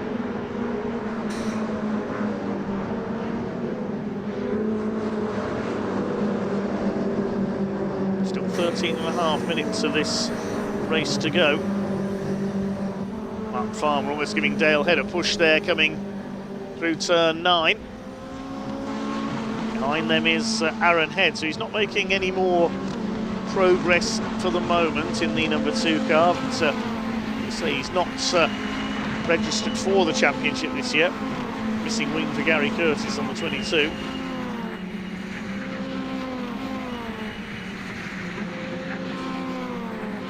Harry Senior trying to fight back on Paul Donkin, who's up there in 2nd place, looking for his 2nd win of the season. Chris Fraser slipped back after his quick start, so he's got Tom Eden in the yellow car on his tail.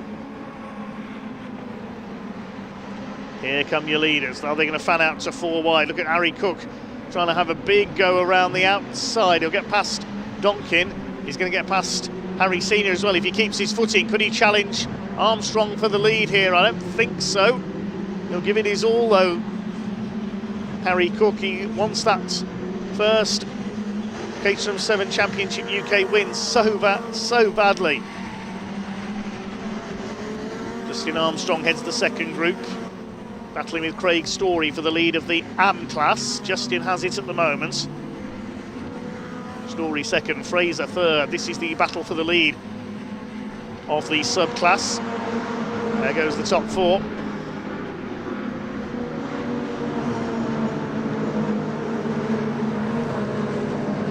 That's Armstrong holding off Harry Cook now. Be hugely well received by everyone in the paddock if Harry Cook was able to take his first Caterham 7 Championship UK victory here at Zandvoort. Harry Senior down in 3rd, the winner of our earlier race.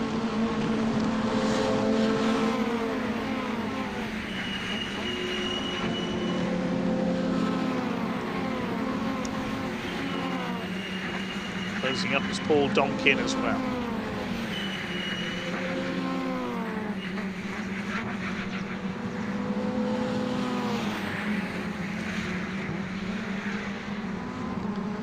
Towards the end of another lap here at Caterham Motorsport Race Weekend here at Zandvoort.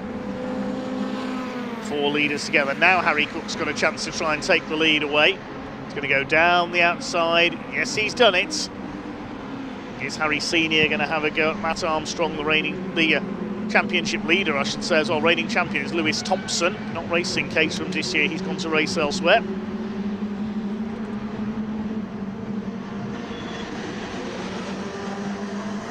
Leaders up high on the banking.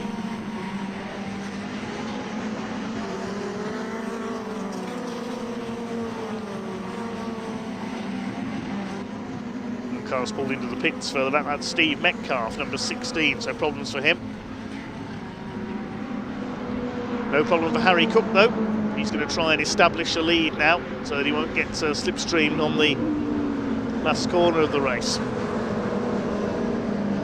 Armstrong in the blue and red in 2nd place, Senior 3rd, Donkin 4th.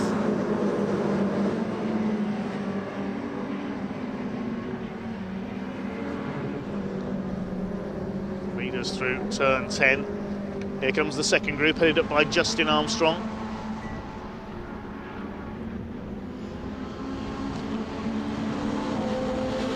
It's Matt into the complex. Matt Armstrong looks like he's gearing up for an attack here to try and wrest the lead away from Harry Cook.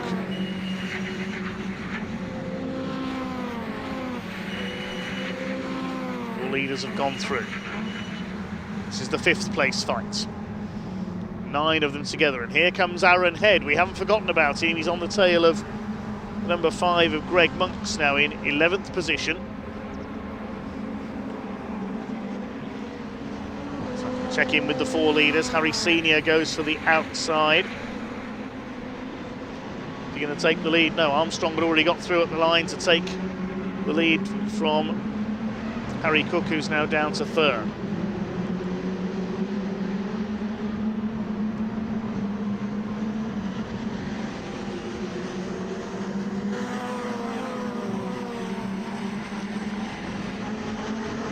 Craig Story has got ahead of Justin Armstrong now up into P5. Also leads the AM class.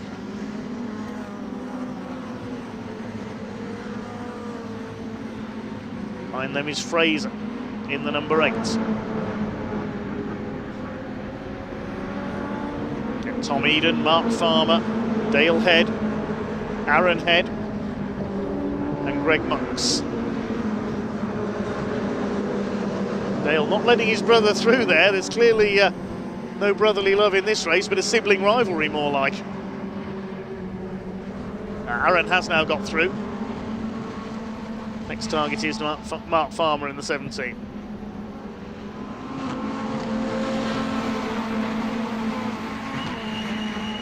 Leaders coming down through the complex. Just under 8 minutes to go. Well, Matt Armstrong opened his season with a win at Snetterton. He had one at Brands Hatch, beaten the other 2 by Henry Heaton, who's not here today.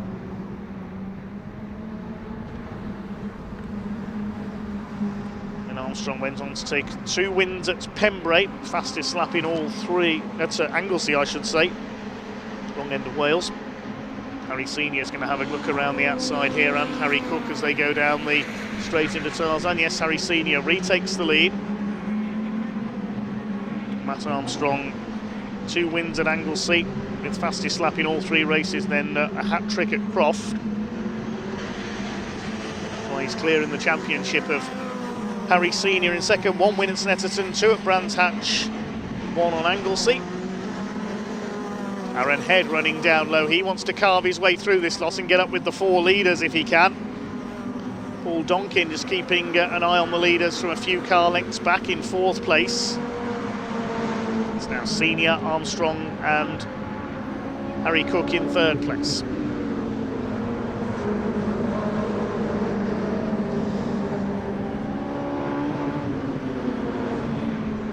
Line astern. They were covered by 1 second at the line last time through.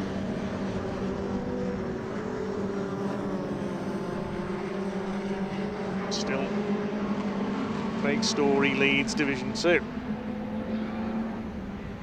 The AM class.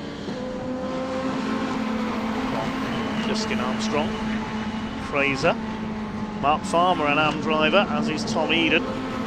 Aaron Head and Greg Monks, the 2 pro-am men, and Mark Farmer put a wheel on the grass there as they came down into the complex. Has he got the move done on Fraser? Yes, he has. It's a brave move down into the little complex there. Past the Dutch Barn Vodka car. Leaders heading up towards the line once again. 5.5 minutes of this race still to go. Matt Armstrong was up the inside there. We caught a glimpse of them. Second group, it's 4 wide in there. Dale Head, Chris Fraser, Mark Farmer, Tom Eden all involved.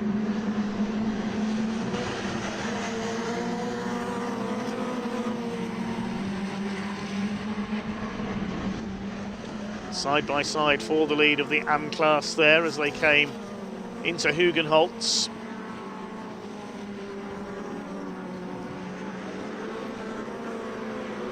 Matt Armstrong has got the lead, and Paul Donkin has come through into 2nd place, so it's once again all change at the front of the field. Paul Donkin looking for his 2nd win. He won round 2 at Snetterton. He's had a fair bit of bad luck since then, though.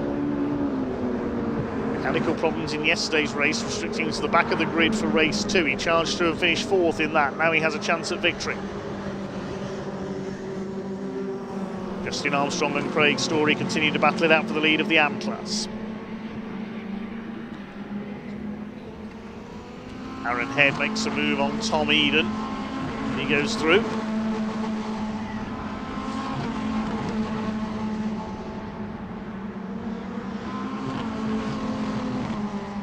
Battle further back between James Hall and Mark Kendall for P16 there. Mark Farmer side by side with Dale Head a little bit further forward. That's for fourth in the AM class because Chris Fraser's got away a little in the turquoise car ahead of them. Speaking of four, here are the four leaders. Matt Armstrong still ahead of Harry Senior.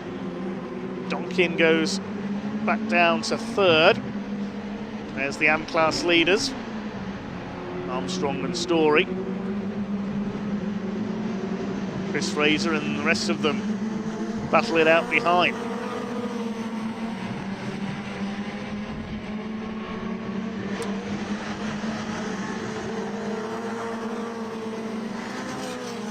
Justin Armstrong went up very high there into the banking, so does Harry Landy. How long do we have to go? 3 minutes of Caterham action remaining this weekend here at Zandvoort, because this is the final race of Caterham's. We've got the Ginetta Juniors still to come.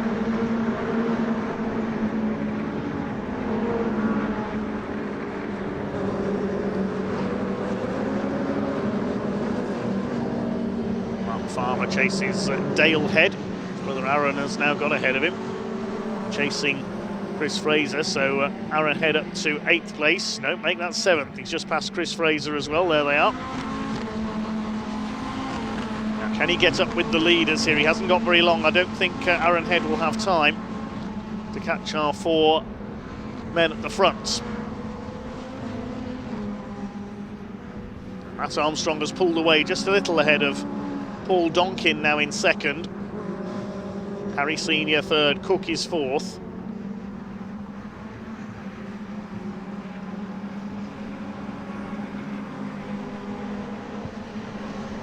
The line they go. 2 minutes on the clock, so it looks like we'll get 2 more laps out of this. Armstrong still leads. Cook side by side with Donkin. Harry Senior going through into 2nd place.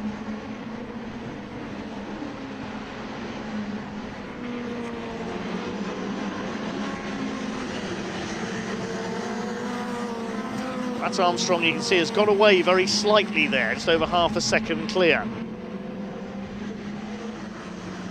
of the rest of the field. Harry Senior getting away slightly as well.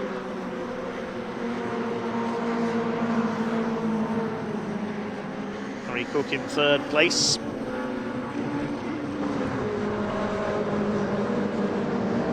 So echoing their championship positions, these 4 at the moment. Further back, yes, Aaron Head has now got ahead of Chris Fraser up into P7. His targets will be Story and Justin Armstrong, who are fighting for the lead in the AM class. Still Matt Armstrong who heads them round, the Leicestershire driver looking to lift his first Dutch Vodka Caterham 7 Championship UK title. 6 more races to go after this one though, at Alton Park and then at Silverstone.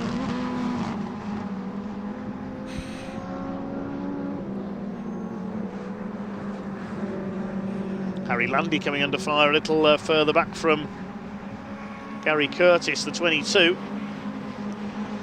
The leaders weave their way over the line to start their final lap. Trying to break the toe there. Matt Armstrong, Harry Cook, a little bit of a lock-up as he holds off the 24 of Paul Donkin.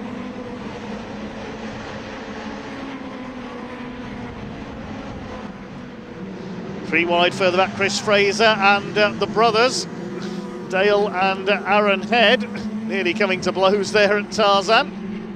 Would have made for an interesting drive home.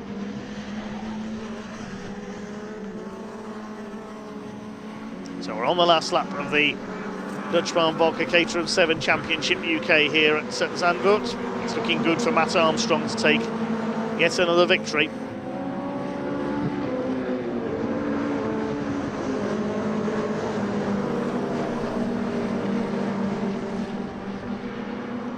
turn 9 for the final time.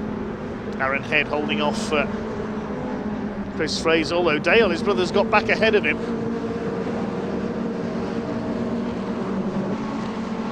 Meantime, the leader's heading up towards the complex for the final time. Has Matt Armstrong got clear enough to hold on that all-important run to the line ahead of Harry Senior? I think they're clear of Cook and Donkin. They'll be fighting over third place and a podium.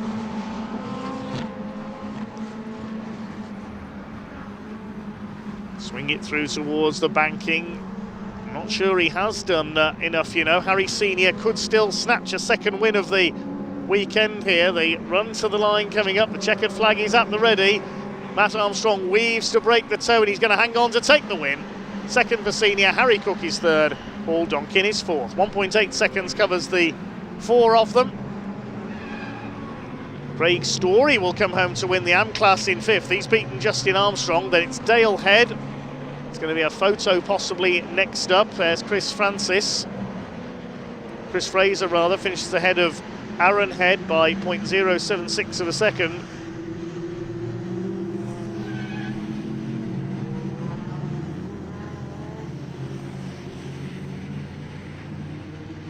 That's another win for Matt Armstrong. It's win number 9 of the season.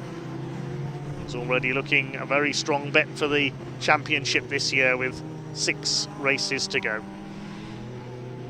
Just waiting for Chris Welch to cross the line. There he is.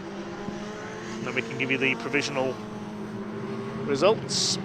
Matthew Armstrong the winner by 0.092 of a second, just under 1/10.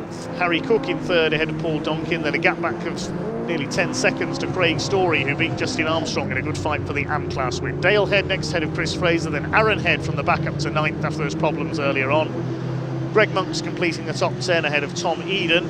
He dropped back a bit in the closing stages. Mark Farmer 12th, Harry Landy 13th, Gary Curtis was 14th. The finishes completed by Darren McCormack, Mark Kendall, James Hall and Chris Welch. We lost Steve Metcalf into the pits early on.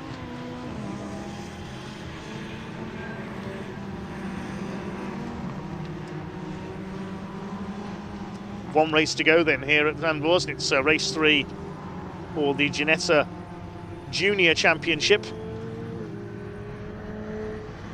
Question on everyone's lips, can Rocco Coronel score a hat-trick?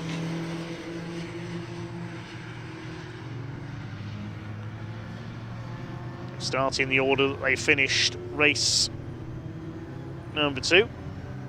Means that Torrin Byrne will be towards the back of the grid. Josh Watts will be at the back. He got a 5-place grid drop for causing a collision in race 2.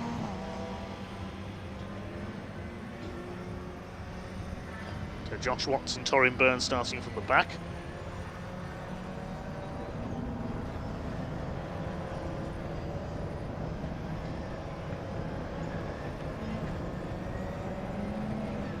Okay, the last couple of cars just making their way out, so the Caterhams will now make their way in. The Dutch Barn Vodka Caterham 7 Championship UK.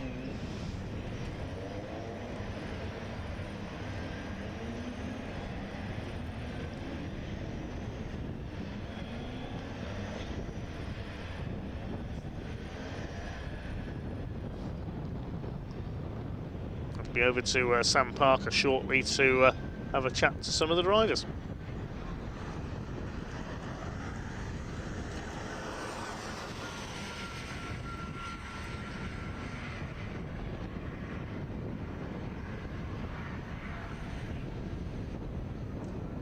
Big thanks to H2.1. Wow, that's a fantastic race for the Caterham 7 UK Championship, and what a race to finish on here at Zandvoort. And really pleased for Craig Story, who's won the AM class as well.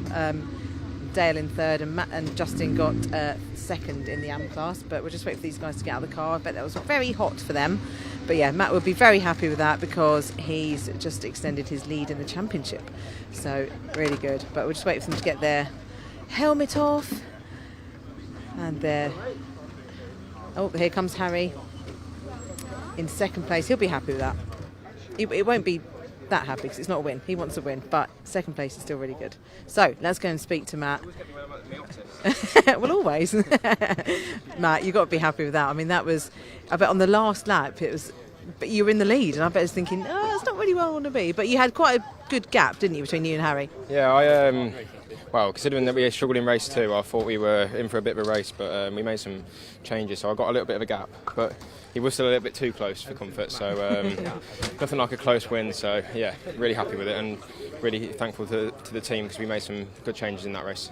Good, awesome. Well done. You can breathe now. Yeah. Right, I'll just come around this way and go and speak to Harry. Harry, well done, second place. I mean, you tried everything, didn't you? That last lap, coming across the finish line, I was like, is he going to do it? Yeah, I mean, we were scrubbing a little bit and let Matt get away just a tad for the last 2 laps, and then I was clawing him back one more lap and I'd have been with him, and then we could have had a little tussle, but he was just barely too far ahead coming out of the last corner. So yeah, fair play to him, because at some of the corners he takes far faster than I think any of the rest of us. But if I'd stayed with him, yeah, you know, if we hadn't squabbled, what could have been. Yeah, but still second place. Yeah, still good. It's better than the other races for you. Well, today. Well, I mean, I won earlier. Yeah, well, yes, I know. Oh, yes, of course. Sorry, that's when I wasn't around. But yeah, yes, no. So not as good as earlier, but no. I've got 1, 2, and 3, so I've got the full set of trophies. Excellent. You know, so that's a little win. We'll take that. It is. Yeah, good way to end. Well done, Harry. Thank you. Right, we'll come and speak to Harry Cook. Sorry, Harry. Well done. Did you enjoy that race? I did, yeah. Well, I think that was probably the hardest race of the lot, actually. Matt broke away, and then we tried to catch him, and that it was quite relaxing until then. But then everyone was like, "Okay, I've got to catch Matt." So the tyres are getting really, that's sort of the worst they are all weekend. It was really hot, and it was really difficult. But yeah, they did well in P3 again. So all right.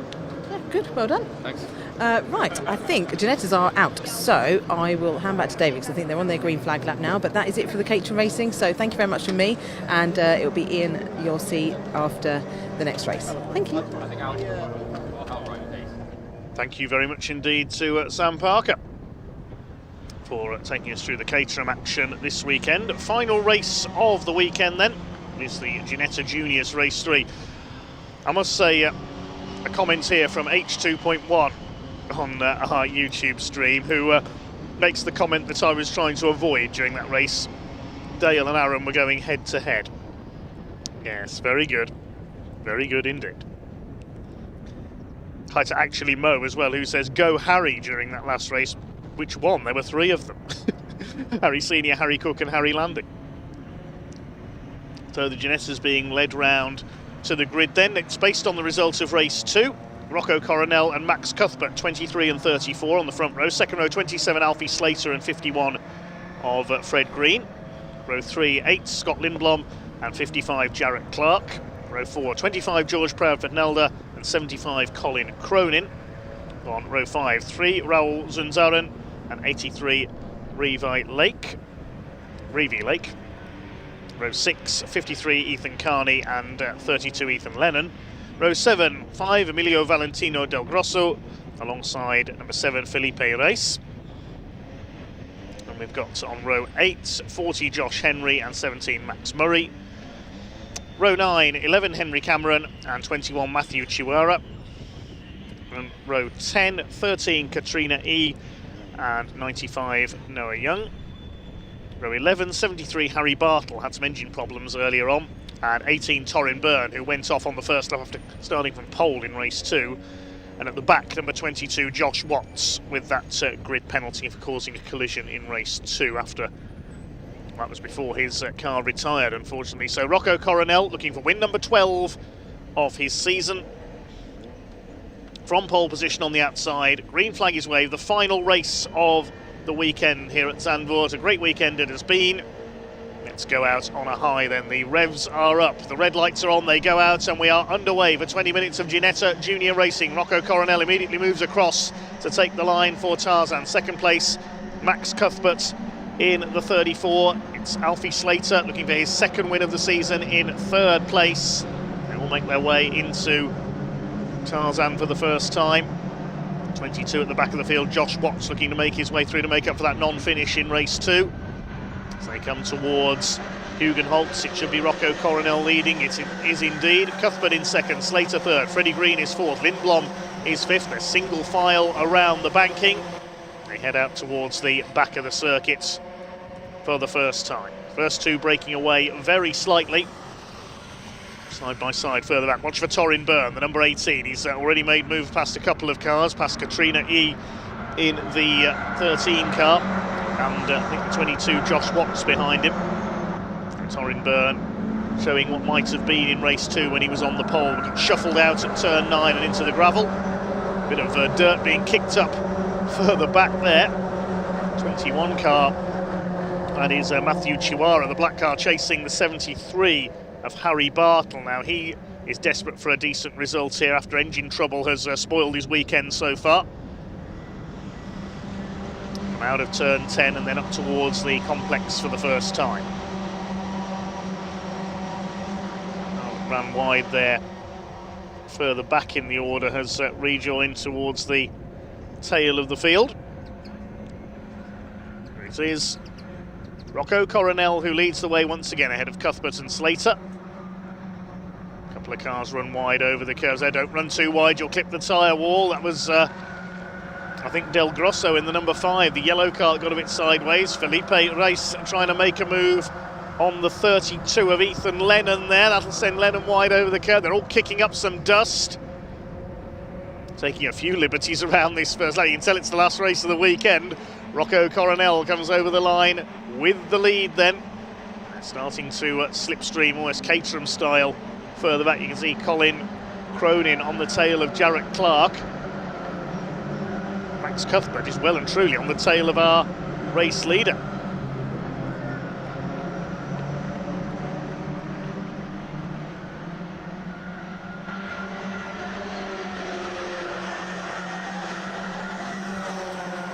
Top of the banking once again. Jarrett Clark runs out very wide, so does Raul Zunzaran, the Spaniard.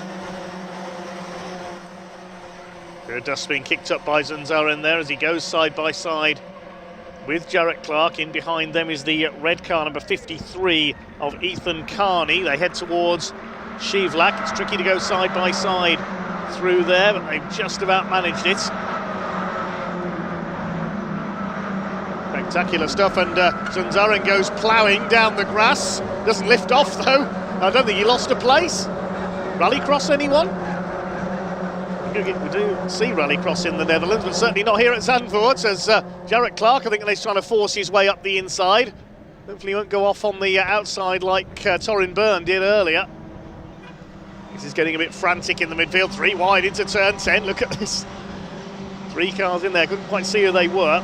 25 of George Proudford-Nalder ahead of the 75 of Colin Cronin. This is the battle for 6th position. It's Coronel who leads the way from Cuthbert and Slater. They've broken away from Lindblom in 4th place. He's got ahead of Fred Green. In 6th position we've got Nalder, then Cronin 7th. 8th is Carney in the red machine. Dancing over the curves there. Further back that's Chiwara in the number 21, the Zimbabwean. Back in the 60s when Zimbabwe was known as Rhodesia, their top driver was John Love, who nearly won the South African Grand Prix in the late 60s and was also British saloon car champion with a Mini. Max Cuthbert on the tail of Rocco Coronel. His father Tom Coronel, a very successful touring car and GT racer among other things. 73 there, a bit of rubbing. 73 got a bit of a punt there, Harry Bartle, from 17 of Max Murray, the Scotsman. On the absolute ragged edge there through Tarzan. Get the tyres squealing. Side by side, a couple of cars go up very high indeed on the banking. All made it round. Katrina A, the last runner in the number 13 from Hong Kong. Josh Watts trying to move up on the outside of the number 40 of Josh Henry. Through Shivlak they come. Has Josh Watts got the move done there? Yes, he has. Slide the way out of Shivlak up towards Masters. Torin Byrne almost towing Noah Young with him. Of course, Noah went out in the second race with broken suspension. Flash of flame out of his exhaust there. Number 17, Max Murray, attacking on the inside. No change at the moment among the leaders.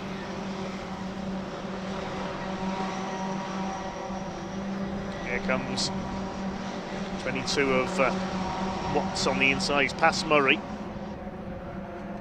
Still your leader is Coronel. There's been a change for second place there. Alfie Slater has taken the 34 of Max Cuthbert for second place. So no team orders amongst the R Racing team by the look of things. Also run our race leader Coronel. Bit of dust being kicked up towards the back of the field.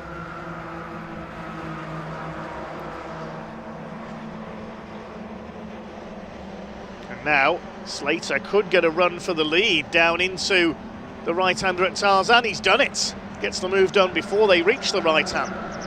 Good driving there by Alfie Slater, using the slipstream. Now, what can Max Cuthbert do? Rocco Coronel losing the lead for almost the first time this weekend. He wants a hat-trick, he wants a 12th win of the season. He wants to put the title almost beyond doubt even at this stage. He's 110 points up coming into this weekend. He's ready to fight back. Cuthbert third, Lindblom is fourth, Green fifth. These five have broken away from the rest of the field by about 2.5 seconds towards Chevlac. Green's lost a couple of car lengths there on the one. Rocco Coronel's attacking for the lead back again. He could get through on the inside here along the short sprint into Masters Corner. We don't see overtakes here very often, but Coronel has done it.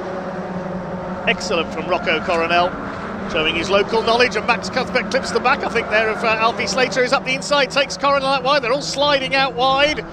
Who's going to come out of this with the lead? Slater, who leads. Now, Coronel has been shuffled back to 5th place as a result of that. I thought he was going to go off into the gravel. Now we've got a race on our hands with just over 12 minutes to go. Coronel will be fired up now. Oh, he's not happy. There's somebody in the gravel. It's Max Murray. The 17 has gone off. That might be a safety car. Coronel up the inside. Is that him making his way through? The safety car is being deployed. Is that Coronel or is it Lindblom? It's Lindblom who was there on the inside. So safety car is being deployed with Max Murray off. So Coronel back to 5th. I thought he was gesturing out of his window there. He was actually unfolding the mirror where the side of his car had been clipped. But the reason for the safety car there is the number 17. The Project R car of Max Murray is in the gravel trap. That's the end of his race.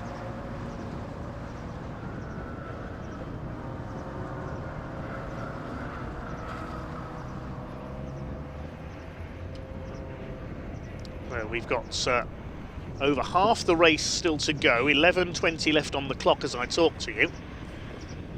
Now, Coronel down to 5th. Alfie Slater diving up the inside there into the right-hander. There's a car coming into the pits. That's the 53 of Ethan Carney. See if we can see what happened there. This is further back. There's Max Murray going off. There may have been some contact with, I think it was the 40 of Josh Henry. Sent him spinning into the gravel. There's damage to the front of Ethan Carney's car there. I think he might have a puncture on the right front. So he's dragged the car into the pit lane.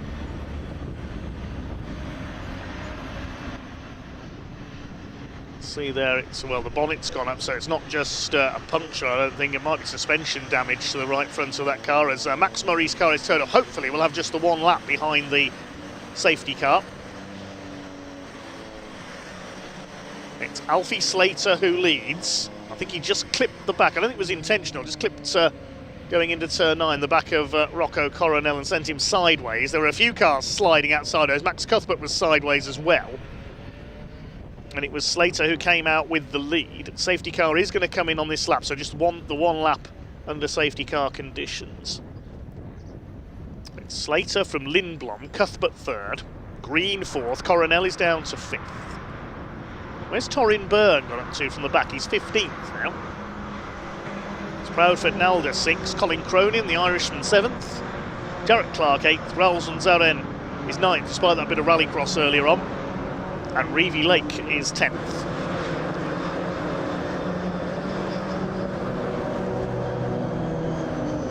There is number 5, that's Emilio Valentino Del Grosso. He's in 12th behind Ethan Lennon. Harry Bartle is 13th, the better run from him this time. Ahead of Felipe Reis, and Torin Byrne rounds out the first 15.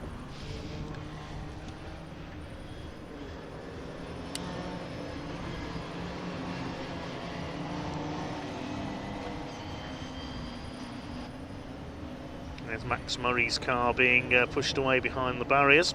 It's had some contact, you can see tyre marks on the side of it. Well, there's the safety car. The field hasn't reached the complex yet. Alfie Slater really backing the field up here to try and anticipate this restart.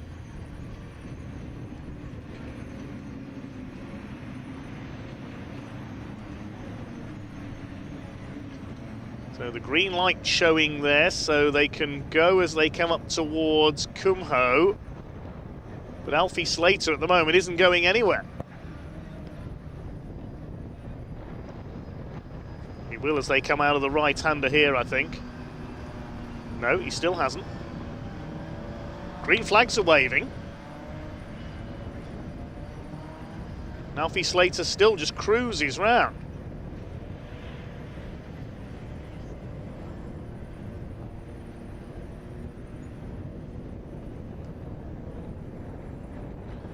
We're officially back to green flag conditions. Now he puts his foot down and we're back underway. They can't pass until they get to the line. Start moving about further back. We're back underway then. And it is Slater who leads them off. Colin Cronin moving to the inside there. He's got a stack of cars behind him. Into Tarzan they go.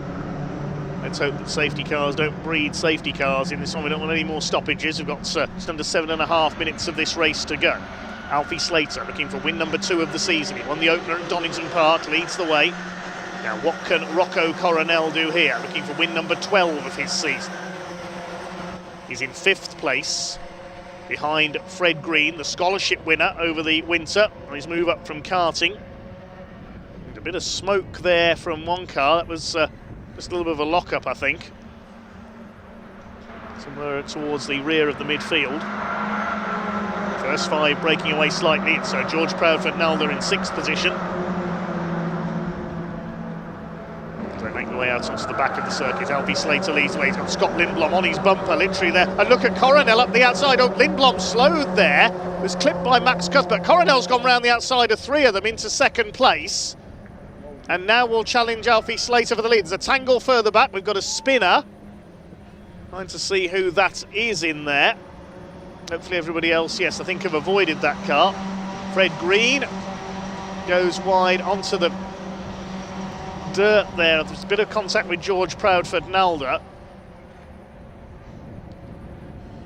It's Alfie Slater from Coronel who got round the outside as Lindblom and Cuthbert seemed to slow on the inside line going into turn 9.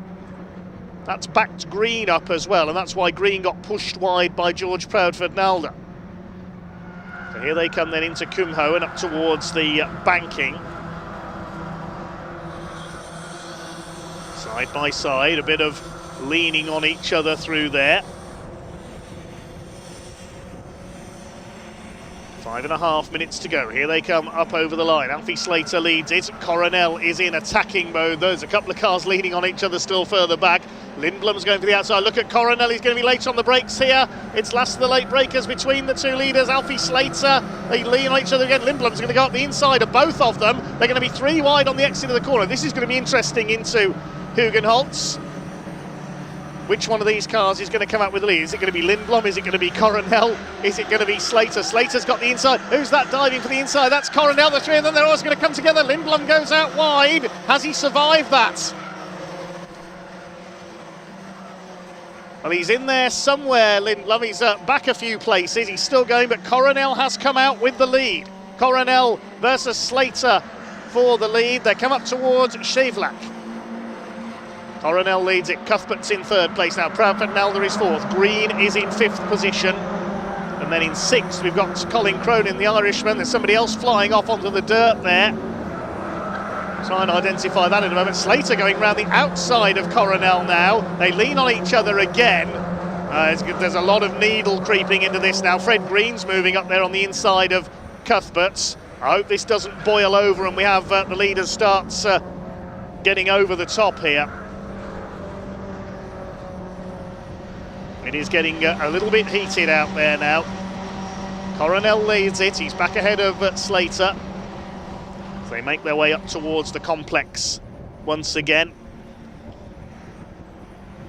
Side by side, Slater tries a run there, it doesn't work. Coronel moves to cover, Fred Green behind in 3rd, then Max Cuthbert is 4th. Proudford Nalder is 5th. Then it's going Cronin, wallop straight in, that's Lindblom, there's going to be a pile-up, oh goodness me. Big shunt there coming off the complex. At least 4 cars involved, Lindblom was one of them. Right, that's going to be a race stoppage, and I think that will be end of play. Unfortunately, they're still at it as they come over the line. Slater's gone back to 4th place, but I imagine the red flags are going to come out here.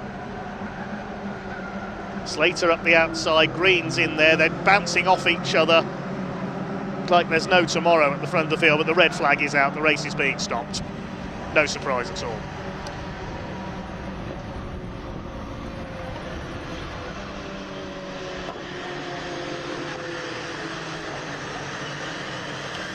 I imagine that result will go back a lap and will remain, in my opinion, will probably remain very provisional for some time.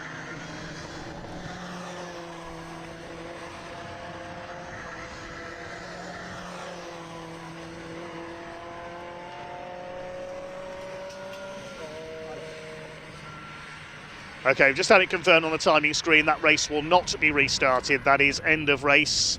The drivers, thankfully, are all out of their cars by the look of it. Lindblom is in there. The 22 of Josh Watts. Ethan Lennon is in there. There's another car in there as well, which I think might be Felipe Rice, number 7. He's buried in the tyre wall.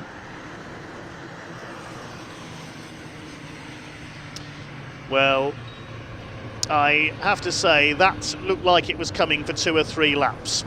That was a very fraught affair on the restart, and eventually things did boil over.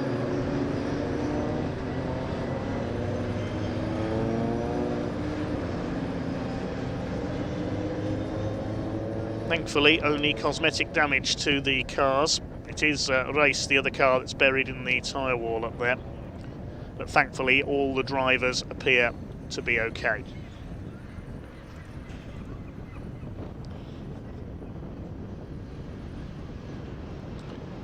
So we will await to see if a provisional result is confirmed. We do not know at the moment because the red flag came out with 3 minutes and 6 seconds to go.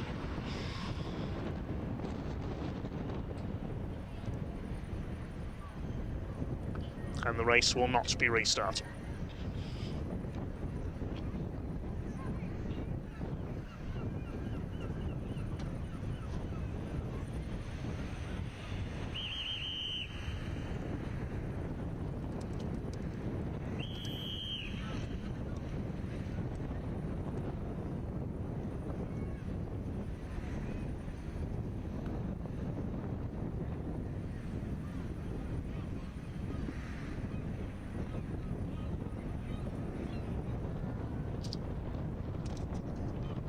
So we'll wait for the cars to head back into the paddock then.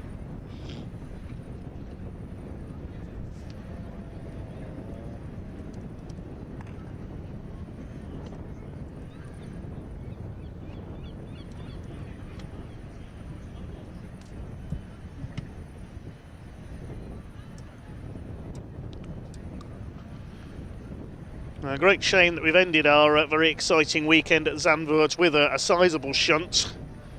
But thankfully, it does appear the drivers involved are okay.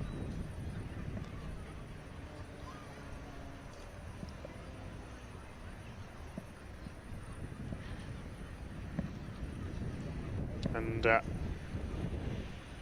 thank you to all the marshals and recovery crews and other circuit officials for their services once again while we deal with that incident. Again, apparently no serious injury, which is good to know.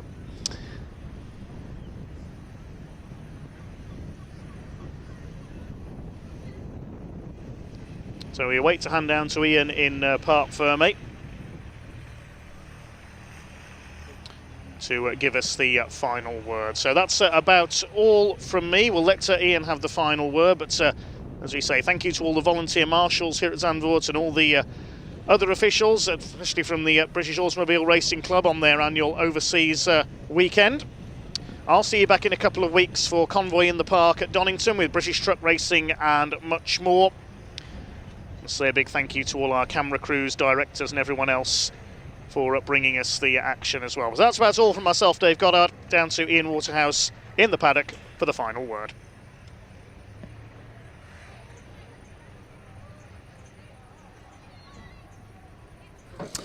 Yeah, hello everybody, welcome down to Parc Fermé, a bit of a sombre Parc Fermé actually. Rocco Coronel, who we believe was over the line first. We're not sure what the result is going to be. Of course, it might go back a lap. We're just not too sure. He did get out of his car and just run off to make sure his teammate's okay. So a nice touch there from Rocco. But that is the end of the live coverage here at Zandvoort. Thank you to you so much for tuning in and watching us. As ever, I just want to say big thank you to the team of people who bring you these pictures completely live and free. They spend the entire weekend out and about around the circuit. So can we please, in that live chat, hit a like and a big thank you to Jack, Zolly, Jake, Danny, Anton, James, Stephen, Dan, Sam, and of course Dave Goddard as well. So a big thank you to the entire team who bring you this live show. All the pictures are completely live and free for you to tune in. So just hit that like button, hit that subscribe button, and of course Chris as well. How could I forget Chris? Thank you so much, Chris.